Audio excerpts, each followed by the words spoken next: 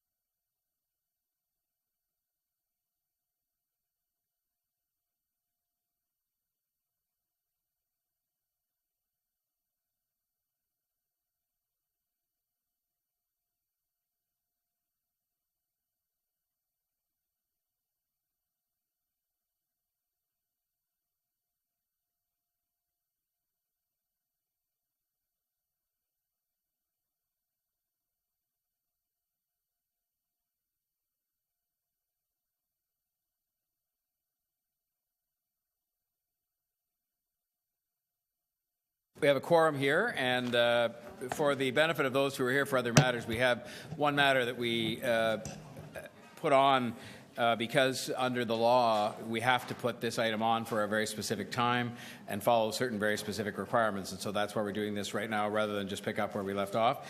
And that is item 15.8, development charge complaint 165 Yorkland Boulevard. And we have a deputant, Alexander Polich, President and CEO, Porsche Cars Canada Limited. And so I would ask him to come forward now, please. Pardon me?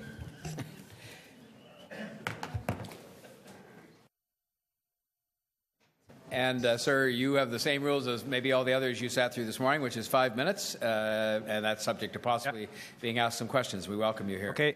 So can you hear me?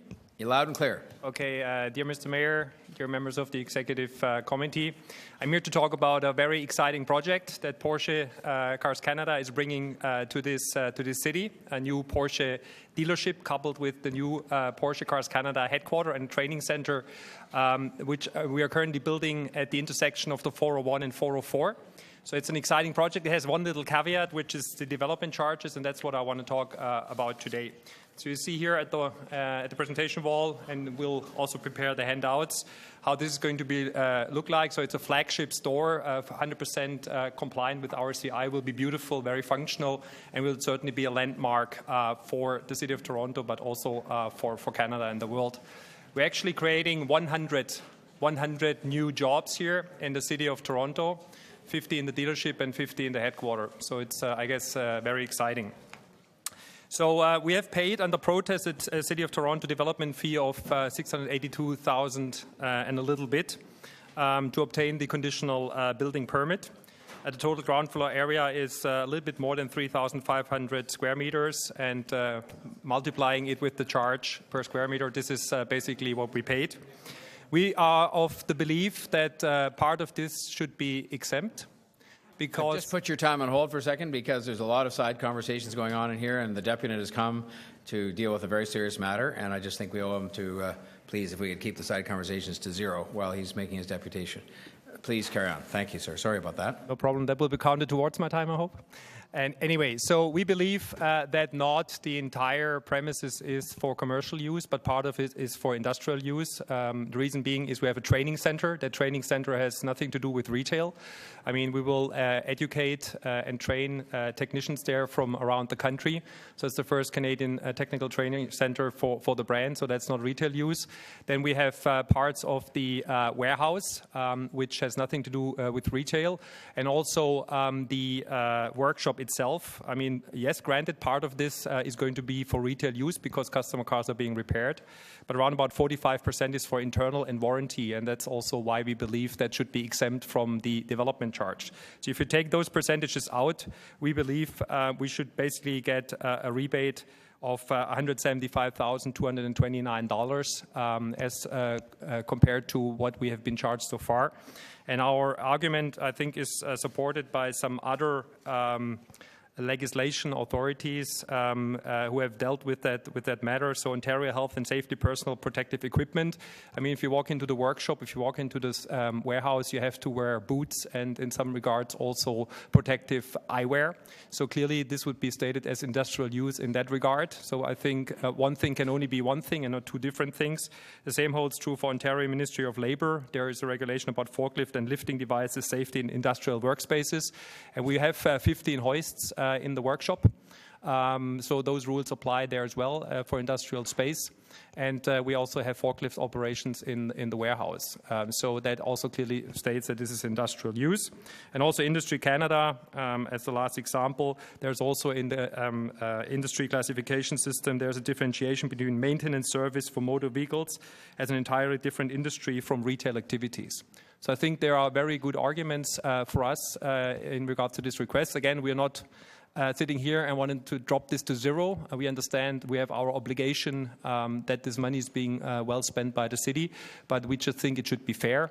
This is, yes, partly a retail operation, but also has some areas that are clearly industrial use. And so we bring this request forward to waive those $175,000 and $229. Thank you. Thank you very much, sir. Are there questions of the Deputant? Councillor Pasternak. Thank you, Mr. Mayor, and thank you for coming in. What is the standard classification for auto dealerships across the city? Are you deviating from the norm of auto dealerships, or are you aware of what others are paying? I'm actually not aware how that worked with the existing dealership in the city, which is downtown Porsche on Parliament Street. I can't answer you that question. So you seem to be arguing this is unfair, but in fact, we don't know whether other dealerships of a similar makeup may be actually paying the larger fee that you've listed here. Yeah, I mean, I can only speak for ourselves, so I have no information how Audi or Subaru dealerships were being treated here. I mean, potentially also in our case, I mean, we're just reading the letters of the law, and there is an exemption also in the bylaw for industrial use. We clearly believe that this is industrial use as supported by the arguments. So, I think we have a valid case. So your argument would be that it's industrial use as opposed to service, as opposed to being a service industry. It is industrial use in the sense that it's being used, those portions are being used for warranty work and for internal work at the dealership, maintaining their cars. So we're not saying the workshop is 100% to be exempt, it's only to be exempt for a certain proportion. So we have already distinguished between retail use and non-retail use, which is then industrial use. So when someone brings their car in to be serviced, that's industrial use? No, that's retail use. As I said, this is the distinction. Okay. Thank you. I had Councillor Ainsley. Thank you. I just had a couple of questions. So the total square meters, 3,570. Yes. I'm reading on the second page of the report. So you have 454 square meters of workshop space. You're saying that just 45% of the workshop you want reclassified? Yes. And the rest of the workshop is going to be used for? That's a distinction we made from experiences around the country for what is being done in those workshops. So we applied the national average of retail use versus internal and warranty use. Okay. So 45% of the workshop is going to be used for training or education? For warranty work and for internal work. That could also be education and training as an overflow for the training center. Yes. Okay. And the other 55% of the workshop would be used for? Retail work, so working on customer's car. And that's an average. I mean, that could be from month to month different, and it certainly depends. I mean, this dealership doesn't exist yet. I mean, we had to use the experience that we have from other dealerships around the country. So 55% straight up repair work at my Porsche. Needed a grill or whatever, I would bring it in there. Exactly. If it was damaged, if it was not under warranty, I'd bring it in. The other 45%, you do warranty work. Okay, but how would you, as a mechanic, how would you differentiate between, like you're going to have, you said 50 hoists? 15. 15, okay. So how would you differentiate, like from our perspective, it's not like you're going to put a wall down the middle of the shop, right? No, that would be impractical. Yes. Okay. What we do is, we clock that very diligently. We're a German company after all. So everything is basically being clocked. Is it warranty work? Is it retail work? If need arises, that can be tracked through our systems that we have out there. Okay. And then the other 100% of the training center, so that would be for training your staff to do the warranty work and like all mechanical work on the vehicles.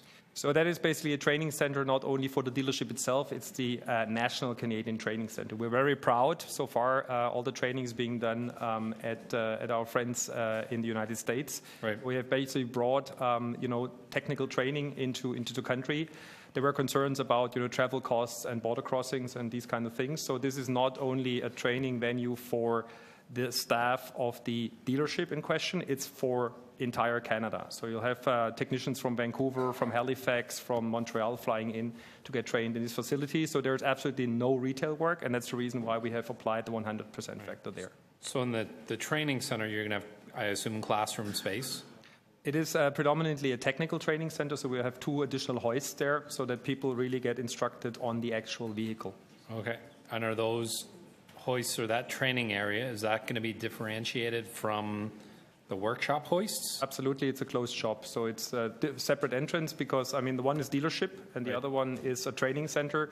So we have a clear concept to distinguish the two also from an access perspective. So this is really, you can stand in front of the facility and say, okay, this is the training center.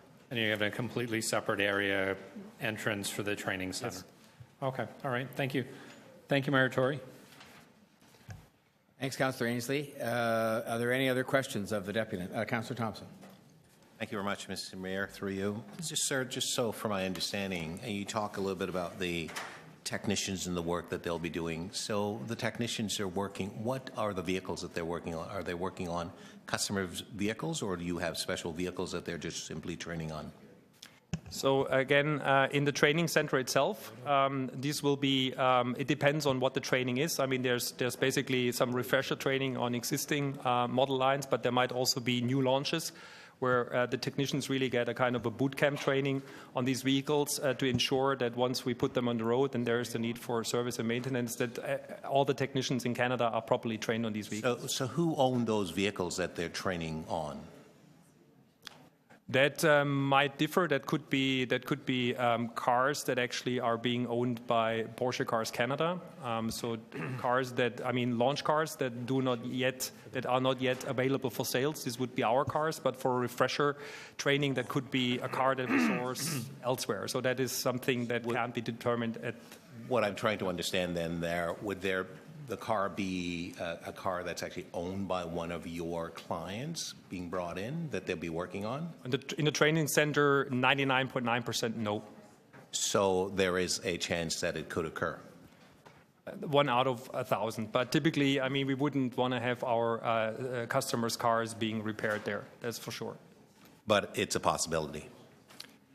In a very rare occasion, it could be, but it would be absolutely the exception. Okay, those are all my questions. Thank you. Thank you, Councillor Thompson. Any other questions of the deputant? Well, on that note, I will thank you, sir, and very much. And we're going to have some further deliberation, as you'll see here. But we thank you for your participation. Now, is there anyone else on this matter who wishes to be heard? Because it's one of the statutory requirements, given the nature of this, that I should ask if there's anyone else from the public who wishes to be heard at this time on this matter in the form of a deputation. Yes, ma'am. Could you please identify yourself? My name is Tara Tard, and I represent the owners of the Porsche dealership. We're building it on their behalf.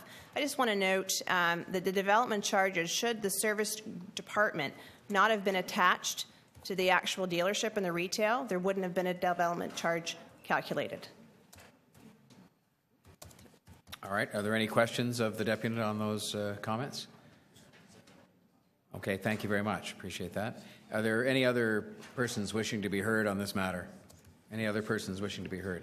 That would take us to questions to staff. Are there questions of staff? I have one. If anybody, Councillor Pasnak, please go ahead. Thank you, Mr. Mayor. I just want to follow up on my questions to the deputant. Is the applicant deviating from standard? Is the request deviating from standard city policy? How do we classify similar dealerships across the city? And by granting this leniency, are we opening up a flood of appeals? I will start through you, Mr. Mayor, then Rob Robinson from Legal Services can finish. I just want to say that we are treating this car dealership, this auto repair part, like any other dealership. They are commercial and they are taxable. What the previous deputant just said, that if this building was a freestanding building just repairing cars, it would be industrial. That is not correct. Under our bylaw, it would be commercial. And what we do in Toronto, we actually only charge the first floor of commercial. So that's why on the last page of the report, there's a portion that's not paying DCs because it's above the first floor. I don't know if legal wants to add anything else. So what you're saying is that... Sorry, Councillor, the lawyer, I don't think he asked it. Mr. Is there a Rossini asked it. supplementary? Council wanted to add anything to that? I was just going to say, yes, we've reviewed this with staff and building staff, and it's treated in the same manner as other auto vehicle dealerships across the city. Thank you. So everybody's been treated equally and fairly. They may not like paying, but they do. And this is before us as an exemption request that would deviate from city policy. It's before you through, Mr. Mayor, as a development charge complaint. The DC Act gives the right to anyone who has paid development charges under protest to complain, saying that the bylaw was inappropriately applied in their case. We obviously are saying, no, the bylaw was appropriately applied. Thank you very much. Other Councillor Thompson. Thank you, Mr. Mayor. Through you to staff, is there a mechanism to check, to determine in terms of what I have heard the deputant saying, they're doing something fundamentally different and new. So how do we validate that? Because this is the sort of thing that I would imagine that I probably want to encourage as opposed to discourage. Through you, Mr. Mayor.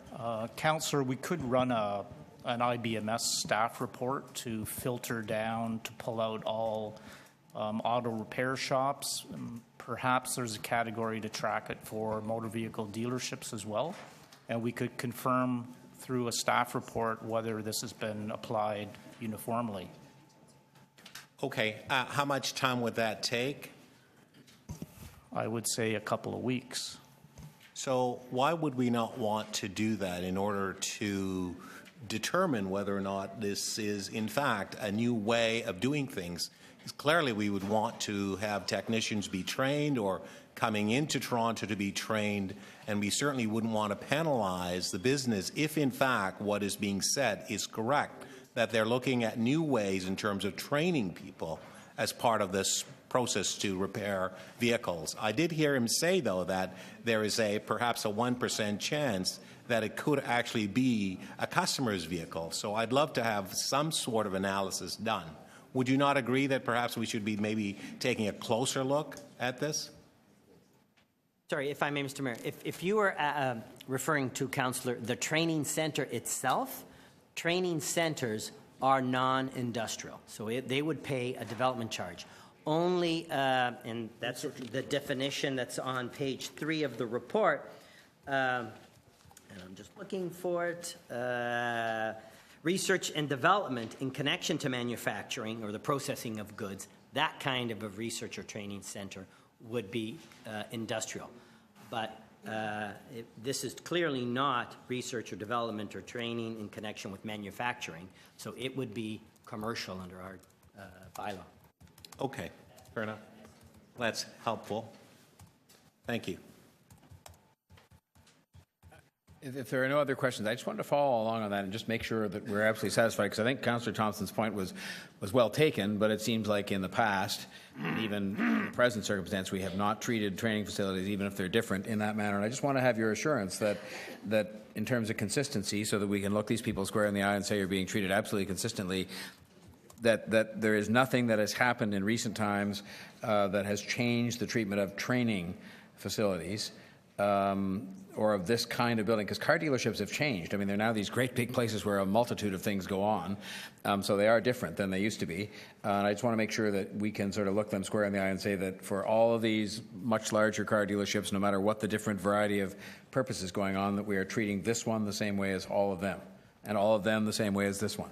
Through you, Mr. Mayor, I am getting nods of affirmative. Yes, we are treating everybody the same. And there is nothing in your view about this one, and I've read obviously what you've said here in the report, that would suggest it requires different treatment in terms of, and I read the definition of industrial, and I must say you'd have to stretch it to fit this, but there's nothing no aspect of the activity that would even allow, what did you call it, Councillor Thompson, a partial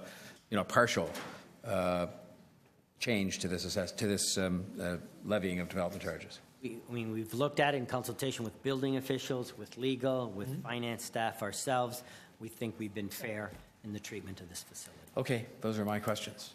Are there people wishing to speak to this matter? Councillor Carroll, yes, please. Yes, I wasn't going to speak at all, Mr. Mayor, but given that folks are questioning, they may be struggling with the fact that I'm sitting in the room because this is inside Ward 33. This is with due respect, this is to a certain extent, this is a case of what is essentially high-end, albeit, but retail coming in, and the differences, using the people who are office staff, using the people who are training staff as a means of getting a planning variance.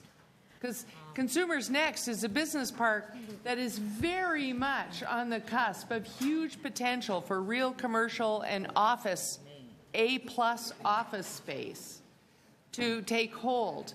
Last year, 2,000 employees of American Express moved from another municipality into the Consumers Road Business Park. So it has enormous potential in that regard. In that scenario, you wouldn't actually be putting retail into that park, which is what a car dealership is. We use the rationale of the training personnel. We accepted it as a means of a planning variance, but this is a case of be careful what you do. That argument is now coming back to bite us if we choose to veer from our own very prescriptive development charge policy. I don't see the need to. There is a beautiful, groundbreaking and magnetizing Audi dealership now. The Porsche dealership will join it. But the development charge regime and the recommendations of staff were well known to the applicant and eventually the actual developer of these sites from the informal meeting right through approvals. Thank you, Mr. Mayor. Thank you, Councillor Carroll. Others wishing to speak on this? All right. Well, if there are none, then I think we're ready to call the question. The recommendation is here in front of you on page 2 of the report. Beg pardon? Recorded vote.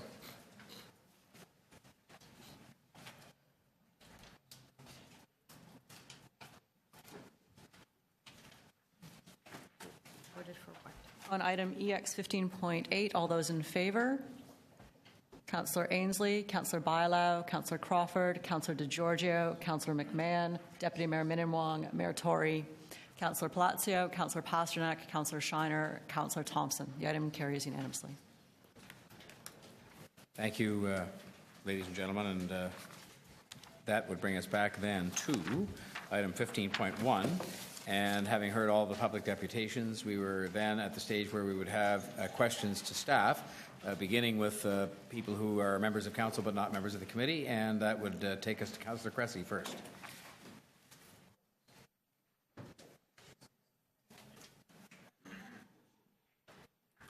Thank you, Mayor.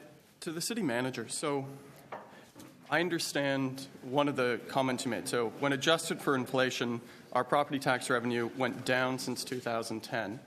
And so you referred to a number of shortcuts and, in your word, tricks that have been used to manage spending in the past. Will that work going forward? So my understanding, my assessment is that the City of Toronto faces a real fiscal situation, and that should be addressed through measures that relate stable revenues to stable expenses, and that shortcuts, as I referred to them in the report, are unlikely to generate a situation in which stable revenues match stable expenses going forward. So can you put a price tag from what you've seen so far on the amount of stable revenues required? Because the option we choose to use to address it will be dependent on that amount. So what is that stable revenue required based on your analysis? So there are two aspects of that, and I'm not going to, unfortunately, be able to give you a simple answer. Part of which is because that is actually an answer you need to give me, and part of it is because it's not straightforward in any event. The first is that there is a gap between what Council has already committed on the operating side and likely revenues to be generated. In 2017, we show that as a specific number. That's an early estimate. That number will change over time, but that gives you a gap. That none of that is incremental spend, so that is all what should be financed through stable revenue sources. My submission to you, after an adjustment period, that be based on existing revenue measures, existing revenue capacity. And then there is another question about what else would Council like to do, in particularly in terms of capital, new city building capital, Smart Track, George Street, Toronto Portlands, a variety of others. What, if any, of that incremental investment above and beyond what can be paid for by development charges, TIFs, a variety of other mechanisms, and other governments, what contributions would be coming from the city with that, in that respect? It's not possible to give you a simple answer. So the existing gap, then, if we're just speaking specifically on the operating, not on the future capital.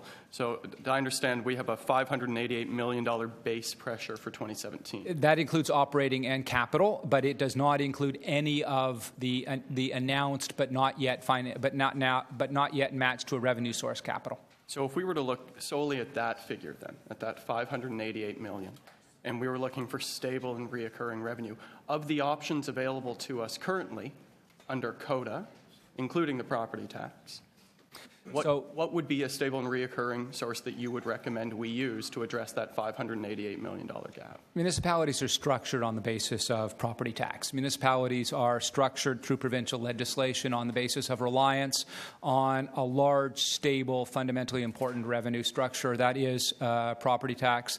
The City of Toronto has supplemented that source with another almost parallel property tax system, which is the reliance on rate-based revenues, which are also very substantial, very stable, essentially both coming out of direct impacts on residents and businesses. They're treated differently in terms of decision-making. Conceptually, they're very similar in terms of their impacts. Those are the fundamental revenue capacities of municipal governments in the province of Ontario. So in looking for new revenue that is stable and recurring, as you're seeking, so the property tax and the rate base are two stable and recurring sources. Are there others currently available to us that you would recommend would be stable and recurring? There are many other ways in which we can find stable and recurring revenues, including municipal land transfer tax. The only question is municipal land transfer tax probably needs to be estimated at a level below which we're virtually certain it will not fall. There are other areas of taxation, property envisioned under the City of Toronto Act, vehicle registration, potentially parking taxes, alcohol, entertainment taxes, others that are fairly robust and likely to be sustained even in the event of economic fluctuation. Those are not of the order of magnitude of property tax or land transfer tax or the utility charges. So those other sources that you've identified... Oh, I'm over my time. Sorry. Last question. No, that's fine. Okay. Thanks very much, Councillor Cressy. I have Councillor Carroll next with a question. Yes, thank you. My questions are really about there's one slide And I ask these questions only because I wish to be able to use the slide. It's the slide on page 13, projected incremental revenue growth. This one's a little overwhelming, but the one that I'm confused about is the murkiest one, other revenue changes. I thought I had an assumption of what it is, but then I noticed in 2017 we see it going down by 60 million and then having the potential to grow in future years. So what is other revenue changes? Through you, Mr. Mayor. So the reason why other revenue changes includes things like investment income, corporate dividends, other ancillary revenues, reserve fund transfers. And the reason why it's negative, we had a number of one-time or not sustainable revenue assumptions in the 16 budget that we then reverse out in the 17 budget.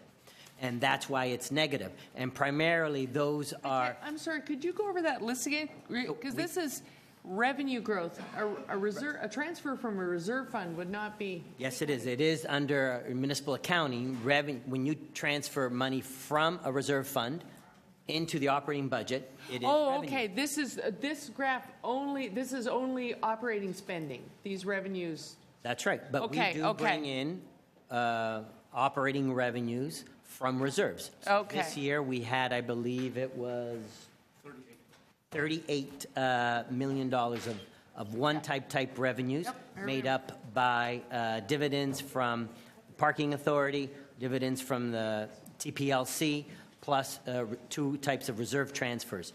Because they were one time, they are reversed out, so it's a decline in revenue, and that's what's driving that minus 59 that you see. Okay, and why does it have the potential to grow by 75 in the out years, so 18, 19 through 21? So then all those base revenue sources that are included in other, we are projecting some growth over time because we haven't assumed any additional more one-time uses. So it's at a certain level, it declines because we're taking out the one-time use, and then from there it goes to a natural growth again. So could I submit, you're not assuming any more one-time uses because this chart, that's correct. Chart represents best case scenarios, because in fact our history is that we always end up plugging holes with one-time uses. So that's absolutely correct. So this chart in 18 through 21 represents rigid discipline that may not in fact be the case in any of those years. Yes, it does. Okay, so I think I can speak to this slide in my community now. Thank you. Those are my questions. Thank you, Councillor Carroll. Councillor Fragedakis. Thank you, Mr. Mayor. Through you to staff. So when I read in the report on pages 13 and 14, and I quote, however, lowered investment in these programs may contribute to waiting times for social housing, child care fee subsidies, and long-term care, as well as the state of good repair backlog for social housing. And later it notes city operating budgets have been highly constrained, but other than social assistance have not shown actual and sustained reductions in the key cost drivers. So I read all this, and to me it reads that we're shortchanging our most vulnerable. So I don't actually believe that Council's strong support of the poverty reduction strategy gets sufficiently translated into action. So I'm wondering if you anticipate that any of these reports will help us develop a budgeting process that gives Council a better sense of matters like this, that is, shifts in budget priorities. So I need to answer this very important question carefully. I cannot account for what you intend to do. I can only account for what you actually do. And what you have done in the last poverty reduction strategy is to put incremental resources into that as part of the 2016 budget. However, in the 6 years or 5 years prior to that, Council has in effect realized very, very substantial savings from shared cost programs that are shared with the province. So as welfare rates have gone down, as the city has relied on TCHC supporting itself, in both of those areas, the city has used those resources to fund other priorities. Those other priorities might be other forms of investment, or they might be, in fact, are lower rates of property taxation. But while you are correct, the City Council has put a substantive rhetorical emphasis on poverty reduction that has been less apparent in the detailed numbers. Next question is about the TTC, and so our substantive increases in TTC fares is very disturbing. I think that these are problematic from an environmental and economic perspective, and I was wondering, what was the increase you mentioned in your presentation on the percentage increase in TTC fare revenues since 2010, and how would you characterize that increase compared to other revenue sources? So the TTC is integrated into the city's accounts, but the TTC also gets its own revenue from ridership. That that revenue comes from two primary areas: increases in ridership and increases in the fare. If you take both of those, combine them, you get slightly north of $300 million, which is more than the incremental property tax change over that period of time. So what was it that you mentioned in your presentation on the percentage increase since 2010 in the TTC fares? So that's in the Page 18 slide, of the report. page 18. Page 18 of the report. And on an unadjusted basis, it's been 32%, and inflation and per capita adjusted basis, almost 18%, 17%. Yeah, I'll get a copy of that Page slide 18 deck of the shortly. My next question is about recommendation number 5, and that calls for an asset optimization study, including consideration of how possible proceeds could be used to address the city's capital deficit through the City Building Fund, and a report in the fall of 2016. I had an interesting conversation back in January of last year with someone here at City Hall who advised that the city is not getting a good return on its financial assets, and they thought that there should be a review of these and of the provincial restrictions applied to them. So my question is, will your study include a review of our financial assets? Our study will include a review of our financial assets, the major corporations, and we will make sure that they are optimized, and we will attempt to understand whether or not there are ways of realizing incremental value from that, and if possible, if that incremental value can be steered to finance capital projects. Okay. On page 29 of the report, it asserts that it is no longer appropriate to, quote, kick the can down the road, end quote, on these difficult financial decisions. So I'm asking you, would you consider selling of an asset that provides an annual return another form of kicking the can down the road? So obviously we're not going to, as staff, recommend an asset sale or a fire sale or any type of asset transaction that does not make economic sense. But there is a critical question here, and all governments, all businesses at all times should be reviewing their asset portfolio to make sure it is optimized. In this particular case, what we would be doing is assessing the asset portfolio, understanding its performance, realizing and seeing whether or not incremental value could be steered into a different area. It may well be that the business case for a new project, for example, a new infrastructure transit or other project, that the value of money associated with that incremental investment may allow us to view the potential asset transaction differently. Okay. Well, it looks like my time is up, so. Thank you for noticing that. I was paying such intent to the questions and answers, I might have just let you keep going, but thank you for that. I had next Councillor Davis. Maybe we'll get a second round. I'm just going to move over here just a bit to get to the microphone. Thank you. Mr. City Manager, just as a follow-up to Councillor Fragadakis' first question, is it fair to say that that essentially we have taken new provincial funding from uploading and other contributions such as increased contributions to childcare, and we've used those to keep taxes low? Is that what I heard you say? So that has gone into a combination of new investment in other areas and obviously also into Council's priorities in terms of low residential and commercial property taxes. So in essence, the provincial dollars have helped subsidize lower than inflation rate tax increase. That is the advice that provincial officials give provincial ministers, yes. That's what they say we have done. Yes. I did want to focus a bit on the process and your recommendations specifically, as opposed to the analysis. And I want to thank you for the excellent analysis that is in your report. You have as the next steps that there are going to be 3 different reports coming to Council. Well, let me back up. You have 3 different sort of sections. One is about long-term expense management. One is on looking at long-term revenue management, and the other is matching service planning and budgeting. And are those the three kind of main sections of your report?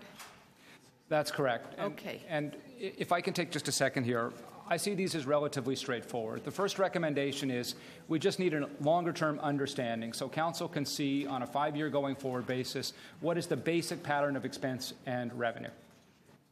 So how, and one of your recommendations on the expense side, long-term expense management, is using a whole-of-government approach to expense management. And I wonder if you could explain how that is different than what we have done to date.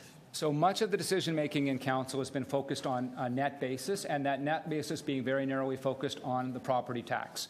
And in fact, we show a great deal more sensitivity, for example, to the impact of seniors in terms of property tax. The same council has also, though, been willing to incur 9% annual increases associated with water bills. They're paid by the same people in essentially the same way.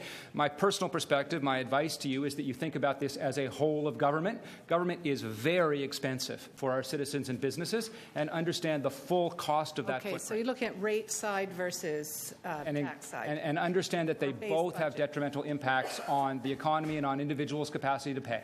So I'm trying to understand what is going to happen in 2017. So this fall, you are giving us 3 reports. One of them is a framework for the multi-year financial and budget process. One of them is on strategies and processes to strengthen the strategic decision-making and financial oversight. And then there's a bunch of things you say about how we need to change our decision-making process. Then there's a third report on modernizing processes, improving productivity, embedding efficiencies to achieve excellence through business transformation. And then another report on the revenue strategy. How are all these reports going to fit together, and how do they relate to the 2017 budget process?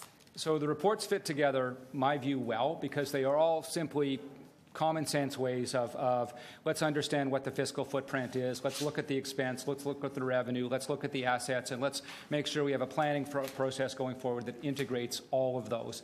This is the long-term financial direction. We have an awkward moment associated with 2017 because 2017 actually, as we do this, it was not possible to only look at the out years. We clearly needed to look at 2017. We show the pressures for 2017. It will be very challenging to fit those into what council has traditionally desired as a revenue line. So 2017 is actually going to happen a little bit before we're able to do these reports. And where's service planning fitting in all of this? What are our service needs, our demographic changes? Where are we putting the assessment of what the city needs to grow into these various processes? So 2 things are important here, and I apologize for taking the time with this particular answer. First of all, this is the long-term report. This looks going forward. 2017 has the potential to be very problematic and not fit within council's traditional expectations around property tax. We don't know yet to the extent to which those 2017 numbers and those pressures will fall or not. If they do not fall, if TCH does not fall, if TTC does not fall, it will be very challenging to make 2017 fit in the traditional way, particularly since we have no longer available to us many of the short-term strategies that have been used as bridging in the past.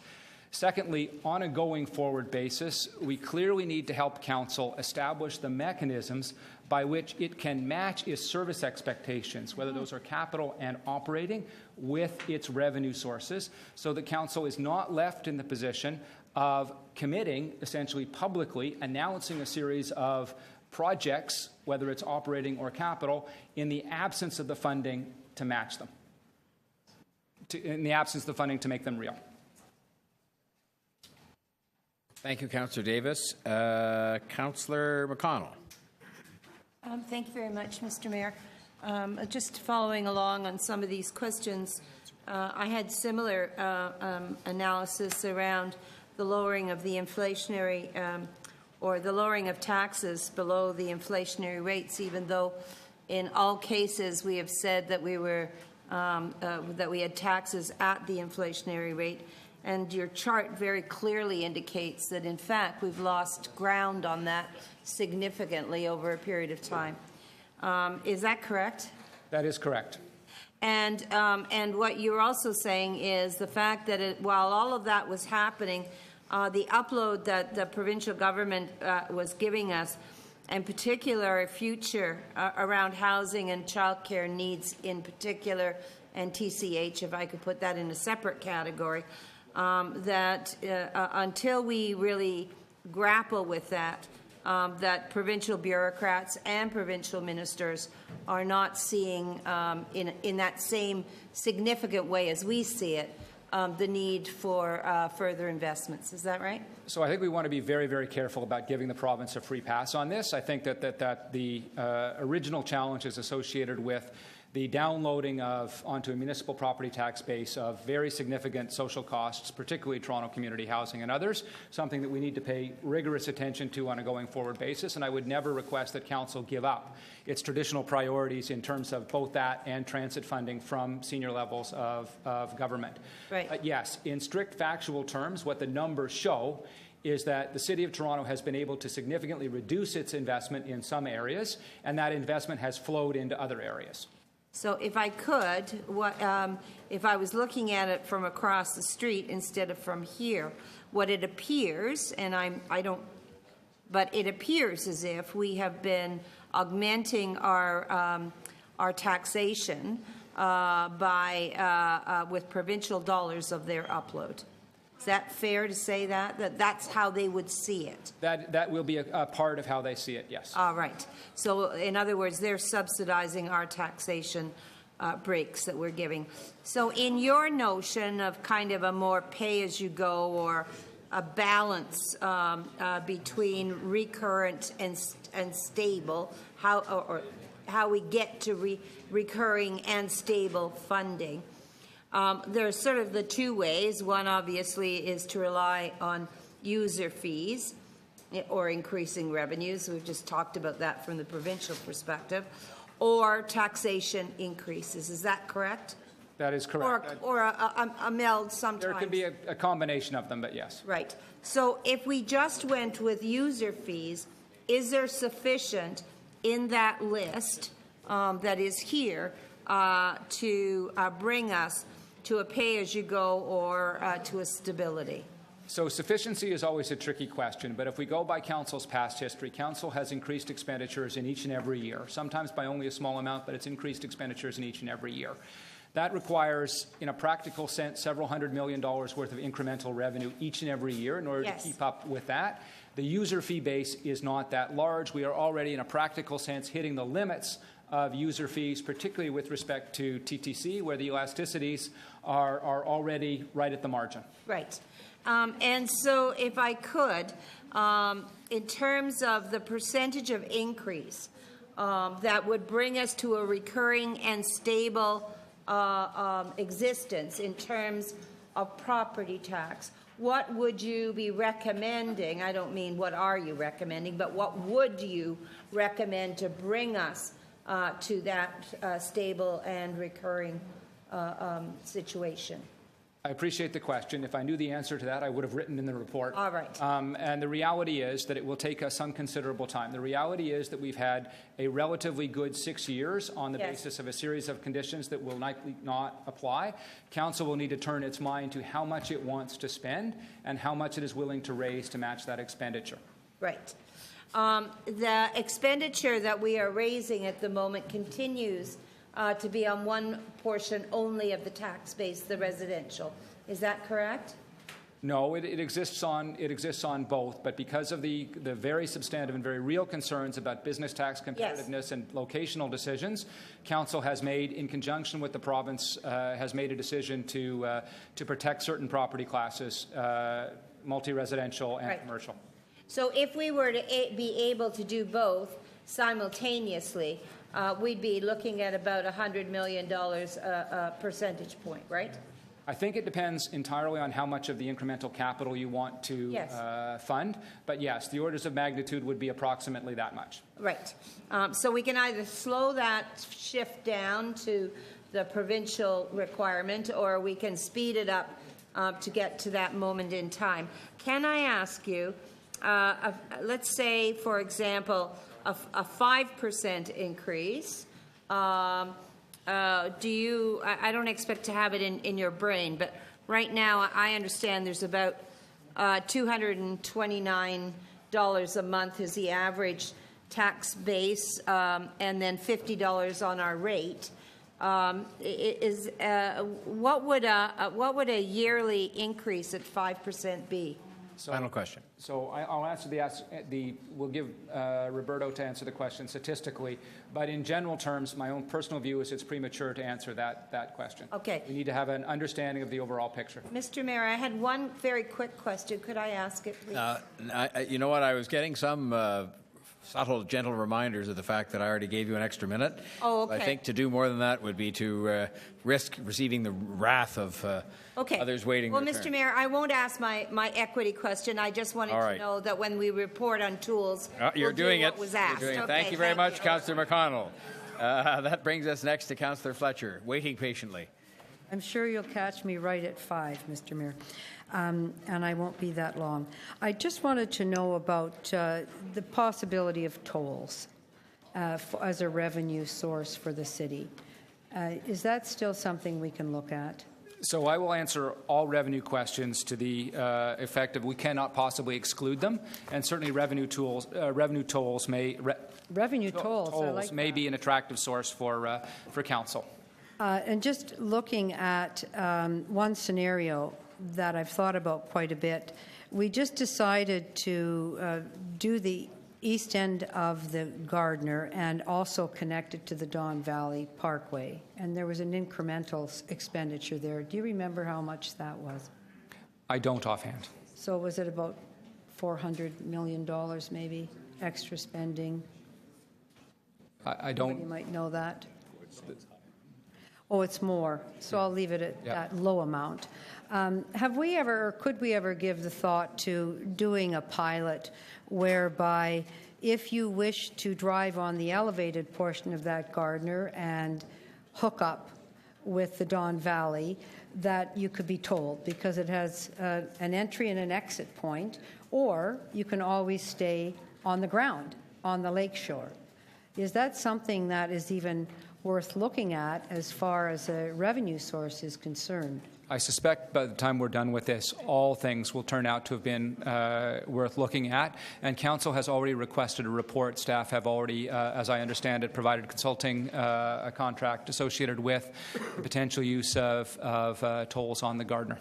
And I know that we're looking at tolls everywhere. This would be discrete on an area where you have a choice. Yes. I think Crontonians like to believe they have a choice. They would have a choice to pay or a choice to not pay. Would that not be something that would give them a very clear choice in their driving habit as to pay or not pay for elevated or on the ground? That would be one of the many ways in which we can provide choice, yes. And can I just ask you a more philosophical question? In combing through the city's books, have you found that we have a spending problem, not a revenue problem? So on balance, expenditures have been tightly controlled, and that does include those areas in which we have seen very substantial increases in expense, primarily on the rate-supported programs. Particularly if you take away the rate-supported programs, the size of the footprint of the City of Toronto has actually been decreasing. So the notion, as we have had in the past, that somehow City Council has a spending problem and not a revenue problem is something that you think we should put to bed once and for all. It would never be possible to argue, my personal view, that public services are as efficient as they can be, or there are not always opportunities for incremental savings. But in general terms, the City of Toronto spend has been tightly controlled for at least the last 6 years. At least the last 6 years, not more than that. And was there zero, very low property tax increases at the beginning of amalgamation? I'm sure you've documented that very well. There were, yes. And what were they? I can't remember whether it was 1 or 2 years of zeros, but it certainly started off. 1 or 2 years of zeros. 3 years. 3 years of 3 zeros. years. Yeah. What would the impact if we went now, we're going to have 3 years of zero, deciding that as council? What would that mean for the city? And what has that meant for the city as far as our overall budget is concerned? I'd give you a report with even more signatures at the bottom of it. Could you factor that in if I asked you to do that? Looked at if there'd even been a rate of inflation increase in the beginning of amalgamation, that we would have X amount of money in our coffers at this point. The retrospective charts are very easy to do. Yes, we can do that. So you could easily do that. And have you or have you not found a gravy train?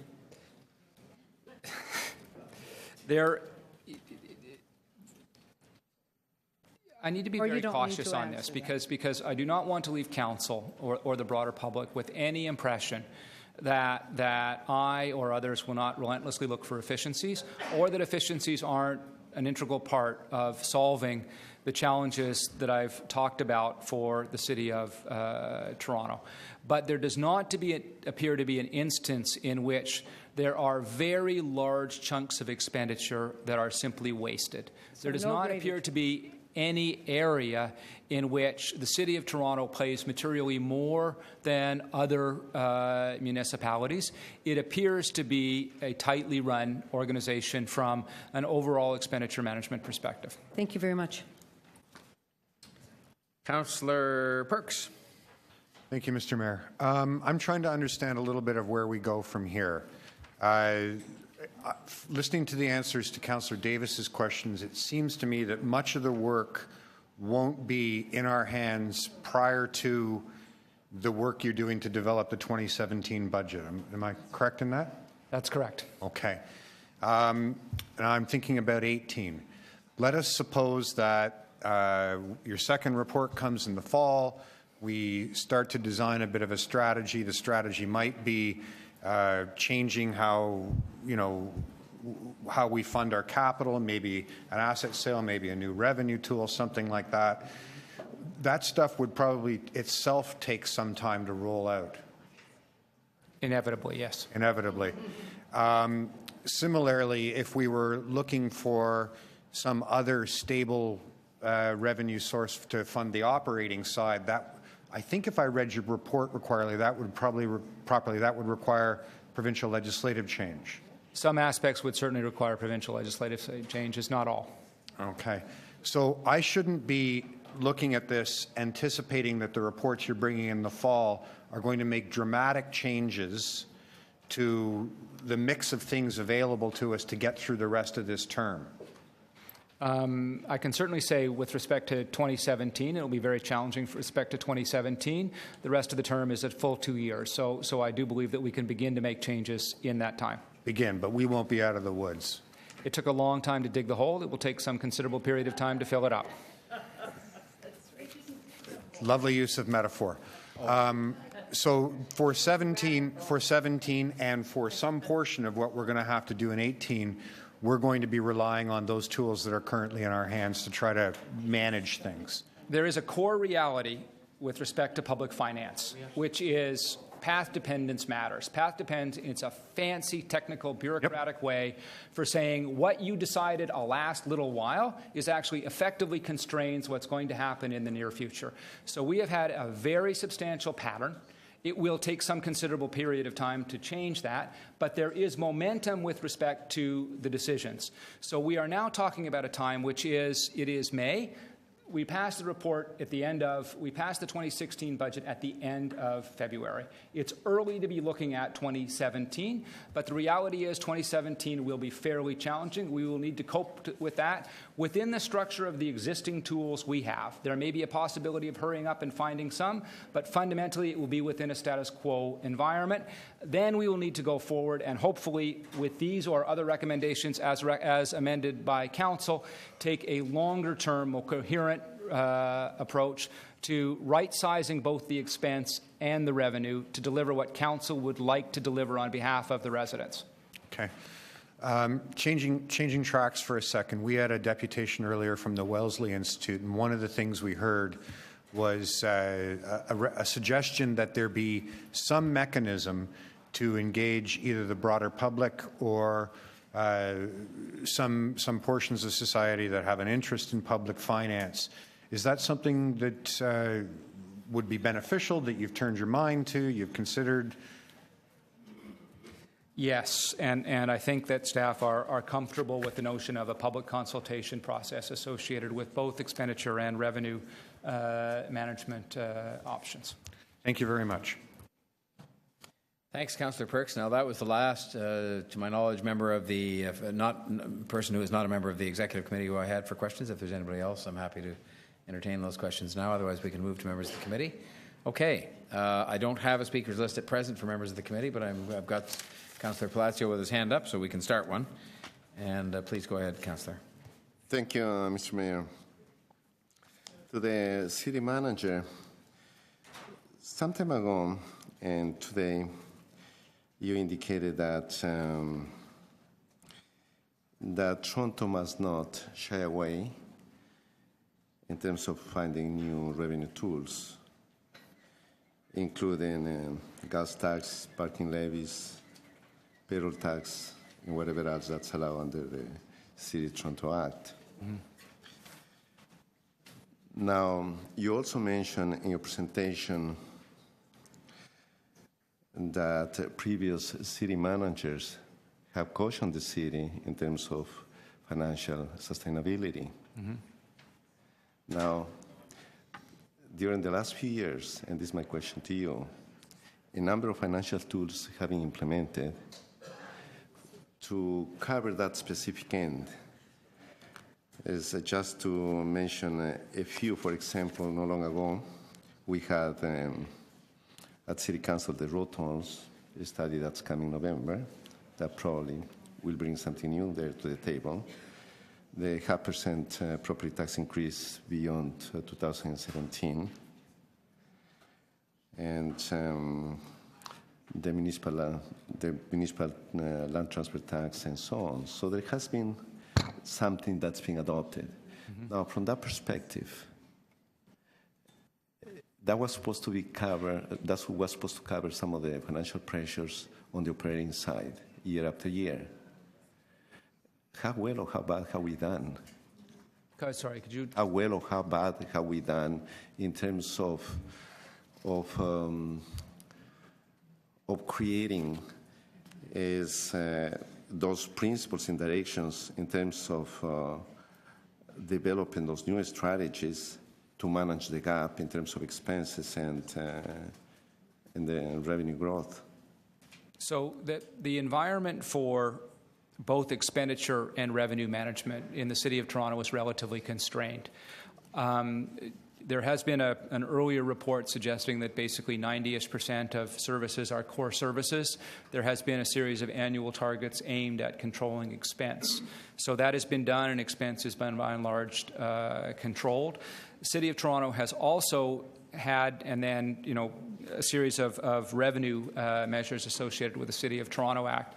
The major revenue that has been chosen, incremental revenue, has been the land transfer tax. Mm-hmm. That's worked out very, very well, likely at some point in the foreseeable future reaching maturity. The next question is basically, will we manage this exclusively on the expense side? That probably cannot be done mechanically, probably cannot be achieved. So the question then will be, what type of revenue? I'm explicit in the report. I and the deputy city managers are explicit in the report. This should not just be a revenue grab. This should be a thoughtful look at what types of revenue best suit and best match to the types of expenditure that Council has already incurred.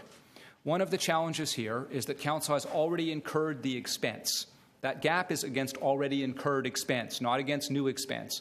Already incurred expense. We now need to find revenue that match. So we either need to reduce that expense, very difficult, or find revenue. The revenue, when we actually begin to look at it, is somewhat unsatisfying because many of these tools are highly intrusive. They have dramatic impacts on specific sectors of the economy. Council will need to look at those and be cautious about exactly how it implements them. Great. So that's on the expense side, on the revenue side. Now I'm going to ask you a question in terms of the residence side. Property tax increases or further property tax increases beyond the rate of inflation, I think that's going to be very unlikely. I don't think that there is much appetite at City Council to go beyond that. Now, some of the essential services like Toronto Water, solid waste, that was supposed to be covered under the property tax, and somehow over time that has changed. Are you planning to bring anything forward in terms of creating other revenues by dismantling some of the essential services that are supposed to be coming from the property taxes? My primary concern is actually with the structural stability of City of Toronto revenues and expenses, trying to match the revenue sources with the expense that Council has already incurred, already supported. I understand the challenge associated with property tax. This is a model. And if Council does not want to raise property taxes, if Council did not want to raise property taxes, Council should not have made the decisions Council has made. So Council has made a series of decisions in the past that absolutely require an increment in revenue. We have probably maxed out many of the other sources of revenue. Effectively, the rate base is identical in terms of its impact. There's a slight difference because you can avoid some parts of it. But really, in terms of its impact on vulnerable populations, seniors in homes or whatever, you've already made the decision to increase taxes by nearly 10% a year on one specific area, only to hold them down on another area. There's no economic sense associated with that.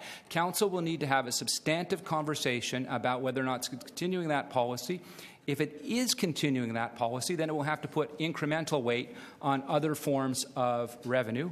If you are not willing to do that, then you had better give us instructions at the staff level very quickly to reduce the level of expense quite steeply. Thank you so much.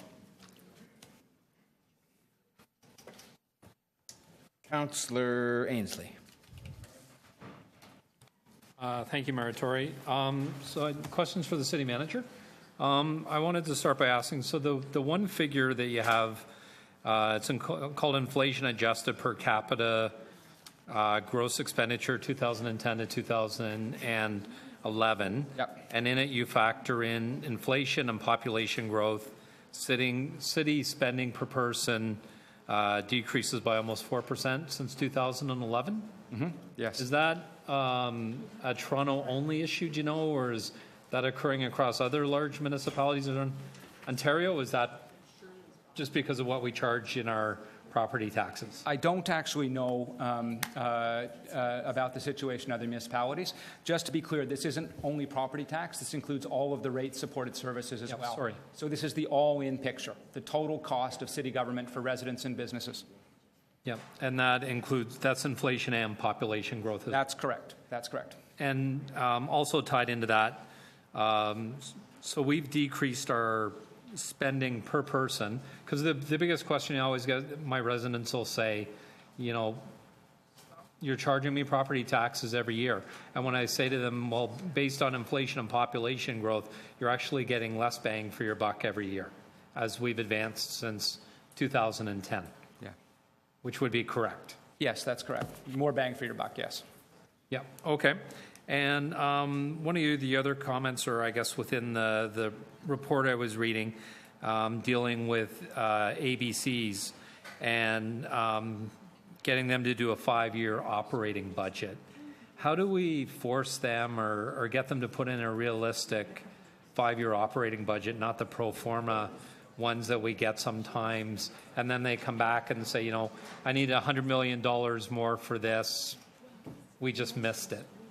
Or alternatively, how do we make sure that city divisions and agencies, I'll include all of us in this, do not simply come up with grossly inflated numbers from which they can retreat later and make it look like they managed appropriately. So I think that is a core question, and I think this is something that councillors who are on those committees need to understand, or on those agencies need to take seriously, and managing the expenditure of the agencies, because effectively the amount of revenue you as council will require over the intermediate future is likely to be far more a function of Toronto Community Housing, TTC, and a few other large agencies, Toronto Police Services, than it is with respect to with respect to clusters A, B, and C. As we showed in the run-up to the 2016 budget process, on a net basis, clusters A, B, and C, so city operations directly, actually relieve pressure on the fiscal plan. It's substantially a function of the large agencies. Okay. And then a couple of the deputants mentioned monetizing city assets and not to do it in a fire sale, and Toronto Hydro is mentioned. I can't recall seeing a list or of assets that we could possibly monetize. It gets talked about, but I've never actually seen one. So we will come forward with a report with that respect, but you know, in an 80-20 world, you know, it is going to be Toronto Hydro, the land, Toronto Parking Authority are the primary assets the city has. Yeah, and there's also, and that would tie in. Would that tie in with the city's also looking at doing a citywide real estate review, which I think comes back here in next month or July? Yes, and there are two aspects of the citywide real estate review. One is the value of the land holdings themselves and all of those other pieces. And then secondly, the citywide real estate review would perhaps not surprisingly reveal a fair amount of administrative and governance complexity, with a fair number of groups doing roughly the same thing in the city. Okay, thank you. Thank you, Mayor Tory. Thank you, Councillor Ainsley. Councillor Crawford. Thank you, Mr. Mayor, and I want to thank the city manager for the incredible work that he's done pulling this together. Out of the 5 recommendations, we've been spending a lot of airtime, of course, on the revenue tools. I understand that, respect that, but when I look at this, I'm looking at these 5 recommendations. I kind of see them all as critical components to moving forward with the long-term financial plan. So I just want to ask some questions outside of the revenue tools. Can you comment a bit about you talked a couple times about the multi-year financial and budget process and the idea of going to multi-year planning. We have had the ability, I don't know if you're aware, since I think 2010 or 11 to go through this. We've never done it. Can you just talk about the importance and how critical it is to get into a multi-year planning process? Absolutely, and I think what staff will be able to do, and certainly what I think staff owe council here, is a 5-year projection. And as I think Councillor Ainsley was getting at, that 5-year projection needs to be informed by a realistic understanding of the future operating and capital requirements of the major agencies as well, give you a very strong sense of essentially what the application of funds will be over the next 5 years, what are the resource requirements, and then also give you a matching picture of where revenue is likely to be on a status quo policy environment, illustrate that, and then come forward, help initiate a dialogue with council about if there is a gap, how we'd reduce that gap systematically over time. So what you'd be doing, again, when I'm looking at how things work, how we make decisions here, my sense is there's going to be a lot of discipline that's going to be needed by council if we're going to be pursuing that direction. Would that be correct? So I think compared to in many ways what we have traditionally been doing. So visibility, and then decisions that reflect the underlying financial realities of the city. Okay. We talk a lot about strategic decision-making, financial oversight. Can you comment, you've been here now a year, you've got a sense of how things work and maybe not work, and where we want to move. Can you just comment on our priority setting and how we have looked at outcomes to try to deliver on our strategic directions, and just get a sense of has that impacted, or the lack of what we've been doing in strategic direction impacted our financial challenges? So there will always be an opportunity in any situation to take a long look at how expense is made, the impacts it has on the community, what outcomes we're trying to achieve, and whether or not we can prioritize expense or even reduce expense in a way that supports the outcomes that are required. So there will be, really under any circumstance, an opportunity for significant review, significant reform. The other aspect is the City of Toronto has done a good job in terms of much of its internal reform process, but that internal reform process is stalled at the agency level, so it may be possible to move towards shared services and more integrated models as well and reduce back office costs. Okay. And you commented it just on the last question, I believe, about the financial management and oversight of our city programs, more specifically our agencies when you're looking at the larger ones. And I know through financial management, through budget, the frustration sometimes we have on our side being able to look inside on those other agencies and the ability to do that.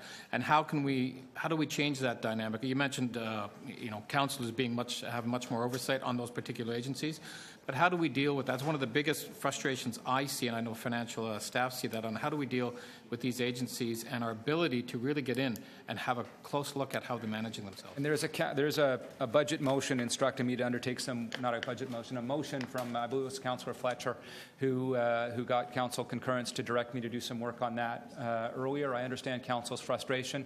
I'd like to give you a straightforward answer to that. I don't have one, but it is something that we need to spend time and attention with. Okay, thank you. Thank you, Councillor Crawford. Councillor Bailão. Thank you, Mr. Mayor. Thank you to the city manager for the work and being so clear about the situation in front of us. I don't think he can get any more straightforward than this.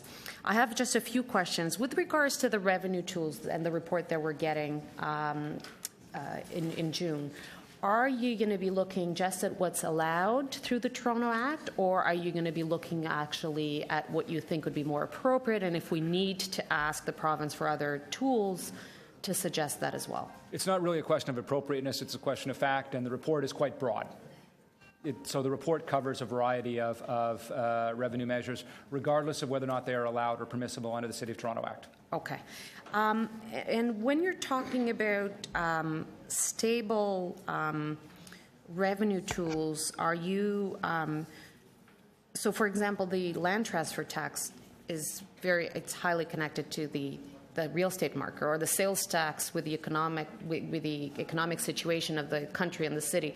So do you consider those unstable, or you're saying, versus the one-time draw on the revenue? Is that the difference? So we should be very clear. We are in our fiscal plan right now, treating land transfer tax as if it were risk-free. So 2016, for the first time ever, took 100% of those dollars and put them right forward. No reserve, no different contribution, 100% of those dollars. We've extended that because the first few months of this year have actually performed continuously, so we've actually built that into those numbers you've seen.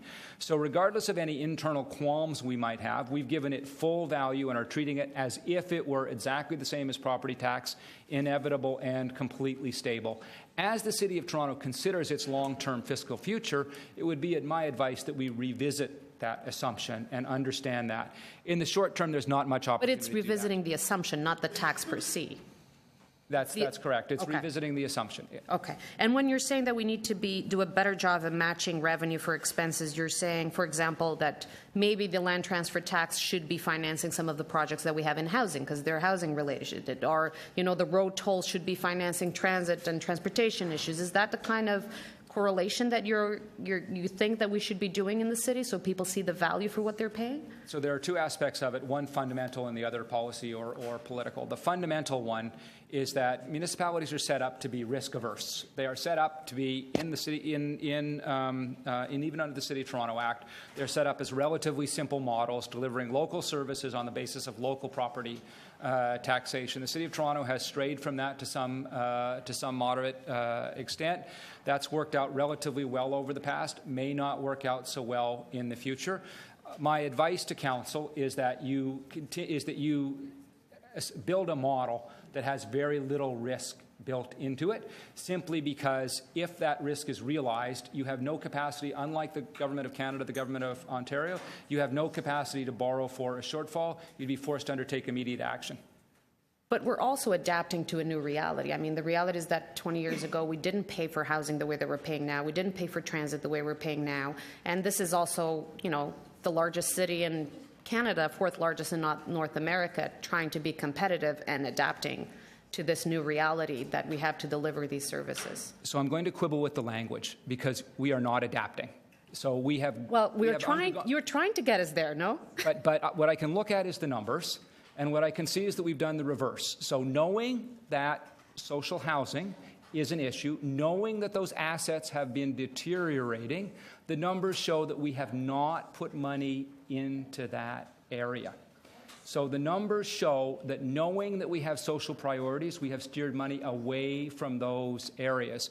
So with respect, we have not begun the process of adaptation towards the... But that's what you're trying to do through this. So giving us a clear picture, you're trying to tell us that we need, in order to be a competitive city and compete with other major cities that have over 20 revenue tools, that if we are to be delivering 100% of our operating expenses and TTC, if we are to deliver housing, that we need to start having these conversations. We do need to have those conversations. Okay. That's correct, yes. And going back to the slide 12 and 13, the incremental debt charge on growth, is this still taking into consideration the 15% debt ceiling? Yes. And this isn't on top of the debt charges that we're already collecting? No, that's a function of the 20 of the. Sorry. Which one are we talking? Yep, this one. 12 shows if we just abandon the debt ceiling, and if you actually financed what was there. So 2017, not a realistic number. The other numbers are somewhat more realistic. You go back to the earlier. So 2021, what would be our debt ceiling?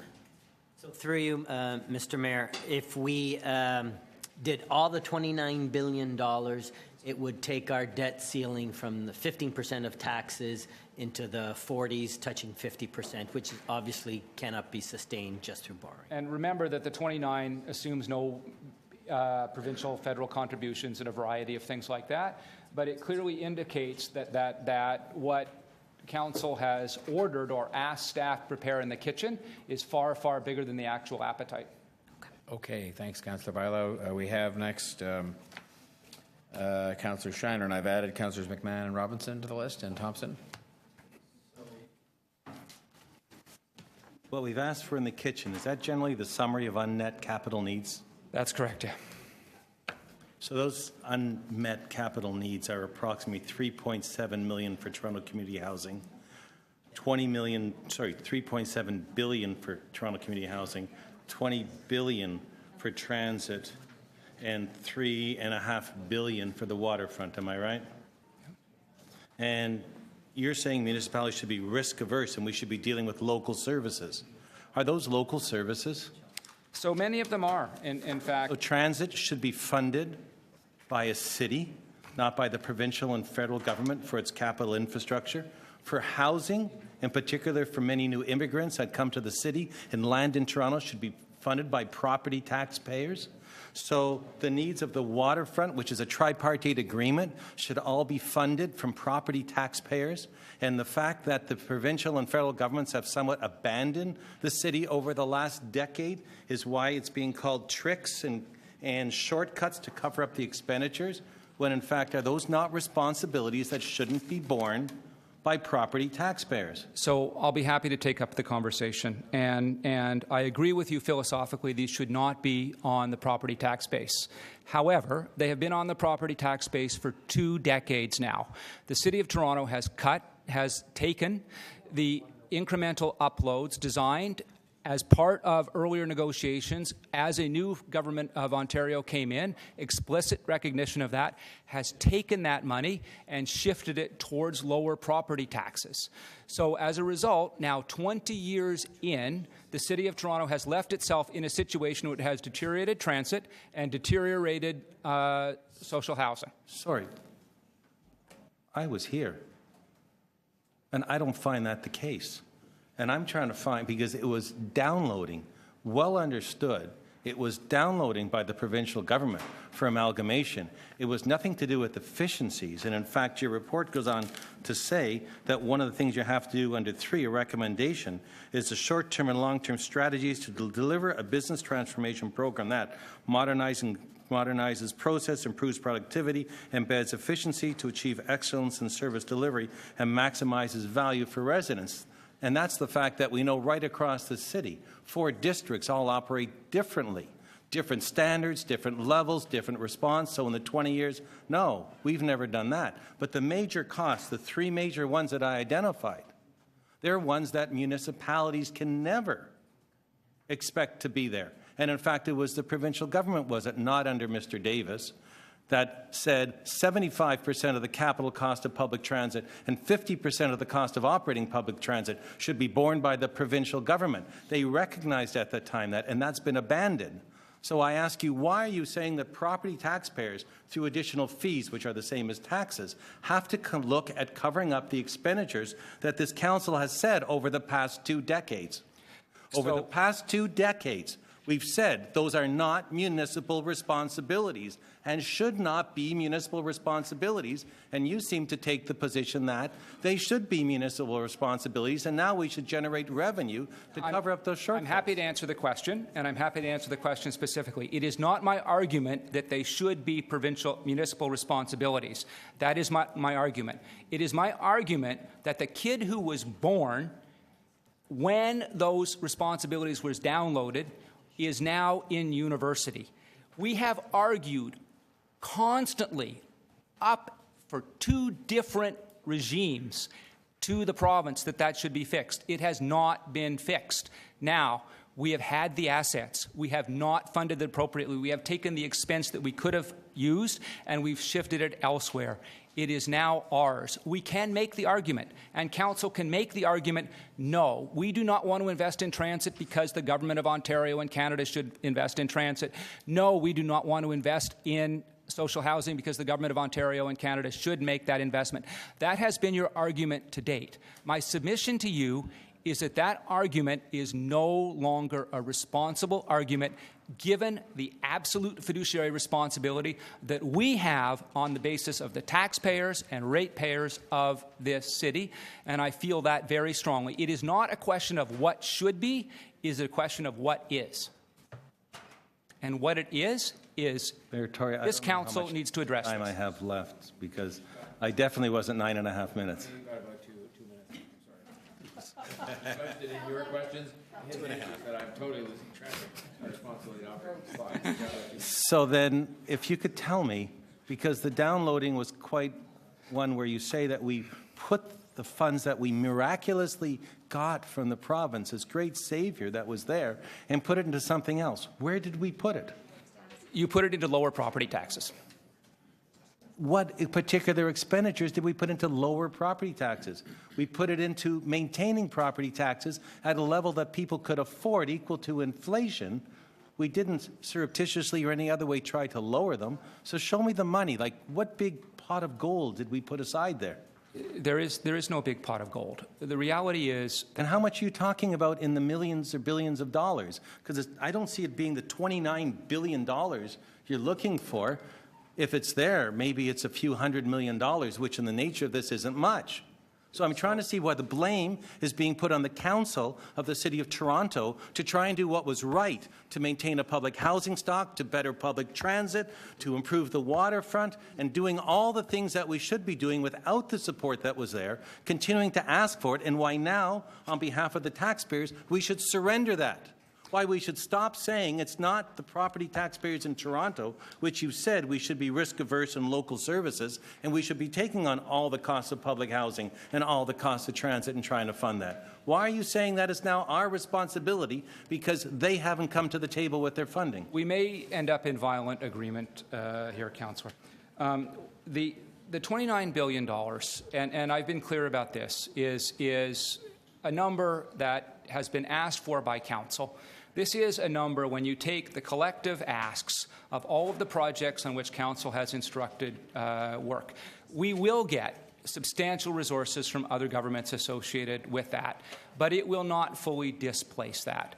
That's actually to some considerable extent beside the point. This is things that Council can decide whether or not it wants to do waterfront, whether or not it wants to do smart track, whether or not it wants to do other things. That's what's embedded in the 29. The real concern I have is that there is a gap between the expense that the city has already committed, the rate at which it grows, particularly driven by Toronto Community Housing and TTC. These are not incremental expenses. These are that have been incurred, yes, at the time when council has been here. These are expenses that are already there that do not have a firm financial footing going forward. That is not a function of provincial download, or if it is, City Council has not reacted by using revenue in order to make itself sustainable. I'm not making a philosophical argument that the Government of Toronto should bear all of these. I'm making a practical argument that since Council has these expenditures at its doorstep, it needs to have a practical conversation about what expense it wants to take away and what revenue it wants to encourage in order to ensure that we are able to have balanced budgets going forward. Thank you, Councillor Shiner. I will now reset the clock. I apologize for not having done it earlier, and that brings us to Councillor McMahon. Thank you very much. So I was curious about something you said, that revenue tools should not be used as a revenue grab, and that they're best suited, best matched to the expense, to the particular expense. And I just wonder if you have an example of a matching like that for us.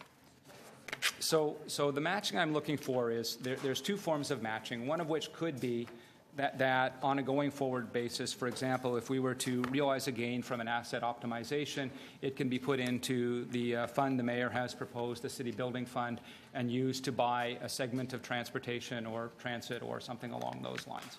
So that's one example. But the much more fundamental example, and I apologize for repeating myself on this, is that the City of Toronto should ensure, my view, I think staff's view, that expenditure that's base expenditure, that is very unlikely to be reversed on a going forward basis. The ordinary operations be financed in a way that is sustainable with clear and transparent tools, so we can very easily show that the expense that continues to exist is balanced with revenue sources that are stable. So when we do discuss this at length in June, would you be coming out with some particular examples, or you want us to match them up? So all that will be coming forward in June is basically a glorified spreadsheet, and it will basically say, it'll be a more sophisticated report than that, but basically it'll say, here's a number of different revenue options, here's the legal authorities associated with them, here's the elasticity, here's some practical implementation concerns, here's a high, low, and medium revenue estimate associated with that. My personal preference here, and the reason that I personally put in the word about revenue grab, is I don't think it would be appropriate to just simply choose things as quickly as we can on the basis of plucking a goose. I think you want a thoughtful approach that takes place over a period of time that allows revenues to grow on a gradual basis in order to match known expense requirements. Okay, thank you.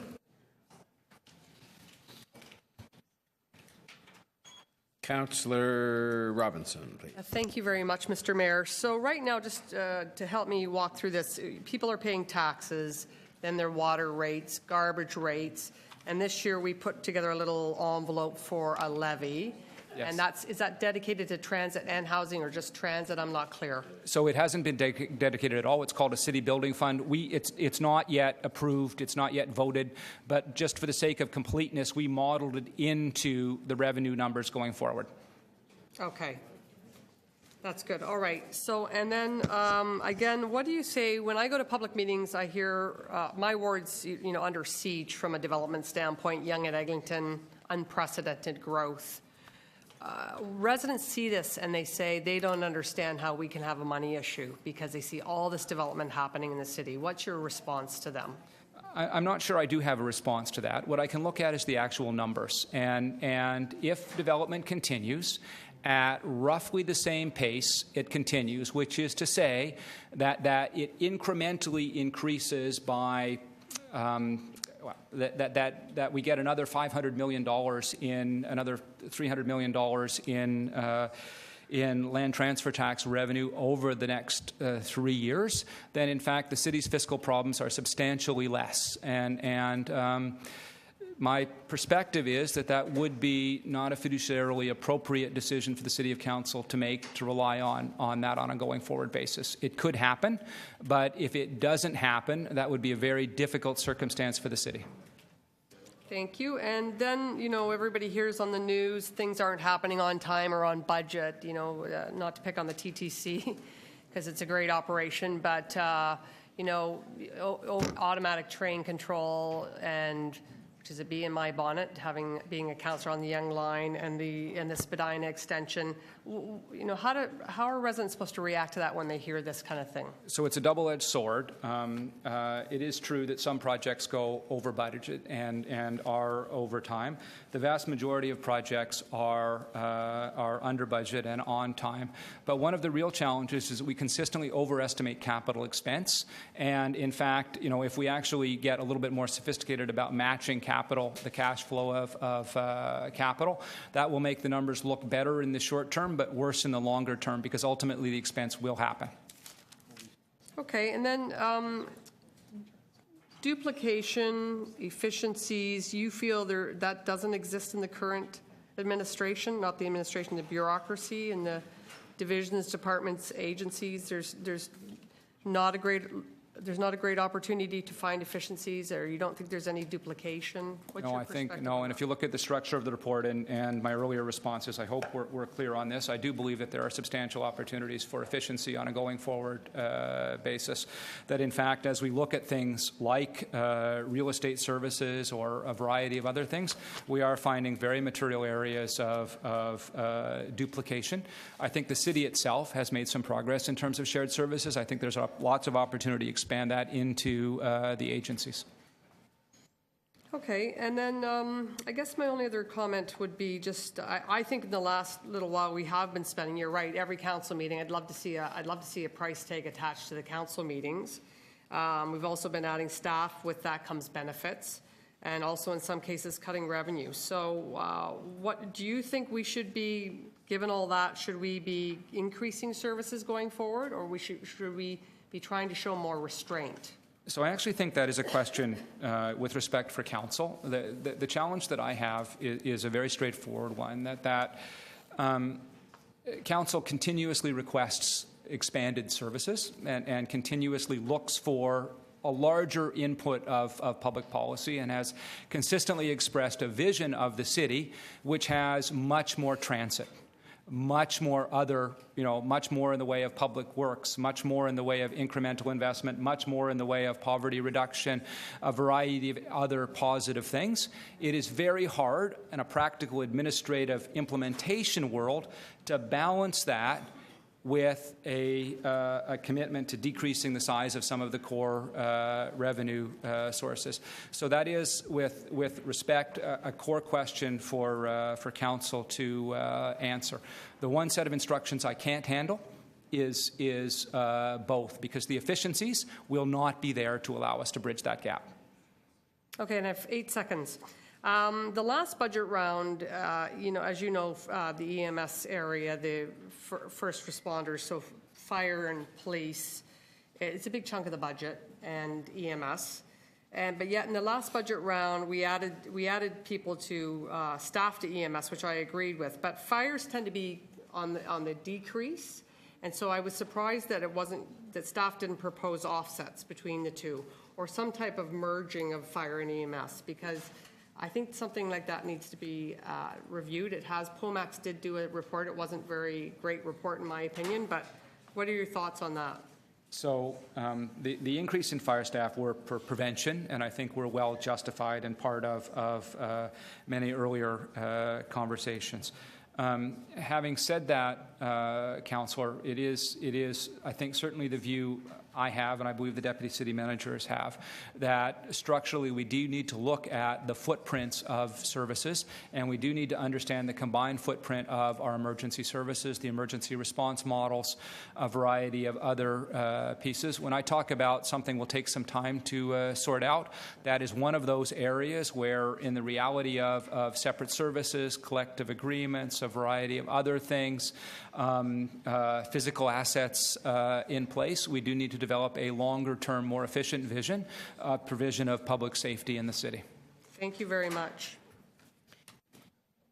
Thank you very much, Councillor Robinson. I have Councillor Thompson.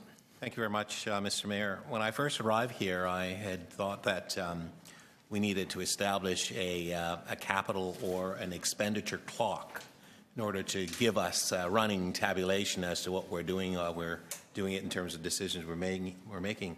I now think we actually need that, to be quite honest with you. Through you, Mr. Mayor, to the City Manager, we are the fourth largest government or the municipality or in terms of population in North America. I'm just wondering what is so unique or ununique in terms of how we're doing things as it relates to, for example, other jurisdiction just in North America for now? So there are in many respects, Toronto's responsibilities are a little bit narrower. We do not, for example, have the school boards the way they do in Chicago or New York, variety of other pieces. So there are core differences. There are also many core similarities in terms of the basic service footprints, garbage, waste, all of those other elements. Okay. So in your report that will come forward as you, in terms of June, we've seen municipalities and cities around the world where they've actually privatized services, such as transit, for example. So we are looking at funding, or we're looking at asking for funding from provincial and or the federal government. Is this something that you would want to consider or bring forward for us to consider, and the mechanism that would allow that to occur? So I think it would be premature for me to answer the question, but philosophically, the report does speak to, I believe it speaks to contestability, and certainly the notion of being able to test public service delivery against alternate service delivery or other elements is a way of continuously making sure that public services are delivered as efficiently as possible. We can end up with situations entirely contracted out services can end up being more expensive as you end up with capture to a small number of firms or an uncompetitive market. Similarly, services delivered exclusively through public sector channels can become ossified. You simply need a routine review process that looks to determine best possible value. Okay. Now, this conversation is not new. It's not unique. You raised this last year to a large extent. We're going into it a little bit more in depth at this particular point. Would you agree? I would, yes. Right. And so when you wore another lens, let's say from the province, you were at the province and you looked at the city, I imagine that you were making decisions, obviously, that negatively impacted the city. Not to blame you at all. I'm just simply saying, now we are where we are. You're on the other end of it, making decisions now. How now do we what's the equilibrium that you bring to this in order to help us to reach an apex where we say, okay, these are the things that we need, knowing what the provincial requirements are, how do we sort that out? At some level, I'm uncomfortable answering the question, but I'm going to answer it anyway. I appreciate it. Here, I do not believe in any kind of fundamental sense that it is appropriate to have the full weight of, largely the full weight of the operating subsidy for the Toronto Transit Commission dealt with by the 416 property tax base. To me, that's a nonsensical economic policy. Similarly, the massive download of social housing was, I think, a policy dysfunction that occurred a number of years ago that should have been rectified in the intervening years.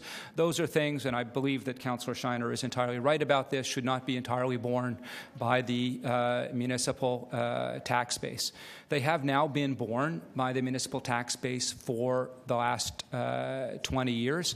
Our ability to convince the other governments about the need for these things is greatly impaired because in the interim we have tended to emphasize lower rates of taxation. They see clearly that property taxes as a share of GDP or on a per capita or an inflation-adjusted basis have been either flat or gone down.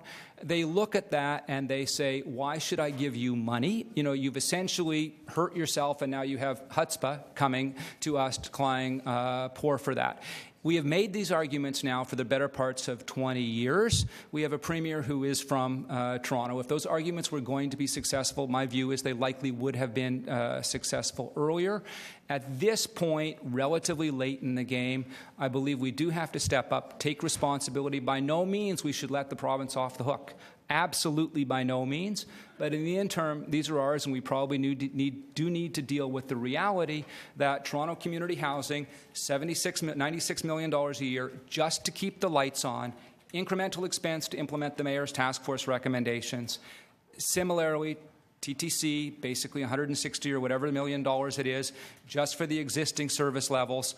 These are now the pressures that we have not addressed, we now have to address. Thanks, Councillor Thompson. Councillor DiGiorgio. Thank you, Mr. Mayor. Mr. Wallace, in the context of kicking the can down the road, from my perspective, for the longest time, unless you can get your operating budget balanced, you should be, in fact, delaying capital investments simply because capital investments have an operating impact. So if there is a gap in your operating budget, if you then couple that with continue to make capital investments, you're not going to narrow that operating gap, but rather widen the operating gap. Is that fair to say? That is fair to say. I need to think through the accounting of it, but yes.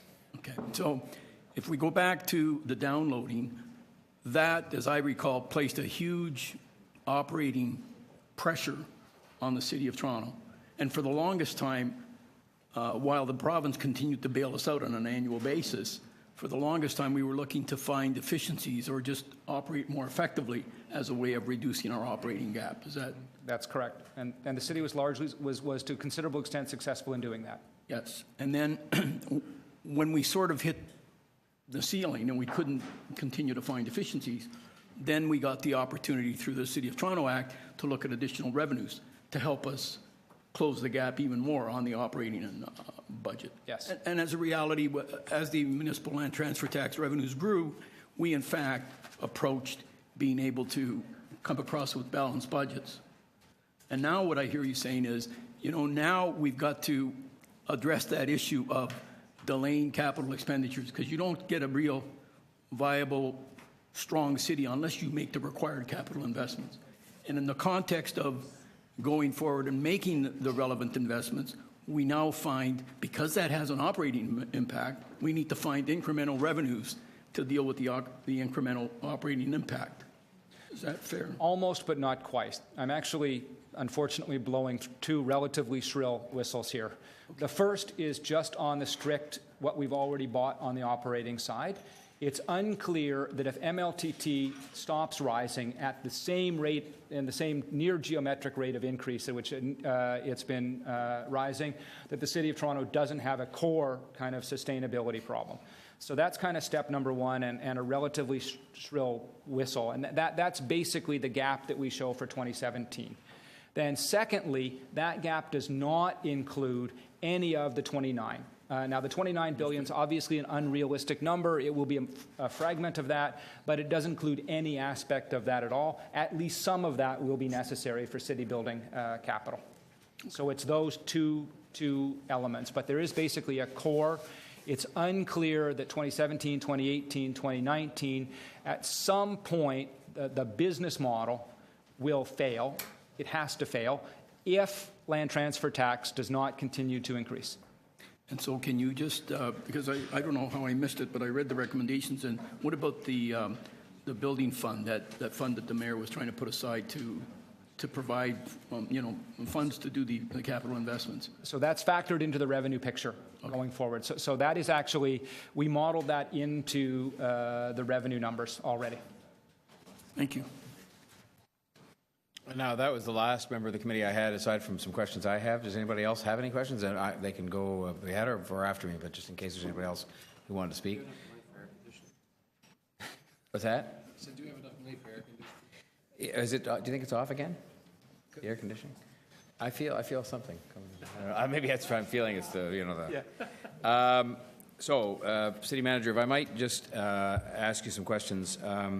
First of all, I'm not sure where to start, but when you made a comment earlier on about a hole that we've dug, one of our colleagues from back here, and I'm not sure frankly who it was, but it was in the second row there, said, well, we didn't dig this hole. And I just want to sort of have you discuss for a minute about services and the expansion of services, because I think the impression might be left from your presentation and your answers to questions today that the entirety of where we are on the operating side, we'll get to capital, is because of decisions made to restrain the growth in property taxes, and there's been no contribution from the fact that council meeting after council meeting for the same decade you refer to, people have, without any thought of how it could be paid for, increased services. So I apologize, Mayor, if I left that impression. Gwen, I don't know if you want to put up the slide. I think it's the fourth or fifth slide. But basically, it is very clear that over time, expense is growing. Well, it's growing moderately. It's growing as a function of basic core cost drivers, inflationary, and then council's desire to, that one right there, council's desire to add incremental spend over time. And even in the last number of years, because the one just flashed up there that you might just put back up for a second that showed the 2.5, even there, on those years between 11 and 16, there has been an increase that I guess in most of those years has run above the rate of inflation. Is that correct? Probably right about the rate of inflation. About or above. Yeah. Last year was 2.3, or this year, and it's growing at 2.5. Now, you also, I think one might have been excused if they were left with the impression in your earlier answers that there are really no efficiencies, and you kind of amended that a little bit earlier, just a couple of minutes ago, to one of the councillors over here. But I'm assuming you'd agree that through things like technology, review of span of control, review of who does what, meaning what role government plays, that there, I mean, in a government of $14 billion in total for everything, that there must be not only just tiny things that can be done better, but substantial things that can be done better. I mean, in any organization that has $14 billion of expenditures and what, $10 or $11 billion in revenues. So there are so expenditure control does work. The City of Toronto has had annual targets. They have generally provided savings, and certainly offset. It is certainly my view that there are incremental opportunities for savings, and we will realize that. The only concern I have is that Council not assume that the totality of the fiscal challenge can be bridged on the basis of efficiencies alone. I do believe that efficiencies are available and will continue to be realized. The only other challenge I'll put on that is that this conversation around efficiencies needs to be broadened to include the agencies as well, and they are the proximate source of pressure going forward. Okay, well, that certainly clarifies that. Now, speaking of revenues, you said earlier on that, and I want to make sure we all understood again, I don't think people should be left with a misleading impression that we had incurred all of these expenditures. I wasn't sure whether you were talking about the operating that you've made reference to recently in the last few minutes on the TTC side, or whether you were talking about this list of capital projects, because I think many of these capital projects, in fact, the expenditures have not been incurred, they've not been approved by the council. They've been approved, as you said earlier, for some work to be done, but that's a far cry from approving a budget. So are we talking operating or capital when you made that expression that we've incurred? What you said was we've incurred these expenditures and we should have raised taxes at that time when we incurred the expenditures, but in fact a lot of them aren't incurred. So if I can just jump to to slide 11. So these represent expenditures that have already been committed. So these are base operations. When we say base capital, that's the existing capital projects. The whatever share of $29 billion, whatever fraction of that were brought forward, would then be incremental to these numbers. So this is essentially the pressure for the 2016 level of services carried forward into 2017 and out years. But you would agree that, say, that 419, as it has every single year, well, I realize there are numbers in there that seem intractable, that number is going to come down. I think you suggested that yourself earlier. It will absolutely come down. It will absolutely come down substantially. What I'm concerned about is that there are two elements of it, TTC and TCHC, that as a result of my conversations with the agencies, it seems like it's less likely to come down than some of the pressures, some of the inflationary pressures that the city divisions have traditionally been able to strangle. All right, and my final question is simply this. One could have concluded, listening earlier on, that you felt that the property tax and increasing the property tax and property taxes that should have been increased in prior years and so on and so forth was the only way in which to deal with this. And I'm assuming, given that you're bringing forward a report on revenues, including some that I assume will have substantial potential revenue impact, that you are not, in fact, saying that this has to be done through the property tax. Not by any means. And to be very clear, I respect and understand the will of Council, and I understand clearly that Council has placed a very high priority on maintaining property tax rates at a low level and maintaining property tax consistent with or even below the rate of inflation. That's true historically. It's likely to be true going forward as well. What I'm emphasizing in the report is that we will be able to make some savings. They will not be sufficient. Therefore, some mix of revenue tools, revenue measures that can be within the City of Toronto Act, that can be incremental to the City of Toronto Act, that can be a combination of asset optimization and others. But the time has come for a robust dialogue on those as well. Thank you very much. My time is exhausted, and so if there are no other people willing to wishing to ask questions, we would move to speakers. And I have on the speakers list, I had first on Councillor Deputy Mayor McConnell, and she is here. So you are first up. Thank you. Well, first of all, I want to thank the city manager, and I know there must have been a pile of staff who worked on this, and I think that it's a very difficult thing to speak truth to power, and I think this report does. And I look forward to other discussions where we actually do get into what are the essential things that will allow us to move this city forward, maybe not necessarily in this term, but to put it onto a much better footing than we have got it on at the moment to hand on to our children and our grandchildren. Because at the end of the day, it is those Torontonians that really will see the suffering.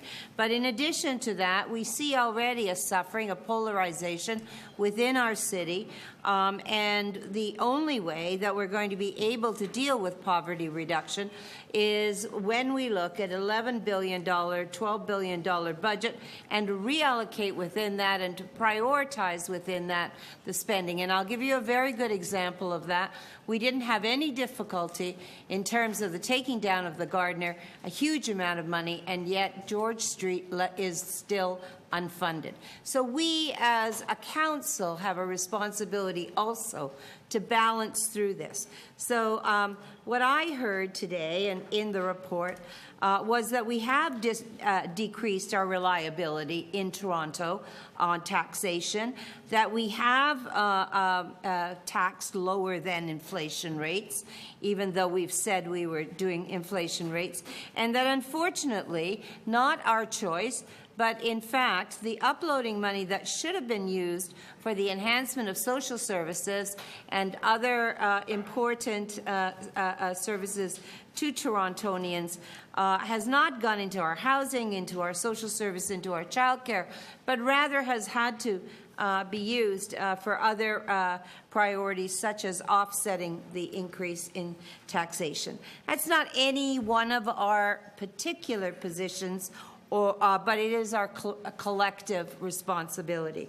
So I'm not an economist, never been an economist, do know a little bit about budgets, but what I am and what I was trained to be was a teacher. And so I know a little bit about teaching mathematics, and I know something about arithmetic, in particular up to about grade 4. So I'm going to give you what the grade 4 teacher says when she looks at this. So what I say to myself is our average taxation at the moment to most of our houses are $3,781. Now, of that money, about $1,000 or $1,033 goes to educate our children, not in our tax coffers. So really, what we have is our people paying $2,748 on average in our communities right now. And when you divide that by 12, because we did learn to divide in grade 4, you come up with $229 per month. That's what we pay. And we pay that for policing and fire and clean water and social services and childcare and all of the other things, that the myriad of things that we spend our money on, and I guess including potholes. We then have $50 a month that's on the rate-based, and that's for our solid waste and also for our clean water.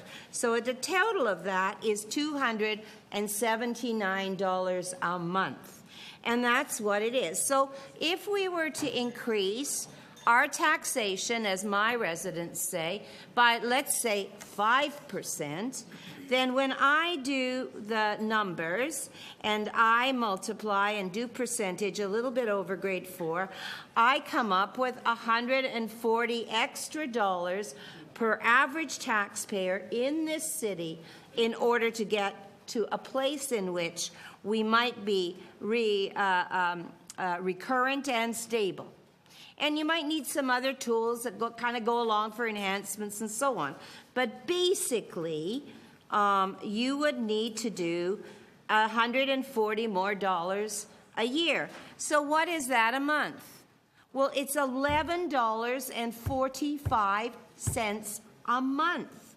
So really, for $240.45 plus $50, under $300, which is, by the way, the cost of most telephones, you get all of the services of the City of Toronto plus the enhancement that we need. Now, I think that's a deal. I think it's an unbelievable deal. And I think that most people, and certainly economists and out of grade 4, would agree that really that investment is essential for us to get this city into a place in which we can hand it over to our children and our grandchildren. And that's what our role is. It is not, in fact, in my view, to just look at simple things, but rather the whole thing. And I'll stop there, Mr. Thank you very much. I see on that note. time. Thank you. Now, surely that's not all the speakers, because I don't have another one listed, starting with the members of council outside the committee. Councillor Carroll, Councillor Perruzza, okay. Councillor Carroll, you're next. Yes, well, I said earlier this morning, Mr. Mayor, I said to Mr. Wallace, I think when I get to my speaking time, I'm just going to say what he said. But so much time has passed. I think we've forgotten what he said. I'm going to use the slides in this presentation because we have a difficult choice to make. I'm reminded of a song in the musical Into the Woods. It came out when my kids were little, and PBS put it on TV. You didn't have to go to Broadway to see the original production. And my little daughter was obsessed with it. And she was watching the song, It's Your Fault.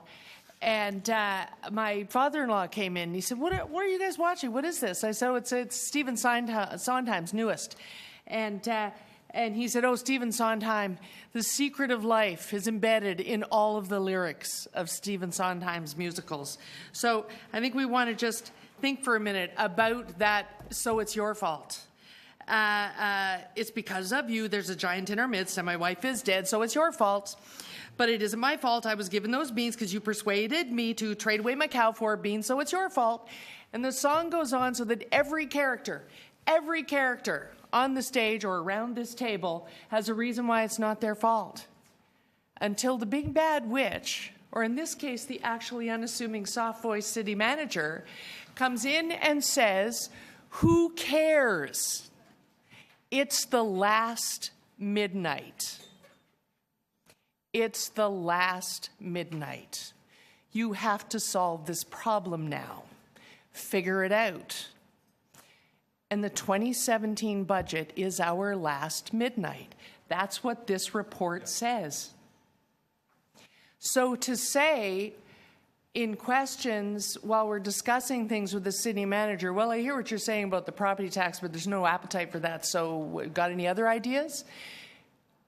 Just negates everything we asked him to look at and paid him to come up with a solution for. It's the last midnight. We're going to have to do something. I'm not going to get into the teeny tiny minutia of I like this one and I don't like that one. I'm prepared to follow this process, but I'm taking these slides out to my community because they explain to us that it is, in fact, the very last midnight. City ops adjusted for inflation on a per resident basis are operations that serve our residents and that they seem to want us to improve every year have in fact gone down 5% in real terms. Health and social services to our residents who need it most have gone down 20%. 20% just since 2010. And that can't go on. Emergency services are stable. And we could say, oh, sure, it's those unions. But in fact, what it also is, there's a lot of cost sharing. There's some intergovernmental cost sharing going on in those departments, and we manage those relationships. The TTC has actually gone up in spending on a per resident basis by 7%. And it's not enough. What do they say to us every day? We need more transit. The only thing that has, in fact, gone up as much as it should since 2010 is water, because it's on a user pay basis, and we separated it out and said water money is going to go to water building and water serving, and so it's gone up by 15%, which kind of makes the argument on a per resident basis we have invested 15% more, which is what they wanted us to do. Which means that the city manager's argument about you need to tell people where you're going to spend it, dedicate it, match the new revenues that are coming in to the things you know you need to do distinctly, and get on with it, and you'll have the picture you have in water. I think that's what he's saying to us. So the journey this long-term fiscal plan is on, I'm going along for this ride. Thank you, Councillor Carroll. Councillor Perruzza. Thank you, Mr. Mayor. I didn't ask a question earlier when we were questioning staff because I didn't want to add another 5 minutes to an already very long meeting. But if there was a question, if the question that I was going to ask the staff is basically around the way we are funded and whether or not the city can sustain itself over the long term under the current model. And I think that Councillor Bailão touched on the subject, and we got a bit of a reaction from the city manager. But I think that that's going to be fundamental to the debate, I believe, as we move forward. So he used words like, we are modeled in a way that limits our risk. I think the phrase he used was, we are risk adverse. We were created at a time, and we have a finance model that is very much a small town model built around property tax. Property tax only pays for a portion of accounts for only a small portion of the entire municipal budget. And now we have the land transfer tax, which we're becoming far more reliant on, which is far more risk adverse than what the property tax would otherwise be. But we have been in a growth cycle now, I would say from about 1993-94 to the present.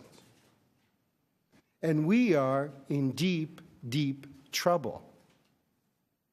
And it's not just about revenue tools. It's not just about new taxes. If we, and I tell you what keeps me awake at night, other than my little guy, who keeps me awake lots at night, what keeps me awake at night is that if our economy should enter a difficult period. Just imagine a difficult period where your land transfer tax basically disappears, where your TTC revenues plummet, where supports from other levels of government are all of a sudden shriveled and shrink substantially. what do you do then? What do you do? We are now a big government, basically with a financial model that's very much small town. It might have worked, you know, when I remember being at North York, and our North York budget annually was somewhere in the neighborhood of $200 million. All mostly dependent on the property tax. Relatively stable. You could weather a storm back then. Could the new city of Toronto weather a financial downturn? A sustained financial downturn of any kind? Absolutely not. We would be having a very, very different kind of conversation in those circumstances. So while I agree that moving towards a model where we begin to budget and develop a model that spans, you know, a few years might be somewhat helpful, I think what we also need to do is think about developing a model that's very much tailored for a big government should we have to face a storm. For what it's worth, thank you. Thank you, Councillor Perruzza. So that was the people I had listed. I'm sure there are more. If we're exhausted from members outside the committee, we'll happily turn to members of the committee who wish to speak. Hearing none. Well, I mean, I'm not saying people have to speak. I'm just saying if you're going to speak, put up your hand and get on the list. Otherwise, we can move on. Yes, Deputy Mayor. Just a couple of comments, Mr. Mayor. Firstly, there's been a lot of discourse today about raising revenues without any real consideration of the people that are going to have to pay for those revenues or pay for those taxes. There are a lot of deputies here that were talking about increasing property taxes without any consideration about how expensive it is to live in this city. We know housing is expensive. We know education is expensive. Prices are going up. Hydro's going up. Water's going up. Garbage has gone up. And far too easy in this council, we actually approve increases in the operating budget. You look at the capital budget, how high it's at $30 billion, and we're even going to discuss today adding $3 billion more to that with a potential Expo bid, without any context of an understanding about who actually is going to pay for it. And, you know, there was some discussion about, you know, who's responsible for that and who dug the hole. Well, I think that a lot of council members have dirt under their fingernails in this one. And that you know, this idea that we can't find efficiencies is patently false, and it's the wrong attitude to have. But as we move forward and we're going to consult with the public, I think we have to be, you know, very careful about, you know, the guy that doesn't have time to come here, which is, you know, the families that live across the city, moms and dads, and you know, the people that actually want to live in this city, and how hard it is to live in this city. And we have to, you know, before we take any decisions, we have to take them really carefully, because these affect real people. 5% property tax is going to have a real effect on families. And no one, I actually haven't heard anyone here, which is remarkable, talk, and I stand to be corrected if that's been the case, and I apologize, but I haven't heard a lot of people talk about who's going to pay for it and how much it's going to cost. And I think it's an important context as we move forward in the consultation phase. I had Councillor Shiner next, and then you're now wanting to be on the list, Councillor Palacio. Very good. Mayor Tory, I appreciate the opportunity to ask the questions of our new city manager over here, but in some areas, I think, as you understand from my questions, I'm not in agreement. I say that being here at Amalgamation, knowing that the value of the transit system and our support for it was based on numbers in 1996, which were the lowest they've ever been, and now we're almost 50% higher in its ridership. We have a city that's bursting at its seams. We have development right across the city, and we have to have the funding that should have been in place all through this time period to pay for our public transit needs as a shared funding model. And the model that was in place when the Spadina Expressway was cancelled was one of 75% public funds from the provincial government for the capital needs and 50% for the operating, because of recognition that the government at the time was that cities are for people. You can't have cars on the road, you have to build transit. But we are building like crazy. This city is growing by leaps and bounds. And I pulled out a fact sheet that I had from 2002 that I did. I've been around for a little while. When the Shepherd subway was opened up and people said, oh, look at all the money you spent, the $1 billion on that. But the revenue that we saw generated from the construction that was released in the Yonge Shepherd corridor at that time, within 2 years of the subway construction starting, and I have it in square feet, but in short stories, it's about 2 million square feet, generated for the provincial government at that time sales and income taxes of $318 million, and federal sales and income taxes of $408 million, plus annual revenue. Now, it may not seem like a lot, 300 or 400 million, but the whole subway was $1 billion.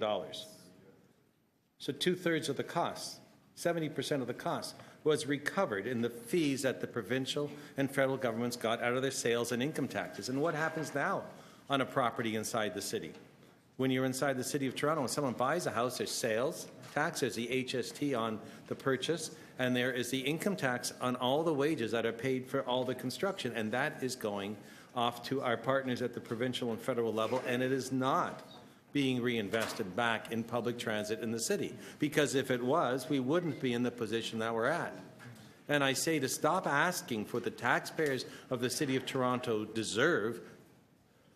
To stop asking what they deserve is to have the tax dollars that they're paying come back in to support the transit infrastructure that we need, is abandoning. It's abandoning those taxpayers and abandoning the fight that has to take place to see the revenue that comes from development in the city go back into revenue. We all know traffic in the city is horrendous. It's the biggest complaint we have, and yet there's no real shared funding for a public transit system across the entire city. The one that we currently have is a Band-Aid in the downtown area and doesn't reach the suburban areas and out into the 905, which is needed. And then we have the issue of Toronto community housing. How in heaven's name did you ever expect from downloading that a municipal government could support the needs of 90,000 people in public housing that is rent geared to income? It is absolutely impossible. It cannot be done on the property tax base, and it can't be and shouldn't be done under additional user fees. It's only maintained in the mediocre condition that it is because of the goodwill of this council and the people of the City of Toronto that want to make sure something's done.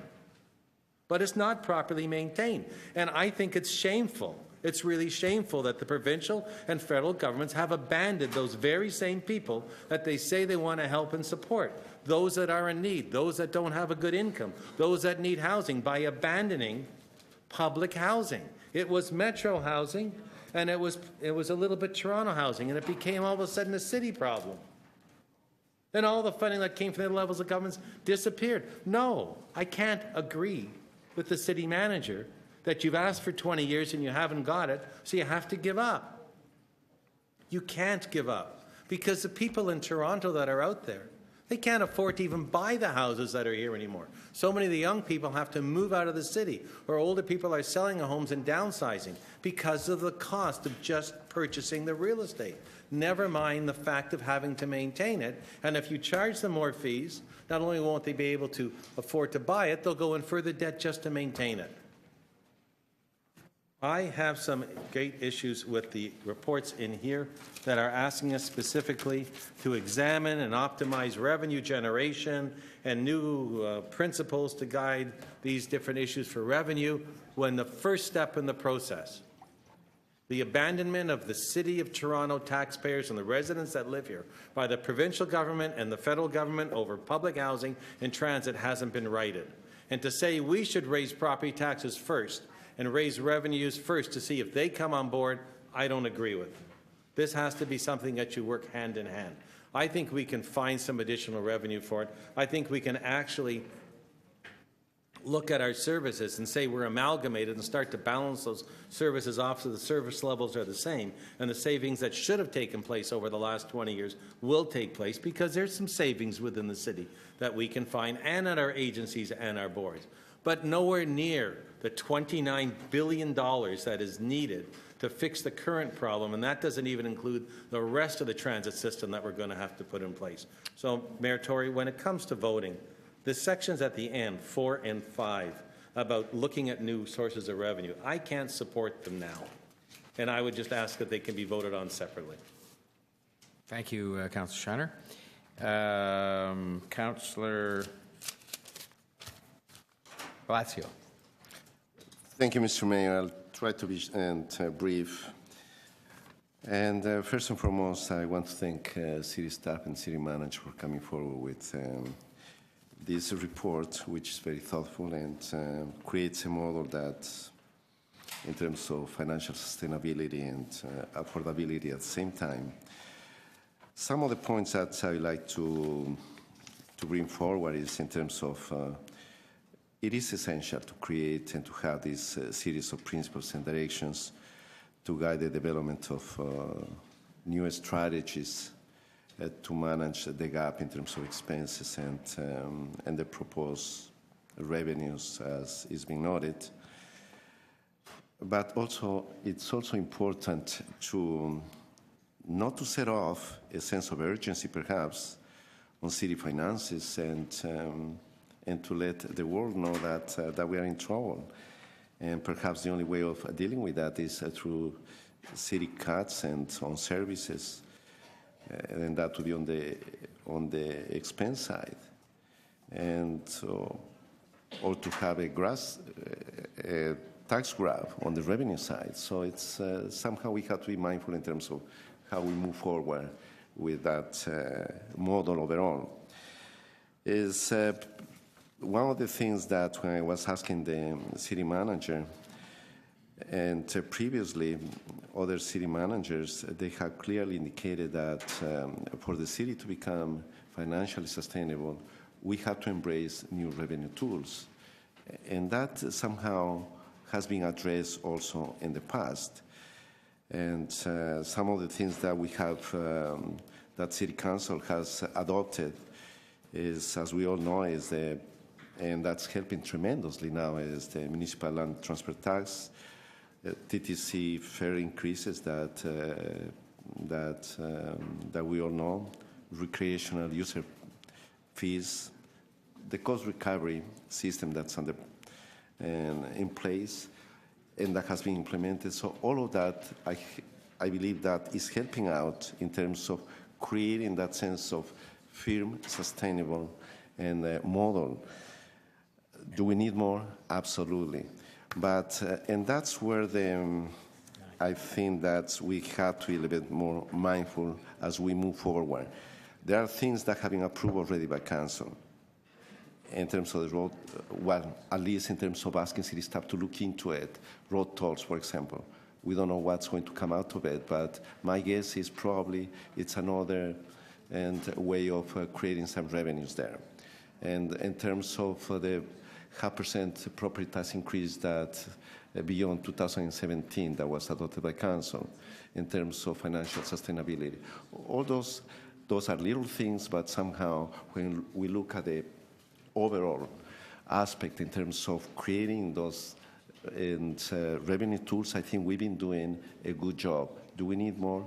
Absolutely. I think we have to be more practical, but at the same time, and I want to be mindful that when it comes to property taxes, when it comes to, there are a lot of people, I go every single Saturday to my constituency office, and when I have people lining up out there, and I have senior citizens that very often, they do cry, literally speaking, because they cannot afford to pay their bills, and they are struggling to survive. And even though they're homeowners, the option for them is not to sell their home. Is they're saying, how do we survive? So it's something that I just wanted to share with you. There is that level of sentiment out there. And I'm hoping that as we move forward, we pay close attention to that aspect as well. Thank you, Mr. Mayor. Thanks, Councillor Palacio. Councillor Bailão. Thank you, Mr. Mayor. I'd like to thank our city manager and the staff that worked on this report. I think it's a very balanced approach that is in front of us. The city manager is painting a clear picture of the financial situation and the direction of the city, and is actually saying that this is not a one solution that is going to solve this problem. He's actually saying that we need to do a series of things, from long-term strategies on business transformation programs. This is a big corporation. We all know that we always have to be looking for innovation, new ways of doing things, becoming more effective. We all know that we can't say that in a big corporation like the City of Toronto, there's always space for innovation and savings and efficiencies. I think what I heard loud and clear is that although you should always be looking for those, that is not enough to continue to the level of investment that we need this city to have, that we want the city to have, because we actually already approved it. We approved a lot of these projects. We said this is the direction that we want to move as a city. These are the things that we want to give our residents. These are the projects we want to build, but we haven't found a way to pay for it. And what we have in front of us is a picture of that and saying, don't let the province and the federals off the hook. That's not what we're saying. For example, Toronto Community Housing, nobody's letting them off the hook on the $2.6 billion of capital. But these $96 million that you've seen in here, for example, for the pressure for next year, is on top of that. That is operating. And that is the reality that we have in front of us. We're continuous. I mean, last week, the mayor and I went to the province again, continually always asking for them to come to the table.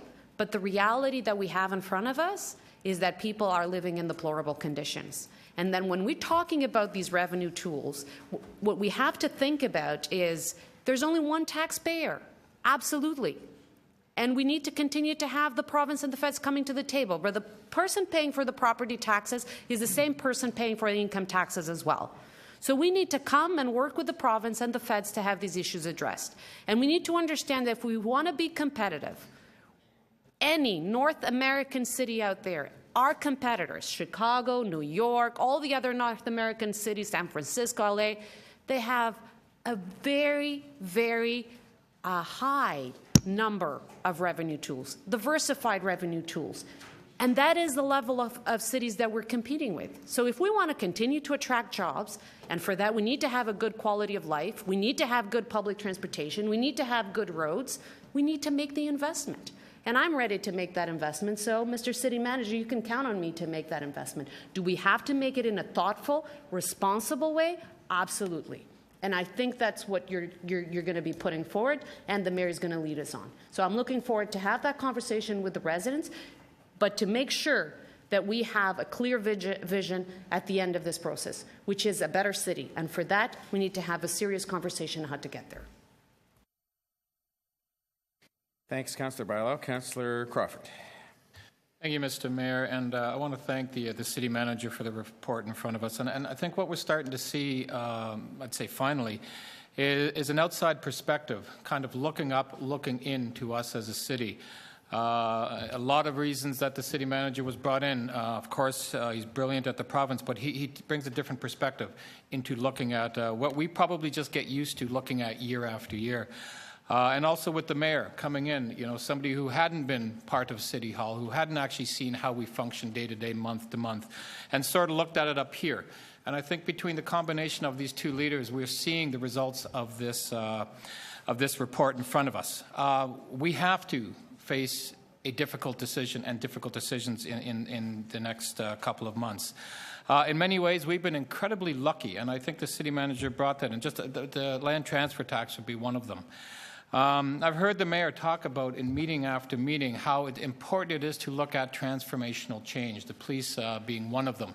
That is something we critically have to do, and I think we really have to really work at that. And I've been in many meetings with the city manager, you know, sometimes out of frustration, you know, sort of saying we just can't keep doing the way we are doing things right now. And I get that, and I think that's what this report is. Now, there are a number of critical components to this report that I think are critical. All of them, all 5 recommendations are critical and have to be used and have to be looked at in its entirety. We can't be pulling 1 or 2 out. We can't be just looking at the revenue tools recommendation, because without all the other parts, it doesn't work. But what this report really is saying is, I think we need to grow up fiscally as a city. I think we really need to grow up as a city council. Now, I'm not being critical about that, but I think we have been lulled over many, many years on a lot of bad habits, and I think we have to transform and start changing those, and I think that this report suggests a lot of directions. Again, we're one of the largest municipal, we are the largest municipal budget in the country. We are the 6th largest budget in the country. But we still make decisions as if we are a small municipality. I sometimes think we don't realize how big we are, how influential we are. And you see that in the budget process, or in fact, I think I've seen that more so over the last year and a half when we look at how we make decisions. We have had the ability to do a multi-year budget planning process for the last 5 or 6 years. We haven't done it yet. That is something that is absolutely critical in an organization this size. And the fact that we haven't done it in the last term, we didn't even really, we sort of looked at that, but we didn't go anywhere. We need to start looking at our fiscal management down into the future, and this is a big component of this report. We look at setting priorities and outcomes in order to deliver a strategic agenda. I don't know if we're very successful at that. It's something we need to do, but I don't know if we do it right. I kind of look at the way we do things around here is we throw everything into the kitchen sink during the budget process. We kind of throw it all in and we sit back and kind of go, oh, that's nice. Now, how are we going to pay for that? I don't think we have the answer. That's not the right way to be going. We so many times put things into the budget, and it's committee meeting after committee meeting, council after council. I see the reports that come into my office every day, every week, every month. We put the ideas in. We have no way to pay for that. We can't do that. We have to stop adding and adding and adding. But what we need to do is really look at, how we pull things together on a full kind of broad spectrum. Strengthening our financial management and oversight of city programs and agencies. It's mind-boggling to me that we have some agencies, the police over $1 billion, TTC Emergency Services, and we do not have strong financial oversight. Believe it or not, our financial staff do not have the kind of confidence in these budgets that are coming before us on whether or not they are, fiscally responsible.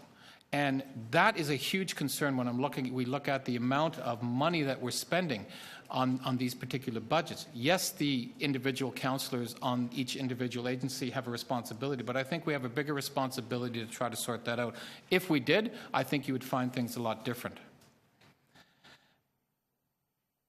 We have the 5 recommendations. I am, again, I'm not going to be getting into the revenue tool until we do the other 4.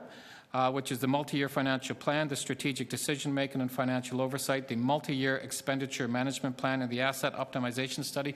Until we have achieved those and see something before us that is very sound, I think we shouldn't be having the discussion of revenue tools. I won't feel confident having a discussion or making decisions on revenue tools till I see all of the 4 reports before that. They will be coming hopefully in the next number of months, but it's critical that all of those components of this long-term strategy are decided on to move forward as a city. Thank you. Thanks, Councillor Crawford. Councillor Robinson. Yes, thank you, Mr. Mayor, and I have a quick motion. And my motion is, if you could put it up on the screen, that the Deputy City Manager and CFO be directed to prepare a fiscal impact summary for each council meeting, which summarizes the financial and staffing implications of standing committee reports on that agenda. So we've heard, not just today, but prior to today, some dire warnings from the City Manager. In my mind, in my residents' mind, we need to rein in our spending and demonstrate some restraint. And I think we have to really question expanding certainly some services and where we go on that file. But hopefully this motion will provide a robust tool to keep this front and center for council as we go through this decision-making process. So I hope you'll support this motion because I think it's going to be added information. It's going to inform council as we decide how we tackle these recommendations before us. And I mean, a lot of people are fearful, you know, if we go down the revenue tool road, we'll find ways just to spend that money as well. So that sentiment is out there, and so that's why we would definitely have to look at dedicated funds. But without a doubt, I am very cautious about these revenue tools and the concepts around them, and would like to see the heavy lifting, the house cleaning done internally in advance of going down that road. Thank you. Thank you, Councillor Robinson. Are there any? You're going to speak, Councillor Thompson. Please go ahead. Thank you very much, Mr. Mayor. Well, where to begin? This is a conversation and argument and chatter that's been around for a long time. First of all, I would like to thank the city manager and his team, because I guess, as the city manager has said publicly, we need to have an honest conversation around revenue tools, or otherwise known as taxes, in the city. It's interesting, when I talk to other friends who live in other areas of the GTA and have an equal value home as I do, and when they tell me what they pay, I pay far less in terms of my taxes than they do. And some will say, well, so what? That's the way it is, and I get it. At the same time, there is a desire for us to offer more services.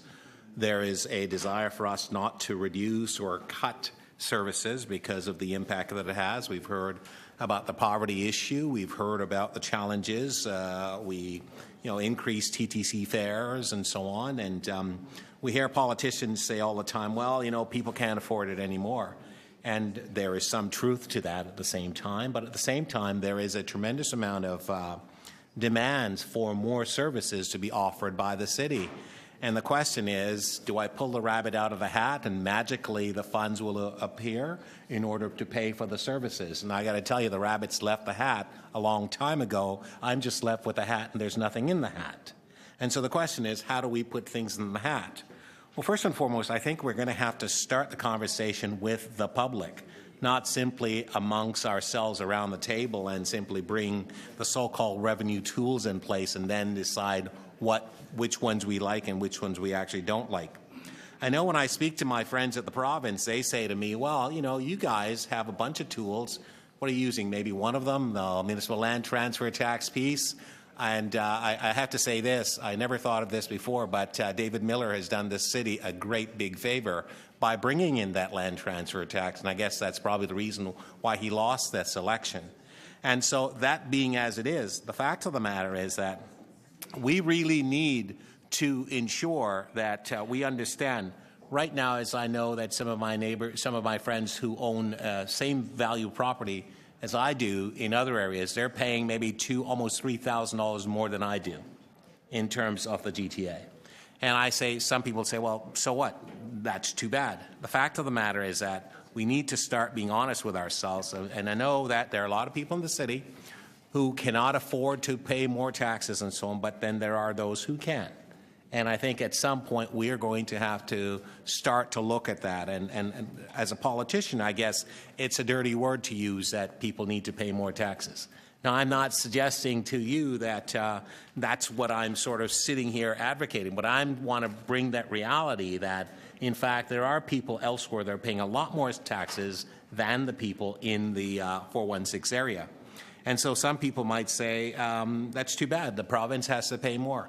Well, let me just say this to that it occurs to me that when I talk to people at the province, they say to me, well, you're not using all the instruments you have at your disposal, so before you come to us looking for more, let's understand what you're doing. And so it's something that we really need to be talking about. We need to have that honest perspective, that honest discussion with the public. And we need to obviously talk about why taxes have to go up if they have to go up, where those monies are going to be earmarked to, whether or not it's housing, TTC, and other areas, and in fact that it does indeed go there as opposed to going elsewhere. We need to be able to demonstrate that we have looked at the internal organization to be as efficient as we can and that we are not wasting their funds. I think people can actually honestly absorb those types of response from us. And I think we need to start making those conversations and making those arguments to the public. So it's a question of, do you want better services? Do you want increased transit? Do you want all these things? It doesn't come without a cost. If you don't want to pay for it, then you're not going to get it. And so if you don't get it, then you don't complain about it because you don't actually want to pay for it. We don't have the luxury of being able to issue bonds. I hope that the city manager will start to look at, obviously, the ability of privatizing some of our transit system. It's done elsewhere in the world. It seems to work extremely well, and it's very efficient. So it's a difficult challenge that we're facing, but I think we need to have that honest conversation, and we need to have it soon. I think that's the point the city manager is making. Thank you. Thanks, Councillor Thompson. Councillor DiGiorgio. Mr. Mayor, I will be very brief. I think the thing that I find most astounding is that there seems to be a shift in planning time horizons, and I notice and observe that even the federal government, you talk about, they're coming. Once upon a time, they used to provide financing on a 1 or 2 year basis. Now the talk in Ottawa is that we're looking at national strategies, and they're going to make funds available probably on a 10-year basis that will allow us to do 10-year plans that is in the context of what is being proposed today. So I'm pretty optimistic that we're going to be seeing some pretty good times on a macroeconomic level with respect to the economy over the next 10 years. So I'll leave it at that. Anybody else want to speak? Well, may I just say a few words about this? First of all, I want to say thank you to the city manager and city staff. They have come forward, and I will say that I think with Councillor Crawford, we have driven this process with your approval to get these reports, and we've had quite a few animated discussions with Mr. Wallace about these things, and we'll have more. But the bottom line is that what he's done here is produced a report that is honest and that is straightforward. I don't agree with everything he said today, but you know, we're not all about everybody agreeing with everything around here. We're about trying to sort of identify problems and fix them. So I'm just happy that we're embarked upon this process, and it also is embarked upon, and we're sitting here with a very substantive report that deals in part with 2017 problems, but also longer-term problems in, I guess it's still May. And that's another thing that I wanted, and so did Councillor Crawford. We wanted to ask for and receive answers to some of these questions now, so we weren't sitting around in the fall, you know, just coming to grips with the problems. I would like to just state one fact, and it's not the only one, as to why I am averse to sort of going first to the property tax, as some of my friends, my colleagues, my friends, always do. And that is a very simple fact. 97%, you can look it up, 97% of the voters in the last election voted for a candidate. There were 3 of us who got 97% of the vote, who said they would hold property tax increases to the rate of inflation or less. 97% of the voters. And what they were saying, I don't think, was so much that, well, that means we should freeze government where it is, or some of them would have said that, some would have said reduce the size of government. What those were saying who thought we should be improving services, because I think that would be many of them, is please try to find another way to do that without doing it on the property taxes, notwithstanding what Councillor Thompson said, which is a true fact. I mean, what he said was true of his house and lots of other houses, not all, in the City of Toronto. So there are only kind of 2 or 3 ways in which you can do this. And I alluded to them in asking my questions of the city manager. On the expenses, I do not fall into the group of people who sort of say it's all fine and we can just leave it alone. Every penny has been squeezed out of this organization and so on. Anybody who says that, and I know Mr. Wallace was not saying that, but anybody who says that in an organization with tens of thousands of employees and billions of dollars in expenditures is not being straightforward. I've run billion-dollar organizations with thousands of employees, and you're never over the job of trying to find more efficient ways to do things. And whether it's through technology or the word transformation has been used here today, there is much more to be done. But that involves, actually, and let's come back to Councillor Carroll's recitation of the don't blame me. It involves people willing to look at other ways of doing things. So what we can't have as part of this exercise is people who say, oh, we couldn't possibly monetize an asset. The world might come to an end. The sun might not come up tomorrow morning if we monetized an asset. If we actually took something that had a significant amount of public resources invested in it and made better use of those public resources, no, we can't do that. We can't. We couldn't possibly contract something out, because somehow if we did that, the government might not even open for business tomorrow. It would be a disaster. People would be rioting in the streets. Dogs would be running around chasing their tails. We couldn't possibly stop doing something we're doing. And again, I have been here a short time. As somebody said, I guess it was Councillor Crawford, I am a relatively new mayor. We have a relatively new city manager. I have been here for all kinds of discussions. I've never once heard anybody get up and say, you know, maybe we just can't do that or shouldn't be doing that anymore. It's obsolete. It's not a high enough priority relative to other things we need to do. But again, if you suggested that we might just back out of something that we weren't doing very well or that we weren't doing properly or whatever, people will light their hair on fire and just say this is the worst disaster ever that anybody would even suggest this. Well, we can't go on that way. That's part of Don't Blame Me Too, which is this notion that there are things that are just off limits for discussion. I am not an ideologue to the point where people criticize me for not being an ideology or having any, but I come here just saying, look, what we have an obligation to do is to find the money to do things in a responsible way, as Councillor Bailão suggested, to get the job done for people, to make their lives better, to make their services, you know, good, not just adequate, but good services. And that means you have to open your mind to how you raise the money, how you spend the money, things you do, things you don't do, how you do things, how your money is best invested, and so forth. And if we're going to have this discussion successfully going forward and have it come to a successful conclusion, as I'm very determined, by the way, that it will, and that includes a willingness on my part to look at where revenues have to come from and to try and find a way to do that other than through the property tax beyond inflation, then we all are going to have to open our minds. And in the Don't Blame Me category, we're going to have to make sure that people say, okay, I'm not willing to rule out everything short of raising property taxes. I mean, come on. That's not what's going to solve that problem, and that's what I've heard since I've been around here. So property taxes, by the way, aren't going to raise enough money to solve this problem anyway. If you did take them up, as Mr. Keenan suggested, 5 points a year, it's not going to raise anywhere near enough money to address what Mr. Wallace has outlined to us. So I think this is a good start, and that's all it is. And we have many more profound discussions to have this year and going forward when the rest of these reports come back from this. But I would urge my colleagues to support these recommendations because they get us going on a longer-term plan, a plan that I think is going to be pragmatic in the sense that it is a reasonable consideration of all the different ideas that have been discussed, and we actually are being honest with people, and that's the most important thing. We're being honest about the true state of the city's finances.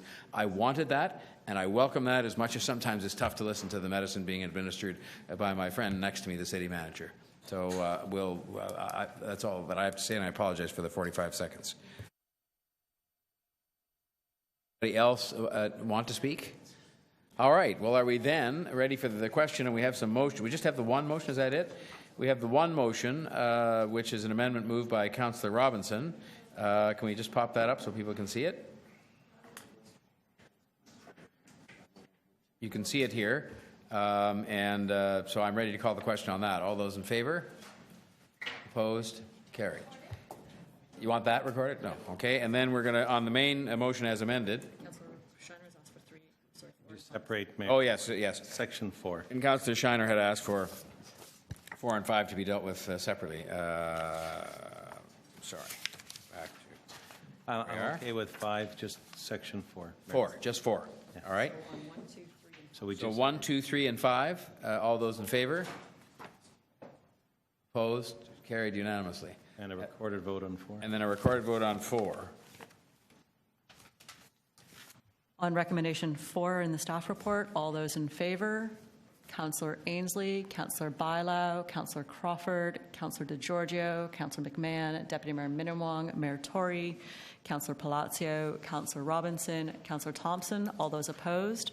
Councillor Scheiner. The recommendation 4 carries. It's a lonely vigil. All right. History here. So that item, and the overall, the item as amended now then. Well, didn't we just do it? We did 1, 2, 3, and 5, and we did the amendment. We've done everything. Yeah, we're done. Okay. Sorry, if I could, I had held item 15.10. It had the confidential report I've circulated a motion to my colleagues that just deals with a few items, and I don't think any of them have to speak. So if we could bring it up, because there were some staff here as well, I can move my amendment. I think move the motion and let the staff go before we get... There are going to be no questions and no speakers, just out of deference to our friends from Expo who That's what otherwise I've are going to be here at 9:30, I was saying, and they were told... I have taken the time to speak to all of my colleagues here, so I think that's the case. Very good. Then that's 1510, Toronto Transit Commission lands, Yonge and Eglinton. And you have... I have the amendments, two of them that staff have. All right. Should we put those up? Has it been circulated? Yeah. Yes, it is. I'm saying nothing either.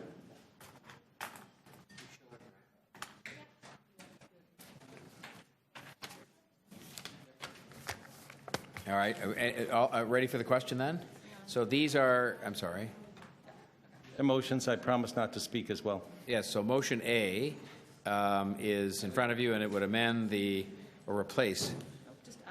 It just adds this to the current recommendation? Yes. All right, so are we ready for the question then? All those in favor? Opposed, if any? And there's a second one to keep the confidential. Motion B is to keep confidential attachment 1 confidential on a going forward basis. All those in favor? Opposed? Carried. And we don't have to vote on the item as amended. All those in favor? Opposed? Carried unanimously. Thank you. All right. Now, I think that does bring us to... Mr. Mayor. I'm sorry, yes. Could I ask that we deal with item 15.9? It's a relatively short item simply because there are 3 deputants, whereas we have a whole list of deputants with respect to item 15.7. I wonder if we can just...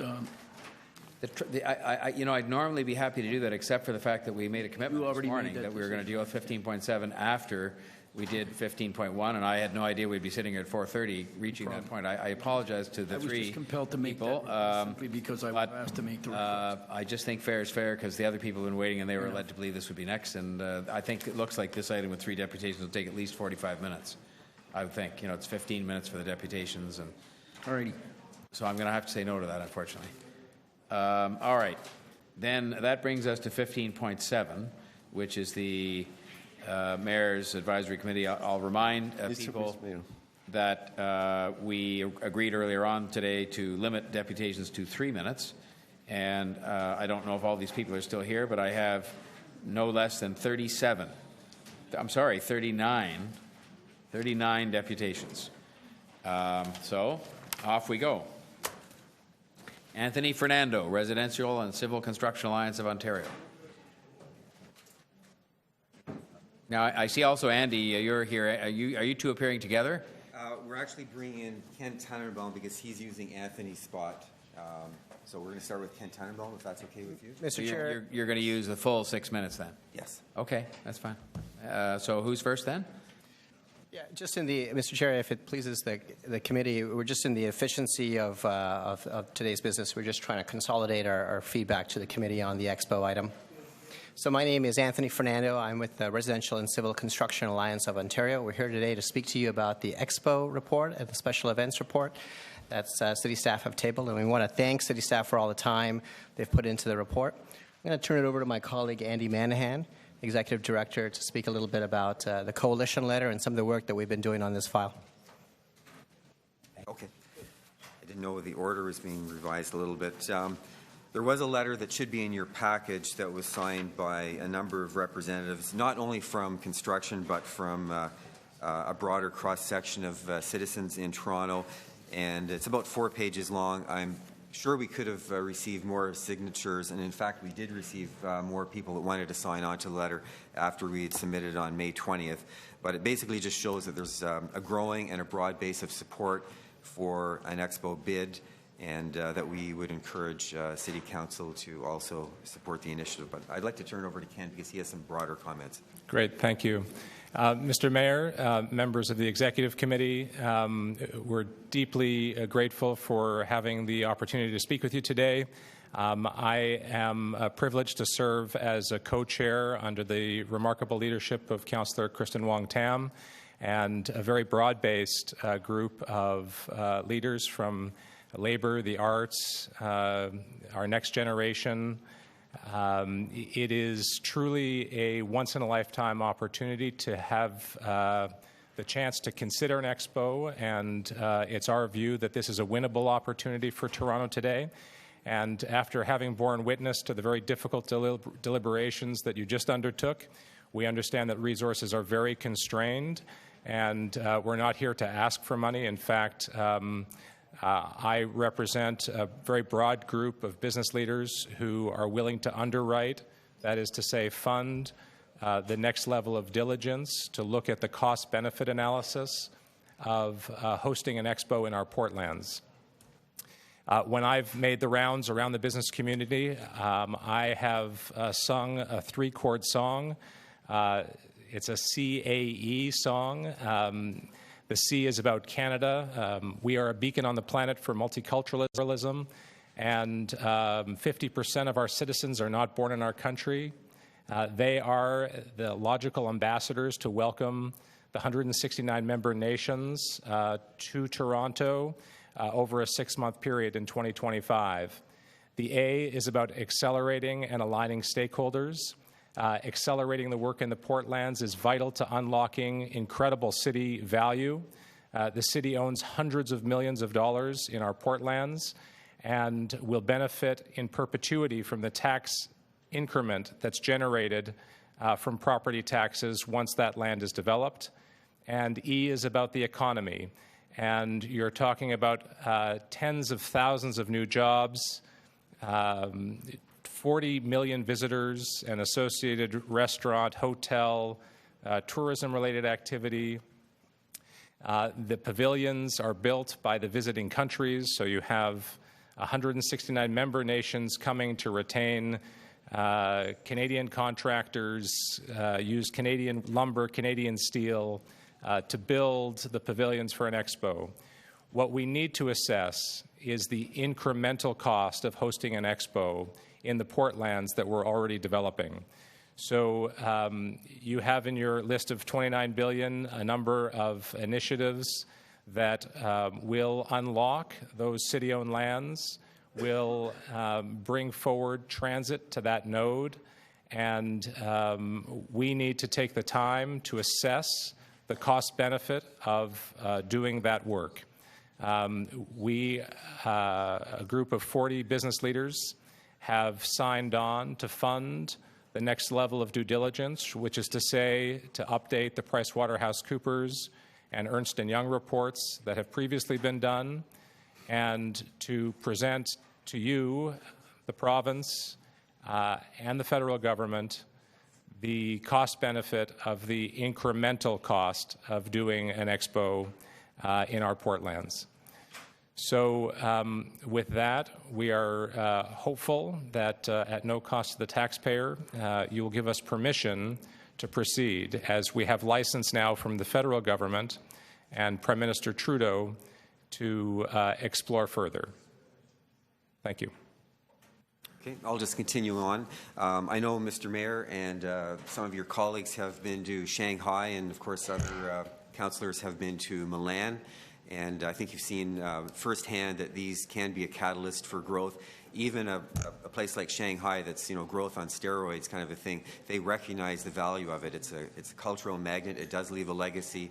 It provides an opportunity for testing new technologies and processes. So I think, the multiplier effects from cultural diversity, economic development, and so on are phenomenal. Toronto is already a magnet, but I think it'll attract even more foreign investment and ideas, which is really important in a 21st century economy.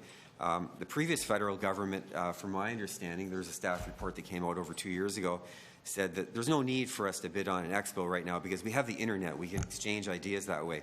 Well, if you look at the growth in rides in the Pearson Airport, we've gone from a 2008 period where we're below 30 million passengers per year to over 40 million per year, and it's only going to grow to 60 million, I think, in the next 10 years. So that shows you that people still want to connect. It's not just a case of looking on your computer screen and thinking about, well, let's do this project here or that project there. It's a vital matter of people connecting and coming together.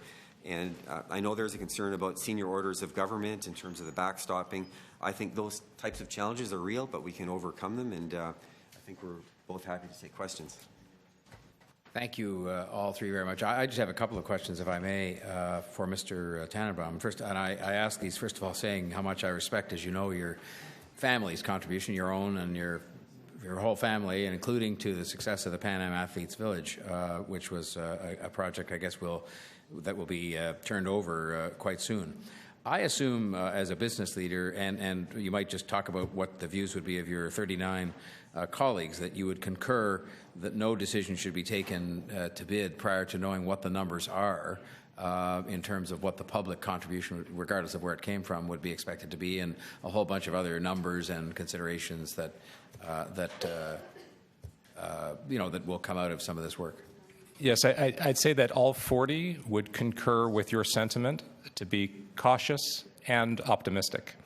And I don't want this to be taken the wrong way, but because we're most grateful for the fact that some of these same colleagues have agreed to underwrite the cost of the bid if one transpired, which starts with this feasibility study, and I think they've agreed to underwrite the cost of the bid itself. But you will also agree with me that that is it's a large sum of money, but it's peanuts relative to what would be involved in actually putting on an expo, relatively speaking.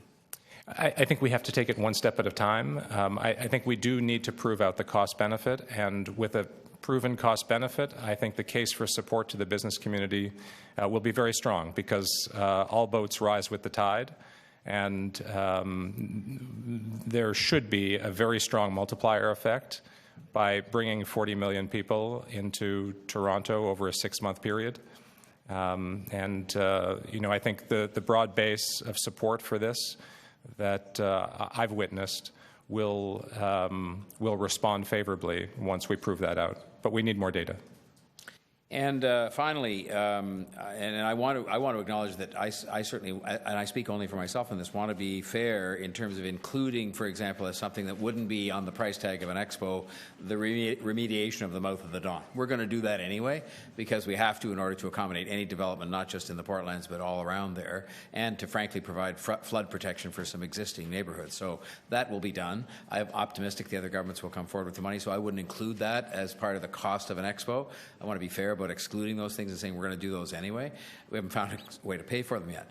But I want to just see if you, and if you can speak as to what you think your colleagues would support my contention that any money that is an expo, purely expo-related price tag for the public sector should not come out of money that we believe must be allocated by those same governments, the other two, for transit and housing in the context of building a great city that we all talked about in the context of the expo vision. Yes, that is correct. We think that it's vital that your transit and housing priorities are funded, and that we look at any expo cost as incremental and need to be assessed on their own merits. If I could just add to that, a number of us had a meeting with Mike Williams last month, and obviously there's a surge in terms of traffic and mobility for the Portlands area.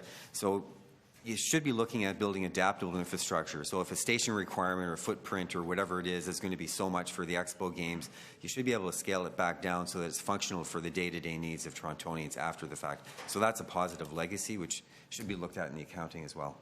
And if I may, you referenced the Pan Am Athletes Village, and that was a case where we really began with the end in mind. Waterfront Toronto did exceptional work in planning the legacy uses and the state of that neighborhood in advance of the games. So the same opportunity exists for the Portlands, wherein I think we would look to Waterfront Toronto to continue that work in consultation with community groups, the West Don Lands Committee, and creating the template on which we would do our planning for the expo state in advance of the legacy state, which will be a great new neighborhood for Toronto, mixed use in form. But you will agree with me that, notwithstanding my earlier compliments, which are most sincerely meant, that the Athletes Village complex, similar to what you're talking about for, say, the Portlands, if it comes to, say, housing that's going to be turned over, did have a significant public contribution component in it that came from taxpayers. Yes, it did.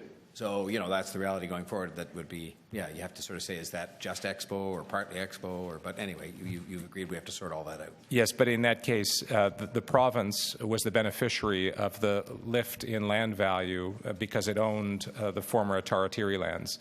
In this case, the city owns hundreds of acres that would be worth hundreds of millions of dollars post-remediation. So the opportunity to accelerate that does have significant value for the city, in addition to the incremental property tax revenue that's generated once those lands are developed. So if we can bring that forward a decade through an alignment of stakeholder interests, we have something great for the city's income statement and balance sheet. All right. Other questions of this group of deputants? Councillor Robinson. Yes, thank you very much for being here today. So I'm just wondering about how, if we proceeded with this, how this would impact our ability to bid on other mega events like the Olympics or the FIFA World Cup or other major sporting events. How would that impact the city's ability to pursue those options and opportunities? I'm not sure I'm qualified to answer that. Our focus as a group has been on Expo. The beautiful part about the Expo is it does not have a very prescriptive output specification. In the case of an Olympics, you have to have a number of stadiums and you have to have an athletes' village. Here, what we have to prepare is serviced land ready to host visiting countries to build their pavilions on. So I think it's a much more flexible opportunity to pursue because it does give us the greatest range of opportunity in terms of thinking about the legacy.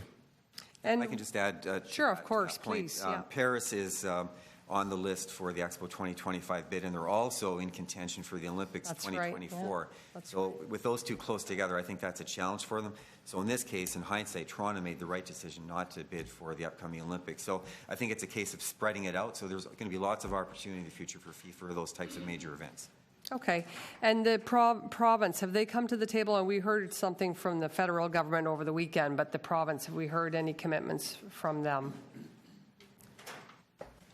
In our rounds as co-chairs, we've been received warmly, but I think it's been an after-you approach. So there is some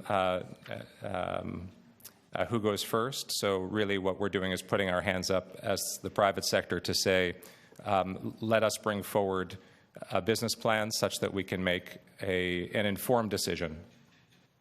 Okay, and the report wasn't particularly warm and fuzzy, but I guess my question is, the federal, who needs to take the lead? Because the report indicates it's best that the federal government take the lead from the perspective of the bid committee, making decisions and being impressed, I guess, with our bid. Ultimately, an Expo is a gesture of the Government of Canada. So Toronto will be a host city, and in doing so, we'll have to think about what it's willing to contribute in light of the cost-benefit analysis. Okay. It may be its land, it may be cash and land, it may be other things. Okay, great, thank you. And then just the condensed timelines. Are you at all concerned about how quickly this would have to unfold? And it says here we'd face potential significant financial, operational, and reputational risks. So any concerns around the timelines? My experience, having been co-developer of the Pan Am Athletes Village, is that when stakeholders are aligned, great things happen.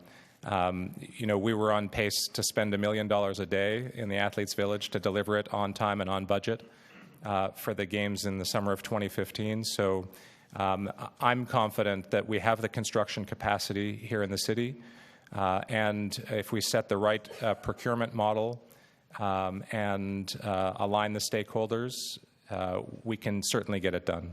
Thank you very much. We had Councillor Ainsley next to ask questions, followed by Councillor McMahon. Thank you, Mayor Tory. I guess my concern is similar with the mouth of the Don. I'm on the Conservation Authority as well, and we've been talking when David Miller was mayor about needing money to do the mouth of the Don. And so you'd see that being secured from the federal government and the province. I'm having trouble that we haven't seen it in that period. Why all of a sudden we would see it for a commitment like that for 2025? Yes, I think without the mouth of the Don money, it's a non-starter. Yeah. That land doesn't exist without the mouth of the Don being addressed. So I think we need to use this opportunity, in addition to the persuasion powers you have with the provincial and federal government, to step forward and get that floodproofing done. It's critical to the resilience of our city. When we think about climate change, we have to think about floodproofing the Don. Okay. And also in terms of the brownfield remediation, so it's spring of 2016. We have to have this in by November, I think. And you think we have enough time to do the mouth of the Don and the necessary brownfield remediation and then the construction to achieve a 2025 goal or goals? Just to clarify your question, we have to do the mouth of the Don. The mouth of the Don would have the work to create Villiers Island, which is the byproduct of the mouth of the Don, would need to be done probably 2 years in advance of 2025, so 2023, in order to have our invited guests come build their pavilions on Villiers Island and surrounding areas. Okay. So that's doable, but we need to get cracking on the mouth of the Don in short order. Correct. Okay, thank you. Thank you, Mayor Tory. Thank you, Councillor Ainsley. Councillor McMahon. Thank you very much, and thank you very much for coming in. So you have your CAE, positive attitude and mantra. What about the downside? Is there a downside to hosting the expo, in your opinion, or lessons learned from other cities? I think there's always downside that has to be managed. Any procurement is about identifying risks properly and managing those risks. And my experience in the Pan Am Athletes Village was that the province, through Infrastructure Ontario, did a superb job at identifying risks and transferring risks between the various stakeholders who were involved. So I believe risk is inherent in everything we do. It's how we approach that risk and manage that risk that's critical. And I think there's a great model in what Infrastructure Ontario developed to procure the Pan Am Athletes Village that can be deployed in the Portlands in terms of a procurement that properly identifies and manages. Okay, so you think that any obstacles can be overcome, so to speak? Pretty much. Yes. Okay, thanks. Thank you. Councillor Thompson. Thank you very much, Mr. Mayor. Through you, how many other countries are potentially bidding for the 2025 Expo at the moment? I don't know if I have.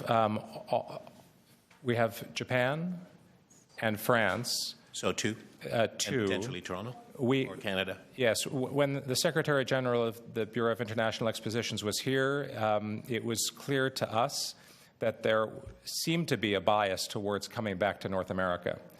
So it seems like there's a limited field of competition, a bias towards coming back to North America, which leads us to believe that, in addition to being a great host to expos in the past, 67 and 86 were among the best expos ever held.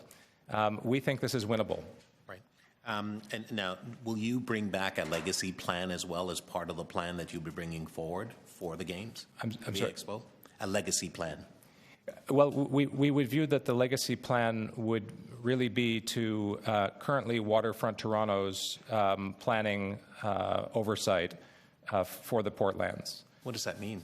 So we would imagine that they would conduct what they did with the Portlands as they did with the West Don Lands. So they would create a precinct plan, a block plan, appropriate densities, essentially create a canvas on which the development community would then respond to with massing, density, uses, proper zoning. So is that because of what structure would actually be in place, would actually be there to tear down after the Expo?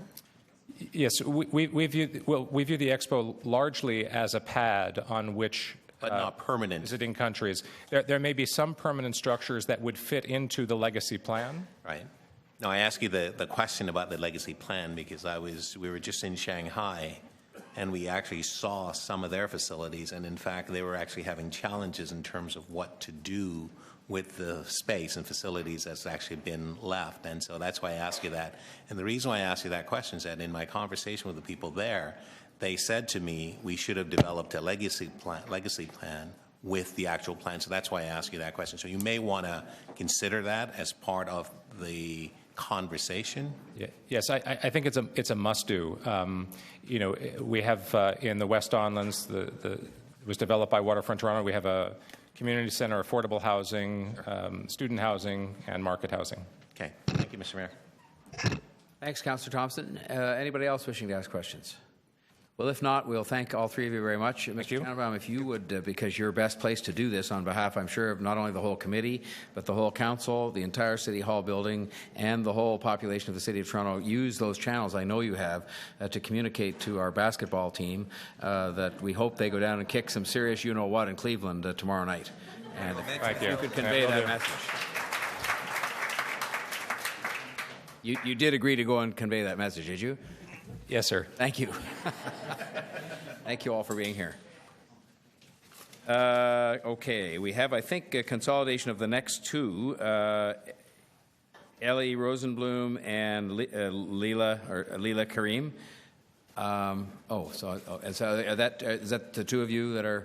Yes, from okay. North York Arts. And two has worked into one, or is two into two, or? We're 2 for 1. All right, 2 for 1. Yeah. Are you willing to do that in 3 minutes? Yes. That's very good. Very popular. All right, for your sake too, but mostly ours. But thank you so much. Please go ahead. Okay. Well, good afternoon, Mayor Tory and members of the Executive Committee. My name is Lila Karim, and I am the Managing Director of North York Arts. And I'm presenting with Eli Rosenblum, our Development and Marketing Coordinator of North York Arts. Thank you for this opportunity for us to speak to you very briefly today about Expo 2025. For those of you who are not familiar with North York Arts, we are a local art service organization currently incubated by the Toronto Arts Foundation and is designed to address the needs and interests of artists, arts organizations, and residents in North York by providing arts and cultural programming and services outside the downtown core of Toronto.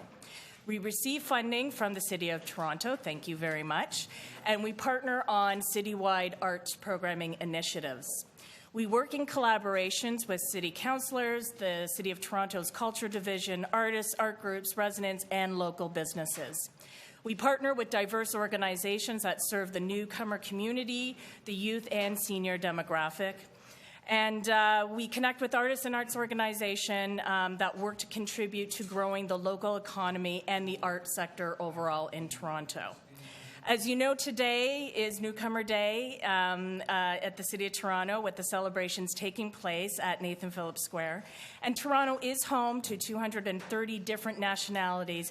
And just a quick note that 60% of North York residents are born outside of Canada. So the reason why I say all this is by putting arts and culture at the center of the Expo theme, artists, arts organizations, and residents will benefit from citywide arts and cultural activations during the Expo season. And as a city, we will champion the great diversity of Toronto on the world stage. Over to you. Thank you, Lila. Hosting an expo is a unique opportunity to define what it means to be Torontonian for those residents of North York and of all cultural backgrounds across the city. Tying community benefits to the build of an expo will offer Toronto and North York residents new employment opportunities, as well as skills development and leadership opportunities to equity-seeking groups. Engagement across the city is currently taking place with the broad and diverse communities to be part of shaping Expo. As a member of the Expo Engagement Committee, I've seen firsthand the enthusiasm that North York residents have for an Expo bid. Through our community consultations in North York, last week at the North York Central Library, residents expressed interest in an Expo that is innovative, accessible, inclusive, and as diverse as the residents of Toronto. Our artists want to contribute to an expo that uses the talents of Torontonians to fight poverty, promote equity across Canada, and introduce new connecting technologies to the world. Expo provides a platform for artists and arts organizations in North York to tell their relevant stories to the world. Your signal of support will help the bid for Expo 2025 be a transformative experience for the city, the country, and generations of Canadians to come. Thank you again for the opportunity to speak with you about this exciting prospect. Thank you. Thank you both very much. Are there questions of these deputants? Well, thank you very much for your patience today and for 2 for 1. putting 2 into 1. Yes, we appreciate that very much. And good luck with all of your work that you do. It's very important. Thank you. Next on the list here, we had Melissa Foster, also from North York Arts. Is Melissa Foster here? Oh, no, sorry. All right. Well, you see, that was actually a 3 for 1 deal then. It's even better. Thank you very much, Ms. Karim. Then after that, we then had Mike Weininger from PCL Construction. Thank you for your patience, and you have 3 minutes.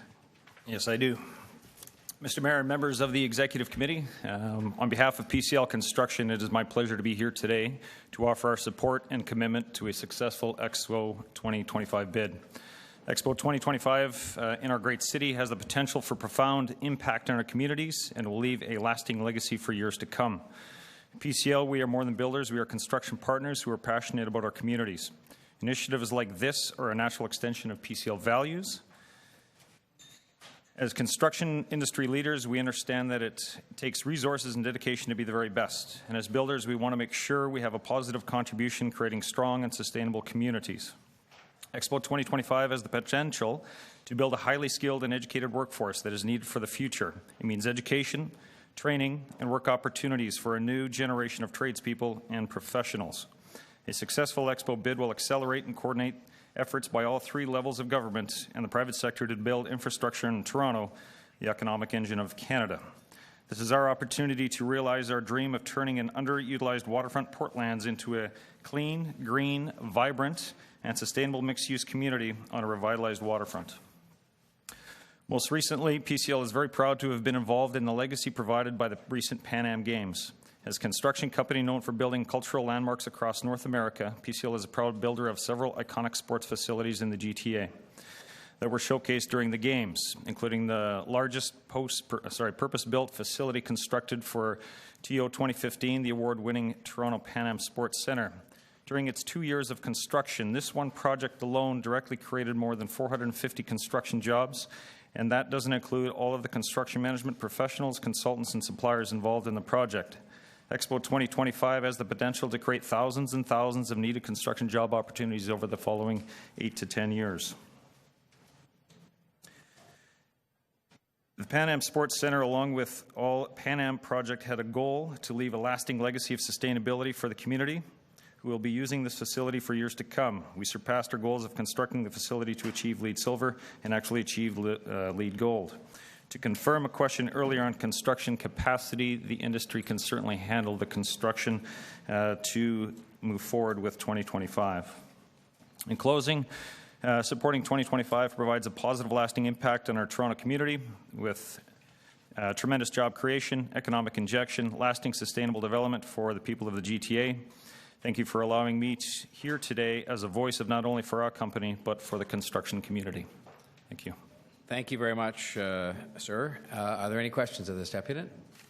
From Councillor Pasternak. Thank you, Mayor Tory. Now, with an exposition, participating countries are responsible for their own pavilions. Is that your understanding? I think from my understanding, they're understandable for their own pavilions, but would likely be built by local contractors here in the city. So participating countries provide the design and engineering, and then local companies assemble them? Potentially, but there's also potential for local engineering and architectural firms to be part of it as well. Mm-hmm. And when the expo is done, the disassembling, is that also the local responsibility or the participating countries? Likely done by local forces. Under contract? I would believe so, yes. Okay, thank you. Any other questions of this deputant? All right, we will thank you very much again for your patience and for your submission. And that would bring us to Claire Hopkinson from the Toronto Arts Foundation. Welcome. Thank you. And thank you for your patience. Oh, and, thank you very much. I've scribbled out good morning. Good afternoon. We'll just take that as an observation as opposed to anything else. But anyway. No. Thank you very much for seeing me. I'm truly privileged to be one of the co-chairs of Expo Canada 2025 for the Arts and Innovation co-chair. You know, I understand that it takes vision to create something and a prudent eye to analyze the risk. I've got a producing background, but for the last 10 years as CEO of the Toronto Arts Council, I've been basically in charge of overseeing 2,000 possibilities, 2,000 acts of imagination, acts of vision every year that have to be translated into something practical, something sustainable. Organizations that grew from a $6,000 grant such as TIFF, and look what it's doing for our city. So all of this contributes to city building and an $11.3 billion contribution to Toronto's GDP. While the future indeed is hard to imagine for most people, this truly is what the arts and creative community do for a living. So, of course, Expo 2025 would be an unprecedented opportunity for our artists to showcase their extraordinary talents on the world stage. And we truly do have some of the world's best artists here in Toronto. This is an opportunity to invest in our creative sector, and it's of obvious benefit. So from this point in time, from a risk evaluation point of view, I believe we need to continue with the Expo opportunity to explore it with great respect. Indeed, I'd say, what do we have to lose? We have, amazingly enough, a dedicated group of citizens, backers, some of whom are prepared to cover the bids, the cost of the next study. I call them Team Toronto. They truly are an amazing group of people. So this will allow us to continue the work we've begun with the new federal government. You know, there will be off-ramp opportunities along the way, but the worst-case scenario is that we undertake this due diligence, find out all the issues, and present them back to City Council. But now we are in such a better place to succeed than we've ever been before in the history of Toronto. We have 3 levels of government who are actually talking to each other. We have engaged citizens. We have the capacity. We've shown that we have the capacity with Pan Am. We have an open dialogue, and we have private sector support. So there are clear benefits to exploring this Toronto bid about the health of the city, thought leaders embracing a design process about the future of our city and about the future of the world. Most importantly, I'd like to talk to you about our city's youth. I was a product of Expo 67. This is Exhibit A, my passport from Exhibit. So this ignited my imagination, showed me the world was full of potential and creative possibility. And I believe Expo will be a gift to our next generation. I think it's inspired my life's work, and I'd like to see our next Expo inspire our Toronto future generation. Also, based on experience and research, Expo 2025 will deliver a heightened feeling of inclusion and possibility for the millions of youth who will attend. So we can start to imagine a better city. We can host and prototype a better city for ourselves, for our country, and for the world. Thank you for your leadership in this and so many other things. We are here to work for a better Toronto. Thank you. Thank you very much, Ms. Hopkinson. Are there any questions of the deputy? Yes, Councillor Robinson.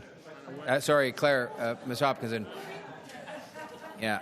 So sorry. Yeah, that was the easy. I was trying to speed things along. You've done the easy part, but Councillor Robinson. Don't bite. My question is about theme. So what would the theme for this enterprise bid be? Well, the great thing about an expo is that we get to design this theme. So we've already started with what we call dreaming and theming sessions, one in East End and one in North York, and we're going to be bringing them out throughout the city simply on a volunteer basis. So we can capture the values that are important to citizens of Toronto and bring those forward as we develop a bid.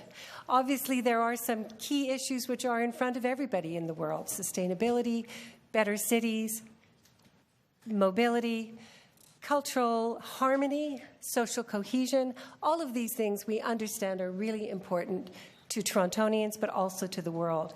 And, we say one theme, but of course there's going to be many, many sub-themes which can propel our own strategic goals for the city and our own conversations. And did the Toronto Arts Council Board and the Arts Foundation Board vote on this? Was this before your boards and they voted on it to support it, or? Both Foundation and Toronto Arts Council Board have given me great encouragement. Okay, but a vote hasn't taken place. Well, there wasn't specifically something to vote for yet.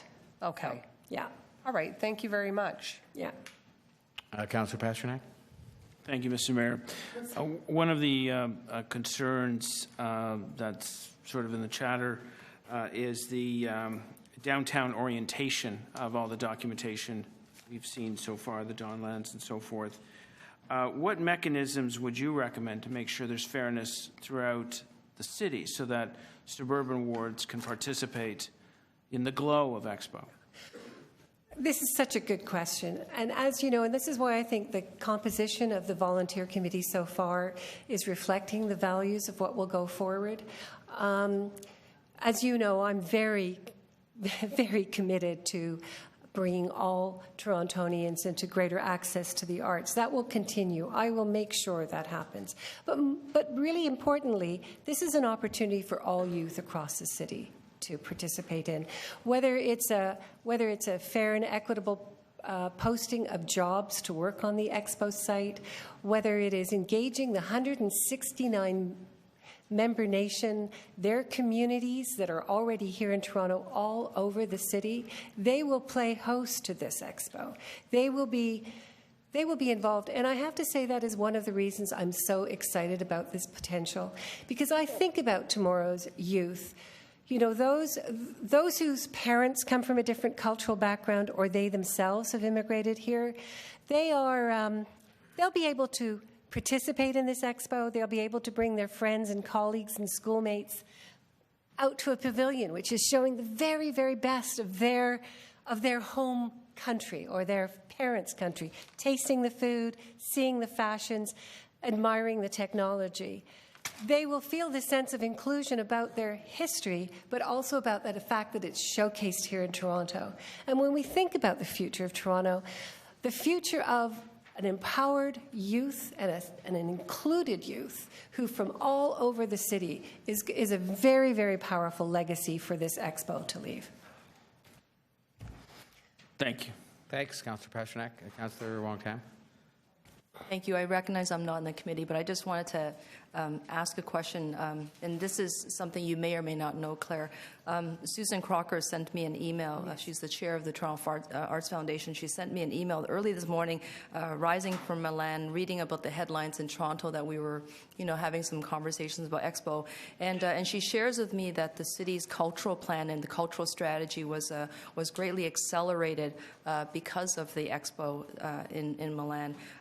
Do you have any thoughts on using Expo 2025 as the international cultural marketing strategy here for the city?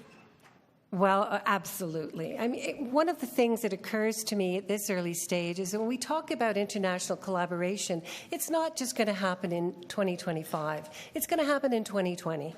It's going to happen in 2019 as soon as the bid happens. So instead of simply bringing in cultural groups from around the world, we can actually start to do residencies around the world so that we can have collaborations that come out of this, so that these international relationships are cemented throughout the Expo period, so that our artists have these embedded relationships throughout the world. So it's not about selling a Toronto show. It's about having relationships throughout the world of where you can land your next show or perform or do a collaborative residency.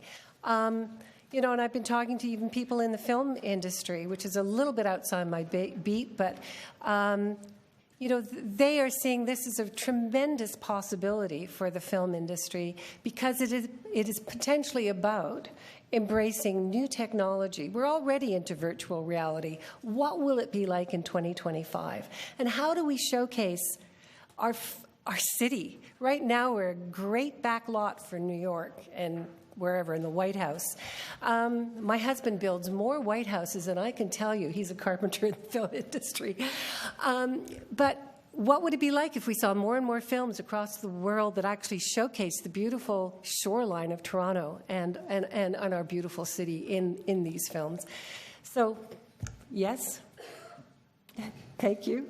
Thank you. Any other questions for Ms. Hopkinson? Well, thank you very much for your deputation and answers. Thank you. And so we'll much. move on to Liz Pimentel, Unite Here Local 75.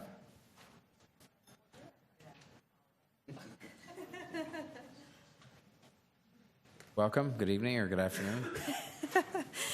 Greetings, Mayor John Tory, members of the Executive Committee, visiting councillors and members of the public. Thank you for your time, especially as you've had a very long day, as I just saw. My name is Liz Pimentel, and I'm president of Unite Here Local 75, the Hospitality Workers Union, representing 8,000 members in the GTA. And our international union represents about 275,000 hospitality workers across North America. I'm here today to express our union's support for moving forward with the bid process for Expo 2025. Local 75's membership is incredibly diverse. In the Fairmont Royal York alone, we once estimated that the 800 workers there spoke more than 80 languages. Expo 2025 represents a wonderful opportunity for the people of Toronto, like the members of Local 75, an extraordinarily diverse community, to welcome the world to the city. We have the chance to show off our city and its vibrant, creative, and unique neighborhoods to our families, friends, and neighbors from back home. Expo 2025 could be a celebration of the very dynamic that makes Toronto a special city, the coming together of hundreds of cultures in an open, inclusive, and ever-changing community. Toronto's hotel and hospitality workers are ready to welcome the world to our city. In fact, we do this already every day. We hear from our employers that Toronto needs to do even more to bring group business to the city. When people come to the city for business or pleasure, more often than not, they have an amazing and unique experience. They tell their friends and families back home. Then they come back again to find a new neighborhood, experience a new restaurant or cuisine, discover a new shop.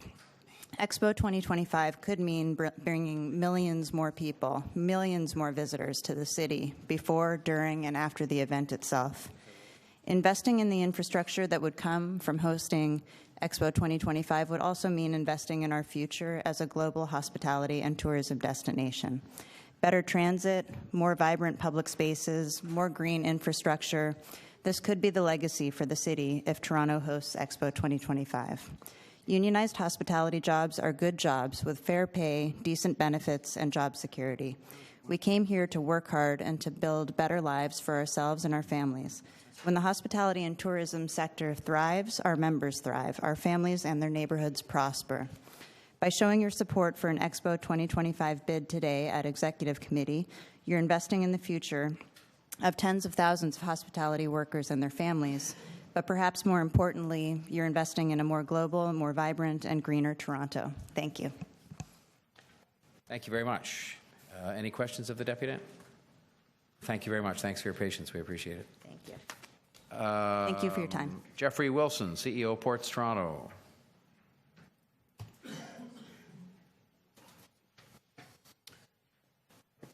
Good evening, Your Worship, and members of Executive Committee. Ports Toronto has been acting as a information resource for Councillor Wong Tam's initiative, and I appreciate the opportunity to come and quickly address you here today.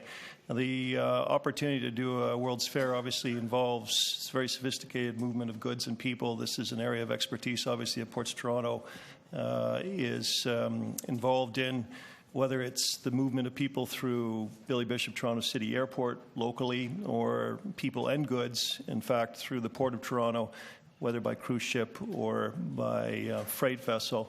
We feel like we are in a position to be of assistance for the operation and production of such a exhibition, if that is something that the City of Toronto wants. And I put it in those terms, Mr. Mayor, from the simple standpoint that Ports Toronto is here to help, and if this is something that City and City Council want to go forward with, then as city builders, we're quite prepared to roll up our sleeves and pitch in as needed. And in the interim, we're quite pleased to continue our support, as I say, as an information resource for the initiative overall. Thank you. That was succinct and to the point, and I thank you for that. Other questions of Mr. Wilson? What?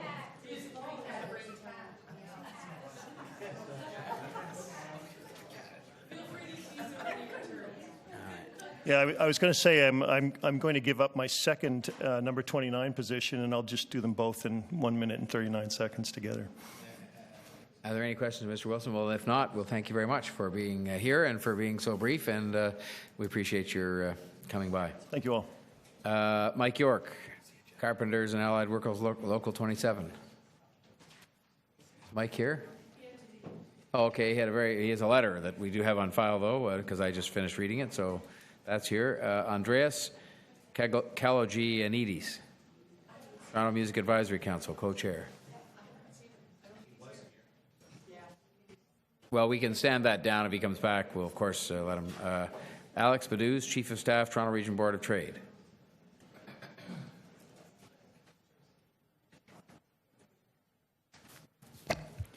Thank you, Mr. Chair. Pleasure.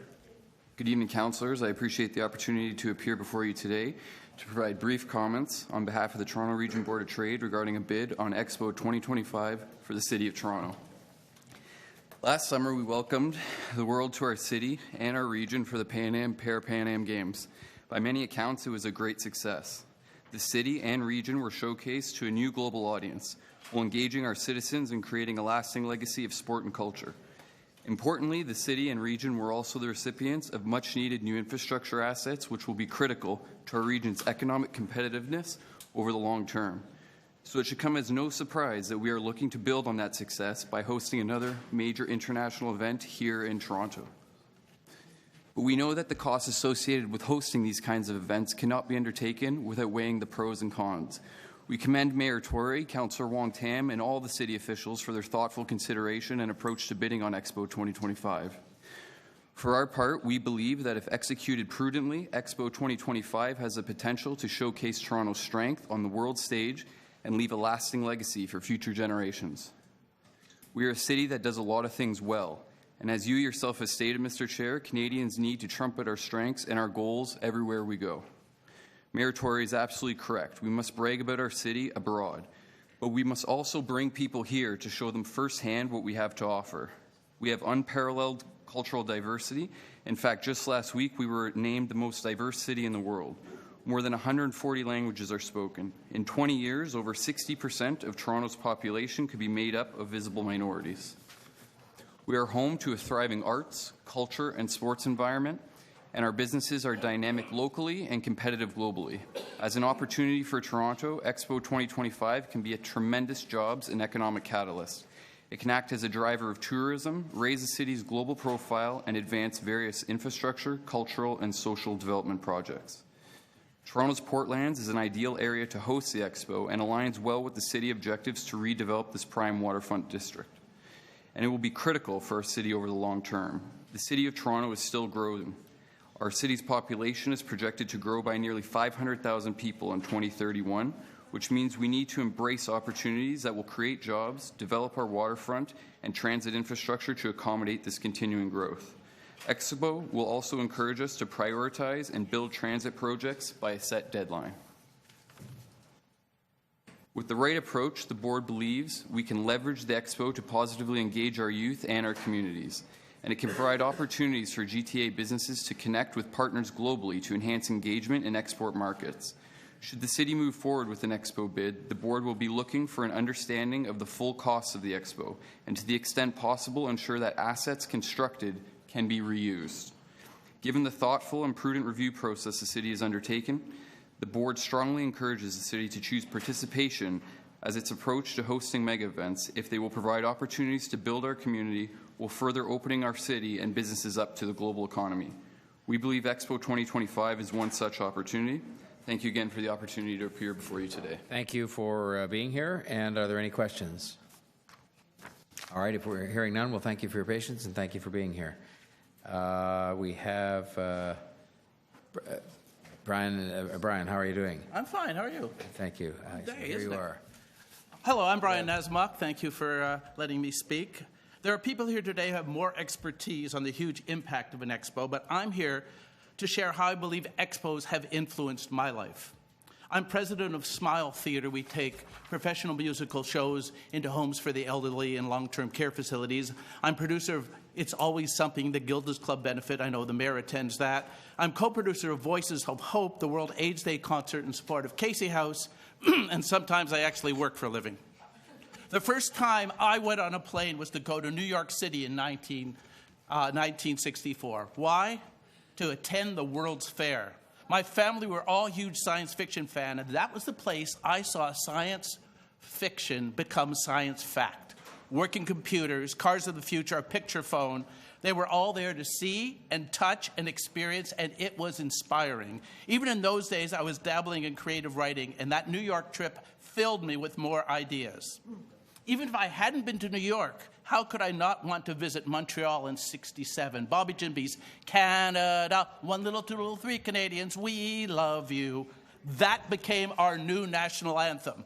What a way to celebrate our centennial year. How proud I was that our country would hold such an amazing event. My first trip to Expo 67 was a 4-day supervised outing with my school, sampling the cultures of different countries, so I believe it qualified as an educational experience. And then this summer, I took a week off work to return to Man and His World. My focus was cinema. Those compelling visual adventures were a catalyst for my decision to take media studies at Seneca College, and my eventual career in television, creating a decade of shows at YTV and writing for things as diverse as Sesame Street and last year's Canadian Screen Awards. So in 2005, when my stepson Josh was old enough to appreciate it, we journeyed to Japan for their expo. The themes were ecological coexistence, renewable technology, and the wonders of nature. There were robots that played jazz, virtual reality experiences that took us to locations real and imaginary, and discussions with people from other countries in line as we stood waiting to get into pavilions. I know that trip had a major impact on Josh's life. Having an exposition in Toronto will be an opportunity for us to showcase our city to the world and spotlight the best of our arts, community, and culture. As importantly, it will be an inspiration for hundreds of thousands, if not millions of Torontonians like me in ways we cannot imagine here today. That would be part of the legacy. Thank you. Thank you very much. Questions? Hearing none, we'll thank you very much for your patience and for your very interesting submission. We thank you very much. I thought I'd add something. It did. Wake some people up. We have Denise Pinto from Jane's Walk. Is Ms. Pinto here? Denise Pinto? Okay. Cynthia Wilkie, West Don Lands Committee, and I see next to that John Wilson, West Don Lands Committee. Okay, we're not quite at twofer, but we're going to give you a discount. That's okay. We're into quite a negotiation here, I can see. So do I hear 4.5 minutes? Oh, yes, okay. I think we All can right. come in under that, yes. That's good. Thank you All very right. much. Welcome. Thank you for your patience. Well, thank you for the opportunity to speak to you today. The West Don Lands Committee, as I think you may know, is a coalition of community-based resident, business, environmental, heritage, and social service organizations. Our members represent over 40,000 residents and hundreds of businesses in Toronto's East Downtown. We are here to urge you to recommend that Council support the further development of an Expo 2025 bid. You already have a letter from us, but I'm going to highlight 3 points. So number one, bringing Expo 2025 to Toronto would be a singular opportunity to showcase Toronto and engage our diverse community. So you've heard about this already from others. Expo 67 brought the world to Montreal. It was a formative and an inspiring experience for visitors like me. I was 16 at the time. The Expo 2025 Steering Committee is already connecting with young people who are excited by the potential for a global exchange of ideas and culture on their home turf. Expo 86 put Canada's West Coast on the international map and set the stage for the stunning revitalization of Falls Creek. Number two, Toronto is well positioned to use the focus of Expo 2025 to advance the outstanding infrastructure plan already in place for the Portlands. Mega events like Expos have been most successful where they have been a catalyst for advancing a long-term revitalization plan. The gold standard our coalition has always looked to is the 1992 Barcelona Olympics. The lesson from Joan Busquets, the architect and urban designer who oversaw the build-out for the Olympics, was to plan for the long term and make the Expo or Olympic event fit into that plan. The important legacy for Barcelona was not the Olympic sporting venues. The important legacy for Barcelona was the use of a mega event to advance a plan for major infrastructure moves. The transformative changes included rerouting of expressways and major rail lines, the creation of a fantastic new beach and harbor within a short walk from the subway, and turning derelict brownfield sites into a new neighborhood. We already have an excellent plan in place or in development for the Portlands. Expo 2025 is an opportunity to ignite the same kind of catalytic process to make it a reality. My final point is that it is crucial that the process be led by the city and not by other levels of government. Toronto has to be the driver. We know best what is in our interest. We would not accept a mega event being foisted upon us by other orders of government. We need to take charge of our own future, and we need to be bold and innovative about it. The staff report sets out a process for advancing mega events, and we suggest now is the time to activate that strategy. Toronto has an excellent chance of winning the 2025 bid. To compete globally, Toronto needs to think big and think long term, and we can't afford to think small. So thank you, and I'll pass it over to my co-chair, John Wilson. That's right, co-chair of the West Don Lands Committee, and I just want to share with you a perspective of someone who has been working on renaturalizing or naturalizing the mouth of the Don River since 1994. It's been a long process. I've been active with the task force to bring back the Don and with the West Don Lands Committee in doing that. And at the West Don Lands Committee, we have seen in the last few years the urgency that comes when you have a deadline. When the Pan Am Athletes Village had to be completed in time for the Pan Am Games, all of a sudden the West Don Lands portion of the mouth of the Don River became high priority for government, for city departments, for other governments, and it got done on time. And not only that, it exceeded all of our expectations in a number of legacy ways. We have a wonderful Cherry Street Cooper Coo YMCA that's now coming in, which is, fantastic. And we have a park, Corktown Common, which gets rave reviews around the world. What we see here is an opportunity for a long-standing, sort of slow-moving process to fix the mouth of the Don and make my neighborhood actually safe from flooding, as well as to renaturalize that part of the city and connect the city to the waterfront through a wonderfully green mouth of its river. We see an opportunity to deliver that in an expedited way when we have a goal in mind. And that's what I think that the city needs to consider. And I do believe, agree with Cindy, that it is something that while it will be the federal government that it has to be the lead on the bid, there has to be a champion, and the champion has to come from this council. Thank you. Thank you. A question from Councillor Carroll. Yes, I'm interested in the fact that your deputation focuses a lot on the mouth of the Don. And I've heard some people say, well, that's as may be, but we know what will happen when we start to do the work on it.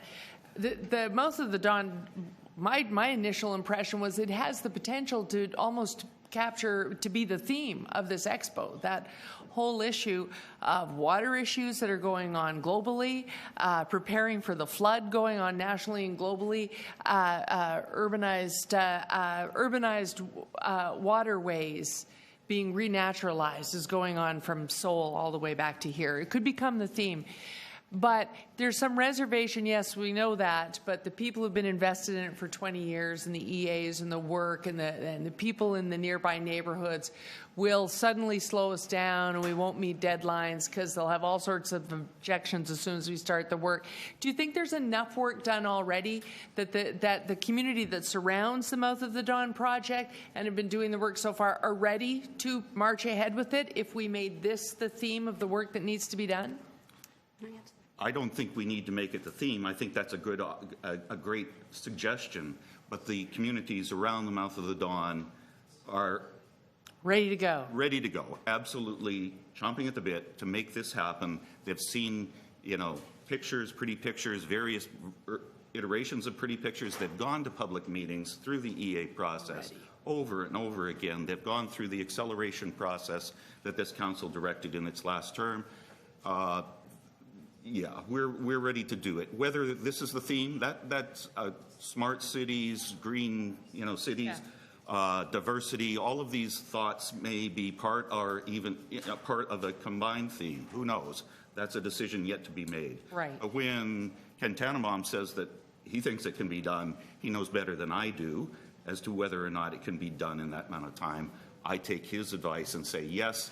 If we put our minds to doing this now, it will create the sense of urgency that it would be done, in my lifetime, which haven't always been convinced would happen. Yeah, and if I could just point out in terms of community support, there have been 10 years of very intensive consultations, lots of opportunities to come here and express dissatisfaction.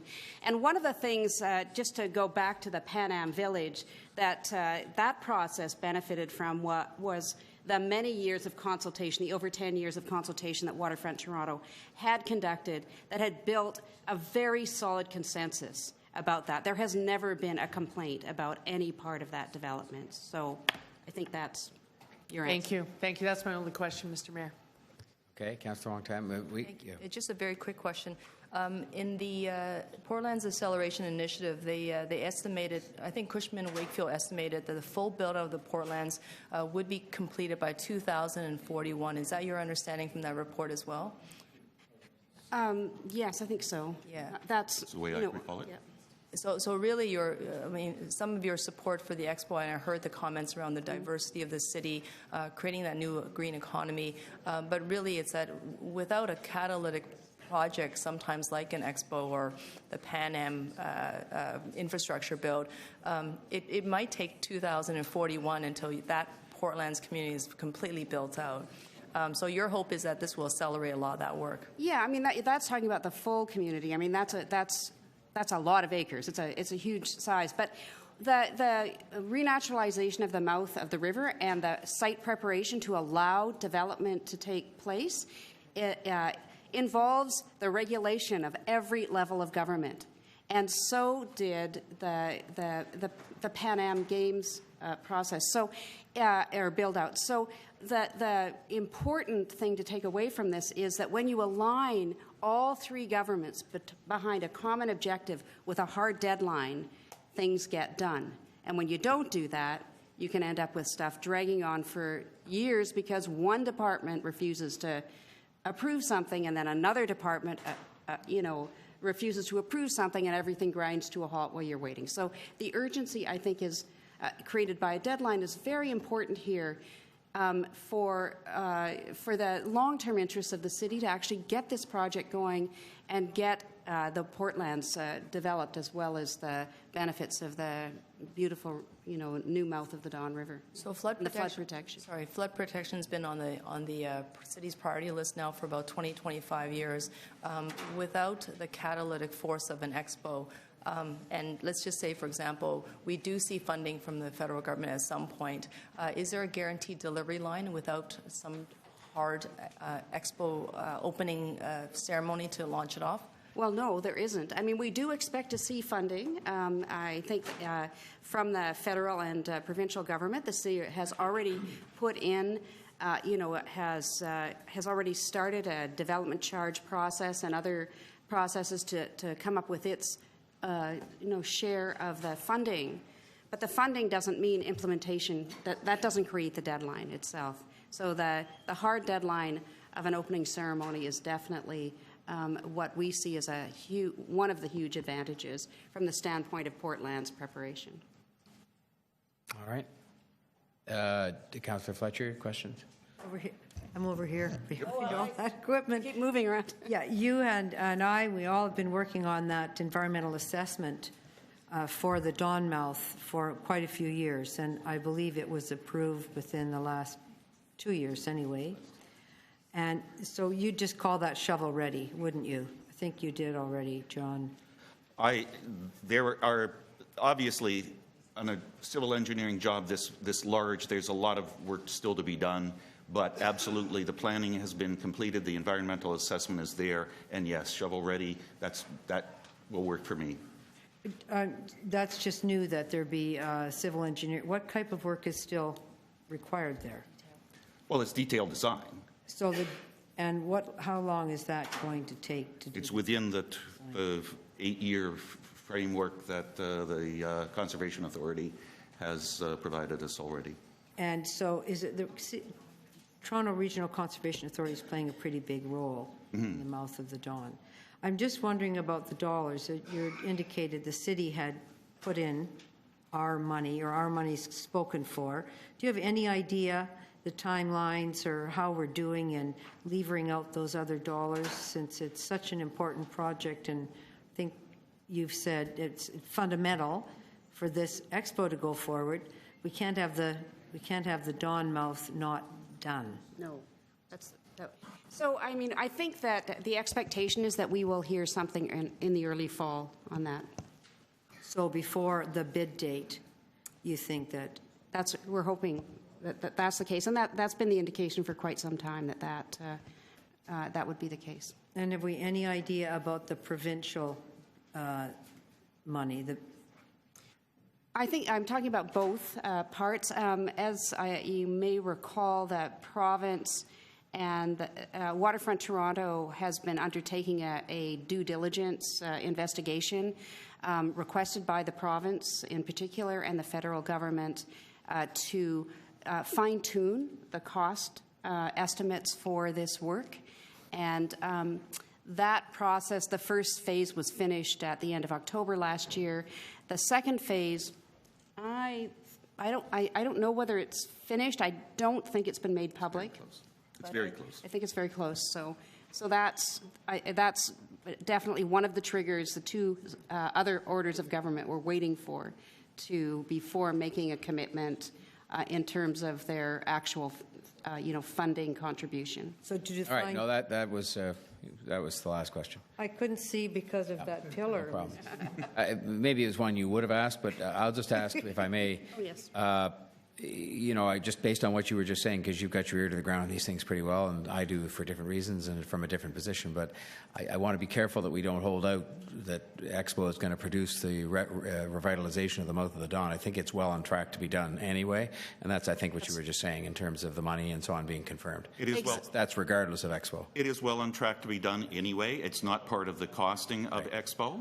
However, I believe from my observation so far that this will put a supercharge into the completion of it. Yeah. Thank you. Any other questions of these deputants? All right. Well, thank you both very much. Appreciate that. Let's see now. We're at Andrew Flint, Executive Director of Liberty Village Business Improvement.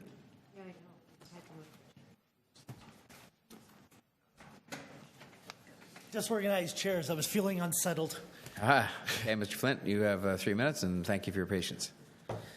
Mayor Tory, councillors, thank you very much. I'll keep my remarks brief.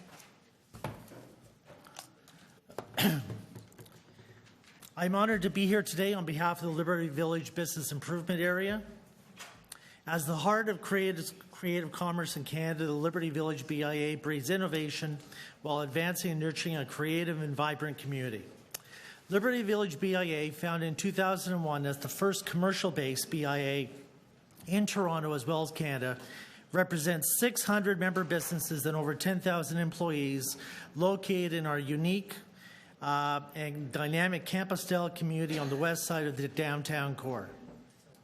The leading creative and tech companies, along with the most diverse and engaged entrepreneurial incubators across the city, call Liberty Village home and have ignited our unprecedented growth. On March 31st, the Liberty Village Board of Management invited the Expo team for a presentation. After the presentation and extensive question and answer session, I am pleased to inform this committee that the Board of Management voted unanimously to support the Expo 2025 bid and the efforts to secure it for Toronto. With over 82 business improvement areas in the city, the Liberty Village BIA is renowned as the model which enhances the business and property owners of Liberty Village, creating a safer, more attractive community setting, promoting economic development within the BIA boundaries, and advocating on behalf of our members. We are recognized for our green activities and environmental initiatives, and we are a testing ground for new ideas, approaches, and forward-thinking innovation. Expo will enable our creative and tech companies, along with those in the corridor from Liberty Village to Kitchener-Waterloo, to shine on the world stage. We strongly encourage this committee to move the Expo project ahead with support, encouragement, and excitement for what it can do for our business community, our city, our province, and indeed our country. Thank you. Thanks very much. Questions of the Deputant? Thank you. All right, Mr. Flint, thank you very much. Appreciate it. John Tevlin. Hi, everyone. Thank you for letting me speak with you today, and thanks for the invitation from the steering committee. I've rewritten my speech so many times because of the good points that get made. I think if I wait any longer, it's going to turn into a haiku. But I will just keep the... this is a big, bold, as Jim Collins would say, a hairy, audacious goal. And I think that Toronto's ready. But I'm really glad it happened today because two good things happened today. It really helped me as a citizen on the personal side. One was sitting in on the financial review this morning. I thought that was tremendously valuable, and all of the points of view put back and forth. And some of the notions and nostrums were significantly challenged. I don't think I can put it any better than Ken and company or the others have said, other than to say one thing, and I say this as a person outside of the steering committee. I would put one sentence down, and that is, Expo is a revenue story. And that is a challenge that I would put down to the steering committee and to staff here to see whether that assertion holds water. So I am convinced that it is, and I bring you that from my experience in the tourism industry with leadership roles at places like the CN Tower and Ontario Place. So I love the waterfront and have been part of it for some time. So I think that it's an exciting story, and that's a vernacular that I think is germane to the important discussion. The second thing that happened today is that it was Newcomers' Day. And I was delighted I caught part of what you said. I was having my sandwich over on the other side, but was speaking about the Syrian refugees and the wonderful news that we're considered the world's most diverse city. Diversity is a word that we're using with great frequency, and I think absolutely deservedly so. It's mathematically and demographically true. But I would just put out one other thought, again, sort of stemming off the financial discussion, is that diversity is also an asset. In other words, it is a thing we have. And perhaps I was asked to speak here because I think I said to somebody on the steering committee once that I thought until Patrick Patterson looked up in the stands at a Raptors game and said, "It's a beautiful thing, man," when looking at the breadth of diversity in the audience, I always thought the most diverse location in Toronto was under the bottom of the water bucket at Ontario Place in the water park. And it was people in traditional and informal dress, parents surrounding a bunch of little kids who didn't know each other. They were shy and in corners until the sound went off for that great big bucket to drop. And all of those kids, and I think I saw all 194 nationalities represented, squealed and squirmed and jumped up and down in delight and had no notion of being separate or distinct from each other. Well, those little kids are 12 now. And in 9 years, they're going to be 21. And I hope we'll see them smartly attired and trained by us to become exemplary hosts and hostesses for Toronto. And I hope their older brothers do the construction and their older sisters write the apps and lead us to finally get to a place where we could call ourselves a new world city. A new world city which is not only is it diverse, but it is also one people. And I think that this bid could be our moonshot. We've got enough time. We'll have to work at it. But I think it is something that will be Toronto will be ahead of the game from the moment this council says, let's give it a shot and look. Wrap up now. And that's my time. Thanks very much. Questions of Mr. Tevlin? Okay, thank you, Mr. Tevlin. Phil Gillies, Expo Steering Committee. Thank you, Mayor Tory and members of the committee and other councillors. I'm Phil Gillies. I'm one of the original members of the Expo Steering Committee. We've been at this for about 4 years now, back when it was really just Councillor Wong Tam and Mark Maloney and I sitting around a table saying, wouldn't this be nice? And it's very gratifying to see that it's grown into this massive community-based effort that we have now with the business support and the community organizations that have come forward. It brings us to this very crucial meeting today. I want to just take a minute to talk about the scale of the event that we're talking about. The projection is that Expo 2025 in Toronto would attract 40 million people. So that's 40 million individual trips through the turnstile.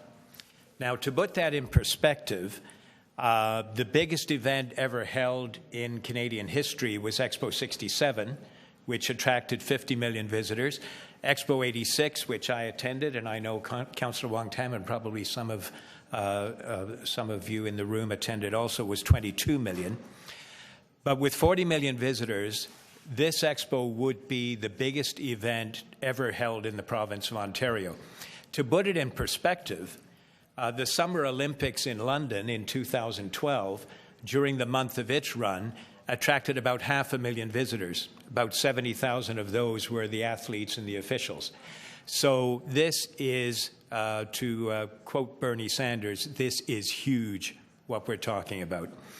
And of course, there are costs associated with it, but the revenue that could come into the city, the tax revenue, the other benefits, I think are incalculable at this point. I want to speak briefly about the staff report. And I'm not going to be critical of the staff report, which is fairly negative, as you know. But a lot has changed since that report was written. I think the big concerns expressed in the report were, well, we don't know where the federal government is on this, number one. Number two, is this going to take a lot of city money and at a lot of city staff time to continue to work on? And three, I would say, was it doesn't look like we've got a lot of time to do this. I think those questions have in large part been answered in the last week. One, we now know that the federal government, through the letter from Prime Minister Trudeau, has indicated that if we move forward, we have a willing partner to explore the possibilities in Ottawa. Very important, of course, is that you can't submit a bid unless Canada rejoins the Bureau of International Expositions. We're not a member as we sit here today, but I'm sure that if you read between the lines in the Prime Minister's letter, he's clearly indicating that if we move forward, that the membership would be renewed. Okay. Finally, the question of staff time and money, I think, has been in large part answered by Ken Tannenbaum. The private sector will step forward and fund the feasibility study that we need to get to November. And November, we can make the decision as to whether to go forward with a bid or not. So all we're asking today is let us continue to do our work. Thank you, Mr. Gillies. Questions of this deputant? No. Councillor Pasternak. Thank you, Mr. Mayor. We do have copies of the Prime Minister's letter here, and I'll just read you one sentence. Should the City of Toronto choose to submit a bid to host an exposition, a process that begins with a decision by City Council to take a position on this issue, our government is prepared to explore next steps. Now, unless I miss my guess, it's not exactly a ringing endorsement. I think they're being very cautious at this point, Councillor Pasternak, but the obvious next step would be rejoining the Bureau. And I don't think if the federal government wasn't contemplating rejoining, I doubt we would have gotten the letter at all. You've made a reference to the staff report, and it is quite. This is what we often rely on to make decisions. Although we think beyond it, we listen to deputants as well. But I'm sure you've read it. It clearly says, given the condensed timeline necessary to complete a bid, the extraordinary commitment of resources required to support it, and the continuing uncertainty in terms of provincial and federal contributions, it is clear that at this time, without such contributions clear, the city cannot meaningfully or responsibly pursue a bid for the 2025 World Expo without facing significant financial, operational, and reputational risks. Now, that's pretty stark advice. It is. But again, Councillor, when staff wrote that report, we didn't have the letter from the Prime Minister, which I think is somewhat cautiously encouraging of moving forward. Secondly, we didn't have the commitment from Ken Tannenbaum and the 40 business leaders to fund the feasibility study. Now, keep in mind, all we're asking you and what the vote today is about is not an endorsement to go ahead and bid. It's an endorsement to take the next step, which is to prepare a feasibility study, a business case for going forward with a bid. So if you can allow us to continue to do our work henceforth, there's another big decision point that comes, and that's in November. Thank you very much. Thank you. Any other questions to Mr. Gillies? All right, then we'll thank you very much, and we'll move on. Next is Janet Grant, Director of Events, Mars Discovery District. Welcome. Thank you, Mayor, and members of the Executive Council. It's Janet Grant. I am the Director at Mars Discovery District. And while I work in Councillor Wong-Tam's ward, I live in St. Paul's, where Councillor Matlow is known to openly encourage Council to engage our city's residents with inspiring plans in consultation with the community. As we've discussed, Expo 2025 would be a powerful strategy for the city to raise its profile. We know that it will be an environmentally sustainable and green expo, a socially responsible, accessible, and inclusive expo, and the world's most innovative and technologically advanced in history. Mars, like other innovation hubs, is a place where we help launch and grow innovative companies that are growing our future. At Mars alone, we work with over 1,000 startups and promising ventures, bringing their breakthrough products and services to national and international markets. These companies are focused on prominent sectors that will be transformed in our lifetime through their innovative technologies. These examples include work and learning, health, energy, financial technology, just to mention a few. It's this focus on societal impact that truly distinguishes Mars. The entrepreneurs we work with are focused on improving society for future generations and making a difference beyond our borders. What better international stage than an expo to showcase this? Those of us of a certain age remember Expo 67 and Expo 86, a perfect example of city building and national pride in these achievements. Toronto is a city that responds. Look at the joyfulness we've seen in the success of the Toronto Blue Jays, the Raptors, and the enthusiasm generated from hosting the Pan Am and Parapan Games. Torontonians, especially millennials, and I have 3, will embrace this initiative, especially since there's no cost to investigate the next stage, and it will most definitely be a dynamic job and economic catalyst for Toronto and Canada. Canada has a rich history of innovation, from insulin to the first electron microscope, BlackBerry, Bixie bikes, and Drake. At Expo 67 in Montreal, I remember eating an innovative product called a snow cone. Who knows what the next great innovation will be, but let's give ourselves a chance to continue Canada's place as a strong knowledge economy on the world stage. We know this morning Premier Wynne told reporters that she's open to talking to Toronto about bidding. We have the Prime Minister and the Premier opening the door, and you have the private sector ready to cover the costs of the next step. Please, let's just say yes to learning a little more about a wonderful and transformative opportunity. Thank you. Thank you, Ms. Grant. Other questions? Yes, Councillor Hong. Thank you very much. I just want to understand a little bit more with respect to the new economy that the Prime Minister has been speaking about, and I think there's a lot of talk about the digital economy and the innovative economies. How can Expo and what you do at Mars come together to make it that much bigger and that much more accelerated? Well, I think it's a job catalyst for one thing. I think any of the startups that we have at Mars that we're offering mentorship and guidance to could certainly, 1 or 1,000 of them, who knows, could contribute to the success of an expo using technologies that will be new and disruptive and certainly accelerate and amplify what we already see. Is it a challenge to demonstrate the physical use of these startup companies, the actual benefits? I mean, you have to be able to bring it all together. You have to bring lots of people in terms of into the marketplace. Mm-hmm. And there's a lot of noise out there in terms of what is the next thing. Mm-hmm. Is there a program right now in the City of Toronto that allows us to do this in a real international way?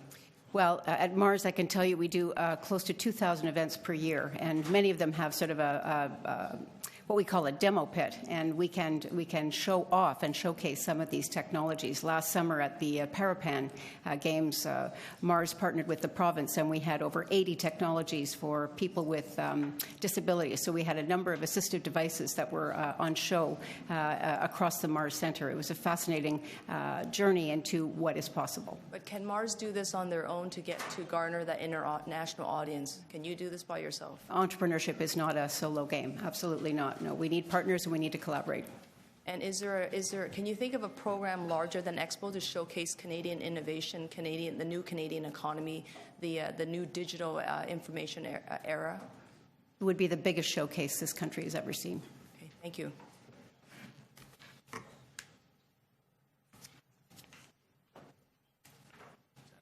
Thanks very much for that submission, Ms. Grant. And next we have Rick Ockberg from Toronto Restaurant Regional Ontario Restaurant Hotel and Motel Association.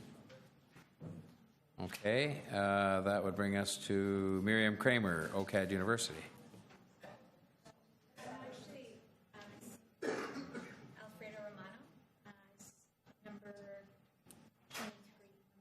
Oh, I'm sorry. Well, we had Alfredo Romano stroked off, and we had Elsa Fancello. Would be you? Are you Elsa Fancello?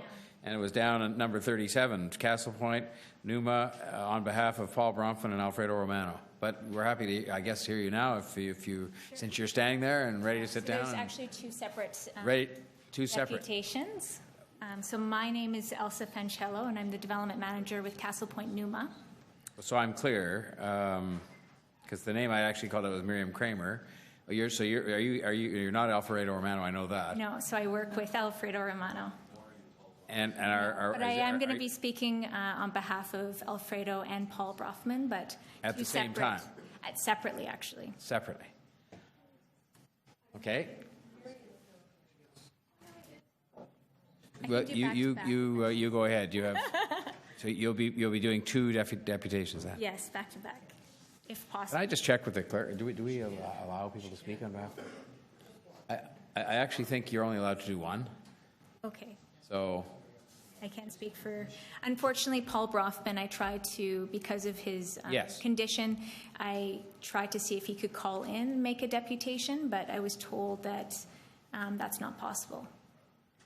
Okay, well, why don't you go ahead on behalf of Mr. Bronfman, if you wish, and we'll... Okay. Well, I'm going to first speak on behalf of Castle Point Numa. So on behalf of Castle Point Numa, who have interests in properties along the East Bay Front and Keating Channel neighborhoods, and in the Villiers Island and Film Studio precincts in the Portlands, we encourage the city to take a leadership role in the review and potential submission of an expo bid for Toronto. We are hopeful that this committee will reject the recommendation proposing Toronto to be silent on whether it should or should not host the World Expo 2025, while funding commitments are secured from the Government of Canada and the Province of Ontario. While it is appropriate for the committee to set parameters, without such civic leadership, any exploration for a bid would be crippled.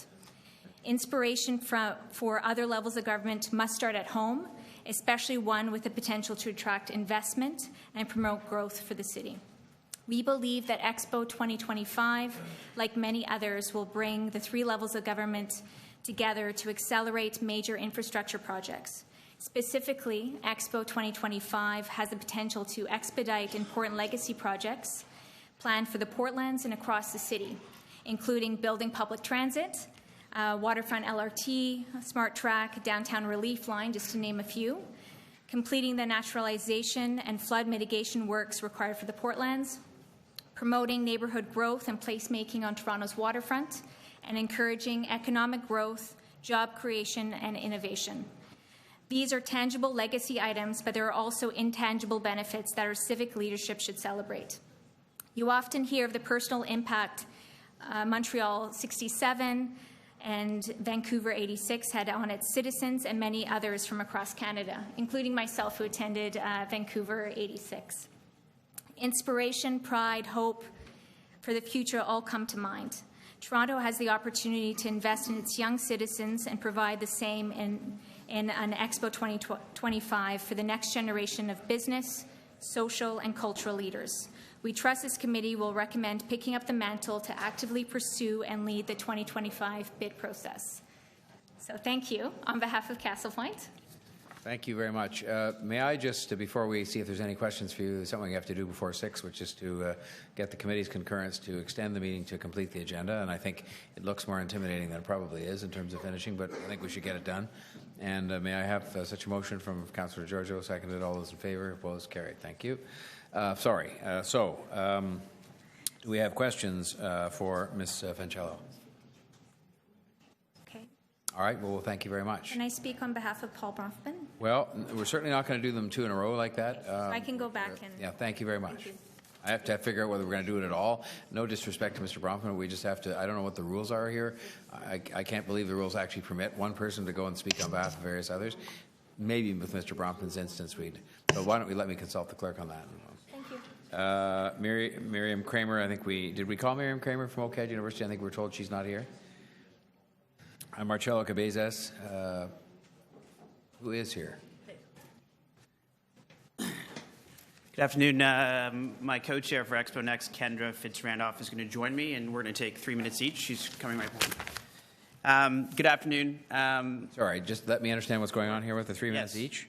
You're just on behalf of yourself. Yeah. It says, and then who did you say was going to take another 3 Kendra minutes? Fitzrandolph, who's the next on the list, is going to follow me. We both are co-chairs for Expo Next on the steering committee. Two birds, one stone. Yes. Okay, thank you. 2 stones. Great. Mayor Tory and Executive Committee, good afternoon. Thank you for allowing us to be here. Like the rest of the people presenting today, thank you for your time and hope to inspire you to keep exploring this opportunity. Let's start with some good news. The movement that has emerged to support Expo has been nothing short of groundbreaking. It is responsible, active citizenship at its best. As a first-generation Canadian, I'm thrilled to be working alongside Torontonians and citizens that look like the city and country of today. Mayor Tory, ironically enough,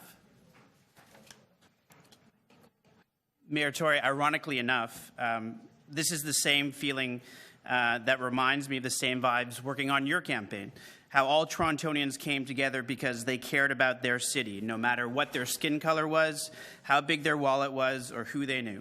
It was a one-of-a-kind connectivity that was brought to life not in the end result, but in the process. The time spent on a common goal, and it was this process that led to an emotional connection. There was an understanding that a Torontonian is a Torontonian is a Torontonian, and that this is our city, and we want to contribute to it being Toronto the Great. Well, you can't create this without a calling card to bring people together around one thing. Fast forward to the present, and these are the same sentiments infused in our team Expo, and the possibilities upon us, and those who we've met along the way. And it gets better. Guess what? We're all volunteers, and we're just getting started. I, with Kendra, am the co-chair of Expo Next, which is galvanizing the under 45 and millennial demographic to step up for their city. We have been met with enthusiasm and a real desire to do something transformative. They are the future. They are ready to move. They want to contribute with impact. Some of the members of this Expo Next group are presenting and will continue to present today, and we thank them for their time. So while the Ken Tannenbaums and some others have talked to the business and economic benefits, I wanted to ensure all of you to realize, I just wanted to ensure you all realize the potential in how an Expo can bring this city together. Mayor Tory, you've talked about One Toronto, and I believe Council wants the same for our city. Expo is a once-in-a-generation mechanism to foster understanding between our city citizens who in many cases come from another place in the world. As the most diverse city in the world, hosting an Expo makes so much sense. Moving forward, our volunteer team understands we need to... I have to just stop you there. Your 3 minutes are up, because I think if you're going to take another 3 minutes, I think. So, yeah, go. Yeah, I'll have to stop you there. Thank you very much. Okay. Ms. Fitzrandolph, over to you. Yes, so thank you, Mr. Mayor, and thank you to the executive and other members of council. In respect of your time and energy, I'm going to keep this brief. As Marcel introduced, my name is Kendra Fitzrandolph, and I'm speaking as a citizen of Toronto, a city builder, as well as the youngest member of the Expo chair for the Expo Steering Committee. Today, you've heard from some of Toronto's finest business, arts, and culture and union communities. We have all come together to stress the importance for your support to our cause. I became involved in Expo to learn how a bid process of this scale and magnitude is conducted, as well as feel connected to an opportunity for my city to showcase itself to the world. But the time we've spent and the dynamic group of people that we have galvanized has been nothing short of phenomenal for me as a young city builder, and it is this energy and these people that is now my driving force to continue my work with Expo. I ask you, Mr. Mayor and Council, to allow us to continue the process. Through social media and ideograms and presentations, we've stressed the economic and social benefits that we've shown you today, and in the way in which we intend to conduct the bid. This is all clear, but what we haven't shown you is how people from my demographic, the millennials, what an opportunity this is for us to learn what our city can provide for us as we grow in the professional world. I am proud to speak for millennials and say that we are hungry to become a contributing member of our city's future through this bid. Let us learn to be a part of the process for an Expo Bid 2025. Toronto right now is sitting on cloud nine, and we all know that, as both a city and a Canadian contributing force. We have the only Canadian NBA team in the playoff finals. We have the only Canadian MLB team painting the city blue. We have citizens rocking Toronto-centric paraphernalia, both at home and abroad, with pride and more than ever before. And we have citizen-built groups that are leading exciting ventures throughout the city and igniting ideas. Now, we as Torontonians have an opportunity to represent Canada and imagine what we can do if we bring Expo into the mix. So in closing, I ask you, Mr. Mayor and Council, to let your future leaders, the millennials, have a chance to contribute to Toronto in this incredible process. Let us choose our own adventure. Let us bid. Thank you very much, Ms. Fitzrandolph. Other questions of these two deputants? All right, well, we'll thank you both very much, and up your enthusiasm that you both have. Thank you. Appreciate it. Okay, now there was some misunderstanding, I guess. Mr. Dan Tisch from Argyle Public Relations was moved down the list, I think, and now, but actually we passed over his name because it was way down at the bottom, but he's actually here. So there he is, if you want to come up and make your deputation. Thank you very much. You have 3 minutes. Welcome. Thank you. Good afternoon, Mr. Mayor, members of council. As the mayor said, my firm is Argyle Public Relationships. We've had the privilege of working with a lot of members of council and staff of the city because we specialize, among other things, in public engagement on sensitive issues and leading public consultations. We've been doing this in Toronto now for 37 years, long before I was with the firm. And so when our company was formed and opened its doors, memories of Expo 67 were still fairly fresh, and Vancouver's Expo 86 was still on the drawing board. We've grown a lot since then, much like Toronto itself. We're proud to be on the Profit 500 list this year as one of Canada's fastest growing companies. But what might be of interest to this council is that we're also the Canadian affiliate of the Reputation Institute, which is responsible and known for the RepTrak study of national reputations and what is the key to building reputations for cities and for nations. So I speak not just as the owner of a creative business, but also with that reputation lens in mind.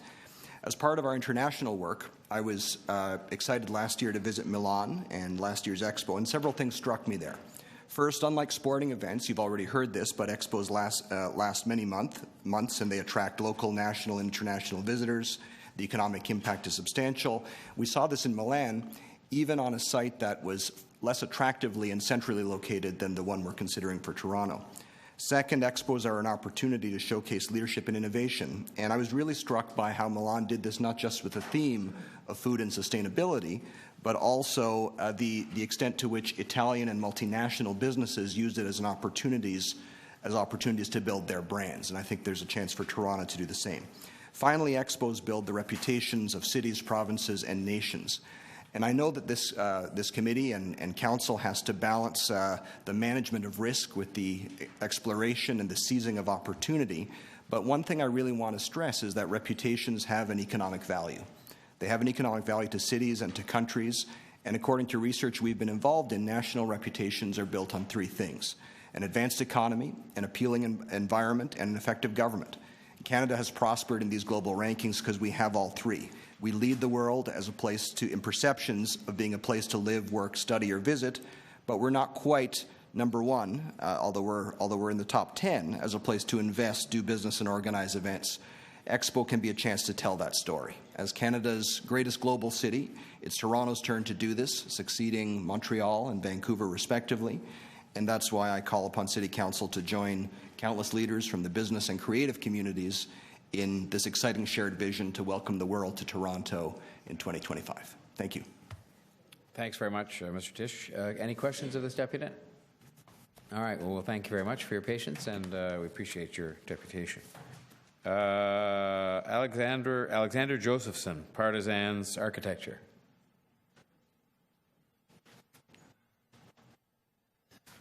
Thank you, Mr. Mayor, and the Executive Committee for allowing me to speak today. I represent Partisans, one of the next-generation architectural design studios here in Toronto, and perhaps maybe some of the millennials here.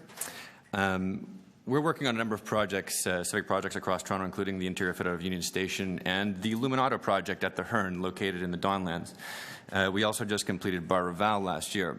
The Broader Expo 2025 team encouraged me to come here today to speak to the architectural importance and opportunities represented by mounting expos. Other deputations have alluded to the importance of these projects. I'd like to be more specific about them from an architectural standpoint. Indeed, over the last 300 years, expos have changed their names, but they have always been expos, starting with the 1851 exposition in London, where the Crystal Palace was built. This building no longer exists, but is certainly part of the collective consciousness of all Londoners. In 1889, the Eiffel Tower was built in Paris as part of their expo, and this is obviously their legacy. Toronto can look at legacy in a different way through architecture in our own expo. The last 3 expos have seen many different kinds of architectures, experimental and expressive. Many of those architects and designers that worked in those hometowns have gone on to become international leaders in their field, bringing the brand and thinking of their cities across the world. Toronto should embark on this project to assert ourselves as an international leader across the board, from culture to infrastructure and policy, for that is architecture in the end. I echo that it is time to reinvest in the lands, but also in the future generations that will make this project happen and inhabit its legacy. Wow, I'm going too fast. I'll slow down, Mr. Mayor. Expo represents a reason, to me at least, in the very least, to get together and articulate our optimism and strategy for the future of our city in the third millennium.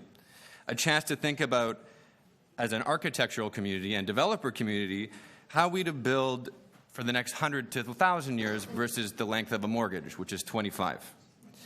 Many have asked why I'm so passionate about a project like the Luminato taking place at the Hearn next week, and I hope you all have tickets to come. I'm not scared of the fact that it's temporary. In fact, I'm inspired by it. I see it as an important rally in the political arena of culture and infrastructure in Toronto. It will live on in our minds. It is not an immaculate corpse. It is the possibility and access that matters. The Hearn is also potentially one of the most important assets in the city's hands in the Portlands, which is what we're talking about for Expo. To end, I want to quote the Italian writer Italo Calvino from his book Invisible Cities. I think this is in respect to the budget meeting this morning, which I attended. The cities, as with our dreams, everything imaginable can be dreamed, but even the most unexpected dreams conceal our desires and our fears. Cities, like dreams, are made of our desires and fears, even if we want to keep them secret. Let's not be scared. Let's be visionary and wise and support the bid for Expo 2025. Thank you very much. Are there questions of the deputy? Councillor McMahon. Thank you very much. It's Alexander? Is that? Yes. Okay. You can call me great. Alex. Thank you for your energy and your speed. Could you hear it? I'm just curious, like, to pick your brain as an architect. As an environmentalist, I struggle with kind of the temporary art installations, but I understand the novelty and the importance of them being temporary. So, for example, the winter stations we do in the beach, they're temporary, even though some people would like to have the big belly of a bear in their cottage backyard. But so what do you see as far as sustainability for these pavilions? Is there a way to reuse them somewhere without having them torn down? It's a great question. Yes, in short, there is. And the good thing about Expo and what differentiates it from Olympiads and other events is the fact that Toronto has the ability to interpret how we want to mount the Expo and what kinds of legacy we want to build through the, I would say, ground rules we set out for nations to participate.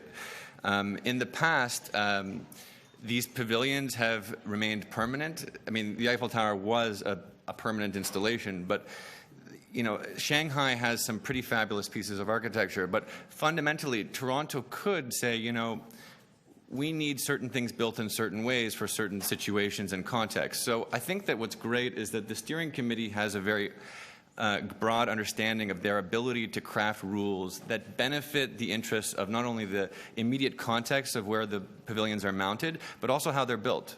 And I think that that's what's great about Expo, because it doesn't put the onus necessarily on us. Thank you. Any other questions? Thank you very much. Appreciate your... Thank you very much for your attention. Questions. Next was Dave Leonard. Dave Leonard here? There we are. Thank you. Okay. So, good evening, Executive Committee and everyone else who's stuck around. I'm a historian of Expos, specializing in the history of Expo 67. I'm at York University, third year of my PhD. So we've heard a lot today about Expo 67 and 86, about memories of them, about their legacies, and I'm here to sort of contextualize those deputations with some further details, insights, facts, and figures. Obviously, when we think about past expos in Canada, when we think about 67 and 86, we recognize in the present that things have changed. Staging an expo in Toronto in 2025, while I'm supportive of such a bid, is not as simple as following a script. Nonetheless, there are lessons to be learned. I should note that both projects were treated with some caution at first. Yet the successful bid in Montreal came at the municipal level. In Vancouver, it was spurred on by the provincial government. While there's no hard and fast rule, partnership is necessary. In tandem with the federal government, represented by the Canadian Corporation for the World Exhibition of 1967, the City of Montreal pushed for a site on two artificial islands in the middle of the St. Lawrence River. This spectacular site offered Montreal the opportunity to develop valuable new park space that would outlast Expo, and which is still well used for local festivals. In Vancouver, the redevelopment of False Creek has produced a vibrant, mixed-use, residential and entertainment-focused neighborhood. Both expos have also produced stunning infrastructure development in both cities. In Montreal, $1.5 billion was spent accelerating projects that were on the books but needed a kick. In Vancouver, Expo produced, certainly at least, the first SkyTrain line, now christened the Expo line. Both had true regional impacts. In 1967, most visitors came from outside Montreal, 45% from the United States, predominantly, however, from New England, 20% from the rest of Canada, 30% from Greater Montreal, a small remainder from international destinations. In Vancouver, U.S. tourism to the Lower Mainland increased by 87.2% in 1986 over the previous year, for a total economic impact of Expo 86 of about $840 billion. Or million dollars, not billion.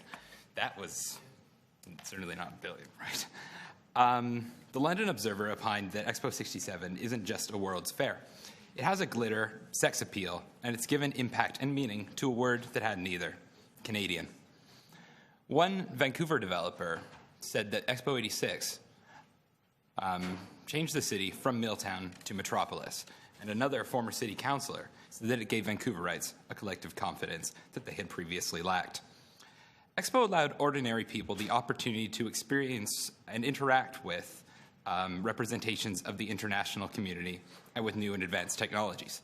And unlike Olympics, they offer a sort of true popular participation, I think, that allows ordinary people to experience, sort of wander through the site and get a sense, a truly active participation. I'll just have to ask you to wrap up now because your time is done. Okay, thank you, Mr. Leonard. Questions of Mr. Leonard? All right, well, thank you very much for your presentation. Robert Cohen, Media Headquarters. Okay, Mark Kerwin, Alleyway of Dreams Project, East Toronto. It's me. Hello. Thank you. All I can think of right now is a Snickers bar. I'm a type 1 diabetic, so I'm really hungry. Thank you, Mayor Tory and executive committee members. Especially for going overtime. I know all of you are beholden to your constituents, and I understand the political process and how important that is. But I think, to be fair to your constituents, it's very, very important not to turn down an opportunity too soon. I think everyone here today is not saying that we bid on Expo 2025.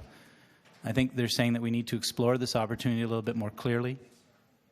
And I appreciate everyone's concerns. And one thing I've learned from today is that we're truly lucky because everyone here really cares and cares a lot.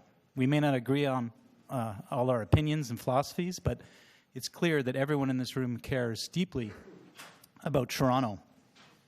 So I went over my writing for 3 days over the holiday weekend, and everyone's pretty much said everything that I've written down. So it was very prescient that someone earlier said that he was going to write a haiku, and I did. So just imagine 6 months after 2025, and the haiku is as follows. 2026.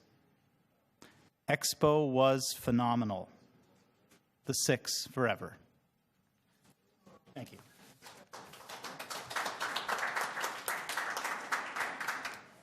Thank you very much. Questions of the Deputy? All right, we thank you very much for that. Ken Bryant.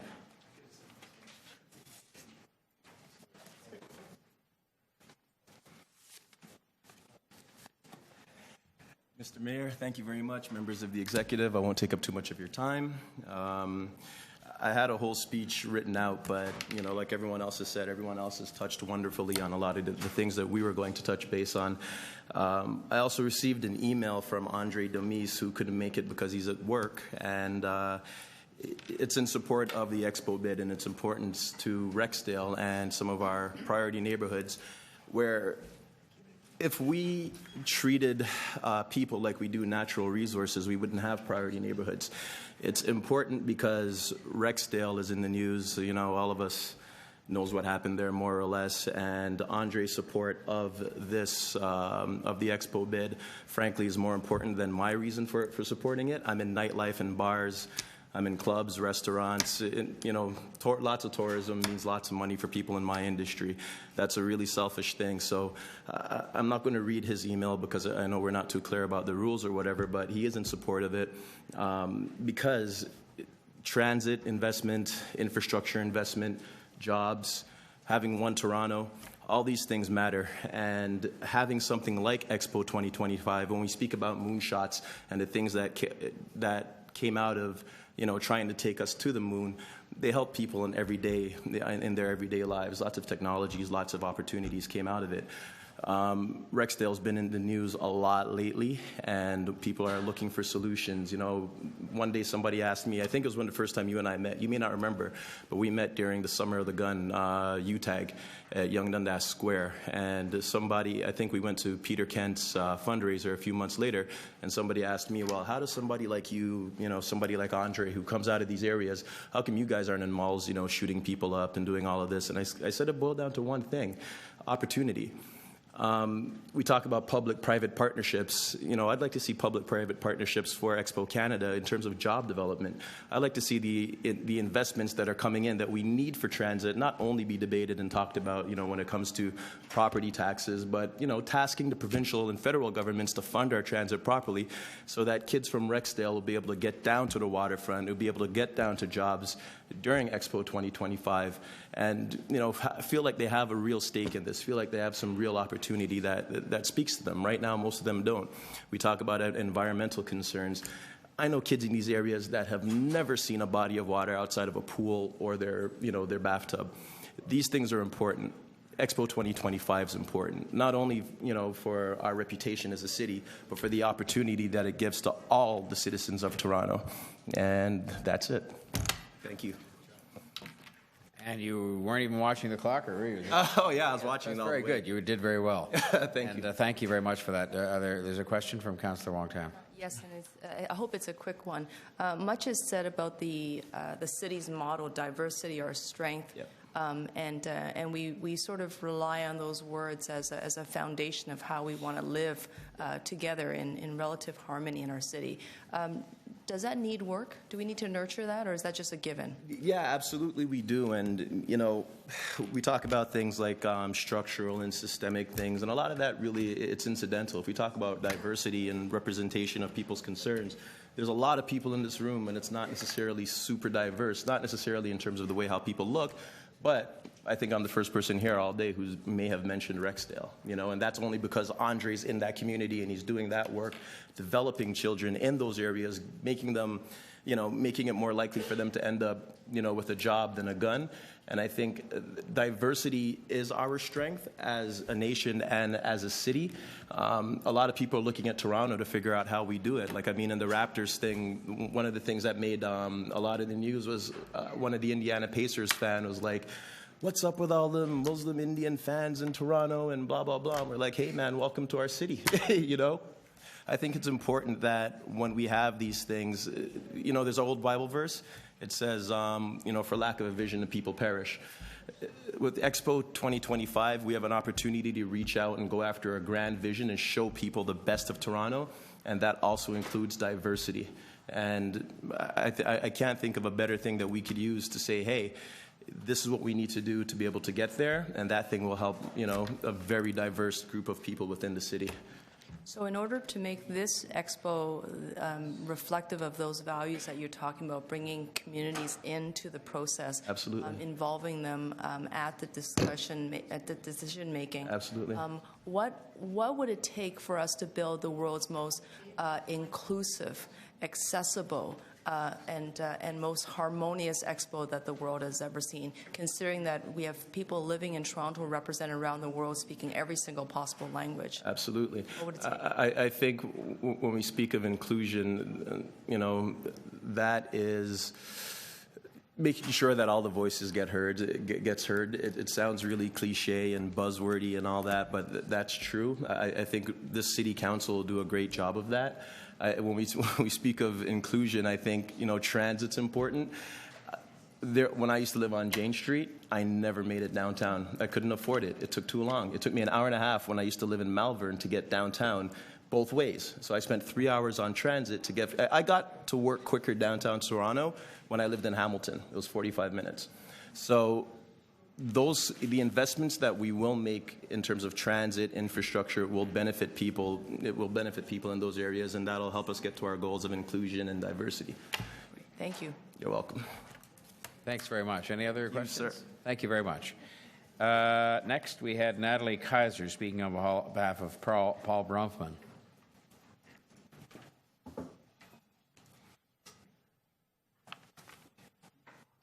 Good afternoon, Ms. Kaiser. You have 3 minutes. Good afternoon. Thank you very much. I'm just here to read a letter on behalf of Mr. Paul Bronfman from Pinewood Toronto Studios.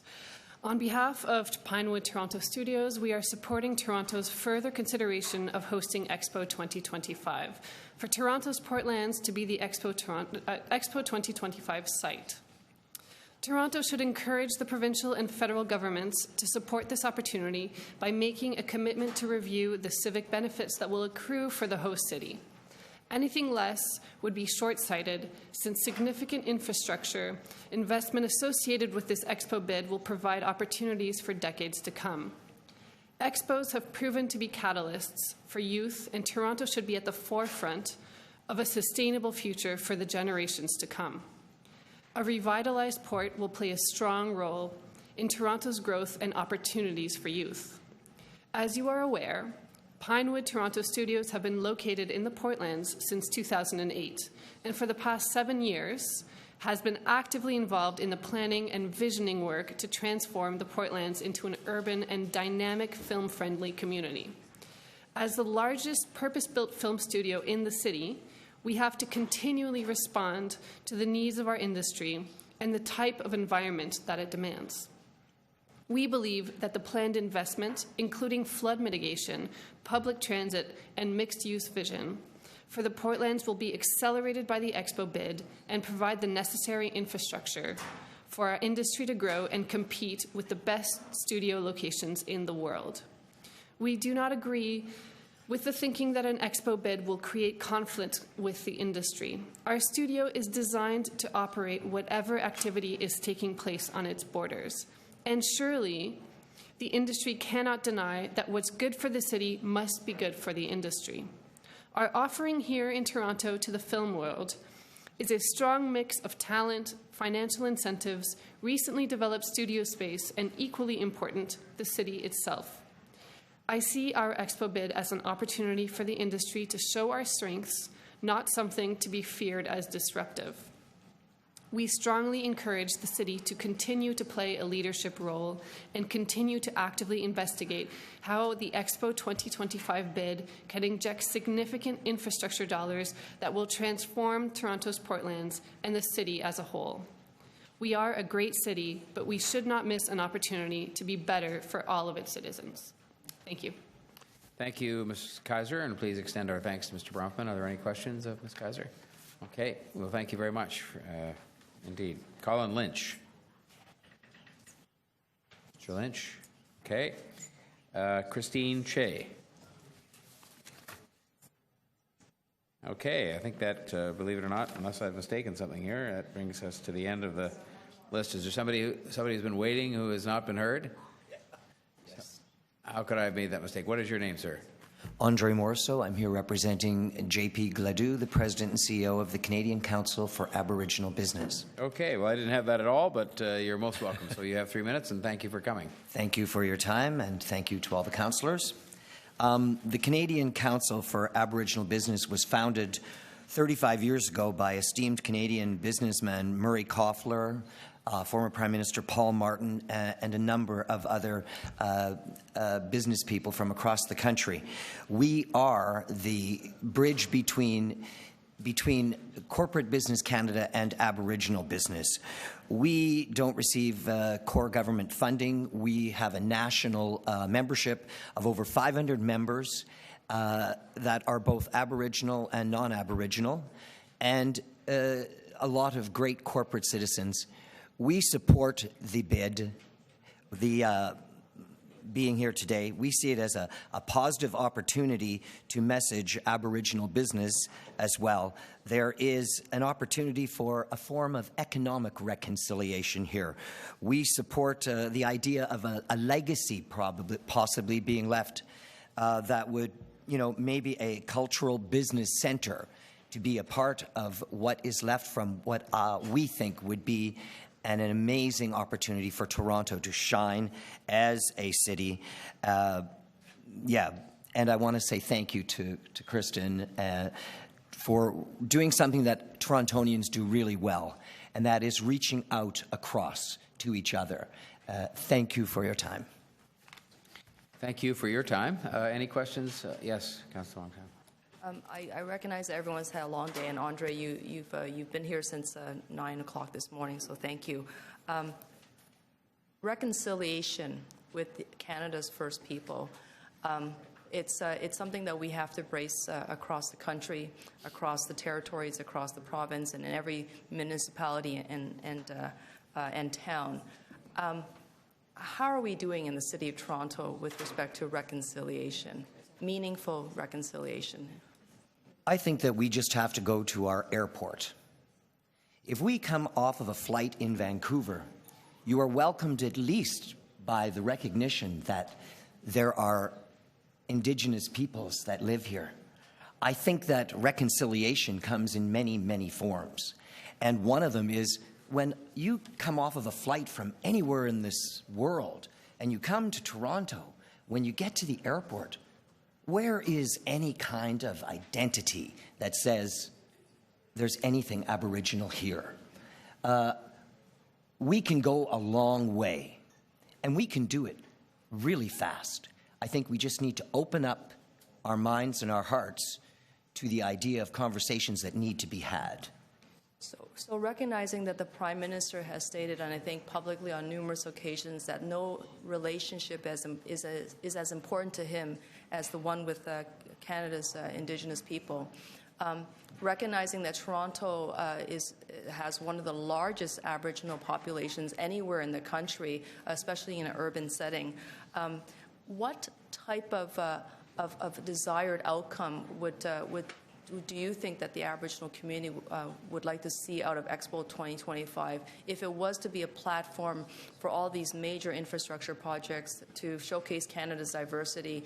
What can Expo 2025 do to foster a closer, more collaborative relationship with Canada's Aboriginal peoples?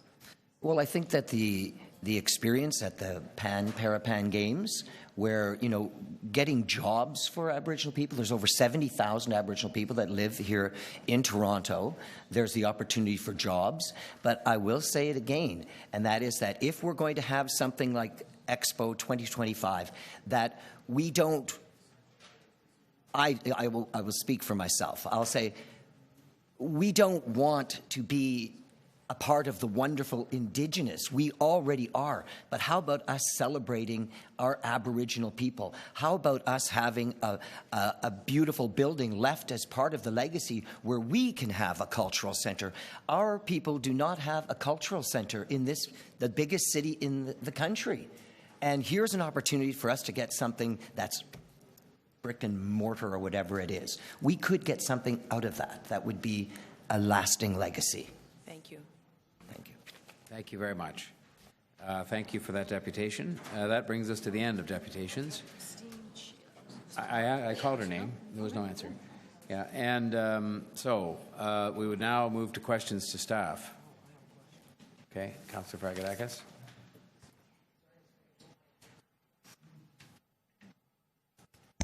Thank you, Mr. Mayor. So my question is Canada a member of this Expo organization worldwide? Through the chair, not yet. When is the submission for Expo 2025 due? We don't know yet. The clock for submission starts the first time a country puts in. Sorry. The clock for a submission starts the first time any country puts in an application to this, and the earliest they could have done it was on May 1st. Nobody has done it, to the best of our knowledge, as of this weekend. So once somebody puts it in, we have the last date that anybody can submit A bid is 6 months after the first group bids. So 6 months from the beginning of May is November 1st. So we're not a member of Expo as a country, and yet the deadline is November. So it's not November yet, but in fact, it's more likely to be after November. So there's no real deadline as to when the not until the first country puts in a bid. Oh, okay. Sorry, I'm trying to see where this is all going, because I mean, I'm just trying to figure out time frames, because if the deadline is December the 1st, or when would Canada join? Like a month before the deadline? I can't answer that. Okay, thank you. Thank you, Councillor. Other questions of staff from members not on the committee? We'll just canvass the visiting members first. Okay, then we can move to the committee. I'm sorry. All right, then. We've heard from a number of the deputants about the exciting opportunities that exist to advance some of the work that we're waiting for. And I guess this would be for the Portlands piece. Is this not an opportunity for the mouth of the Don to be renaturalized and to have an implementation plan drawn up for that? Through the chair, as you know, Councillor, that there is a. Did you want somebody else to answer the question? You can go ahead. Okay, thank you. There are plans to renaturalize the Don that have already been approved. The EA has been approved. It's just not funded yet. So the assumption, you have to make an assumption one way or the other whether funding would come with or without Expo. My guess is it would come without Expo or with Expo. It's a question of when, and I think some of the deputants have said that it would come sooner rather than later. So that's just as part of the waterfront planning, and I just wanted to be clear on that. Some of the deputants assumed that it would be Waterfront Toronto doing all the planning, and I just want to underscore that we do have it, or perhaps we would not for Expo, but we do have a joint waterfront city planning process for the Portlands. Is that not correct? That's correct. Of which it's the Deputy City Manager, Cluster B. Is that the... That's great. He's co-chair of it along with the CEO of Waterfront Toronto. So, but this is, and I believe that, and I have spoken to this at previous budget meetings, that somewhere in that list of projects, we do have $975 million of city money that has been identified that our money is, we have our ante in the pot already. Is that not right? So, Mr. Mayor, I'll answer that question. So the $975 million for flood protections has been identified. We've reported on that previously. The $325 million that's identified as city costs are largely recovered through development charges in the base, the citywide base. We identified an area-specific charge that would take the balance. We're in the process of updating the charges generally across citywide. We are confident that that amount will be found through development charges and other mechanisms the city has to fund flood protection. So the other two levels, when we got that money, we could actually start on the naturalization. Right, and the naturalization, of course, is key to the successful revitalization of the Portlands and the lower Don. And that would also be an impetus for the site that we're talking about. Well, again, as the Executive Director of Economic Development indicated, we think that that asked for the provincial and federal support is well advanced, and that money will be forthcoming for a variety of reasons, not necessarily related to anything to do with Expo. That was actually your final question. Oh, I didn't know we were at 3 minutes. Yeah, we're at out of the room. 3:16. Yeah. Oops. Thank you. Okay. Other questions from members not on the Executive Committee? Okay, if we can go to the committee then. Councillor Pasternak, who else? Councillor Thompson. Well, we'll start with those two. Thank you. Thank you, Mr. Mayor.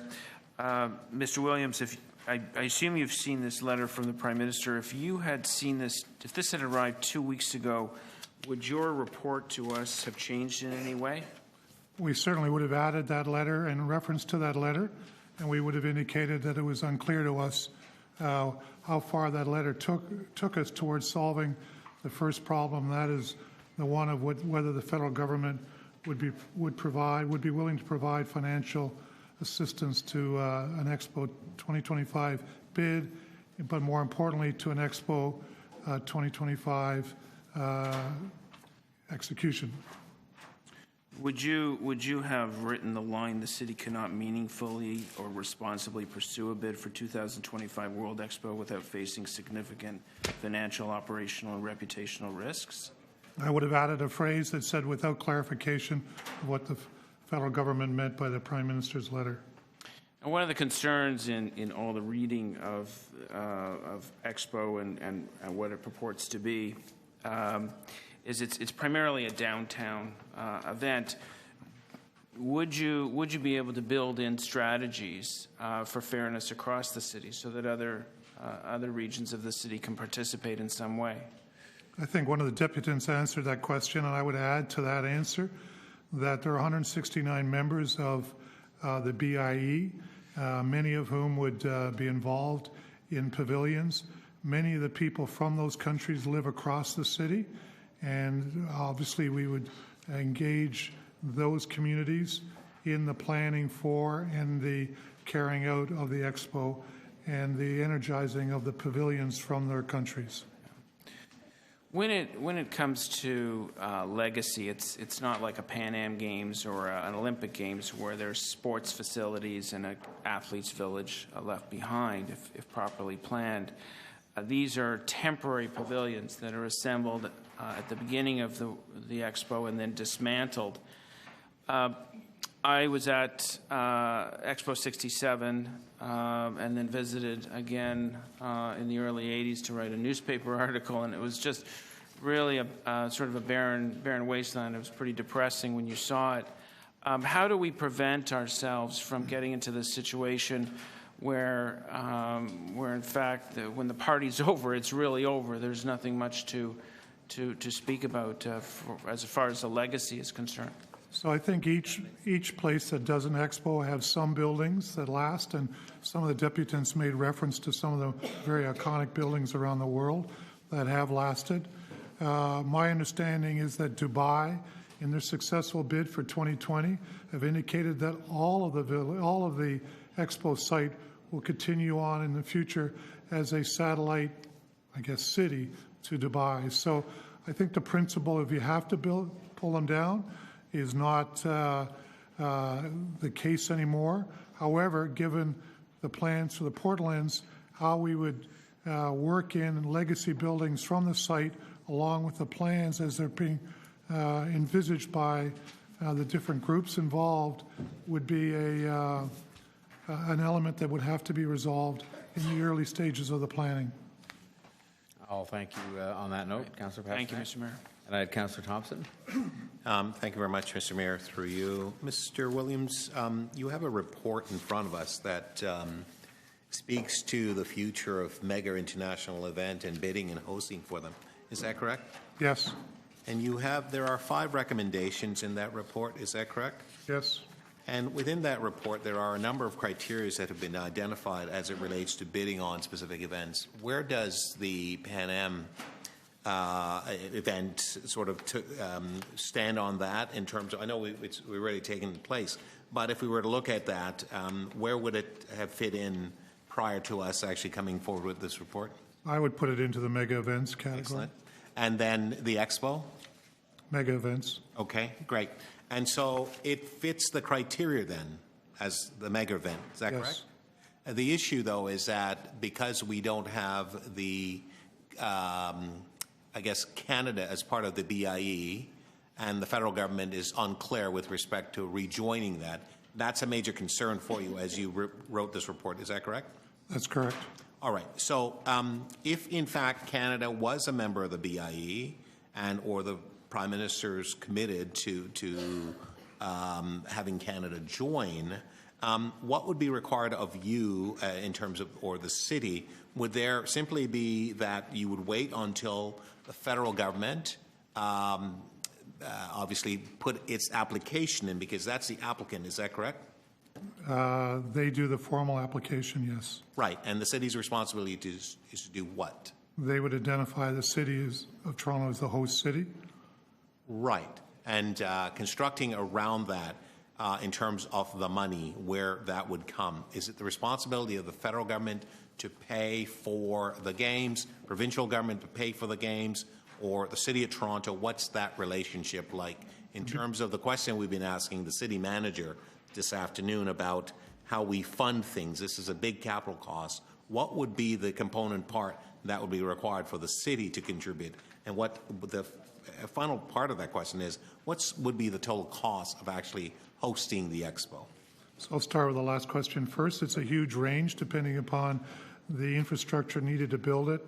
The E&Y report estimated was between $1 and $3 billion net, and that was totally tied to the infrastructure spend. The operating costs of an expo are close to break even or modestly positive. To the question as to the financing of the expo, the BIE has indicated that the federal government would have to commit to underwriting the costs of the expo. In other words, ensuring that the BIE doesn't lose any money on an expo here. The federal government could offload that to the province or to some other organization, but the federal government would be on the hook for it as far as the BIE is concerned. Okay, thank you. Thanks, Councillor Thompson. Councillor Robinson. Thank you very much. Is this attract more of a domestic market or an international market? So on most expos, it's a domestic market. And in the case of Montreal, it was split pretty well equally between Canada and the Northeast U.S., as one of the deputants indicated. Expo Montreal has a record for the most non-domestic attendees of any expo, but it's expected that Dubai will break that record. So all the work I've seen on expos in Toronto have pointed to the market being the Eastern Canada and the Northeast of U.S. Okay, and is there any TV production air rights? No, this is not a worldwide media play, so there would be no significant revenue from media. No, so no revenue source. And then what about impacts on other potential bids that we might pursue, other major sporting events or the Olympics down the road or FIFA? There's all sorts of them, as you know well. How would this impact those bids, potential bids? There are some cities that have attempted to do multiple major mega events, Brazil being the most recent example with Pan Am, FIFA, and now Olympics. But I don't know very many places in the world that have attempted to do it very close to each other. So presumably, if we decided to bid on on Expo 25, it would be very difficult for us to then bid on FIFA 24, or Olympics 28. We've already passed on Olympics 24. Right. Okay. So that would be provide challenges.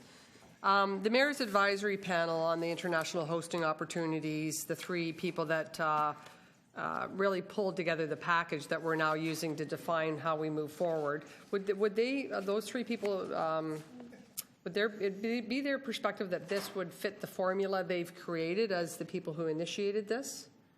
They set out a number of criteria. One of the major criteria that they have indicated should be taken into consideration is that funding be sorted out before a bid is submitted. And it's on the basis of that advice that the current report indicates that it's premature to put in a bid based upon the lack of information on the other orders of government providing funding support. I should also point out, by the way, it's the other orders of government that reap all the tax benefits of holding these mega events. The city reaps very little tax benefit at the outset. Down the road, it could possibly, but it's the province and the feds that. And along those lines, can you just expand on your... We're just... Okay, that's fine. I'm good. Thank you. I can ask him offline. Okay. Other questions of the from behalf of committee members, Councillor Deputy Mayor Minnan-Wong? Yeah. So I have questions related to the E&Y report. Sure. So, so it's true that in terms of tourism, there's not much of a bump after an expo. That's what the report says, yes? The report says it's hard to determine that. It indicates a couple of examples where growth kept going, and another example where in Sydney, or no, somewhere else in the world where it dropped off after the expo. So they also talk about, the cost is between 1 and 3 billion, is that right? Is that? Yes, roughly. Okay, so now that would have to be adjusted, so most times when that would be what, 10% more since the last time it was written? That would be a conservative bump up. Probably more than that. And do they factor in the capital cost as the federal and provincial government paying the capital costs? Yes. They do. So they make that assumption. Yes, they do. We have no. We don't have any idea. I mean, no, the Prime Minister's letter didn't suggest that they were yet going to give us a penny. They said they gave us their best wishes, but that's about all they gave us. Yes. So far, yes. All right. The operating costs. Now that's covered by the Expo Corporation. Yes. Correct. Okay. So then there are. What about the remediation and servicing costs of the land? That's part of the infrastructure costs that are currently ascribed to the federal and provincial governments. Oh, no, so we've ascribed not only so that's in addition to the mouth, okay, but you've already said the mouth of the Don is not counted in this because we think that. Well, it's counted in the E&Y numbers. Yes. An estimate of it, but as the Deputy City Manager reported, the expectation is that we're seeing our way forward to getting those costs done with or without an expo. Did they quantify the remediation and servicing costs? Their total costs for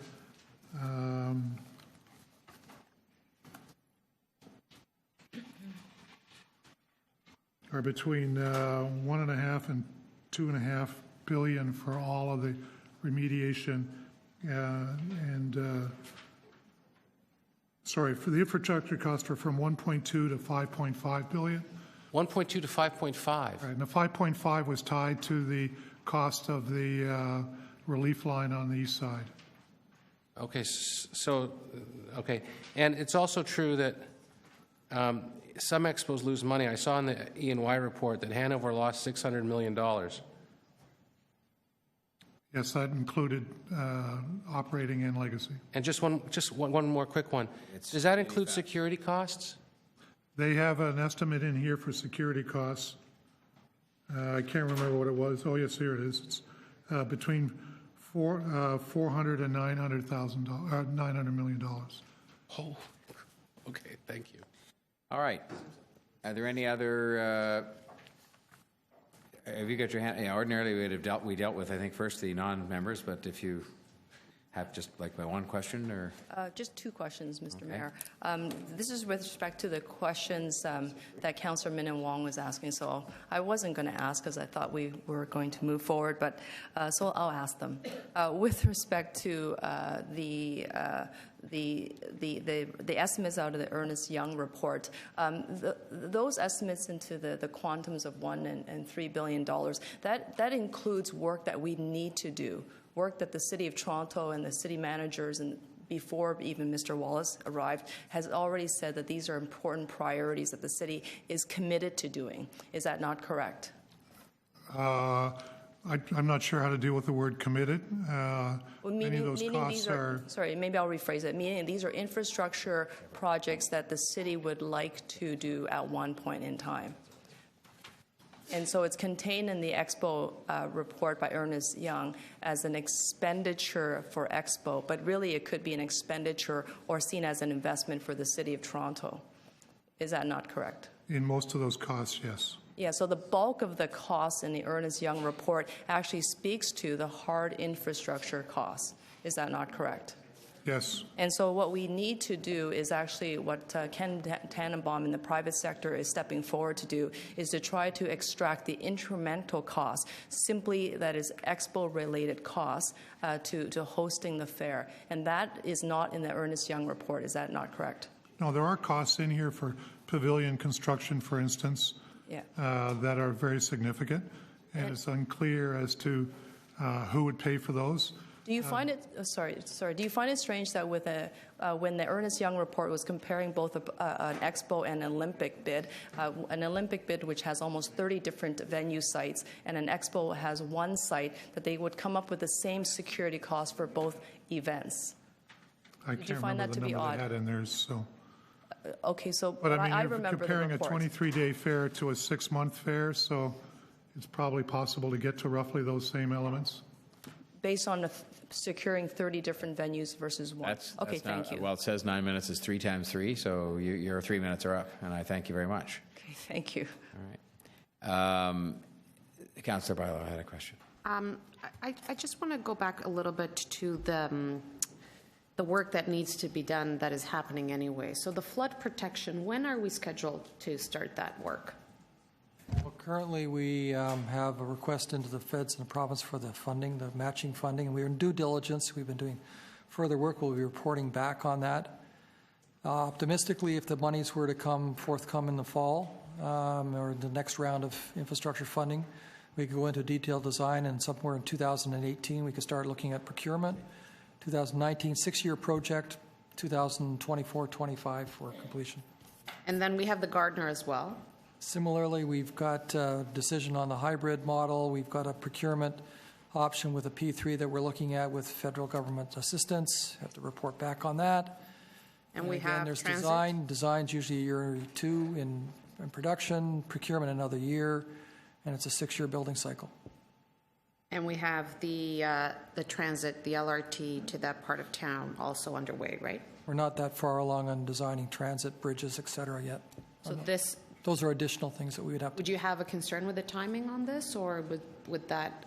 I think it's fair to say that geography, the mouth of the Don and Portlands, is probably the most complicated geography we have right now in terms of infrastructure and procurement. So it's not without its challenges. So we have 2 that are on its way, the flood protection and the Gardner, and the transit, we're not that far advanced. And what about all the other infrastructure, the sewers, the...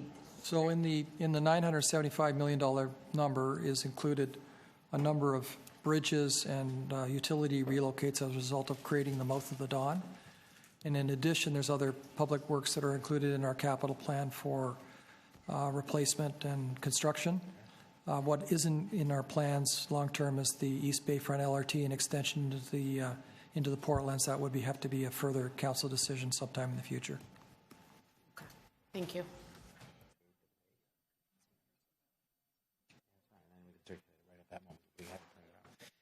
I'm sorry. So are you done then? Thank you very much, Councillor Barlow. Other questions of staff? Councillor Crawford. Mr. Mayor, on the projects that are kind of in the hopper to be funded, are any of these projects needing matching funds? So if one of the feds pay half, we pay half? And any of these funds that would be needed, or projects that would be needed for an expo? So through you, Mr. Chair, yes, some of them are definitely on our list and are ones that we have current asks under a variety of programs, both with the feds and the province. Okay, and would it be possible, again, when we sort of look at, and we're sort of looking at our long-term strategy, that there's a potential of, especially if it's matching, it's great that we get half from one level of government, but of course we're going to have to pay for that. And it could really look at changing our long-term strategy, bringing a number of items that could potentially, we were looking at doing 10 years from now, and actually bringing them a lot quicker, and there could be like this very large bump in our long-term strategy or our strategies in moving forward? Well, I'll let the CFO answer the question more fulsome, but I would say that certainly an expo bid, if it's supported by the feds and province with dollars, means that you're going to advance your interest. The question is, does it take away from any other funding obligations or funding requests that we might have? Does it reallocate? But surely it provides some incentive. Through you, Mr. Mayor. Most of these projects are on that unfunded list. The waterfront or the Donlands portion, that's our portion would be mostly funded through development contributions. So that's okay. It is still conditional on positive federal and provincial funding. That aside, the other projects like the waterfront LRT, it is on that list. It will require funding, and all those projects, in my view, will require some form of federal provincial funding to get off the ground, because we cannot do that whole $29 billion list. If we do get funding for some projects, that certainly moves it up the list, and then we can match it. But without federal provincial funding, it will be difficult to undertake. Thank you. Any other questions of staff? All right, we would then move to speakers on this. Are there speakers from outside the committee who wish to speak? Councillor Wong Tam. Thank you. And this has been an incredible journey for us to get to this stage for those who have been working on the Expo 2025 team, which is probably one of the most broad community-based organizations I've actually been involved with. And I've been involved with a number of them that could pretty much rival the face of the UN at times. But what I found to be remarkable is just the passion of the citizens of Toronto when I've had the opportunity to meet them. And when the Secretary General came to speak to us in January, I was very fixated on the infrastructure, to be quite honest. I was very much committed that was going to be the catalyst that was going to bring us greatness as a city, and there was all sorts of economic cases to be made. But since then, my thinking has evolved from that. And those are good things, and those are important things that we want to aspire to as a great city. And I have no doubt that we'll get there eventually, but certainly this does speed things along. But what I have uncovered to be the greatest strength of Expo is the ability to pull us together and to actually be a bigger city than we are. With respect to our mindset, I have met young people who have talked about the new economy, the digital economy, and about innovation and startups, and they want a platform to showcase their talents and to make sure that their voices are heard. And that is one of the powers of the Expo that I don't think that we have right now. We don't have an international cultural and arts marketing strategy. We simply don't. We have cultural institutions in our city that market regionally. And one of the opportunities of the Expo is actually to go global. And I would actually refute the claim that perhaps Expo will only attract a domestic market. Toronto happens to be the portal to North America and the Americas. And I would say that we haven't even started to understand the global reach of our city. With respect to the broad citizenship that lives in Toronto, we have people from across the globe speaking every single possible language, living in our city, and they don't feel a sense of connection necessarily to the core. They don't feel always a connection to one another, and they certainly don't necessarily feel a connection to civil society and their civic government. So we know we have an opportunity to actually showcase the world simply because Toronto is what Canada should be, in my opinion. And Canada's voice is more needed now globally than ever before. And that is part of the exciting propositions of the Expo. And to me, if we don't find a proper way to develop a reconciliation conversation with Canada's First People through the Expo, then we have a problem. When we have 169 member nations that are part of this global community, we couldn't possibly begin a nation-to-nation conversation with those nations without talking first to Canada's First People who live right here in our great city, in our great country. And that is hard to quantify. That really is hard to quantify, but that is the lofty aspiration that I think that could be just one of the many legacies that will come out of Expo, and there's too many to list in 3 minutes. Thank you. Thanks, Councillor Longtime. Other speakers from not members of the committee? Councillor Fletcher? Are you going to reset my time? Yep. Checking. Thank you. I just want to say that Councillor Wong Tam has a big passion and great leadership here. And from the very beginning, she's been saying Canada has to join the BIE. We have to get back into Expo. And your voice has been raised very clearly with that. I think that it's time to get back in that business and have Canada be part of that bureau, and I'm hoping that the federal government will move to that. I was very excited today to hear some of these deputations, particularly the Toronto Arts Council. It really was inspiring, thinking about the world and arts and our place on the stage, and had us think in a very big way. This is an opportunity to realize some of these dreams. And so to the whole committee, their efforts are fantastic, pulling together and creating this big idea for Toronto.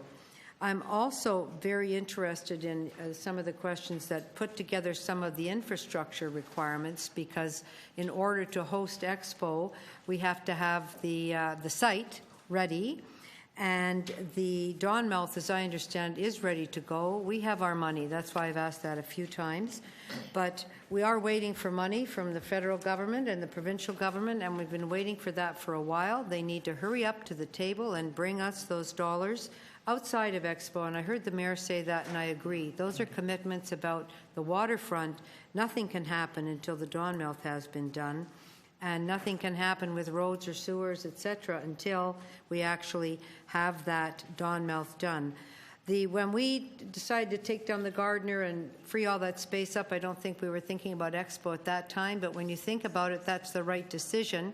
I'm very interested to know what is the timing around that, because I heard one of the first deputants say, we have 2023. That's our deadline in order for people to come and put the pavilions up that will bring Canada to bring the world to Canada and bring other Canadians to Toronto. I don't have my Expo passport, but I was there and it was very inspiring. So that deadline is 2023. And what does that mean for our Gardner takedown, rebuild, and then getting some transit along that corridor? So I'm really looking forward to an implementation strategy and putting some numbers and things around that, so we can say, here's our goal, and here's how we have to do it, and here's how it will work.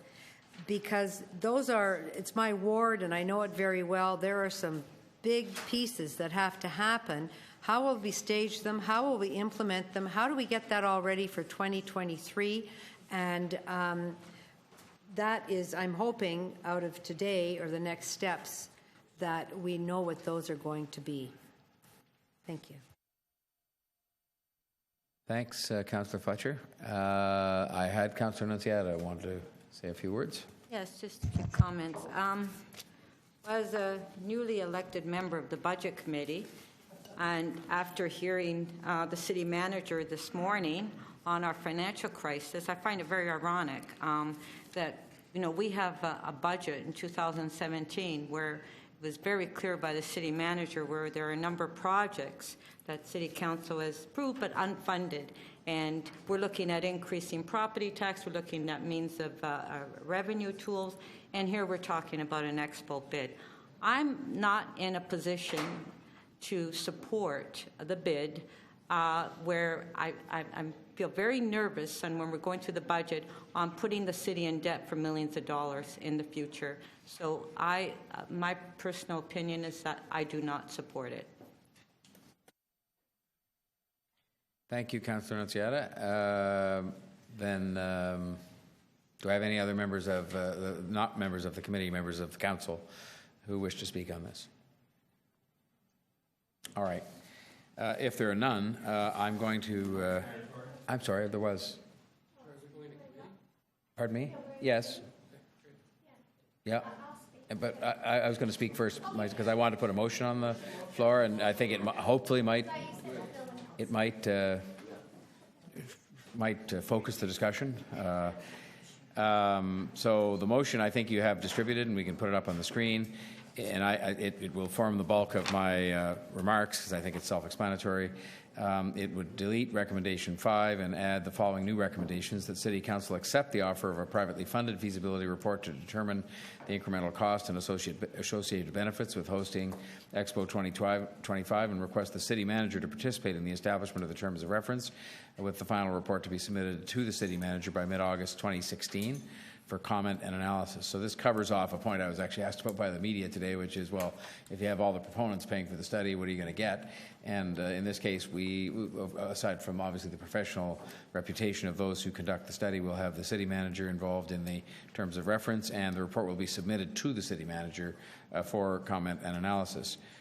Then the City Council would, under number 6, request the City Manager to submit the feasibility study to the Executive Committee no later than the meeting in October 2016. That coincidentally, we would ask, number 7, that the Government of Ontario and the Government of Canada participate in the establishment of the terms of reference for the feasibility report and consider the feasibility report and the possibility of a bid at the same time as the Executive Committee, namely October 2016. And finally, something that I've certainly been saying and mean very emphatically, which is number 8, that City Council require that any city bid for Expo 2025 be contingent upon an agreement with both of the other governments that any Expo funding by those governments be separate and in addition to any current and future funding allocations to transit. It says future because, of course, currently we know more or less what's coming from the most recent announcements, but phase 2 of the infrastructure planning by the Government of Canada is now underway. We're being consulted on that, and obviously there will be some determination on that. And I just speak for myself, obviously. I don't want any of the incremental costs, of which there will be some, no matter what anybody says, to putting on this Expo, if we decided to proceed with it, to be taking away 1 penny from our transit or our housing money that we need as a top priority or other infrastructure.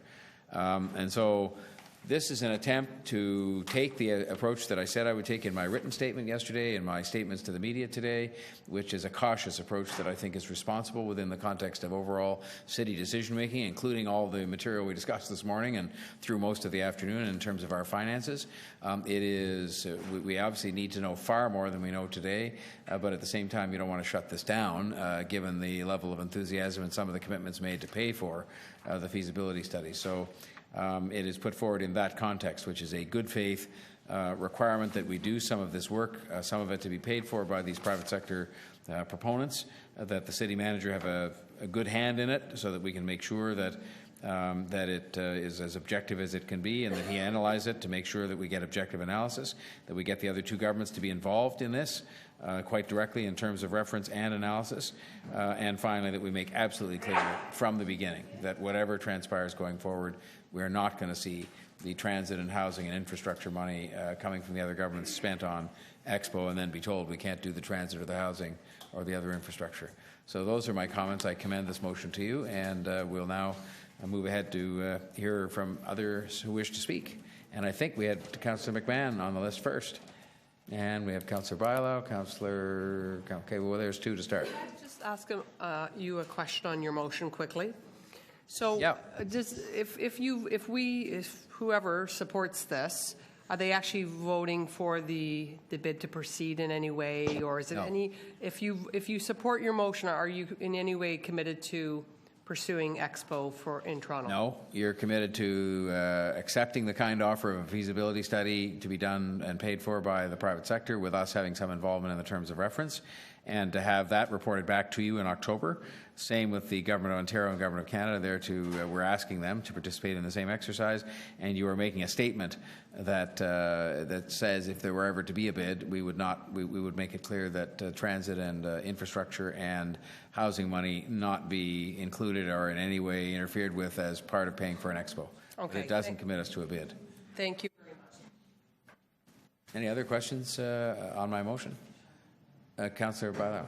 Just very quickly, Mr. Mayor, when you talk about feasibility, it's financial and also the implementation, as the Deputy City Manager was talking about the coordination of all those projects that need to happen. Yes, I think it's one of those fairly broad studies. And in fact, I think it was mentioned earlier on, it would be updating some of the information they already have from both Ernst & Young and also, who was the other one, KPMG or whoever it was?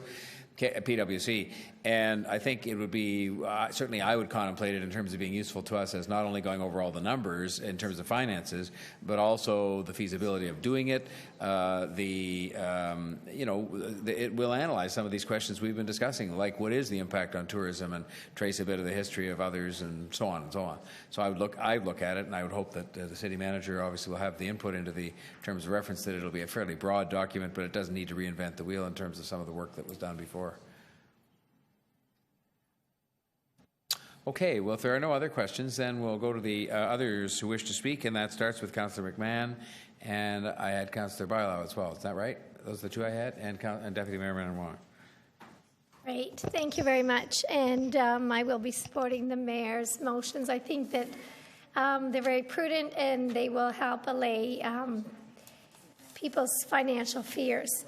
Thank you to Councillor Wong Tam for all her hard work on this. I know the word expo comes out of her mouth. It must be every second word in a positive way. And thanks to her, the very passionate committee and all the deputants today. It's been very enlightening. I'm happy to support the idea in theory and Mr. Tory's, the mayor's motions. I'm just concerned about a couple things, timing. And if we have enough time, the plans of Waterfront Toronto and how, they jive together with this. I wouldn't want to disrupt any of their plans down there in the Portlands, but hopefully this will accelerate their work and work together with them. The funding, of course, we want other levels of government involved. And to me, what's big is the sustainability model, and so I'm thrilled to hear from Mike Williams and Councillor Thompson. I think we're mentioning that the Dubai model is to keep those pavilions and transform them into something viable and functional and vital to the community. So I think that's a great model. I think it's a fabulous opportunity for our city for sure. When we were in Shanghai recently on the mayor's trade mission, we heard from the mayor of Shanghai how he had nothing but positive things to say about his experience and their experience with the expo and how they would like to bid on it again. Only we don't want them to, and they can't. So I think it's all good. We're going along here in a good way, and I like the kind of three pillars that Mr. Tannenbaum was mentioning: the Canadian spirit, the accelerated work, and the economy, the CAE. I think that's fantastic all around, but we just need to get everything together and get the stars and moons aligned, and we can go from there. Thanks. Thank you, Councillor McMahon. Councillor Bailão. Thank you, Mayor, and thank you for your motion. I think this is the most appropriate way to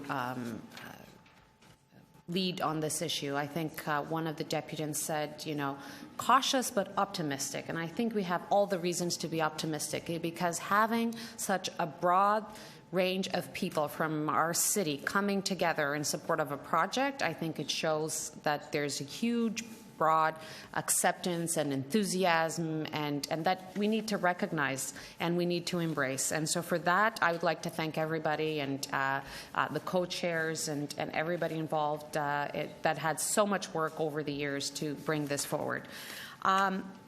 I have certain reasons why I support the Expo. One of them is I get very tired when people come up to us, and I'm sure I'm not the only Toronto politician that says, you guys should be ashamed of that Portlands. Even though that we try to tell them how much work is being done in there, people don't see it, they don't believe it.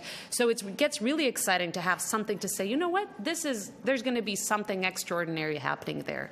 And I've seen it firsthand. I've experienced Expo in Lisbon in 1998, actually, where Toronto lost to Lisbon. It was the last two cities. And it was the exactly same situation. Brownfields, hectares and hectares, completely, nothing happened in there. And today you go in there and it's a vibrant neighborhood of office and housing and transportation and aquariums and everything in there. You can find monuments, music venues. It's a wonderful neighborhood. So the potential for us to do something like that in a part of the city that is completely dead right now, while creating jobs, while supporting our arts, while promoting Canada out there, is exciting. Now, I also think that we need to do it in a cautious way, exactly as the mayor is saying. We have very, very big challenges ahead of us, and transit and housing are big challenges. I look at this as, yes, we are already doing these kinds of investments. Yes, we're already doing a lot of this work in the Portlands. How can we make sure that that buck that we're investing goes a bit further? And can this make our dollar that we're investing going a little bit further?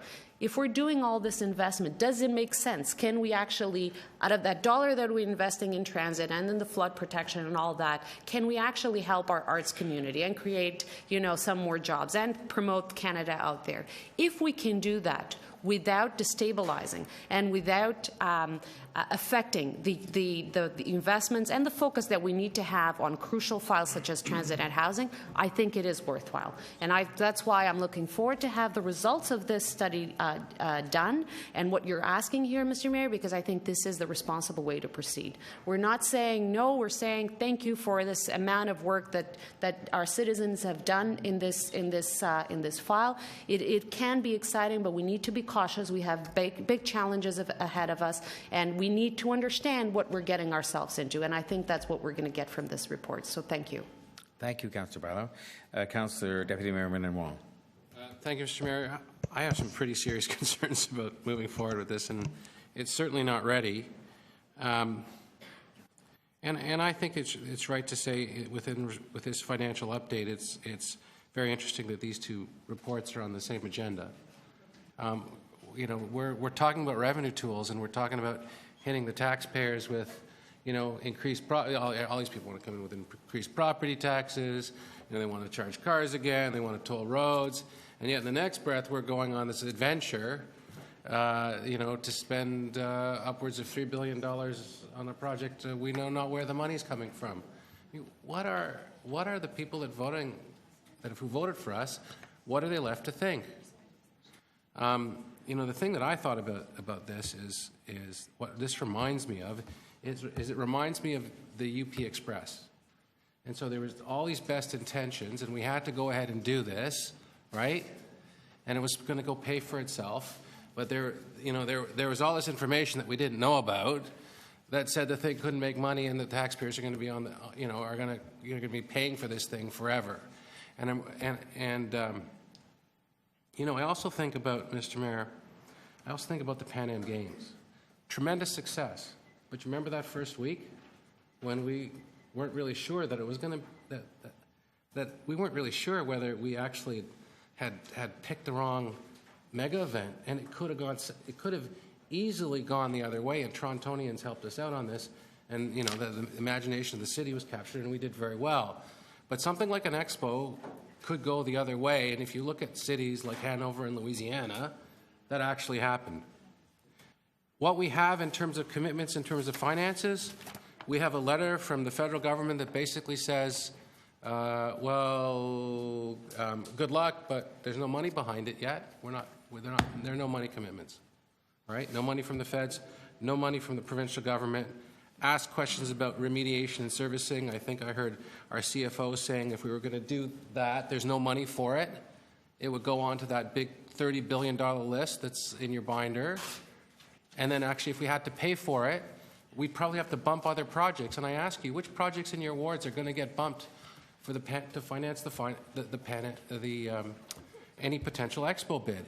It's a realistic, reasonable, practical question. Which projects are going to get bumped? Because we don't have the money to do it. And this idea, this really, and this should bother you. I don't care whose money it is. When you spend up to $900 million in security, how much, if we got that $900 million in some other form, whether it be in transit or community centers or roads, what could we do with $900 million? So, Mr. Mayor, you had the cheerleaders there. You are the #1 cheerleader for the city. I'm glad that you have, but we've got to take care of the back office here. And sometimes that means giving people bad news and being the bad guy. And I'm not, we're not going to stop here. As you said, we don't have to shut this down today, but we may have to come November if we don't get the proper information that we need. Thank you, Deputy Mayor Minnan-Wong. I had no hesitation to deliver bad news when it came to the Olympics, and I won't if bike lanes don't work on Bloor Street, but we'll base it on the evidence, and we're just getting the study, but that's making another speech, so I'm not allowed to do that.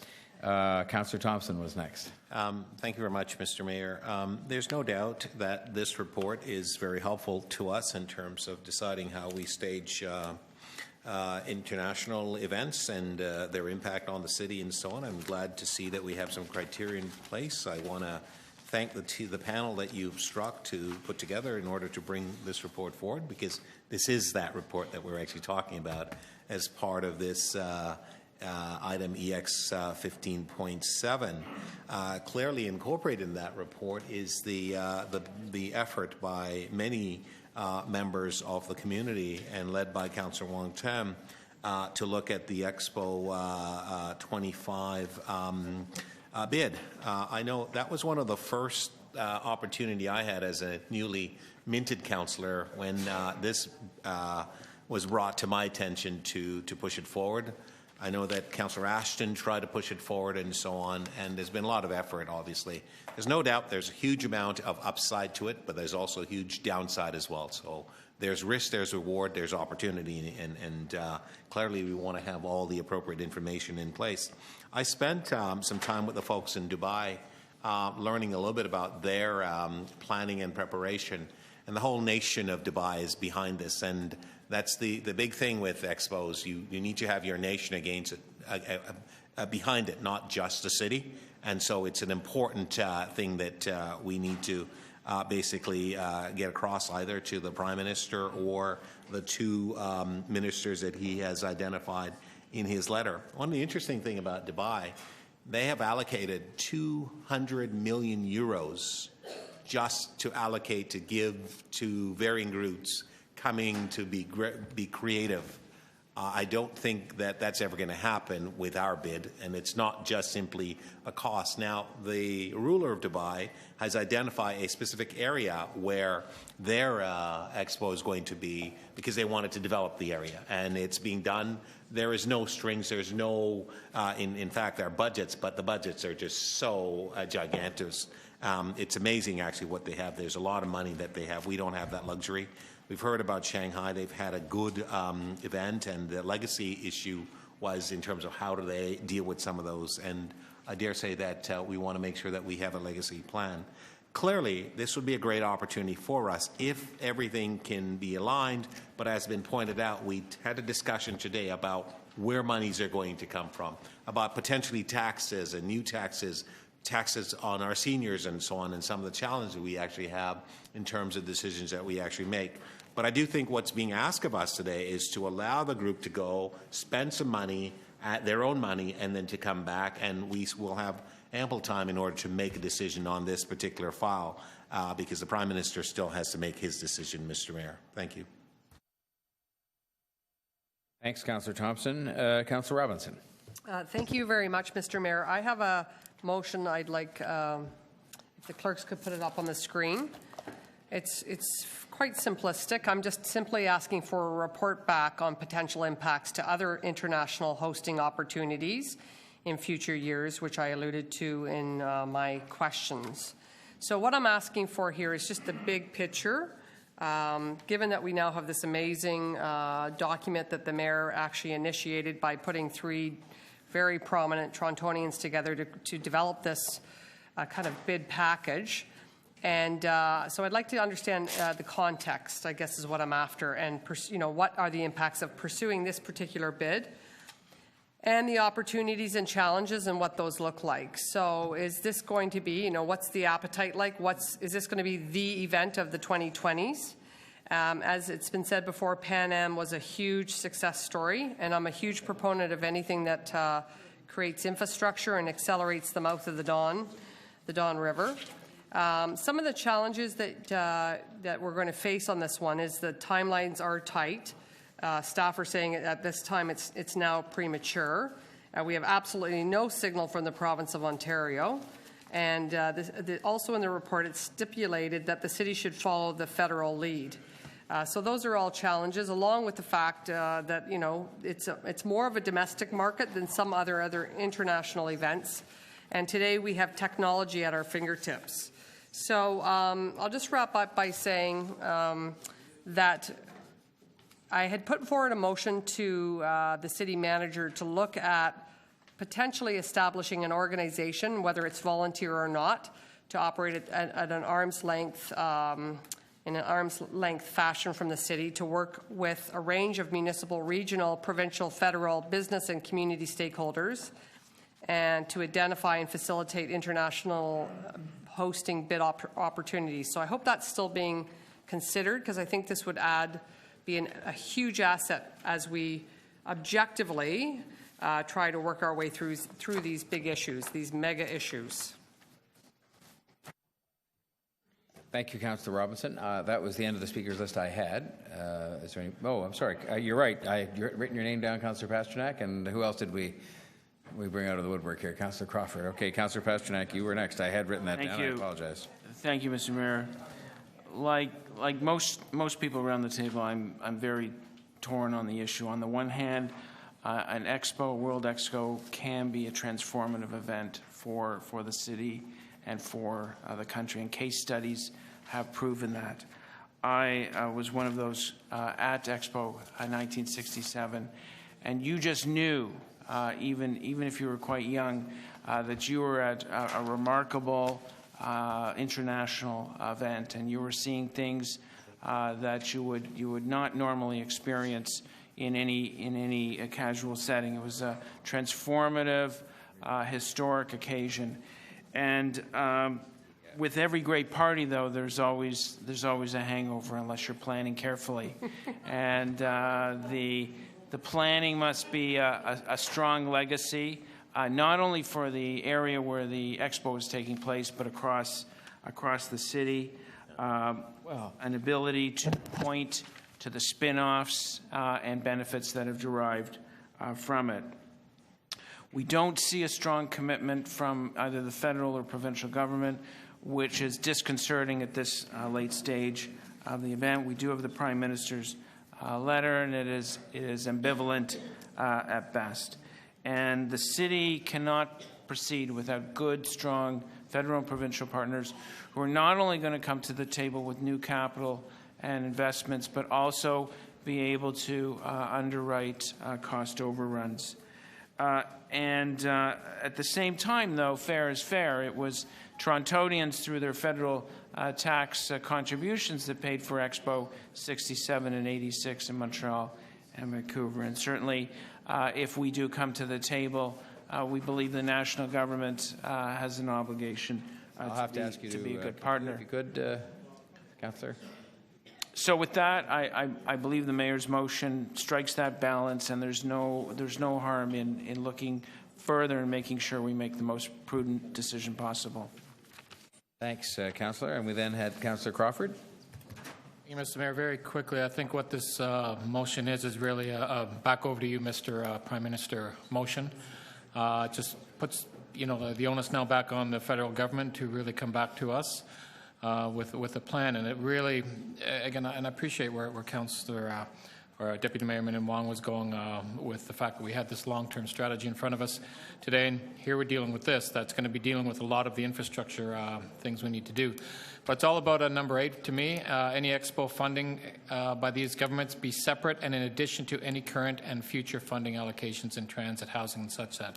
One of my main concerns when I saw the initial putting forward the bid is you could see the feds or maybe the province willing to support a lot of the infrastructure work down there, but then maybe we wouldn't get money for social housing.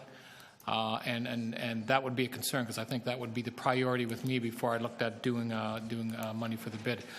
This gives us a bit of a, if you want to say, it just gives us a bit of backup, and I think we'll see what the feds come back, and of course the province is part of that, and we'll be having the same conversation, I'm sure, in a couple of months.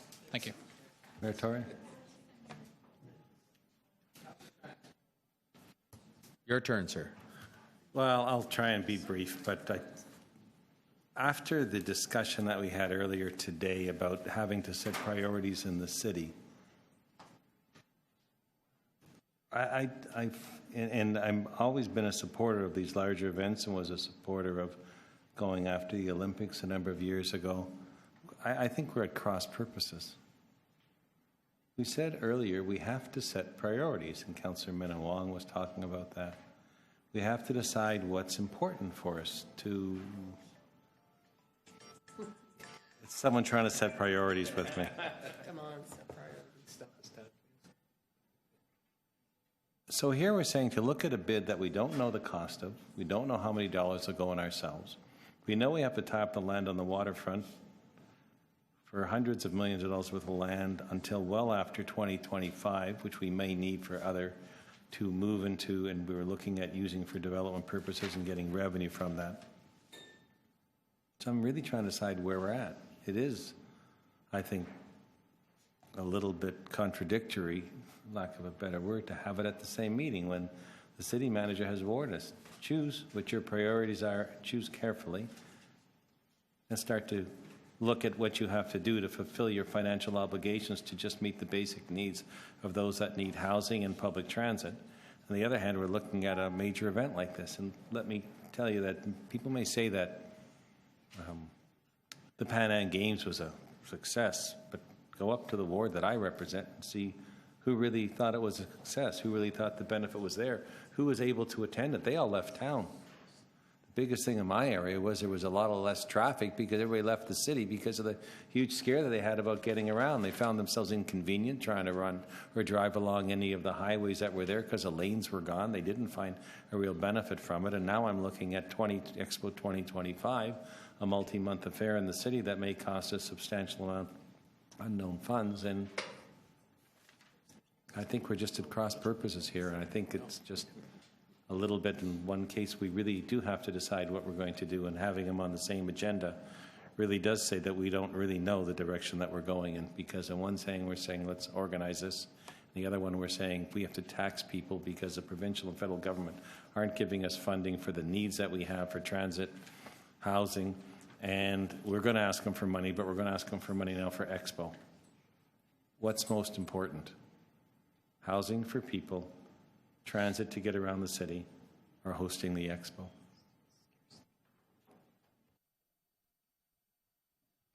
Thanks, Councillor Shiner. Other speakers? All right. Well, then we're ready to deal first with the motions we had. There were two. The first was the one moved by me, which I think you have a copy of, but we can put it up on the screen. And it essentially puts in new recommendations 5 through 8. And I'm ready to call the question on that. All those in favor? Opposed? Carried. Then we have Councillor Robinson's motion, which is again on the screen in front of you and distributed. And I'll call the question. All those in favor? Opposed? Carried. On the item as amended, we'll have a recorded vote requested by Councillor Palacio. On the item as amended, all those in favor, Councillor Ainsley, Councillor Bailão, Councillor Crawford, Councillor DeGiorgio, Councillor McMahon, Deputy Mayor Minnan-Wong, Mayor Tory, Councillor Palacio, Councillor Pasternak, Councillor Robinson, Councillor Thompson. All those opposed, Councillor Shiner. The item as amended carries. Thank you. All right. With your concurrence, I would suggest, because I'd had a request earlier on, you might recall, from Councillor DeGiorgio to deal with what I think will be a quicker item than the ward boundary review, and that is this Metrolinx's proposed 18-milliwatt gas power plant, because there are deputants waiting to be heard on that. Are they still here? Let me just ask. Judith Hayes, Bob Oliver, Rick Cicerelli? Okay. So with your concurrence, ladies and gentlemen, all those in favor of dealing with 15.9, we'll have the deputants, and then are you the only deputant that has survived this? Three. There's three of us. Oh, there are all three still here. Well, you deserve a badge of honor for patience. Are you Miss Hayes? Yes. All right. Well, then, we'll, as long as the committee's in concurrence, we'll deal with this. So please go ahead. Thank you very much for giving us this opportunity. I do hope you're still awake. No, I'm fine. I'm not going to sing to you to wake you up, but I am late for my choir practice, so I'm in trouble. Just saying. I'll wait for singing then. My name's Judith Hayes. I'm with Mount Dennis Community Association on the executive. Our MDCA has has worked for the neighbourhood, for residents and businesses for over 25 years, and I have lived in the neighbourhood for 23 years. Our involvement so far has been that transit's been a major issue in Mount Dennis for years. We worked on the Eglinton subway years ago. We have also engaged with the TTC and city planning on the LRT plans before Metrolinx took over. And we're a founding member of the Toronto Community Benefits Network, of which I'm also on the board. We were involved in the Metrolinx Mobility Hub planning meetings and have reps on the Kodak Lands Community Consultation Committee convened by the city. Our past president was one of the 2 presenters on behalf of community consultations to the 3 bidding consortia to build the Eglinton LRT. We clearly requested that they plan for a green development and make it a green jobs generator. Our understanding of the situation at present is that instead of a green development and solar energy, unexpectedly we were given plans for what the city energy planner has described as the largest urban scale gas plant in Toronto. This was after the community planning consultations had taken place on what was going to be on the former Kodak site. There was no consultation at all, and obviously there's been a great deal of concern about it. We noticed that in previous discussions with Metrolinx over the plans for the site, with the very large maintenance and storage facility that's going to go on there, which is a huge building, about 3 acres in area, which they have to have a green roof by law, according to the bylaws.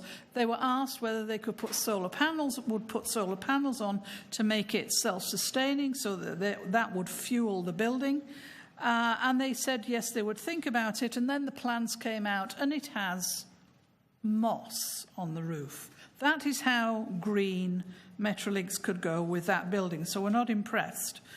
All of a sudden, this planned gas plant suddenly appeared in the corner of the plans with no consultation whatsoever. It's got four chimneys, 4 stories tall, and they said that it was just to fuel if the LRT cars got stuck in the tunnel, because you know the Eglinton LRT is tunnelled from Black Creek to Laird. If they got stuck in a power cut, then they'd be able to get them out.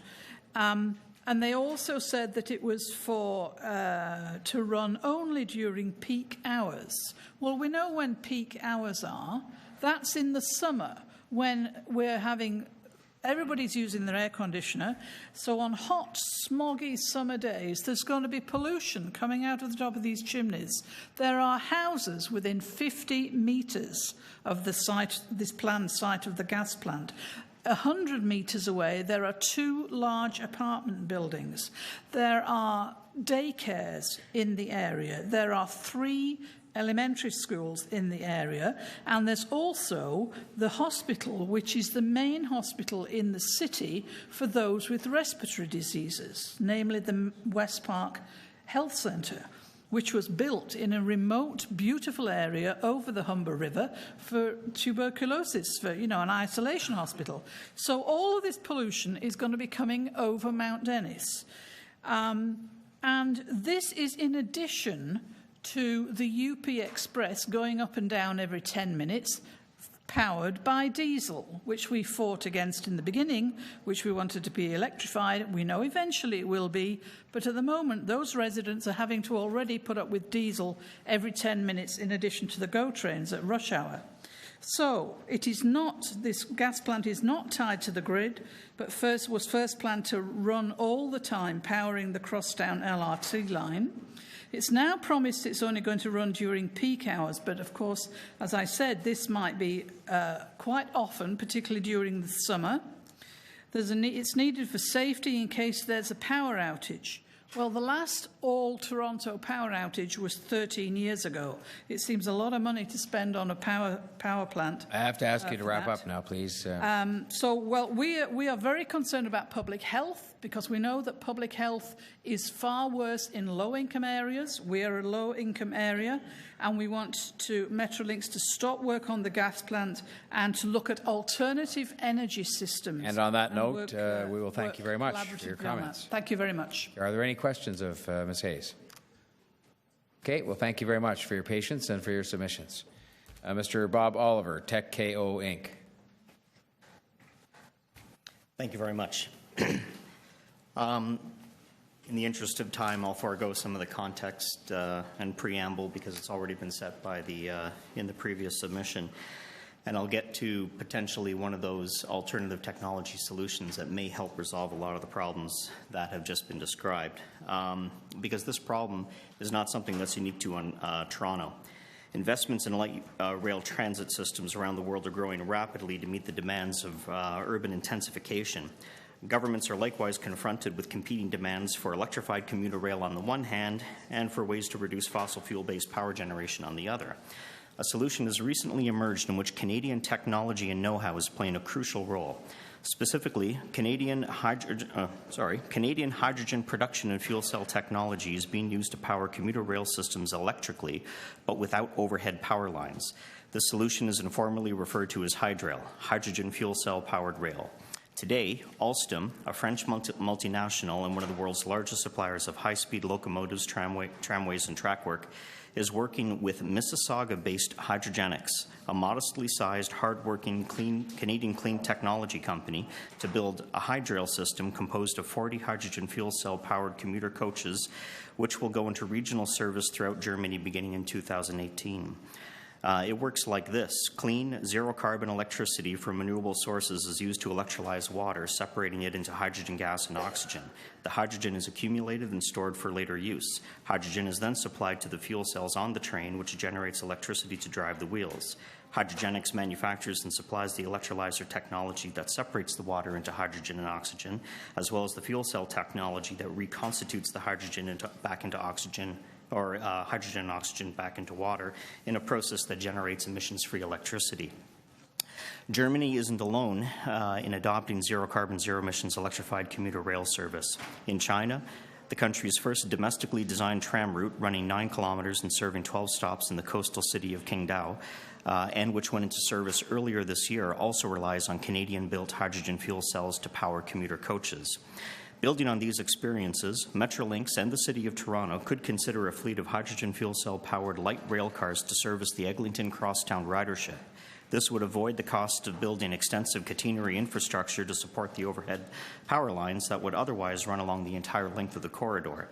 As well, these Hydrail cars would be self-propelled, using energy safely stored on board, and so, like buses, they would continue to run during power outages.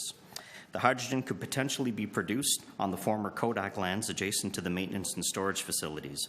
The electricity to power electrolysis could be drawn from the grid at times when system-wide demand is low and the economics are most favorable. As well, power could be supplied by renewable sources on site, such as the rooftop solar installation we just heard about. This approach, known as power to gas, is an energy storage solution developed in Ontario and that the governments of Ontario and Canada are demonstrating within the province this year. I would be pleased to provide the committee with further information and technical details on the Hydrail option upon request. But for now, the point of my submission is to inform the committee and the community stakeholders that Hydrail is a new approach that innovative jurisdictions are pursuing. It is part of a holistic clean energy solution that is flexible and effective in decarbonizing both energy generation and electrified transportation.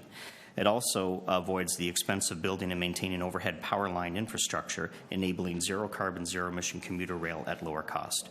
But perhaps most importantly, this approach is a commitment to Canada, to Canadian innovation, to the fulfillment of Ontario-developed clean technology, and to its growing Canadian workforce. And I think it's an example of something that the community energy plan that's recommended to this committee would uncover if conducted. Thank you very much for your time and attention. Thank you very much for your submissions, Mr. Oliver. Are there any questions of Mr. Oliver? All right, we thank you very much. And then, last but not least, we have Rick Cistrelli from Toronto Community Benefits Network.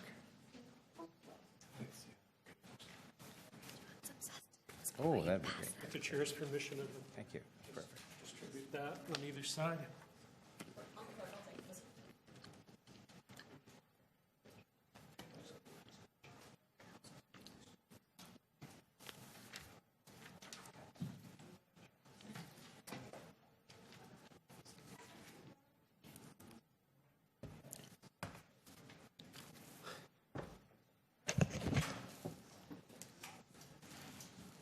Thank you.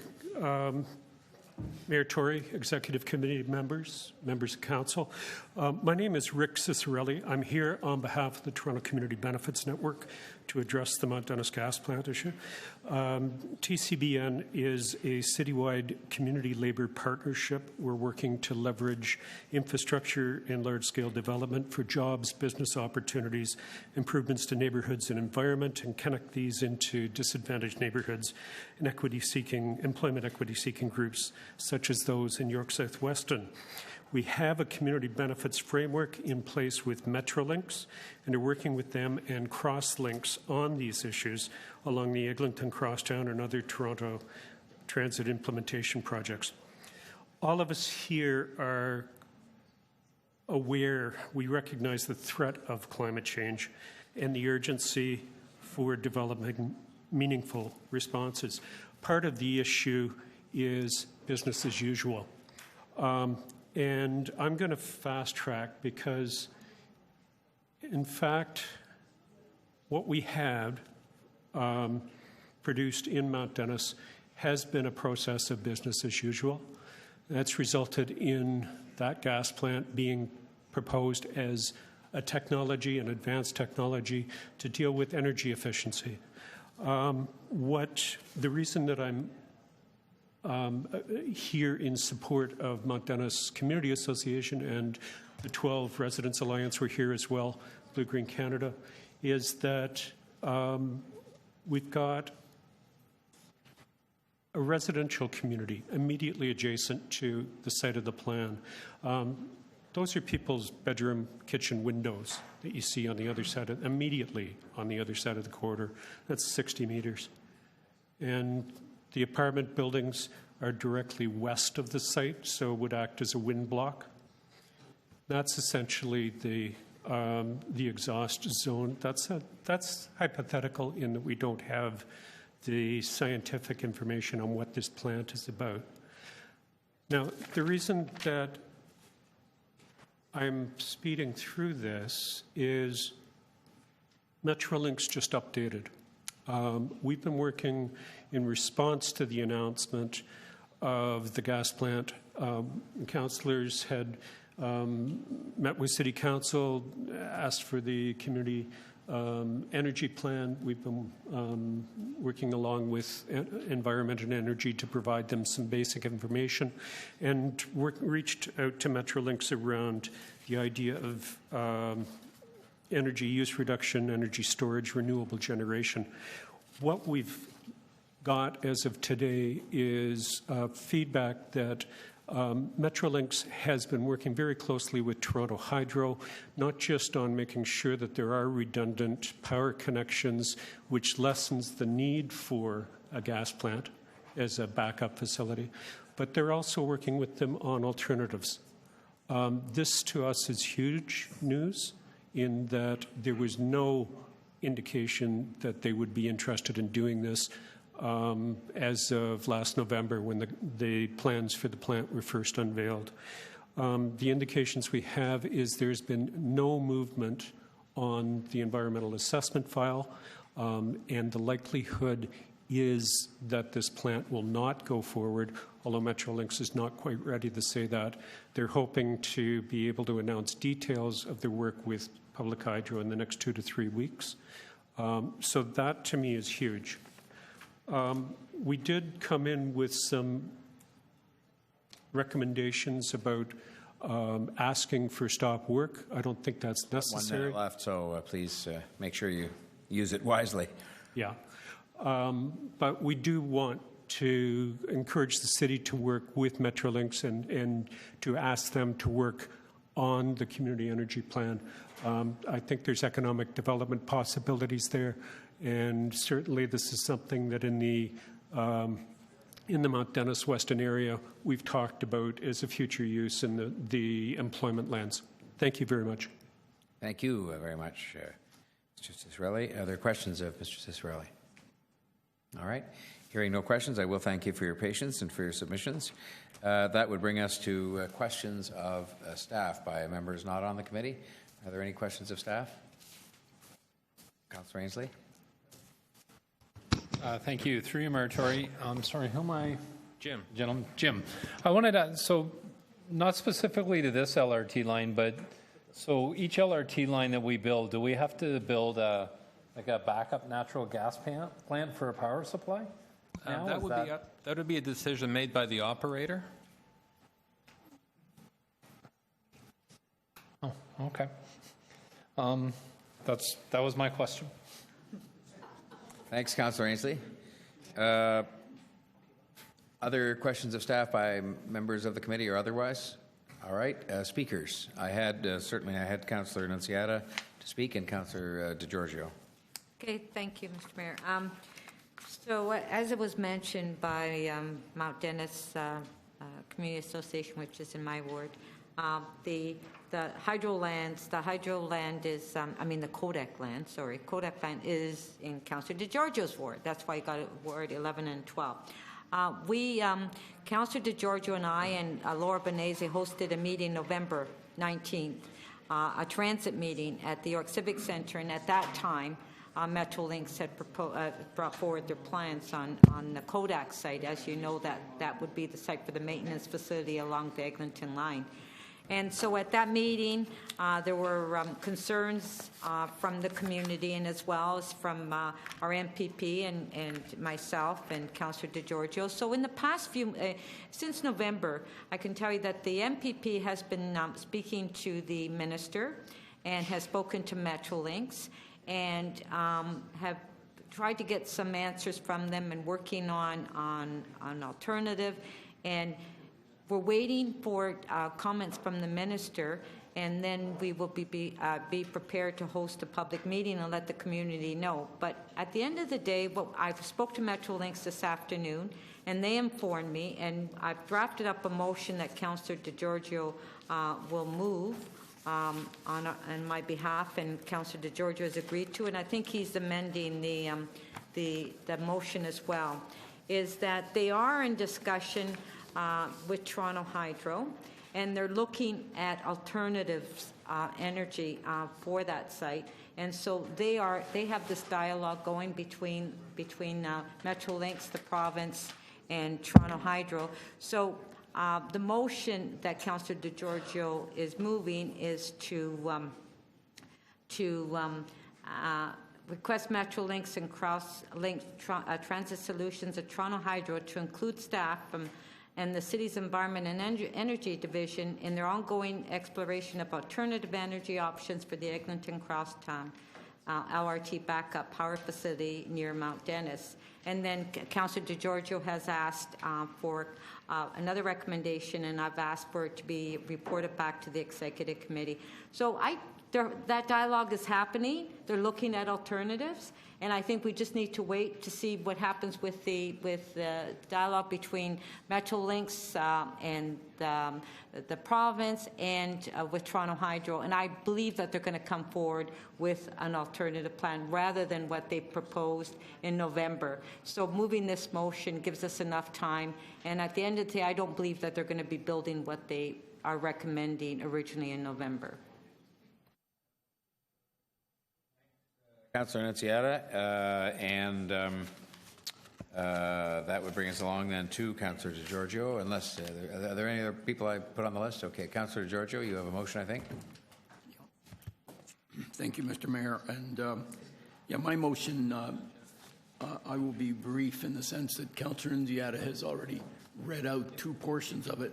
I've also included in part two some concerns that Councillor Shiner had expressed with respect to the proposed backup power facility, when it would be used, for what purposes and whatnot. So it's incorporated in that motion. There have been ongoing discussions between the Minister of Finance, Toronto Hydro, Metrolinx, the provincial member in our area, York Southwestern, and there seems to be a consensus that, in fact, the alternative energy sources will be looked at this location, and I'm optimistic that we'll come up with creative solutions. The only drawback is I suspect it'll be a little more expensive. But unfortunately, that's what we'll see. But so I would ask members to support the motion. on the understanding that everybody seems to be on the same page and we're proceeding for a solution. Thank you. Questions of the mover or other speakers? All right, well then I think, are we ready for the question then? So we have the motion to amend, moved by Councillor DeGiorgio. It's up on the screen. All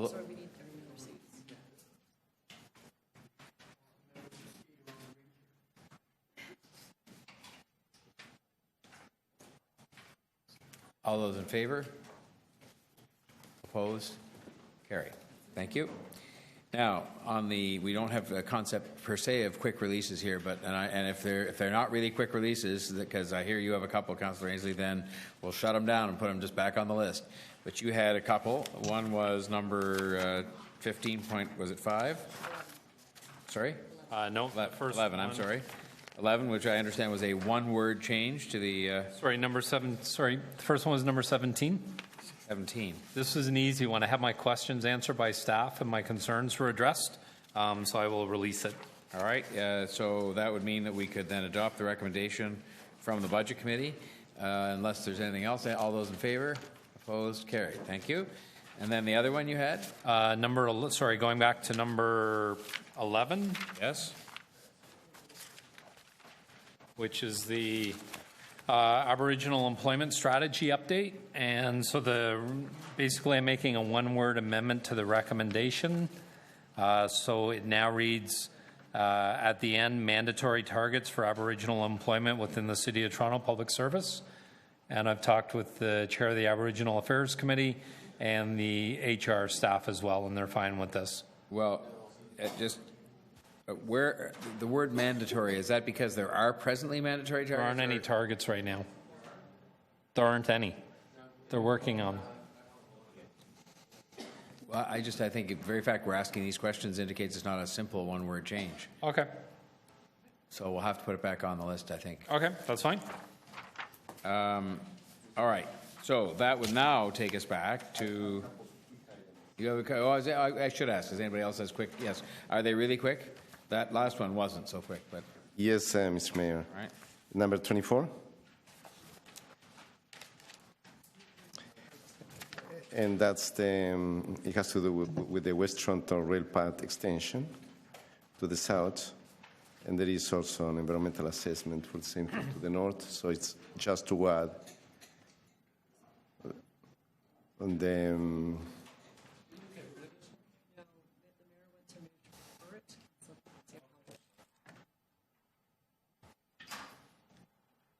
It's the same thing to repair. You want to move this amendment then? Just with, what's underlined on the number 1. So it says such projects to potentially include. So it really is just putting those on the list for the consideration of the. So we're doing an environmental assessment already in the northern part as well, and that was approved by Council some time ago.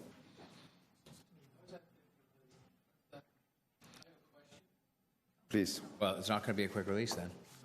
So we'll split it down. Did you have another one, Councillor Palacio? And the other one, it has to do with number 29. That was the add-on item that has to do with the.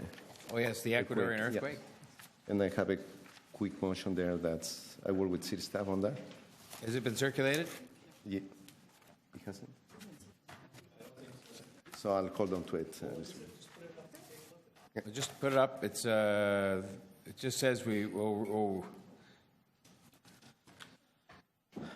So it's in essence that's what you have there.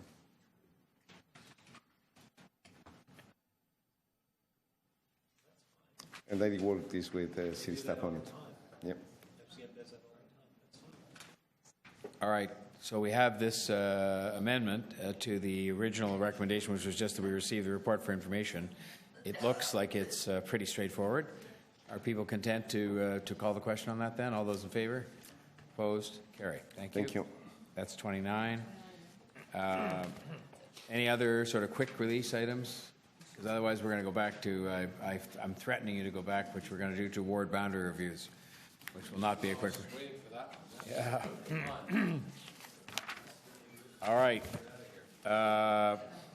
Now it says hold for a presentation. Are we having a presentation? I didn't think we were. Pardon me? I didn't think there is a presentation? It's at the prerogative of the chair, should you wish to have a presentation. But we are ready if... No, I think we don't think we want one. Now, there are deputations, and I'd like to ask the committee to consider, as we did with the, just given the time, and we've got other items to deal with, that we do the same thing as we did for all deputations and speeches and questions, to have a time limit of 3 minutes for this matter. All those in favor? Opposed? Carried. Okay, so the first deputation on the ward boundary review was Mr. Kaspersky from the Green Party of Toronto. Is Mr. Kaspersky here? All right, Mr. Kaspersky is not here. Mr. Robert, I'm sorry, is he here? No. Mr. Robert Brown. Mr. Robert Brown does not get his deposit back. Miss Susan Dexter. Okay. Matthias D. Dovitis, Duke Heights BIA. And Mr. Miroslav Glavich. I think, is that him right there? It is. So you are our only deputant that is hung in there, and so we invite you to take your 3 minutes, and thank you for your patience. You have to admire residents of Ward 43.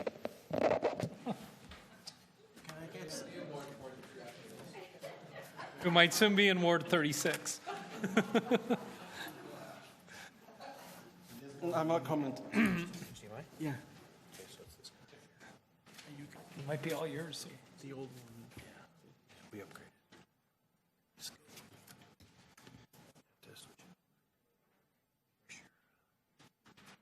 that your video option? I have no idea. Can I... Which one display? Yeah, there. It's Windows 10. Yeah. Yeah, it's not right. Can you go down? It's on duplicate.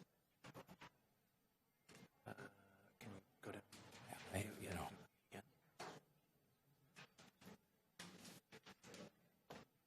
Let me see. I was going to take it out, put it back.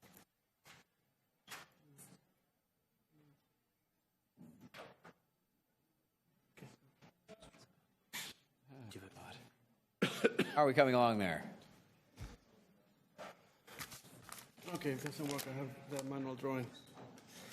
We may have to go to the low tech. We may have to go to the low tech version.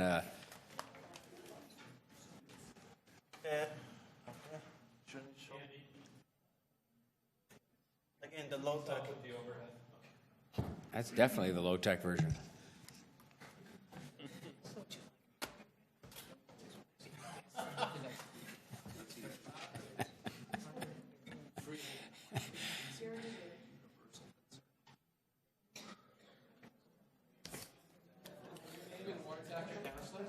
All right, over to you, sir. The clock is now running. Welcome. 3 minutes, right? Yep. One of the main issues I'm going to focus on in the Scarborough wards. I live in Ward 43 on the south side in a neighborhood called Gilwood. The mayor was there for the Gill Park. Essentially, there's three waterfront areas in Crawfords, Ainsley's, and Moser. Gilwood has a lot of connection to the north and into Councillor Moser's waterfront area. Essentially, the recommended option is going to split Ward 43 and merge it into Ward 36. Nothing against Councillor Crawford, but the community has been working a lot for the Gill Park, and the four state groups in Gilwood are worried that all the years Councillor Ainsley has worked in the community in the Gill Park is going to go away. Gilwood has been part of Ward 43 for many decades. All of a sudden, to put a gigantic waterfront. Nothing against Councillor Crawford's waterfront area, but both his waterfront area and Ainsley's waterfront area have nothing in common, and we don't go to each other for some reason. I know that recommendation map is not going, well, the real one, not my crappy drawing, it's never going to reach City Council because you're all going to switch around. On the northeast of Scarborough, you're splitting up Malvern, community of Malvern. I don't know, Councillor Ainsley and Crawford may know it. A lot of these recommended options split communities up. West Hill, just north of Gilwood, is split into right now Ward 43 and 44. Malvern should never be split. Most of the community of Gilwood, they want to stay with what's now Ward 43, and again, nothing against Crawford, but I knocked on almost every single door in Gilwood, and if people think I didn't do it, it was an unofficial poll. You know, this, I don't know how, the community doesn't know how Crawford does things. He could make it better, he could make things worse. No comment. You know, a lot of these boundaries are splitting up communities. I just mentioned two, Gilwood and Malvern. You shouldn't be splitting up many of the communities. And I know the new ward, the big waterfront, is going to be too big of a ward. There's too many communities in there, and most likely that ward is, Councillor Crawford is going to run, and you're going to run on the south one, you know. But it's splitting up the community. The community doesn't want it, you know. All right. Well, we're at 3:10, and thank you for the extra 10 seconds. Should we give Councillor Crawford a chance for rebuttal here? He looks very hurt. Are there any questions of the deputant? Did you want to ask a question of the deputant, Councillor Ainsley? Sure. Okay. Unless Councillor Crawford wants to go first. No, I'll do it offline, actually. In the hallway? Out in the parking lot. Councillor Ainsley, over to you. So Mr. Glavich, did you attend any of the community consultation meetings they had about the ward boundary review? Every single one, and there were no more than 10 people in each. In Scarborough. The one that was held in Lawrence and Markham on that little Cedarbrook Park. Cedarbrook Park, yeah. How many people were at that? I think it was 8 or 9. Okay, and then there's another one at the Royal Canadian Legion. That one I missed, the only one. Okay, all right. But from the ones that you did attend, did you hear of any outstanding issues with the wards in Scarborough or the residents, the representation that they were getting? One of the options puts Ward 32 or Ward 33, the North York and downtown area, merge with Scarborough. And most Scarborough residents want to keep Scarborough at the Victoria Park. Okay, all right. Thank you. Thank you, Mayor Tory. Thanks, Councillor Ainsley. Any other questions of the deputant? Okay, well, thank you very much for your comments. So that would bring us to questions of staff, and I have Councillor Fragadakis who'd ask first to be able to ask questions of the staff. Well, actually, my questions were really for the consultants. Or to the consultant. I think in this case that's right. It's. Before you start my time, if they could just. We will. I haven't started it yet because there's nobody to answer the question yet.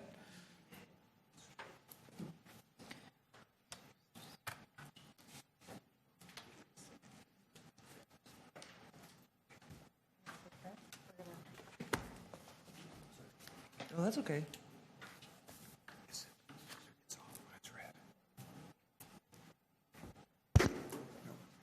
Okay. Okay, we'll start the clock, Councillor. Great. So I'll start right into my questions. And on page 11 of your report, you advise that in the Canadian context, the Supreme Court of Canada has employed the term effective representation to set the standard for creating municipal ward boundaries and provincial and federal riding boundaries. Effective representation has evolved to include several components, all of which need to be considered in designing a ward structure.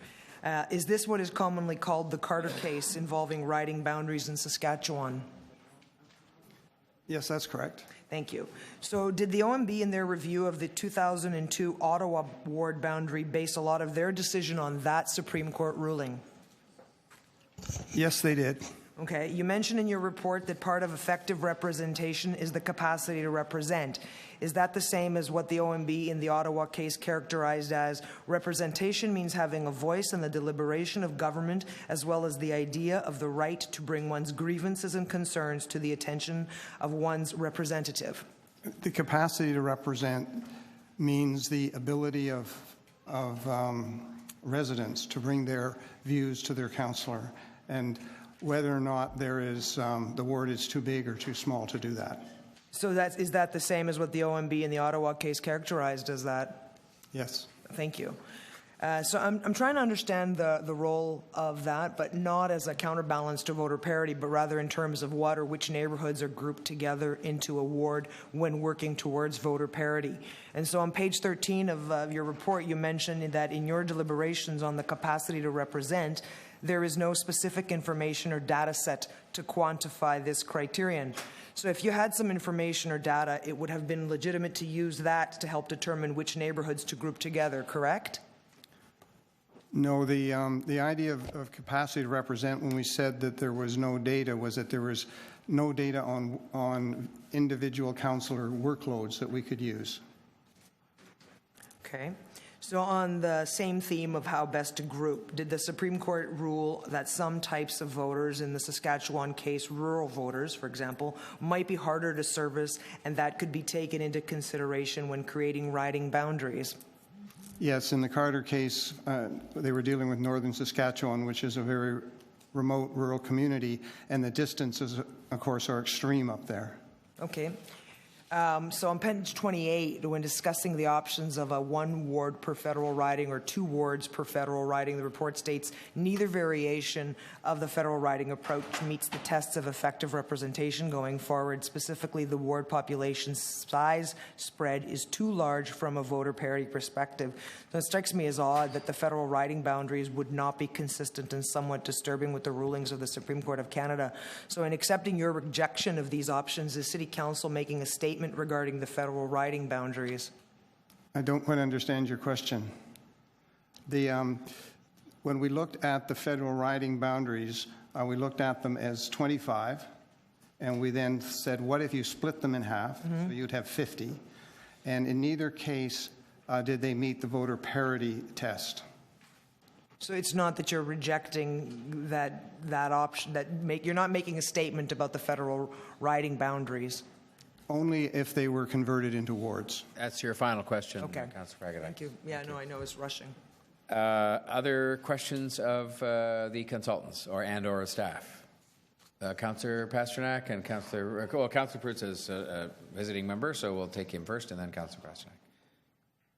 Yeah, just very quickly, I had a motion which I came here and I was going to ask someone to move with respect to 2 issues in my ward. I know we've had extensive conversations, so I won't move them in deference to the mayor's motion that he has in front of us, because I don't want to complicate matters. But as long as I have your commitment that with respect to the BIA portion of my ward, that you would reconsider based on the fact that the boundaries don't extend south into the adjacent ward, that you would consider continuing it in the current 8 when you do your review. Yes, if council so directed. So council would need to direct, because I don't intend to move the motion. I just thought that you would undertake to do that. Because if I have a commitment from you, then I wouldn't seek to move a motion on that. Through you, Mr. Mayor, at the moment, we have to be directed to do more work because our contract is ending with the appearance at this committee and at City Council. So whatever work we'd have to do, there then would need to be some direction. Because I was told by you that you wouldn't have an objection to continuing it in the ward, given that there's communities of interest there that desire it in that way. I think to answer your question through you, Mr. Mayor, that from a voter parity point of view, the BIA could be moved into Ward 8. It could be moved into Ward 8, and you would... It wouldn't affect the voter parity, no. Right, but you would have to be directed to reconsider that, or you couldn't just do it on your own? Okay, without knowing, I understand there is the mayor's motion, but we don't know what the mayor's motion is. So if we are directed to do further work, we can certainly include your concern, Councillor Perusa. I'm sorry, could you say that again? I said that if we are directed to do further work of any kind, we can certainly incorporate the concern you just raised about the Dukes Heights BIA. Okay, so if the mayor's motion, for example, that has been given advanced circulation says that the executive committee refer the item to the city manager with the request that he ask the consultant to A, review option 1 wards with a focus on amendments to address wards with the highest population discrepancies, i.e., and he lists a number of them, 20, 22, 23, 27, 28, including the possibility of 46, but it doesn't include 8. If I were to ask the mayor to make a friendly amendment to include 8, would you then consider that and look at that? That would be really clear. Thank you. That would be good. I'm sorry? That would be a very clear direction. Right, and that is your final question, Councillor Perusa. Thank you. I had one you had more 3 minutes, and you just, it's 3:25. What? Okay. Yeah, no, but okay, fine. All right, Councillor Pasternak. Councillor Thompson as well. I'll put that down. Want to go first? Okay, thank you very much. Just very quickly, you've broken down court decisions as noting that councillors perform two functions. One is legislative, and the other one is a sort of customer service or ombudsman's role. Now, you seem to weight them equally. I would think that the statutory legislative role is what's very important on the population side of what you're doing. But the ombudsman or constituency role, you don't really address that as perhaps being solved through proportional staffing of councillors' offices related to the population that they represent. Yes, that is correct because of the court's ruling on what constitutes the right to vote. And the courts and the board have indicated that the right to vote means that there should be similar but not obviously identical population in each ward.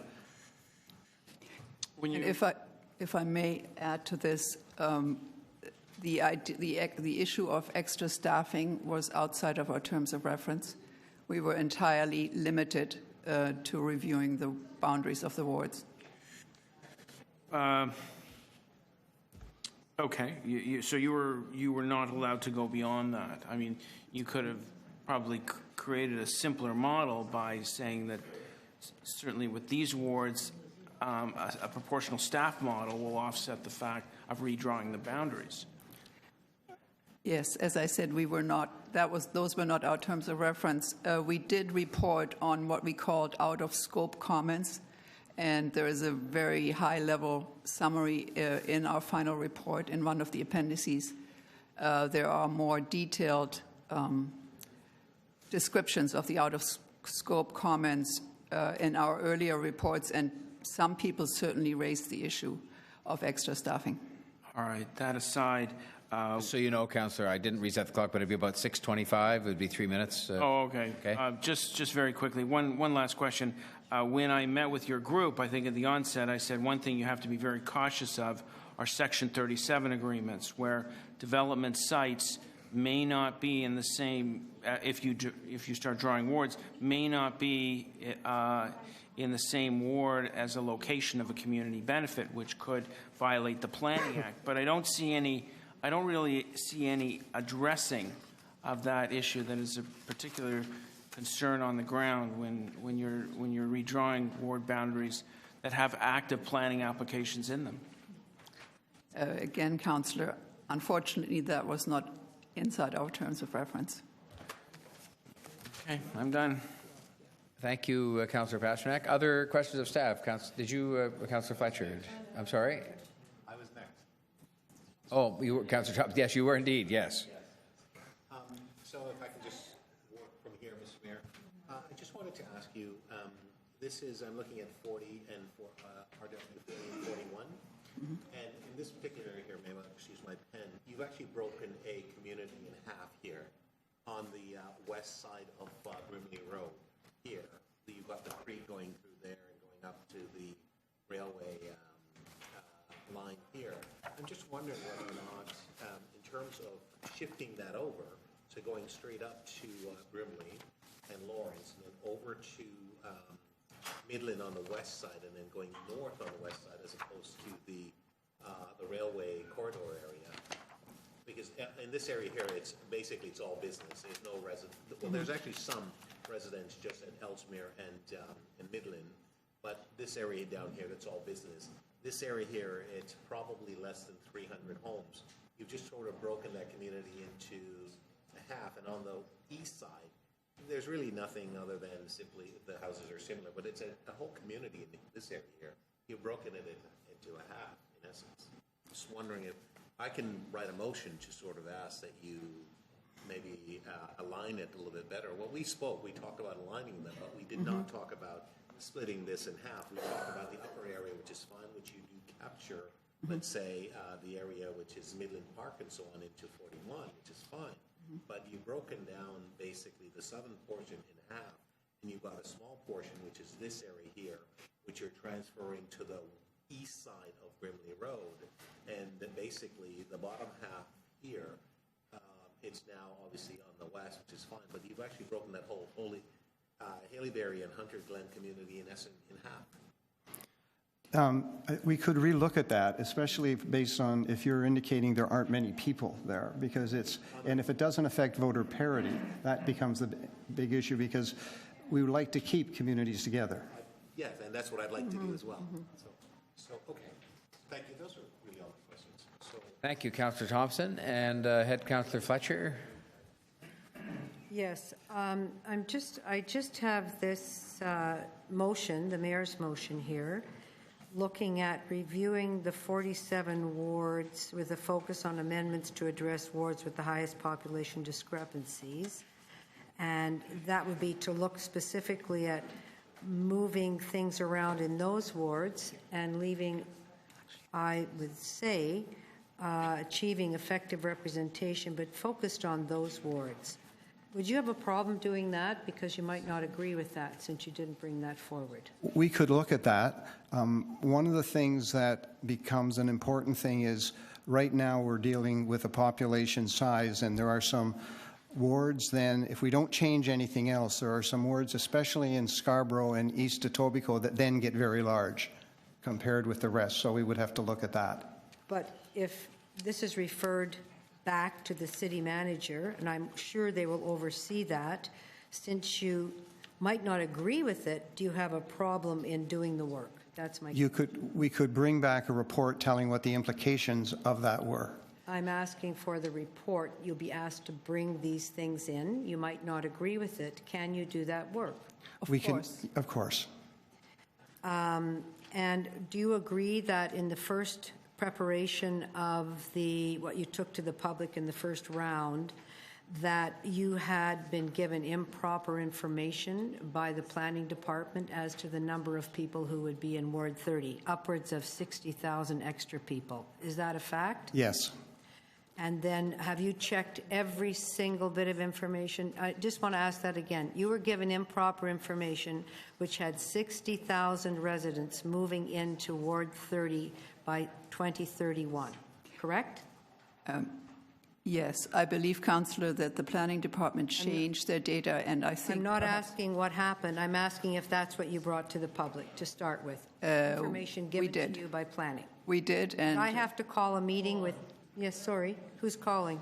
Oh, sorry. I'm sorry. Let him answer. I am. Sorry about that. Okay, yes. Yes, the answer is yes. And so with the city manager, I had to call a meeting with the planning department and yourselves in order to go over the actual numbers for the forecasting for that area of the city. Is that right? Do you remember that? That's correct. And so you also did not want to look at provincial boundaries because you felt they would be different than the federal boundaries, and you've told me that in a few meetings. However, would you agree that the provincial boundaries are now looking like they will be exactly with the federal boundaries? The province hasn't made a decision on that, but most of the information coming out of the province is that they will mirror the federal boundaries. So, but you would agree that you've told me numerous times that the reason you can't look at federal and provincial is because the provincial boundaries will not mirror the federal boundaries, or do you disagree that you told me? At that time when we were doing that work, the province hadn't indicated that it was even going to look at its boundaries. Last question. That was it. That was the last one. Thank you. Thank you. That was just the last one. It's 3:20 there. I get it. Thank you, Councillor Fletcher. Other councillors to ask questions of the consultants or the staff? Okay, that would bring us to speakers. Now, there's some discussion going on about a clause of my motion, and I would be happy if there are others who wish to speak. Would you want to speak? I beg your pardon? Ask about the terms of reference, because But you asked your questions. no, to staff. Oh, well, no, but no, they're not here as deputies. They're here as consultants, and I said specifically earlier there were questions to staff or consultants. I misunderstood. So it was all one. Yeah. Was it one question? Because Yes, it's just about amending the terms of reference in order to undertake the work. if you want to ask the one question That would of be it. staff, then you do that. The consultant indicated that they would have to have their terms of reference amended in order to undertake some of this work. Would you be able to share those? Or are those public? Asking the city manager's office or the city manager who'd ever like to answer. Through you, Mr. Mayor, I don't believe that the terms of reference would need to be amended. I think what the consultants were referring to was their contract, which essentially their final deliverable was the final report that's before you today. If executive committee requests they do additional work, then we would need to amend their contract to do that. I believe they said something different. So Okay. All right. So that brings us to speakers. Those who are not members of the executive committee, I think Councillor Fragedakis was first on the list. Oh, thank you, Mr. Mayor. So I know I'm a visiting councillor here, but I wanted to speak to your motion after you introduce it at the appropriate time, that any reconsideration of the ward boundaries would actually garner comment on the proposed boundaries. And I see that in what the proposal is, that to prepare that undertake any required additional consultation with the public, stakeholders, and members of council, and prepare a revised report to be submitted to September 22nd meeting of the executive, which to me suggests that the consultants are being asked to hold a public consultation in the summer months, which I find highly unusual and not very helpful. We wouldn't even do a planning meeting in the summer because people go away. And we can't actually get a decent turnout at meetings. So I would respectfully ask for the consideration of the committee to perhaps change that date to perhaps October, so that we can actually have a fulsome discussion with the public about what any number of these options would look like for their consideration, because in the end it does actually impact the public. Thank you, Councillor Fragedakis. I will get some advice on that in terms of just the timing of all this, because you're asking that as it were, a friendly amendment. So yeah, I'm just asking for it to be considered because it's rushed. Considered, yes, I understand that. Are there other speakers who are visiting members of council? Members of council wishing to speak. I will just speak first again on the theory that this amendment. I beg your pardon. Oh, there he is. There. I'm sorry, I didn't see you. You were waving your hand. Sorry about that. No, that's fine. I'm Please, okay. over to you, sir. I'm good. You're not going to speak. Okay. I think it's. Well, now you're speaking. It was made a little clearer. I think it was made a little clearer by the staff response to what the consultants were referring to. I think that if your motion were to pass, that the consultants would take a review of all of the issues that we have raised with respect to each and every one of our wards and deal with them appropriately. So I'm fine with that. Thank you.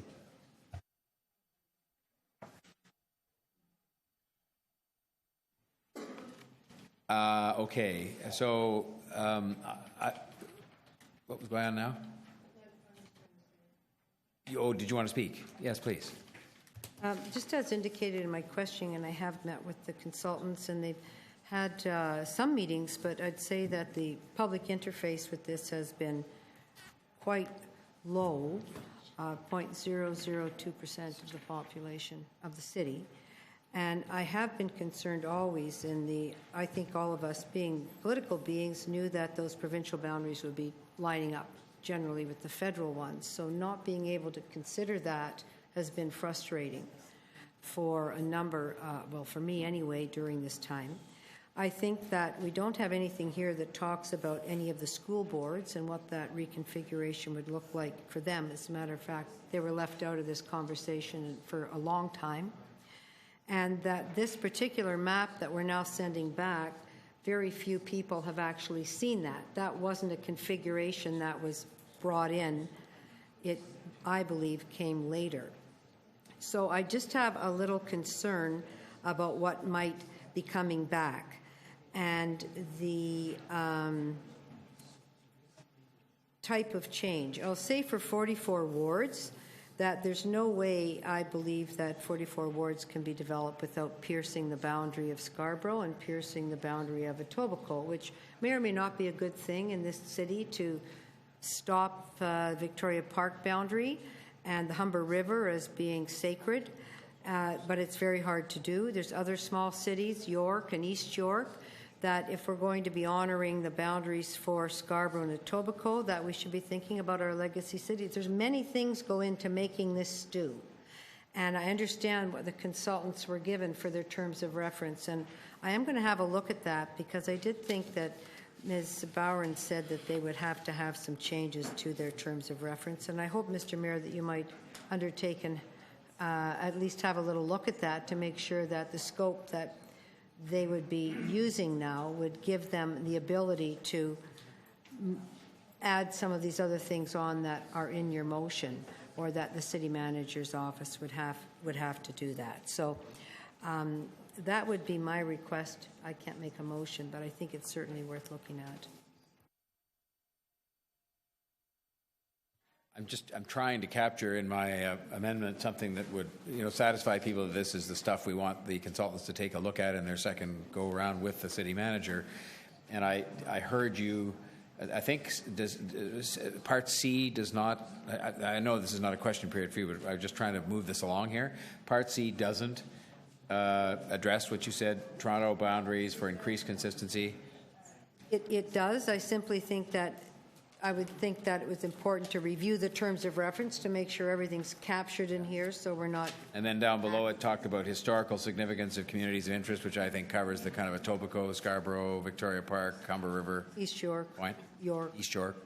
I mean, that's what it's meant to do without having 6 paragraphs of extra. Okay. Then I hear you.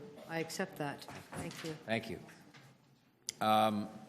What I will do is, with your concurrence, are there any other members not on the committee that want to speak? Because I'll just put this motion on the floor again. I don't mean to speak first except to do that. And what it was meant to do, and I'll just start the clock here so I have the same restraints on myself. It was meant to have the consultants go back, and my understanding is, members of the committee, that it has to be the consultants that do it as opposed to our own management, because we then maintain the purity of the process from the standpoint of those who may look at it later, or who will, I'm sure, look at it. And it's meant to take a look at some further work to be done on option 1 with taking a look at some of the wards that have the highest population discrepancies. Then it also is meant to sort of do some of the same extra, I'll call it due diligence work on option 2, which is a 44 ward option based on input received to date. It's meant to take a look at this question that Councillor Fletcher was just mentioning of the intended changes of already the federal boundaries and perhaps the provincial boundaries, and then to have additional consultation. And I would accept a friendly amendment to change the date to October 26th, 2016, to address the point that Councillor Fragadakis made about some additional time for a consultation. And then at the very bottom, it indicates that the consultant should be asked, in looking at all of this, to consider the committee's preference for maintaining the community council boundaries given their historical significance, reflecting communities of interest. So I think that addresses the couple of the last points Councillor Fletcher made. I think because it's been reported in the press, because I get asked about everything all the time. I am not in favor of adding any more politicians here. So when you talk about the stew, I guess the only thing I won't say that I wouldn't add more fat, because that would be very provocative. I won't even say I wouldn't add more beef, but I just wouldn't add more politicians, because I have yet to meet my first person, except perhaps in this building, that wants to add any politicians around to any level of government anywhere. But having said all that, I think there are ways we can address representation, through staffing and so on, and do some alteration to those wards that have the greatest population discrepancy, but without adding politicians. I think we can do that. And I have nothing against politicians. I am one. But I just think, no, I'm a politician too, but I just think we have enough of them to do the job effectively here with the right staff support and so on.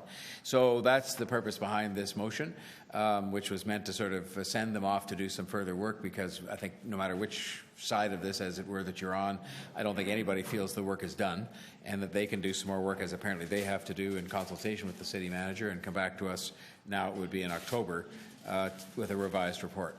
So I will stop there and put that motion on the table, as I've done. And other speakers? Councillor Thompson, Councillor Crawford. Okay, we'll take those two first. Councillor Thompson.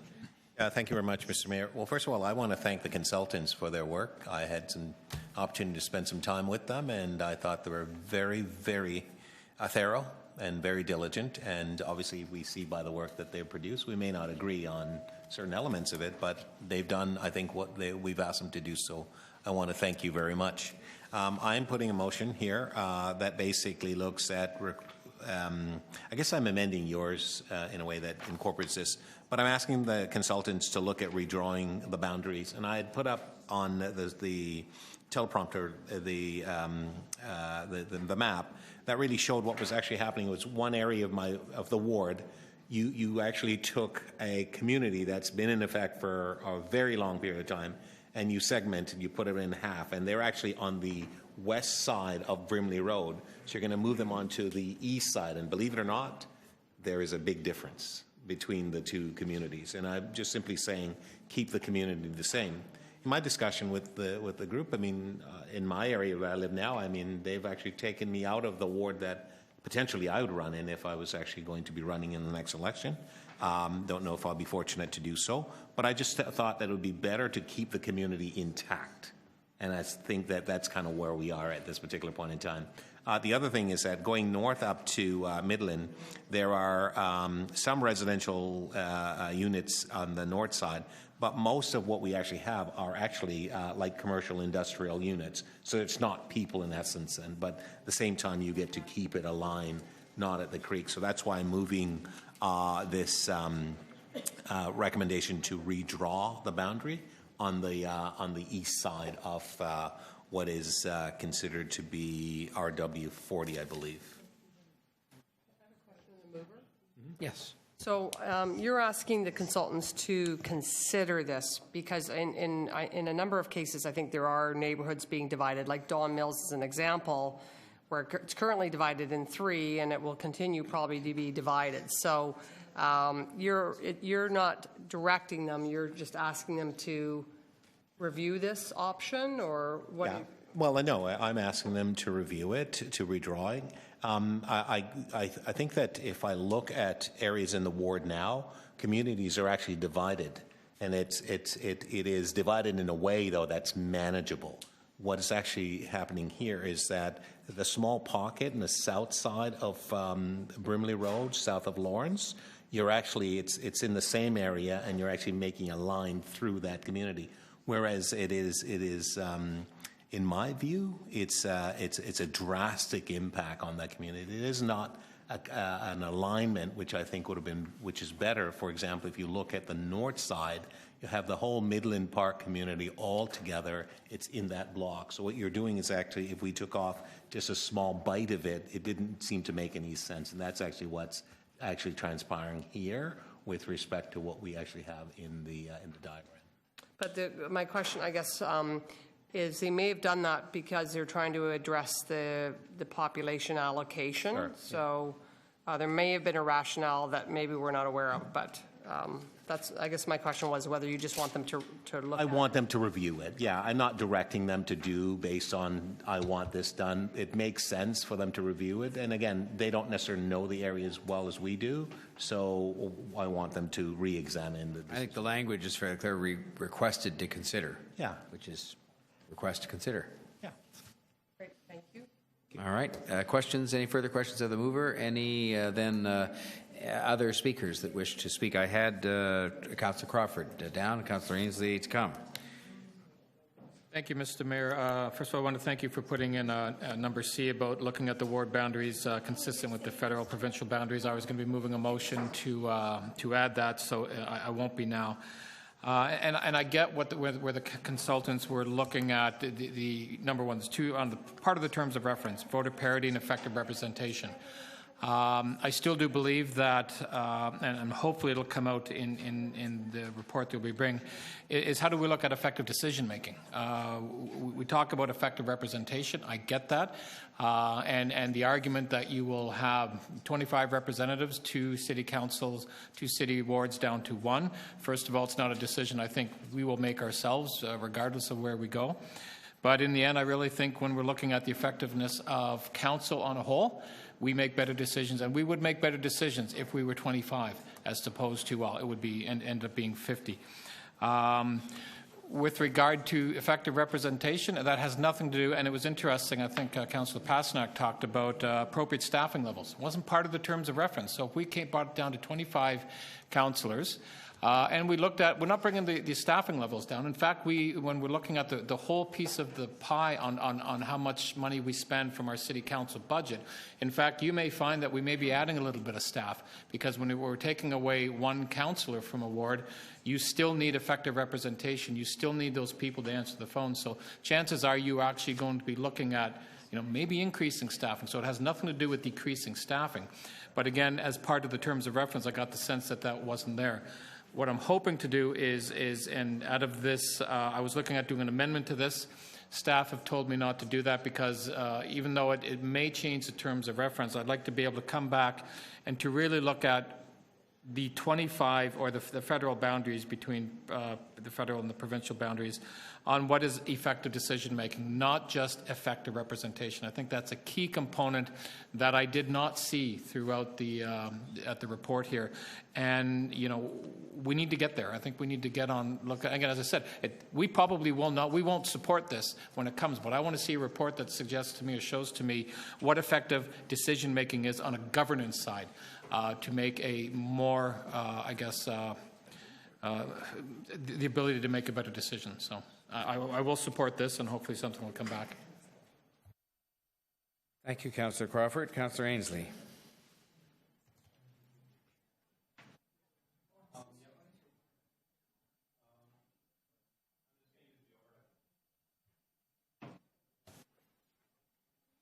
So I do have a... Just get this out of your way, Councillor. Sorry.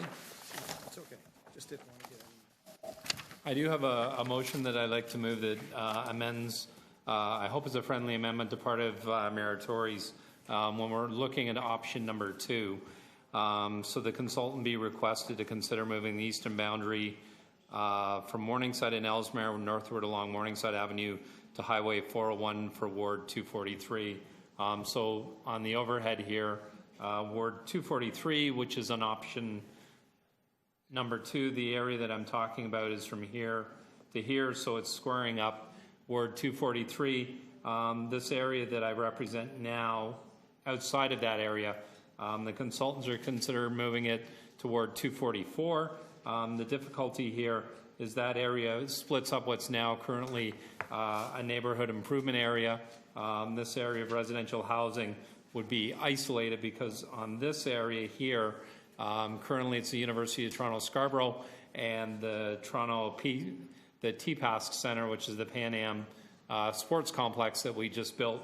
So if you use these boundaries, it isolates this area from any other residential area. So I'm putting forward this for consideration by the consultants. I want to thank them for their work. As Mr. Glavich, one of my residents, mentioned earlier, he went to a number of the meetings in Scarborough. I was actually quite surprised by the low turnout. The first meeting we had, it was advertised to 3 different wards. I think a total of 5 residents showed up. Staff from the local MPP's office came. But there was 5 residents at that meeting. Another one that was also advertised to three different wards was actually in what's currently Ward 44. We had about 10 people come. So I was quite surprised by the low residential turnout for this.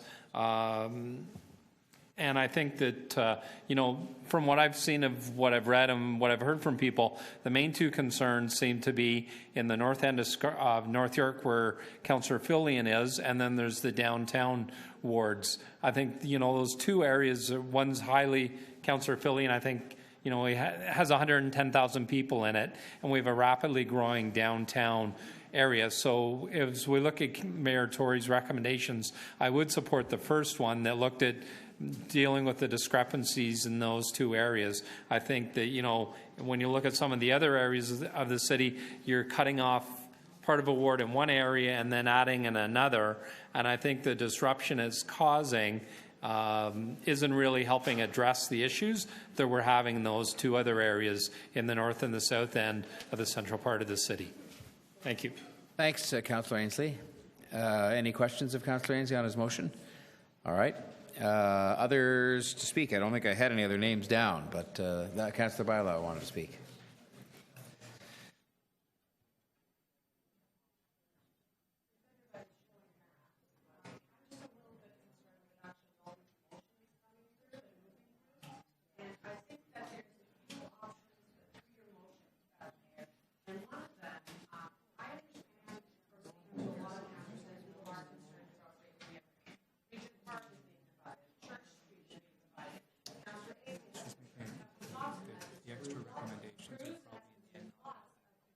Not details. You mean the ones where it moves this straight or moves that straight?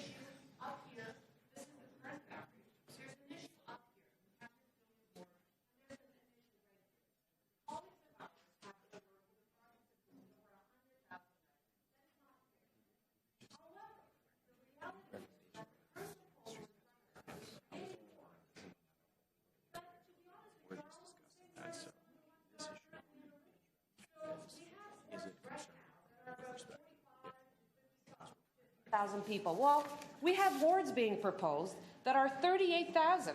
That by 2030 there will be 53,000. There will be a discrepancy of still 25%. So why are we rejigging everything in the whole city, with the exception of four or five wards, to get basically to transfer the issue from one ward to another? I say, let's look at this center. Let's look at this center. There's clearly an inequity here. There is people that represent over 100,000 residents. However, let's take a second look, because maybe it's not that bad over here. Instead of breaking up neighborhoods like Councillors all around here said, and some of them are not here, let's take a closer look at this. So I ask that instead of every single one of us tinkering with this, let's the consultants go back, do their work. We asked for the 44, we asked for the other options, and then come back. This is not our job to be doing this. We have expressed some concerns. Allow them to do their work, and I think they get the message. So I wasn't going to speak, but I just wanted to make this point. Thank you. I'm told that actually, if we get into these more precise requests, that it could be a problem for us, because some people are here and able to put them forward and some aren't, and that we might be just working on some wording now that would allow for a full canvas again of as much as it may be cumbersome, but most people will have nothing to say, I assume, or very little, and that would allow for everybody to be consulted, Councillor Thompson, Councillor Ainsley, and so on, about these finer points. That's what I'm told, that it may cause us a problem, which we don't want to do and pollute the whole process in terms of. So they're just, as you can see, they're busily working over there on that. Did you have a Councillor? I think that's a point of order or clarification. On your motion, and under D, you are clearly stating that to undertake any required additional consultation with the public, stakeholders, and members of City Council to prepare the submission. This will be for the month of October. So that will take into consideration what some members could say with all members of City Council, and that way it would make sure everybody, those here and those not here, and that's the purpose of your recommendation. As members of City Council, so to me that means all of them. I doesn't mean a group; it means all of them. Yeah, it makes a lot of sense. Provide opportunity. Maybe just a little bit of tweaking there, Mr. Mayor, and I think that will address the whole thing. Yeah. So what have we figured out here? Sorry.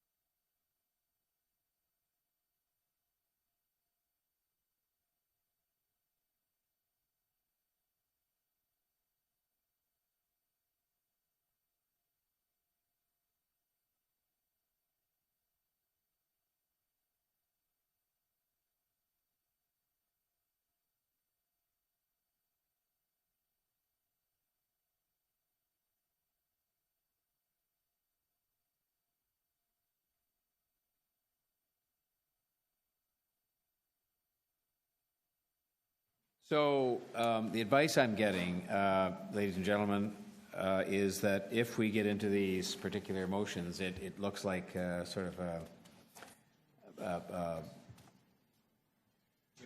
well, that's the word they'd use with me, and I was trying to find some elegant way to say, you know, that some people who happen to be here could get their oar in, and so forth and so on.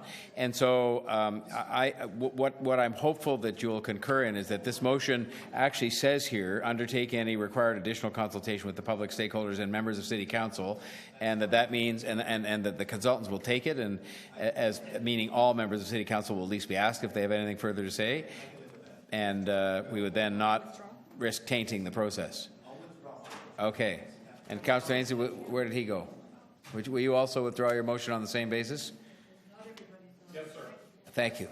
So that means we still just have this motion with the one amendment of October the 26th, 2016 for the report back. Are there any further speakers or anything else? We're ready for the question on it. So that's on this motion to amend, to refer the item, I guess, and it's in front of you. And I'll call the question. All those in favor? Opposed? Carried unanimously. Okay. So, what have we got left here, Madam Clerk? All right. With deputations, we have 1525 open data, 1526 term limits. That's what's left with deputations. I will just ask the question.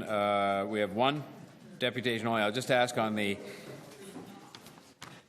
Are there, just so I know, are there people here? Richard Pietro? Here, okay. Gabe Sahani, Mark Richardson, and Yale Fox. Okay, so they're all here and they've waited patiently. That's on 25, and then on 26, term limits for council members. Mr. Glavich is still here. You're not here? He is here. And you are going. You do wish to depute? Yeah. All right. Well. 1525 it is. May I have a motion from the, did we do it for all future items or just for the one item? I did it one at a time. All right, then for 1525, may I have a motion that we restrict the deputations and all speeches and questions to 3 minutes? All those in favor? Opposed? Carried. Thank you. So that means first up is Richard Pietro, OGT Productions. And thank you very much for your patience. Oh, the okay. The Grand Prairie video. Yep. And then I think Mark Richardson wanted to speak first. Oh, okay. They wanted to reject their speaking order that they can make it much more efficient. If it's efficient in the context of it means less time, no offense to them, then I'd be in favor of it. They can do it quicker, faster, and more open. That's fine. That's assuming you can get this video set up, because we're going to cancel that in a minute.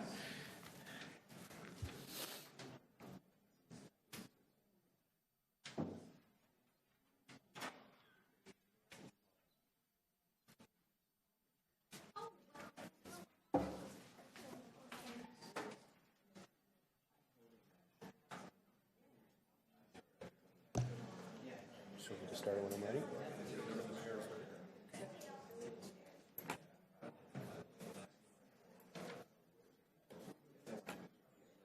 Okay, whenever you're ready, I think I. Just wait for. Sorry, Mary Tory. Sorry, I think we're. Is the video all set up?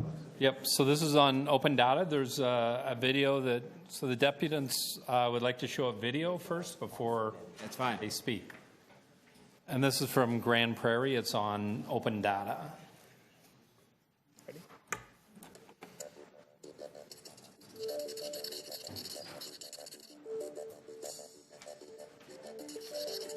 The County of Grand Prairie has joined governments across the world who are opening their files and unlocking their hard drives, unleashing the potential of open data. This open information is changing the way people work, make day-to-day decisions, and solve problems. Open data takes information that the government has been collecting for its own use for years and makes it available for anyone to use. The data is uploaded to an online data catalog and is free and accessible 24 hours a day, 7 days a week. As always, sensitive information or information subject to confidentiality and privacy legislation will remain private and secure. Most of us think of data as just numbers, statistics, and spreadsheets. But data is our day-to-day experiences, what goes on around us in our homes, on our farms, in our communities, and across the world. We can take that information and use it as it is, slice it and dice it into a format we find useful, or even combine publicly available data with private data and create something completely new and useful. Open data makes our governments more transparent and accountable. But just as important, it makes it easier for citizens to communicate with government and with each other. That leads to collaboration and cooperation. People become more informed and engaged. Businesses can save time and make smarter decisions. Around the world, open data is being used in a number of creative ways, simplifying tasks people do every day. Here's some examples being used. A smartphone application to find the nearest walk-in clinic, pharmacy, or emergency department. In just one tap, you can view the location, the hours, and even the services the clinic offers. You can even access a one-stop source of highway construction information, which is used to help commuters find alternate routes around construction zones. And these are only a few of the endless possibilities for open data. Open data is a powerful, innovative concept that allows easy access of information to citizens in order to build better workforces, better communities, and a better society. Open data, making the County of Grand Prairie and you partners in growth and innovation. Visit the County of Grand Prairie's Open Data Catalog today at data.countygp.ab.ca.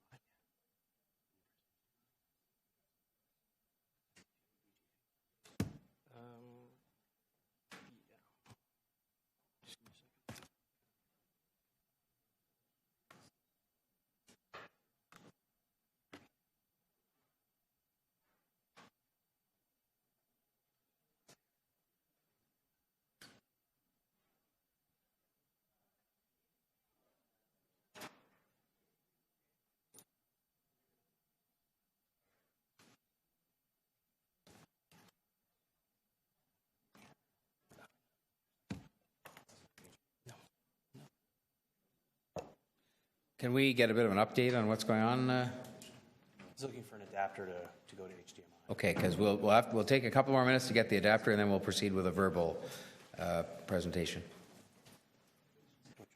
More time?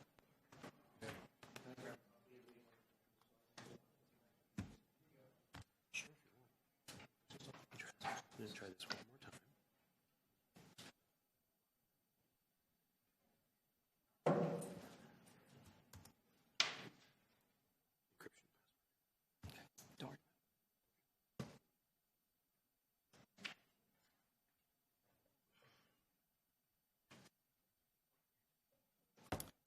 We're just going to do it the old-fashioned way with paper. Sorry, it's just it's so Yeah, late. no, I understand totally. So just a couple of quotes to get us started around open data. Without data, you're just another person with an opinion. That was Edward Deming, who was a data scientist. The most dangerous phrase in language is "we've always done it this way," which was Grace Hopper. She was one of the founders of the IT industry.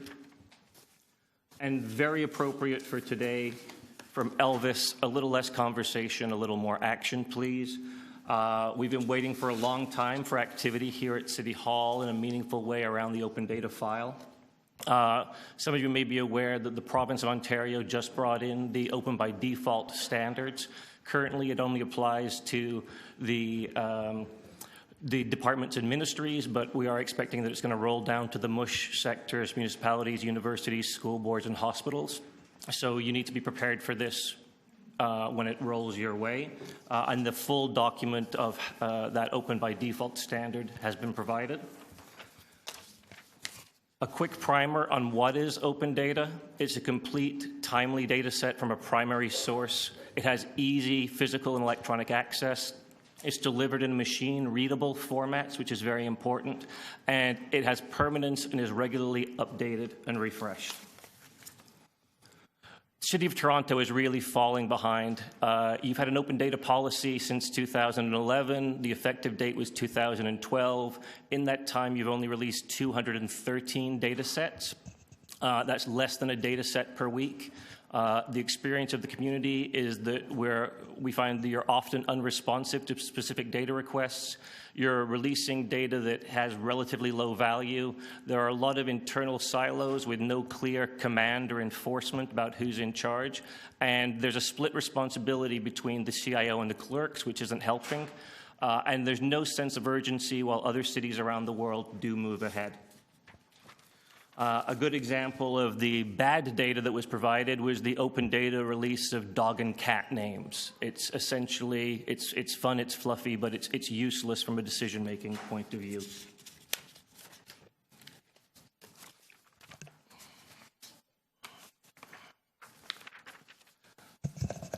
So companies like MapMyData made requests for data in 2014, a series of planning data. It was all lost, and there was no information updates as of May of this year.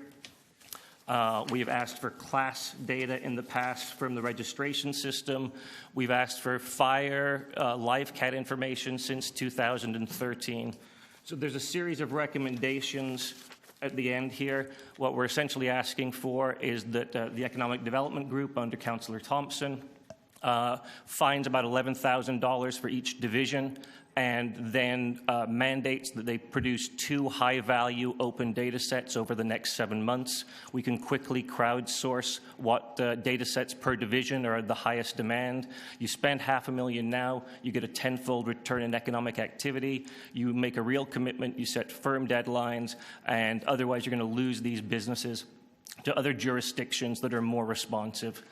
So we're asking you to please do this, look at the results, and repeat that in 2017 and 2018 to meet your targets. Thank you, Mr. Richardson. That's very succinct. Question? Did you have a question?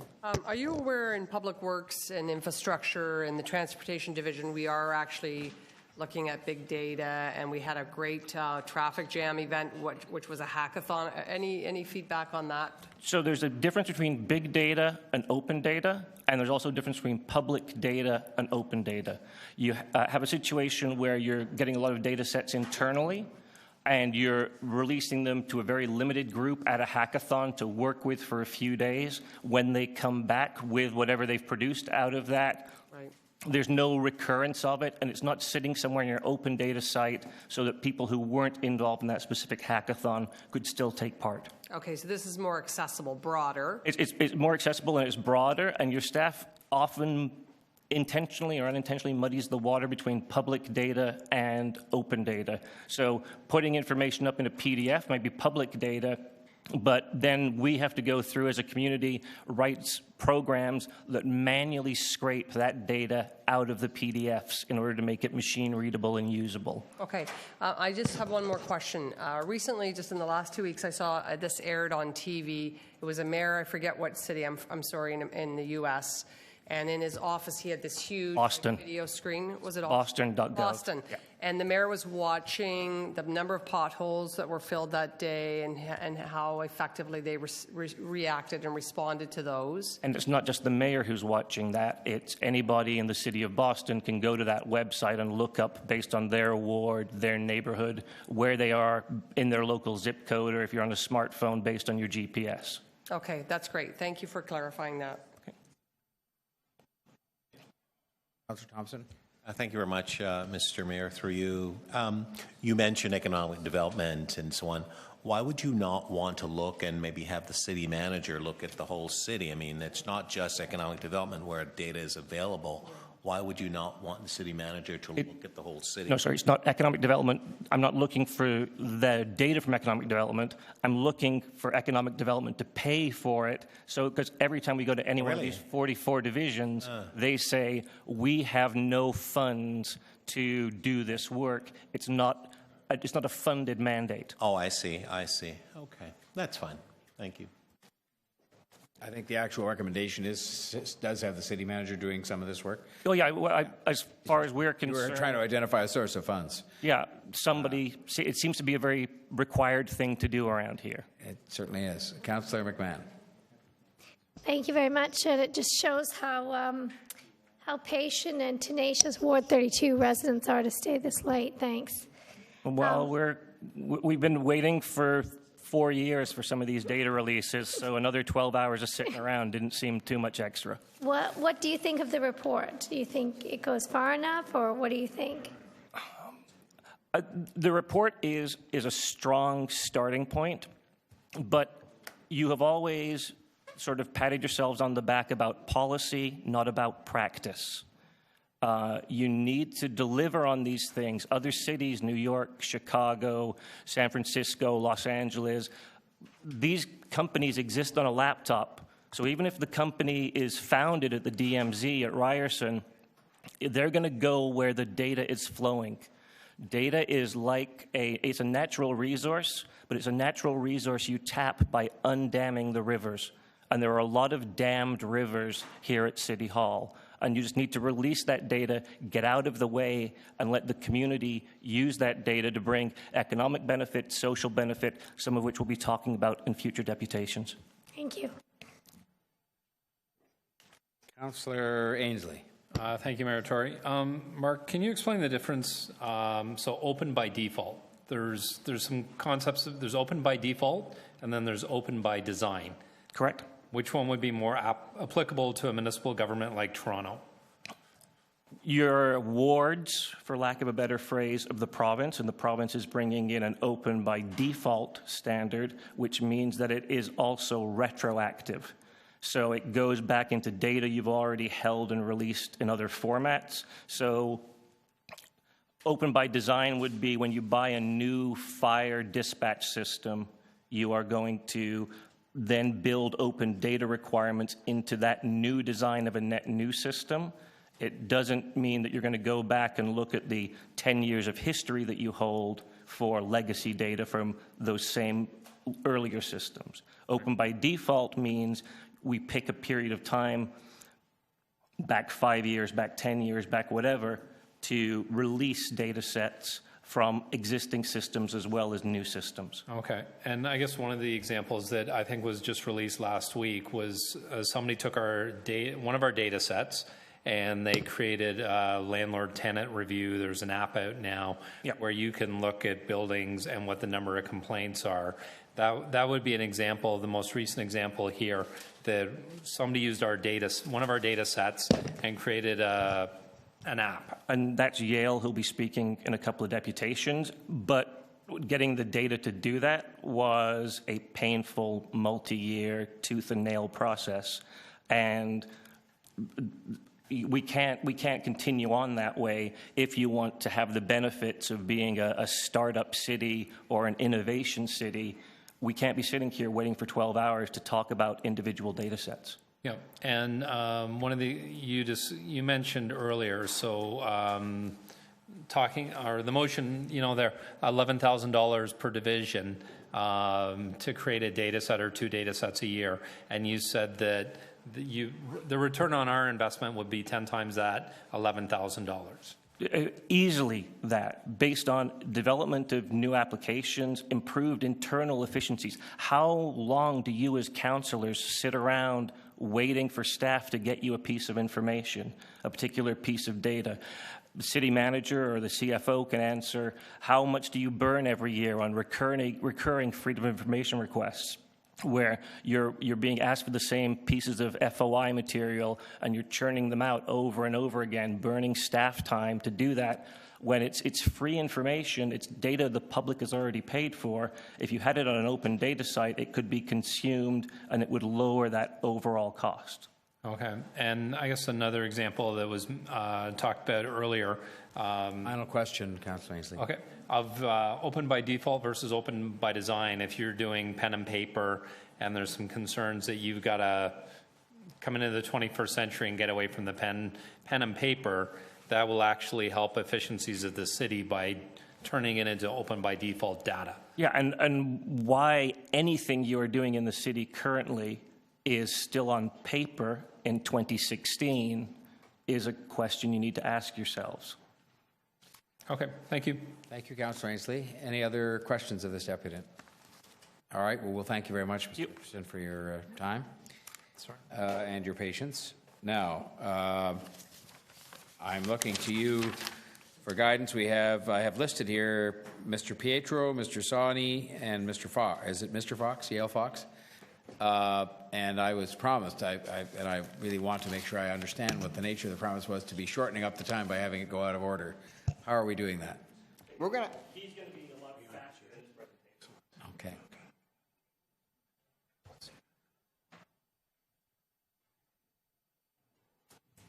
I very much respect the fact you've sat here all day, but we're just getting to the point where it's almost hard to concentrate in terms of... Well, that's why we're going to have fun now. Yeah. I bring fun because I know you guys have had a long day, and I ask you guys to look quickly at the screen behind you. Now, one of the things that I do is that I'm an open government and open data organizer, and one of the things that I organize is something called the Toronto Open Data Book Club. And behind you is a map of all the ward capital expenditures for 2014 and 2015. This was created in somebody's spare time for fun, with no direction from the city. And we were advised that this is not something even you guys have. You guys have to go through Microsoft Excel sheets and binders and things of that nature. So for the purpose of doing a demo, we're actually going to look at Councillor Ainsley's ward and see how much money is spent there, at least in 2014. And I apologize, there are some UX issues on the site. This was created by a gentleman called David Zhao, who, like I said, did this at no cost whatsoever. So in the spirit of finding efficiencies in the budget, this is what open data can offer.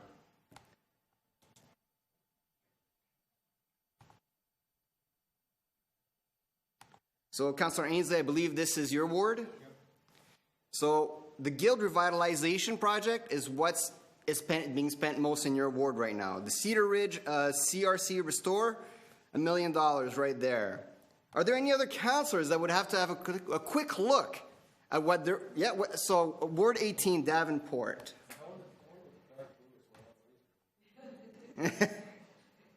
Is this going to be Davenport? No, that's Trinity Spadina. So the bathrooms... 25 million. Gadzooks. Oh, Davenport's up there at 17 million. You see that flash by? Just all right. That Davenport just flashed by there. So that's flashed by. So that's Davenport right here. Now I want to show you guys something else. That's something David, and this is because there's an open data set on the portal right now that shows this information. We don't know if we can trust it because there was no context, right? We just sort of took it and put it inside. David took it and put it inside a map essentially. But we can also look at staff recommended versus approved. Right? I'll give you another. So, by the way, this once again, I can't. Looking pretty sparse in election year, I'd say. I created. If you guys want to have access to this for yourselves, I created a Bitly link. If you're not familiar with Bitly, just do bit.ly/Toronto Wards, and it'll take you right here, and you can have fun with it yourself. One more thing I want to show you guys that was created through open data. This is something called cityblocks.ca, which was created by an instructor, political science instructor in Calgary, and basically he scraped the Timis website in Toronto and other cities to look at voting patterns, voting blocks inside council. Now, this is for 2010, 2013, back when Mayor Rob Ford was in power, or was mayor, I should say. And this is pre-May 2013. This is the voting blocks that we see in the city of Toronto. There's 2 big blocks and a few outliers here and there. But what happens after the crack video appears? All right, so cityblocks.ca blocks is kind of like building blocks, so there's no K. This is all powered by open data. This is created by people that are doing this in their spare time with no money. So let's show you guys one more demo. Let's look at Calgary, see how they do things. This is there's no blocks. The voting patterns, the voting blocks are not as present in Calgary. Now, this is not necessarily to say anything about Toronto or Calgary, but it's something that's definitely interesting to look at. Now, the gentleman, Paul Ferry, created a business around this that's funded through something called Patreon, which is very similar to Kickstarter, but more geared towards artists. This is what open data can do if you allow the city to harness the power of the community. We need the city to come out into the community and give us direction. These things are created without direction from the city. We need you to lead us in this conversation. Thank you. Thank you, sir. Very interesting. Questions of the deputant? Yes. Yep. So Richard, so when we talk about data sets, and that was a fun example of that, but there's more serious ones where one of the complaints that we get sometimes is there's silos, and you have licensing over here and fire over here and EMS over here. And I understand there's municipalities that they release the data for those different divisions of data sets, and someone will take an app, or a city will take an app, mesh it all together, and you can bring community benefits for, distribution of smoke detectors, for example. Or the licensing department has a better idea of where, building potentially can burn down, or they're going to have licensing standard issues. Absolutely. Well, I'm not quite sure exactly in the direction that can you sum up your question real quick? So you can use it to break down. Oh, yeah, and that's the magic of open data. It's not as a standalone. Open data works better when it's combined with other data sets, when there's standardization. When licensing, it would be wonderful. Oh, goodness, would it be wonderful. Actually, Toronto, I think, has adopted the open government license. I forget now. But yes, there are sort of standardization issues, but the most important element is really this idea that open data is not looking at just one data set and what it can do, but what it can do when you bring it in comparison and contrast with other data sets that are around it. The Toronto Wellbeing Map, if you're familiar with it, is a great example of such an idea. Yeah, and I guess one bad example is on our Toronto Open portal. So if you go to Toronto Fire Services, they have 2 data sets. One's a list of stations and the other's the station boundaries, and EMS does the same thing. So those wouldn't be true data sets that are, other than finding the station in a phone book. Well, yeah, I mean, the data set's got to bring value, obviously. Things like Google Map does a lot of these items that are presented. We call them low-hanging fruits in the open data community. It's like what's easiest to put out there. Now we're looking for data sets that do have value. One thing I just want to bring up to your attention real quick is that there's also a lot of inconsistency in Toronto in terms of where data resides. So we have Toronto's open data portal, yet the Toronto Library has its own open data portal. And they're not connected. So if I want to find library open data, I need to know to look at the library open data portal, even though I may be at Toronto's open data portal. So there really needs to be a force within Toronto, which is, I believe, what your motion talks about, to bring a conversation together, because we have city clerks, we have IT, we have the different agencies sort of running the Wild West. And that's why it's a great motion that you present, is it brings things together that way. Okay, other questions of the deputant? Okay, well, thank you very much, sir. Now, who is left to be heard from? Yale, and in the spirit of efficiency, he's going to be using my computer. Okay. Okay. Hi, so I wanted to use open data in a way to demonstrate exactly how it can be used to make Toronto an even better place to live. And so me and a few other colleagues built landlordwatch.com, and it highlights the worst 100 landlords in town as a way to get some much needed attention towards the housing sector. And so we got 25,000 unique visitors in the first couple days, and 12 press hits signaling that it hit a nerve with the media as well as Torontonians. There's also a few international publications coming out to talk about this next week. And more importantly, we've already seen some success with landlords asking us to get off the list and now working to clean up their issues so they don't end up on future versions. It also proved that nobody truly knows where the bad landlords were in the city, since at least one of the largest offenders was on the board of directors for the GTAA, which is the lobby movement pushing against landlord licensing. There's also some of the worst 1% landlords on the board of FRPO, Federation of Rental Housing Providers, and some of the other deputants were also on the list of worst offenders. So this is just one small example of how open data can be used in a way to trigger social change, equality, and innovation within the City of Toronto. And in less than one short week since we launched, people from around the city and country and even all over the U.S. have reached out to us to bring Landlord Watch to their city. So we're going to start doing that now, and one day people know that this started from a group of engaged Torontonians that wanted to speak up for some of the less fortunate and most vulnerable citizens in town. So this is just one example of what can come from open data, and I truly believe that open data is one of the simplest, cheapest, and easiest ways to improve all aspects of life in Toronto, and strongly believe that more resources in planning be directed towards them. That's it. Thank you. And then here's just the site. You can scroll through it and see. Here's 500 DAWs. It's owned by Halfcare Investments. Here's what they were in 2014. You can scroll over and see how many MRAB audits have been there.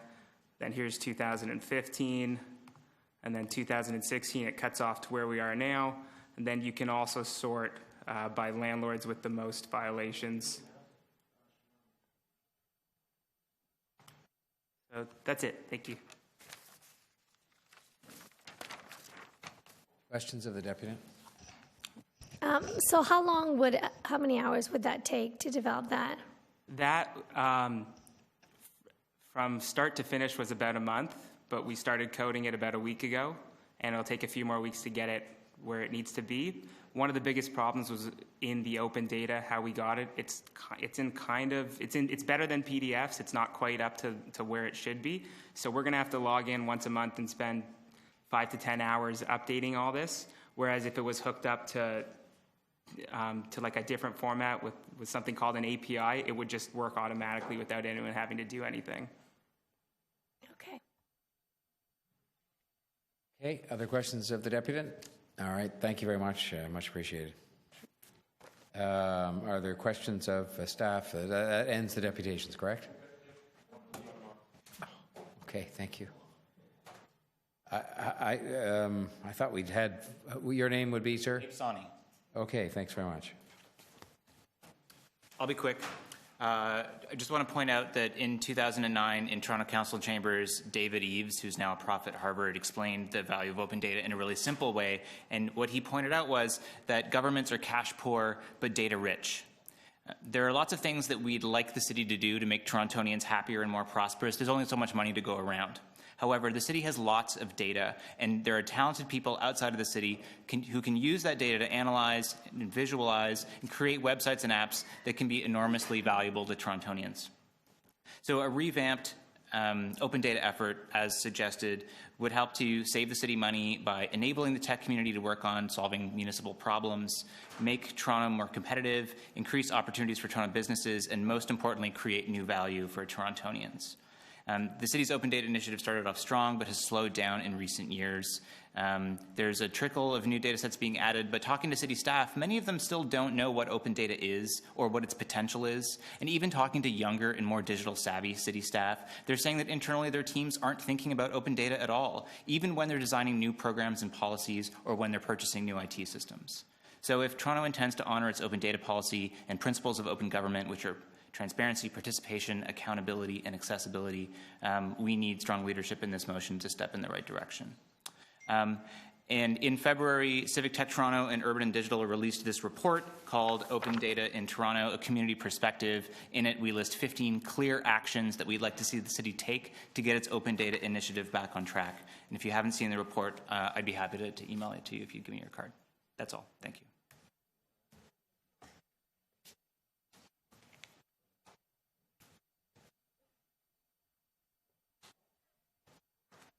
Thank you, sir. Questions of the deputy? All right. Well, thank you very much for your great patience in waiting all day. All right. We then have the questions of staff. Are there speakers? Councillor Ainsley.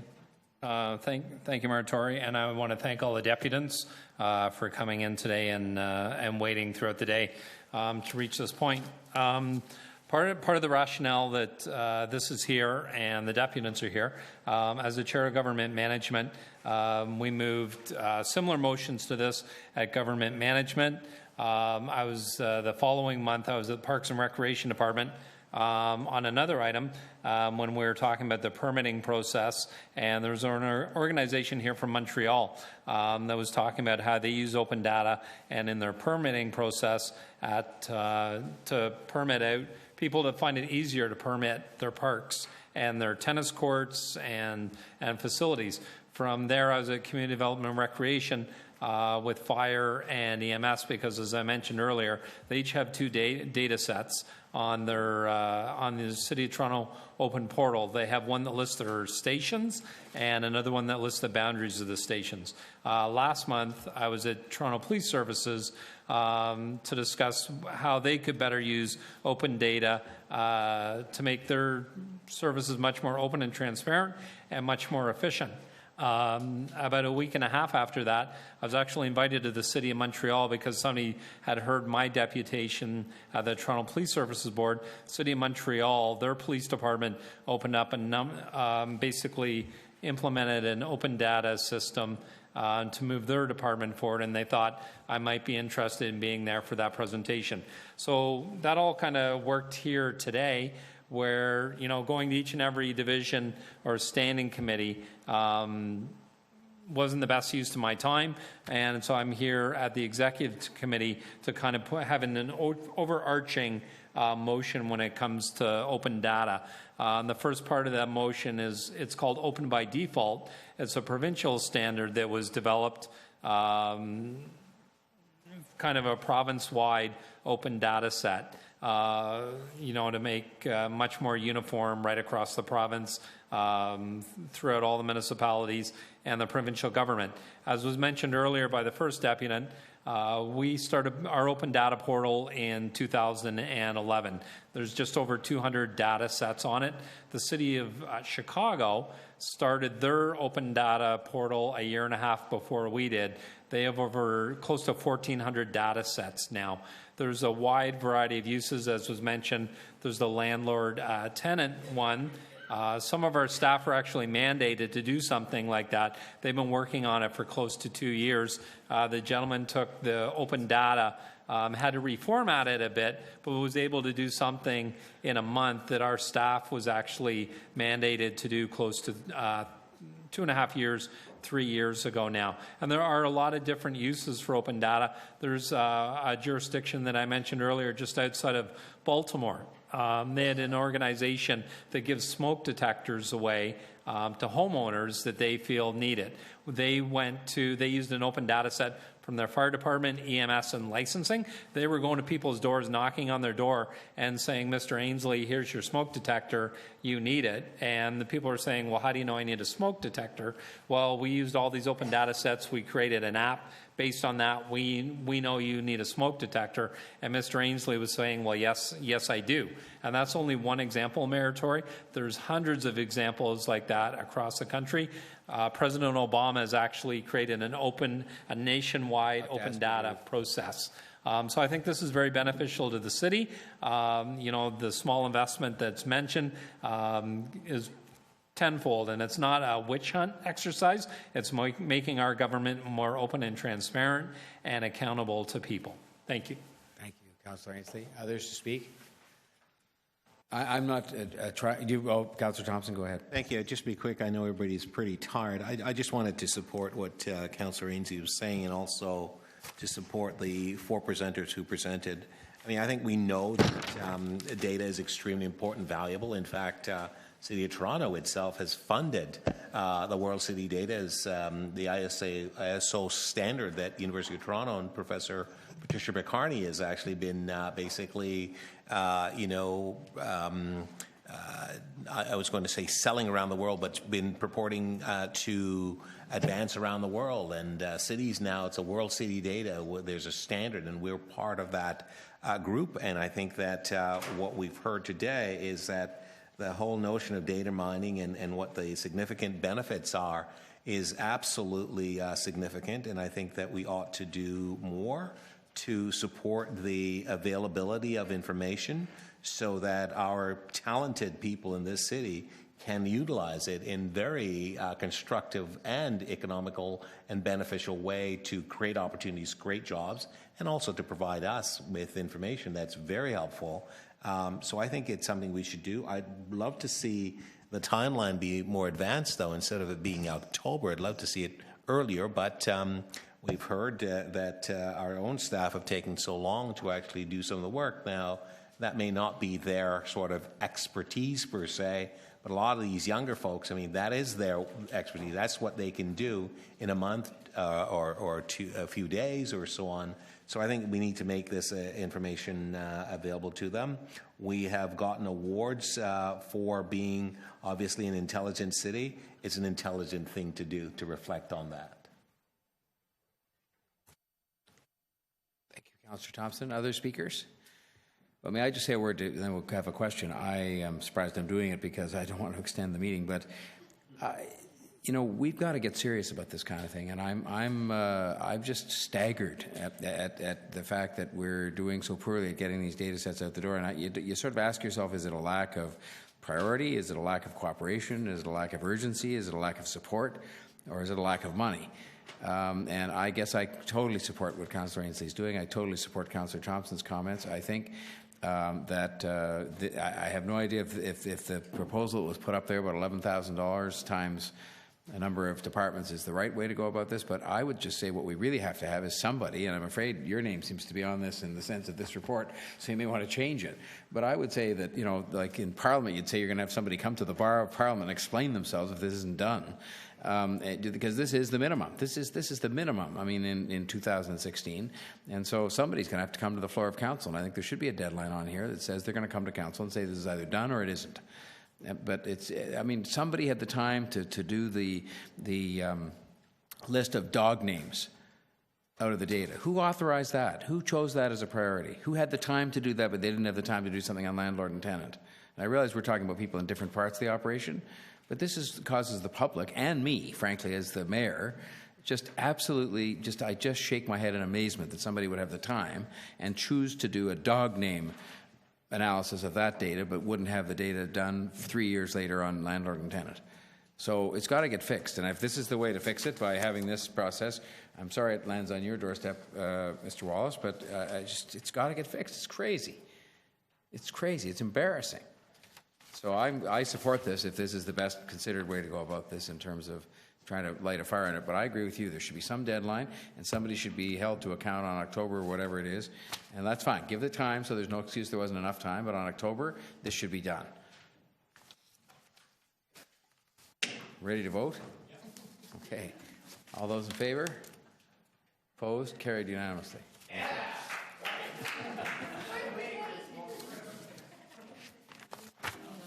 Last deputation of the day. Where's Mr. Glavich gone? Did he? Oh, there. Oh, you're going home.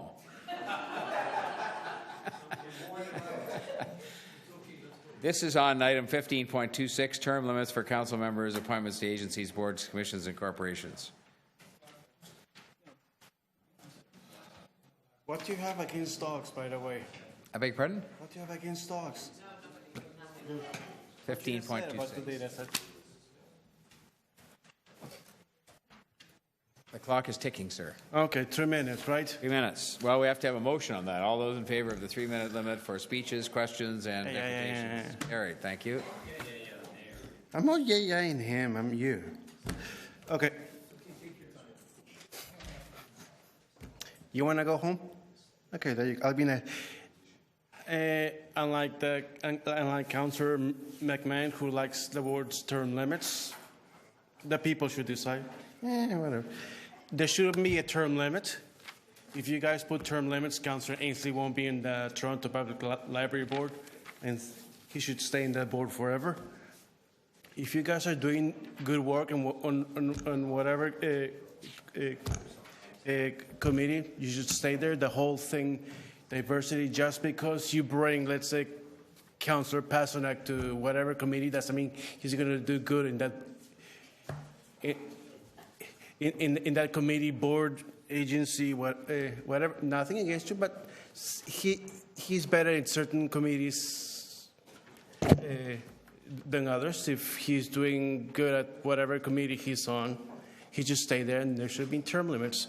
And when it says 8-year terms, does that mean 8 years and never again? In Russia, you have 2-term limits.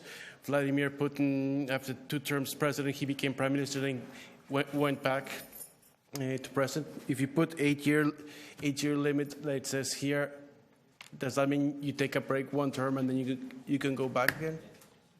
It's not as specific as it should be, Councillor Ainsley. Thank you. Thank you, sir. Questions of the deputant? Okay. Thank you. So we now come to questions of staff. Are there any questions of staff on this? You have a question of staff, Mr. Councillor Ainsley? Yep. I just have a quick. I'm not sure whether it's to the city manager or so. Right now we have on ABCs our citizen appointments have a 2-term limit, and so there's no limit at all for councillors as long as they can be they get reelected and then they apply to. Through the striking committee, they can go back on to any ABC as long as they can keep getting reappointed, is my understanding. Mr. Mayor, that's essentially correct. Okay. And is this the same in all major jurisdictions across Ontario, do you know, or? Mr. Mayor, I'm not privy to any recent jurisdictional scan on this, but I'm assuming we would follow a normal practice among municipalities. Okay. But I would just want to stress, we have not done any jurisdictional scan on this. Okay, thank you. Okay, are there any other questions to staff? Then are there people wishing to speak to this?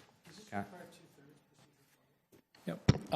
So I'm just going to speak quickly, Mayor Tory. I put this motion forward based on just the reading I've done on good governance and the fact that our citizen appointees have a 2-term limit. Councillors, as I said, can keep getting reappointed based on what they can do at the striking committee. But I am moving a motion that it be referred back to the city manager for a report. The motion's on the screen, just because there is that uncertainty of what other jurisdictions are doing, what we're doing compared to other jurisdictions in Ontario.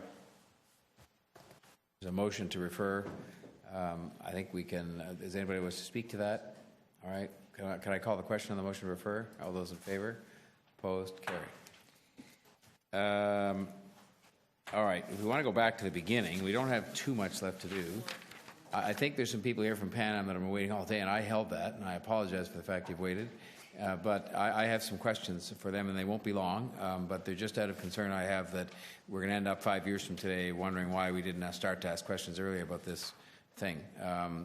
Can we, that's the next item anyway, it's 15.4, I'm sorry. So I don't know, I held it, I just wanted to ask some questions. And they're not financial questions per se, they're related to the finances.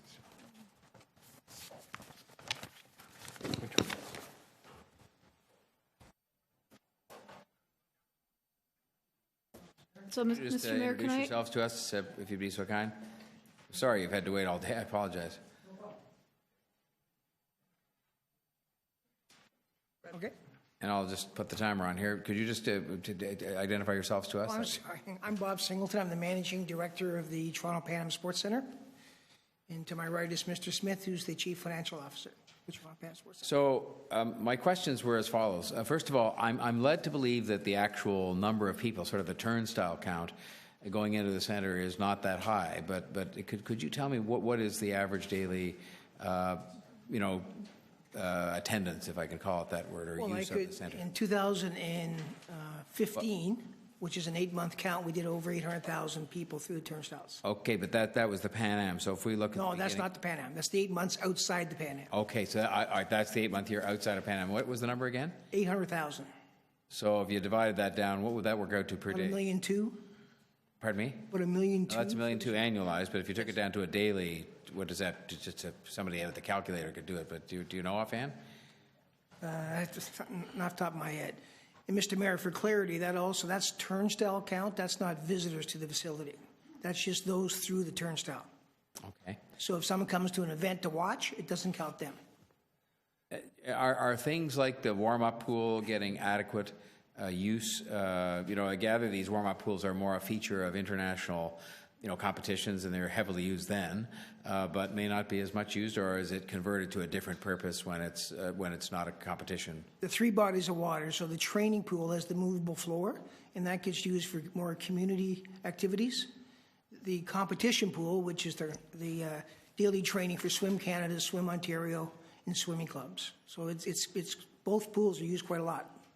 All right, and what about the fitness area? Because sometimes you're inclined to sort of say, well, you'll let somebody who's in the fitness business actually run that and become a tenant as opposed to just having us run it, but is it widely used? Do you have measurements of how much it's used and hours of the day and what our cost per user is and all that kind of thing? Yes, so our budget is at 2,600 members at $46 per member. Right now, we're at that number. We're just below the $46 per member. So we're at 2,600 members presently. Okay, now on the financial model, do you believe that this financial model based on the support that is presently coming from the legacy funds and so on, is that a sustainable model to see this thing through? It's probably going to you, this question. Because my concern down the road is that the city is going to end up with a huge obligation that we're going to have to meet, and we might end up sharing that with the university students, but that we're going to end up with a huge obligation. And I just don't want to get to the point where the legacy funds that I think are helping to run the place now have run out, and that we're here with some huge, amount that somebody's come and told us is due to operate this very extensive and beautiful facility. It's magnificent, but. Yeah. So if I may, Mr. Mayor, I will answer that. The legacy fund and the staff over here is committed for 20 years. And by taking the tranches twice a year instead of once, they say they could push it out to 23 years.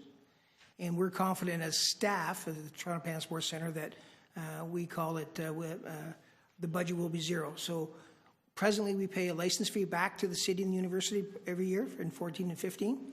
And we haven't, our mandate is not to cost you any money over those 23 years. And that was going to be mine. I'm out of time, but that was going to be my next question, which simply was, can you tell us that it is your expectation, based on all the present trends, present costs, the legacy fund decisions you've taken, that you will not be back here asking us for money? Yeah, if I can answer, Mr. Mayor, just on the legacy fund, the legacy fund agreement is actually with the shareholders and the owners of the facility, so it's between the University of Toronto and the City of Toronto. Right. And as Mr. Singleton has noted, it is a 20-year and now a 23-year commitment. Built into the operating agreements for the facility and the shareholder agreement very specifically is that neither the city nor the university will subsidize high-performance sport use in the facility, which takes up a certain percentage of use in the building. And that's very clear in the commitments that have been made by both the provincial government and the federal government. So the expectation would be that after 23 years, when the legacy fund runs out, because it's being drawn down from a $70 million total, that there would be a renegotiation of the support for high-performance use in the building. It's meant to be a very long-term agreement.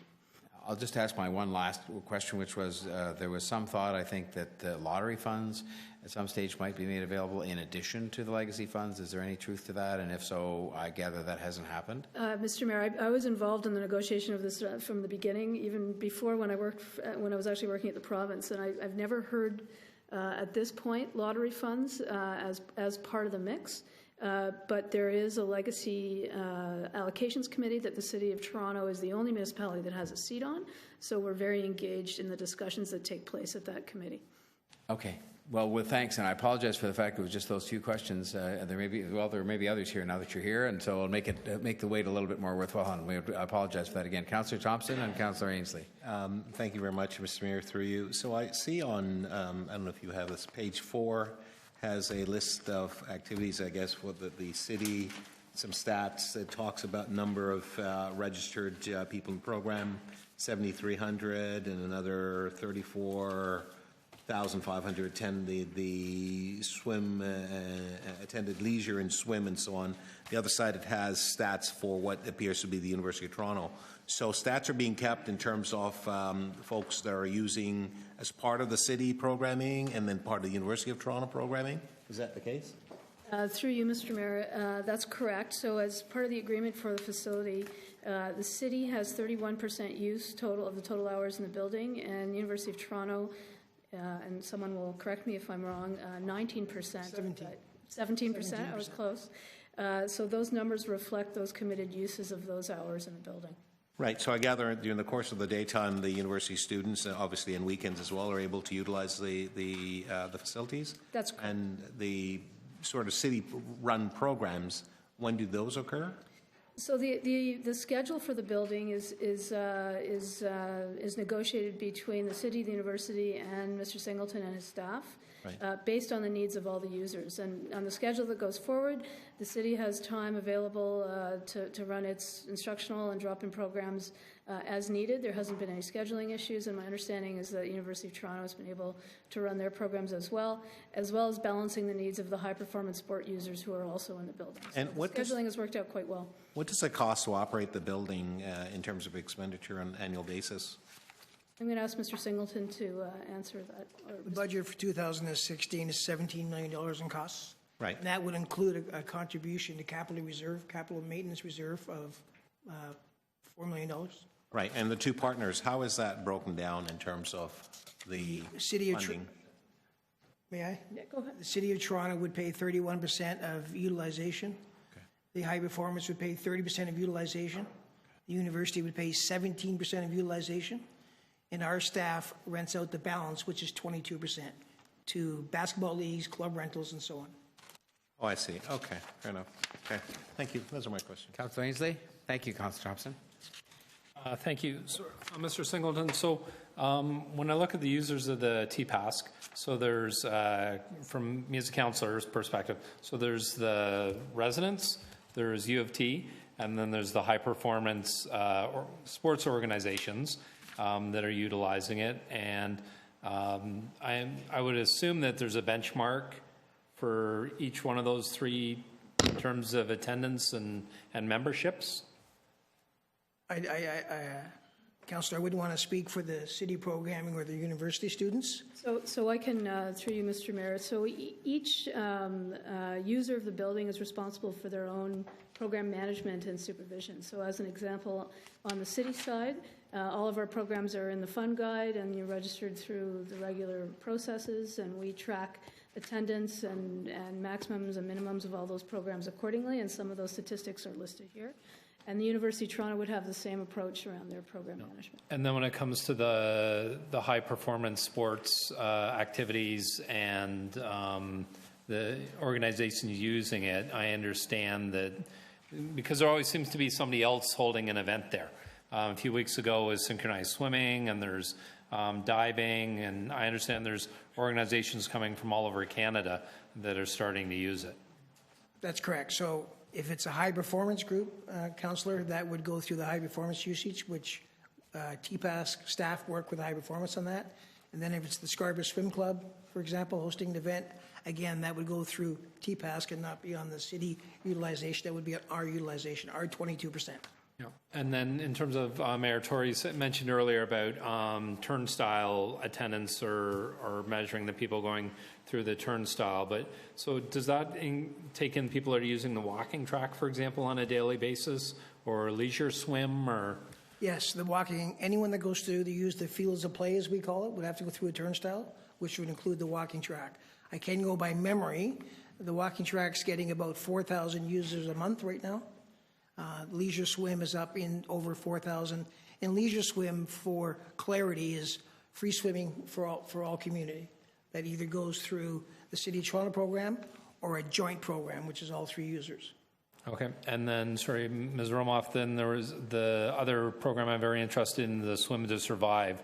A lot of my schools in my area using, and I understand that's spreading out right across Scarborough as well.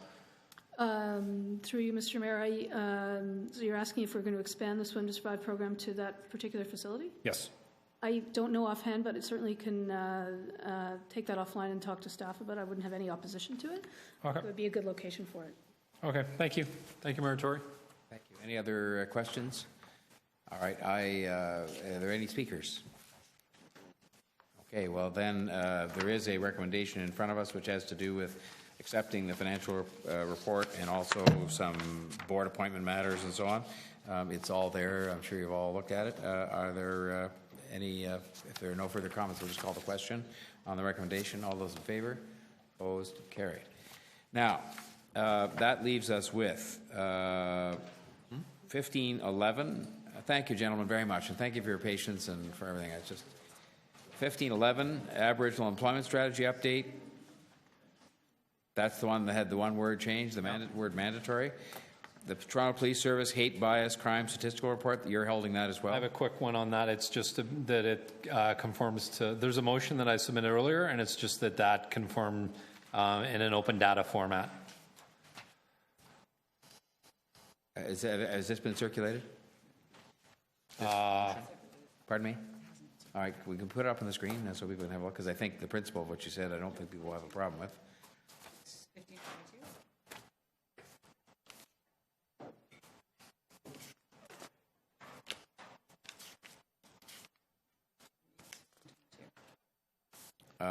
1522. There is the amendment that is put forward by Councillor Ainsley. So this is, Mayor Tory, this is basically just similar to the whole conversation we just had about open data. This is a data set that the Toronto Police Services, they do an annual report that can be done in an open data format. I'm just asking for it to be done and to be put up on the open portal as well in the format that we just approved. Does anybody have any questions of the mover or other questions on this? I've seen the report you talk about, and it's just on paper now. I mean, it's somewhere electronically, but it's just on paper. Are there any questions about this? All right, all those in favor of the amendment? And then all in favor of the item as amended? Carried. Thank you. Now, I'm not sure quite what to do, because I just, unless I'm missing something, your insertion of the word mandatory is a significant. All right, I'm prepared to withdraw that at significant this point. policy. I'm prepared to withdraw that at this point in the day. Okay. If it makes it easier for everyone. If it's going to be discussed, the notion of mandatory hiring, then it goes a lot broader than Aboriginal people, and I just think there would be people who want to have a discussion about that. So then you'd withdraw your hold on that. Then can I ask for a motion to? I think we just received. I'll move. 11. To write a report on targets. I'll move receipt. Okay. All right, move receipt. All those in favor? Opposed? Carried. So let's see here. Now we're making some progress. That's 11. That's 22. Is that to receive 11 or to approve? No, it says here that to report to the Aboriginal Affairs Committee. So there is to be a report from the exec. We've requested the director to do that. Yeah, we just approved that. All right, then we come back to this 15.24. It was supposed to be, I think, a quick release that then Councillor Palacio got into the language with respect to what was being asked to be reviewed.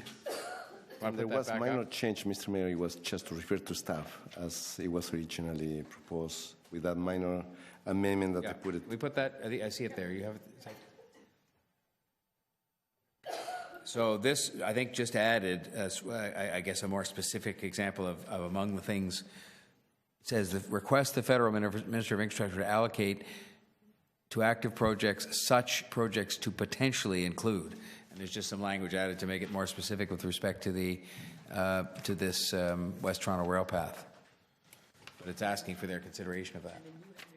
And that's a study that's... And then I had moved earlier this morning to refer the entire matter to staff for their for their dealing with this. There it is there. The executive committee refer the item and the motion by Councillor Palacio to the city manager alongside other requests. My concern there being simply that we have all kinds of seemingly letters, submissions going in, and we're going to end up getting shafted on this because they'll pick the ones they want because we've had 17 different things going in. So we'd send this to the city manager to pull it all together, including your comment. I'm okay with that, Mr. Mayor. The only reason I brought forward is that the City of Toronto is doing the Schedule C of the Municipal Class EA environmental assessment on that section of St. Clair, including the rail path. So if we're dealing with the rail path, it only makes sense to include that section as well. So if that makes it easier, I'm okay with that. Does that increase the cost of the project? I mean, I guess we're only asking them to consider. We're not approving it or endorsing it, but still. It's unfunded at the moment. It's unfunded at the moment.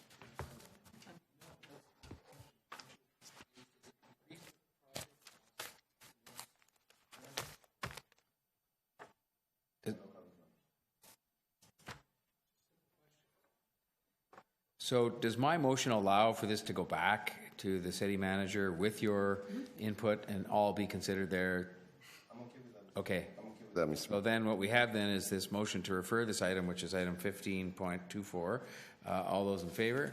Opposed? Carry. Thank you. All right, that's that. And then we're left with the last two that were the new business items. The first one was the, here it is. This was to allow, do we have the motion? Oh, there it is there. That we ask our housing advocate, Councillor Bailão, to lead the city's response to 204. This is a serious matter in that, first of all, of course, it's the principle of inclusionary zoning. Secondly, the precise way in which they've gone about it, which, for example, has mandatory application of it in every single building. And thirdly, there's the whole matter of them making us, in effect, pay for it by we give up all the money, development charges, property taxes, and so forth, commercial taxes, in order to pay for all this. And so we certainly want to make sure our response is effective and coordinated. And this was to allow, authorize Councillor Bailão to lead our coordinated response on this. It has to which? Well, does this have to go through to council from here? Okay, so this would be passed by us and sent on to council.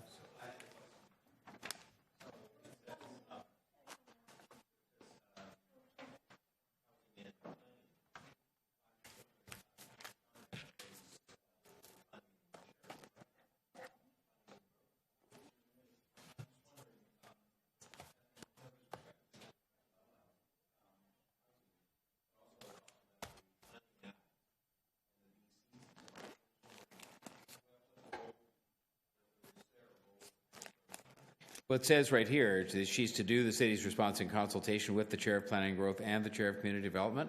And yeah, because it is a housing matter, but it affects all those things.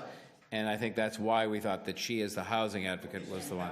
Yes, and later on down below it says in consultation with the Chair of Planning and the Chair of CDRF. Yeah. Because you're right, it's complicated, and that's why we wanted to have one point of contact on the housing side. So this would be approved by us if you just so choose, and then it would go up to council and council. Yeah, no problem. And it says she'll she'll consult members of council and be supported by city officials. Okay. All right, then are we just ready for the question on that? All those in favor? Opposed? Carried. Thank you. And then I think we're almost at the end here. We had this 15.28, which is here. And this is simply I think because the contribution is above a certain amount and it requires approval here. Is that the idea? You put that on, Councillor Bailão? Yes. So right now the City of Toronto can give loans to BIAs up to $2 million. Because the tender came a lot higher and the members of the BIA actually voted to increase their levies, we're coming and asking for a 2.3 loan. And the reason is that this needs to happen this year in order to coordinate all the construction. Otherwise, the BIA would have to do construction in different periods of time, pay for TTC diversion. It would cost them another $300,000, and we would have construction happening on the same exact street 2 years in a row or 3 years in a row, possibly. We're trying to consolidate all the construction projects, making it more efficient. However, the tender came in at a lot higher than we expected, and that's why the loan is being higher. But this is it's paid by the BIA, it's their loan, and it's paid back to the city. With interest, I gather. With interest, 4% interest. Over 10 years. Yeah. I don't know who I'd ask this of. Is this a customary thing that's happened before? Has this happened? This is not the first time this has happened. No, it's not the first time, but this is pretty large for a BIA. Okay. Well, do people wish to ask either questions of staff or make? Yeah. And the question is how we got it wrong by over $1 million. So I can take a stab at answering that question, and Councillor Bailão has more hands-on experience with this file than I do. The original early price quote for the work that the BIA is funding, which is significant streetscape improvements, including trees, parkettes, and sidewalk, was $2.9 million, in combination with the designer and city staff. That was early sort of design issues. It went to, as the process went on, Engineering Construction Services estimated prior to letting the tender that it would be $3.6 million. The decision by the BIA in consultation with staff and the local councillor was to go ahead and tender, see what it came back at, and came back at 3.9. So this is a problem of early pricing in a project, and I think market forces is one way of expressing it. But as has been described already, the BIA has gone through it. They had a public meeting. They voted significantly in favor of this. So their loan is guaranteed against liens against the property, so there's no risk to the city on this. So if the BIA chooses to do this, from my perspective, it makes sense to do. Other questions of staff? Mike, Councillor Thompson? And so the annual amount that they would be paying back is at $100,000? No, this is over 10 years. They're going to be paying back significantly each year. Through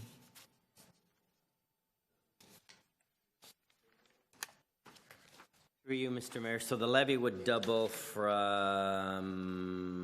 150, almost. It'll go from $151,000 to $324,000. But as was said by a previous speaker, the BIA membership did approve both the project and the BIA levy increase, and it's fully secured.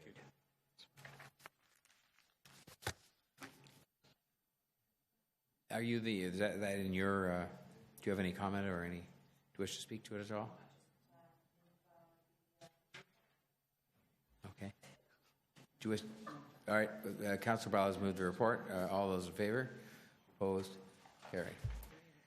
I think, believe it or not, that brings us to the end of our agenda. Am I right, Jennifer, Madam Clerk? May I say thank you to the staff and to all the city staff who stayed here for a whole bunch of different reasons. I appreciate it, and thank you to the members of the committee. I'm sorry it took so long, but we had those two huge items, and it was certainly a solid day's work. Thank you very much for adjourning.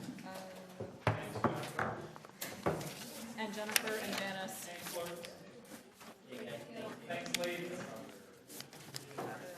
Yes.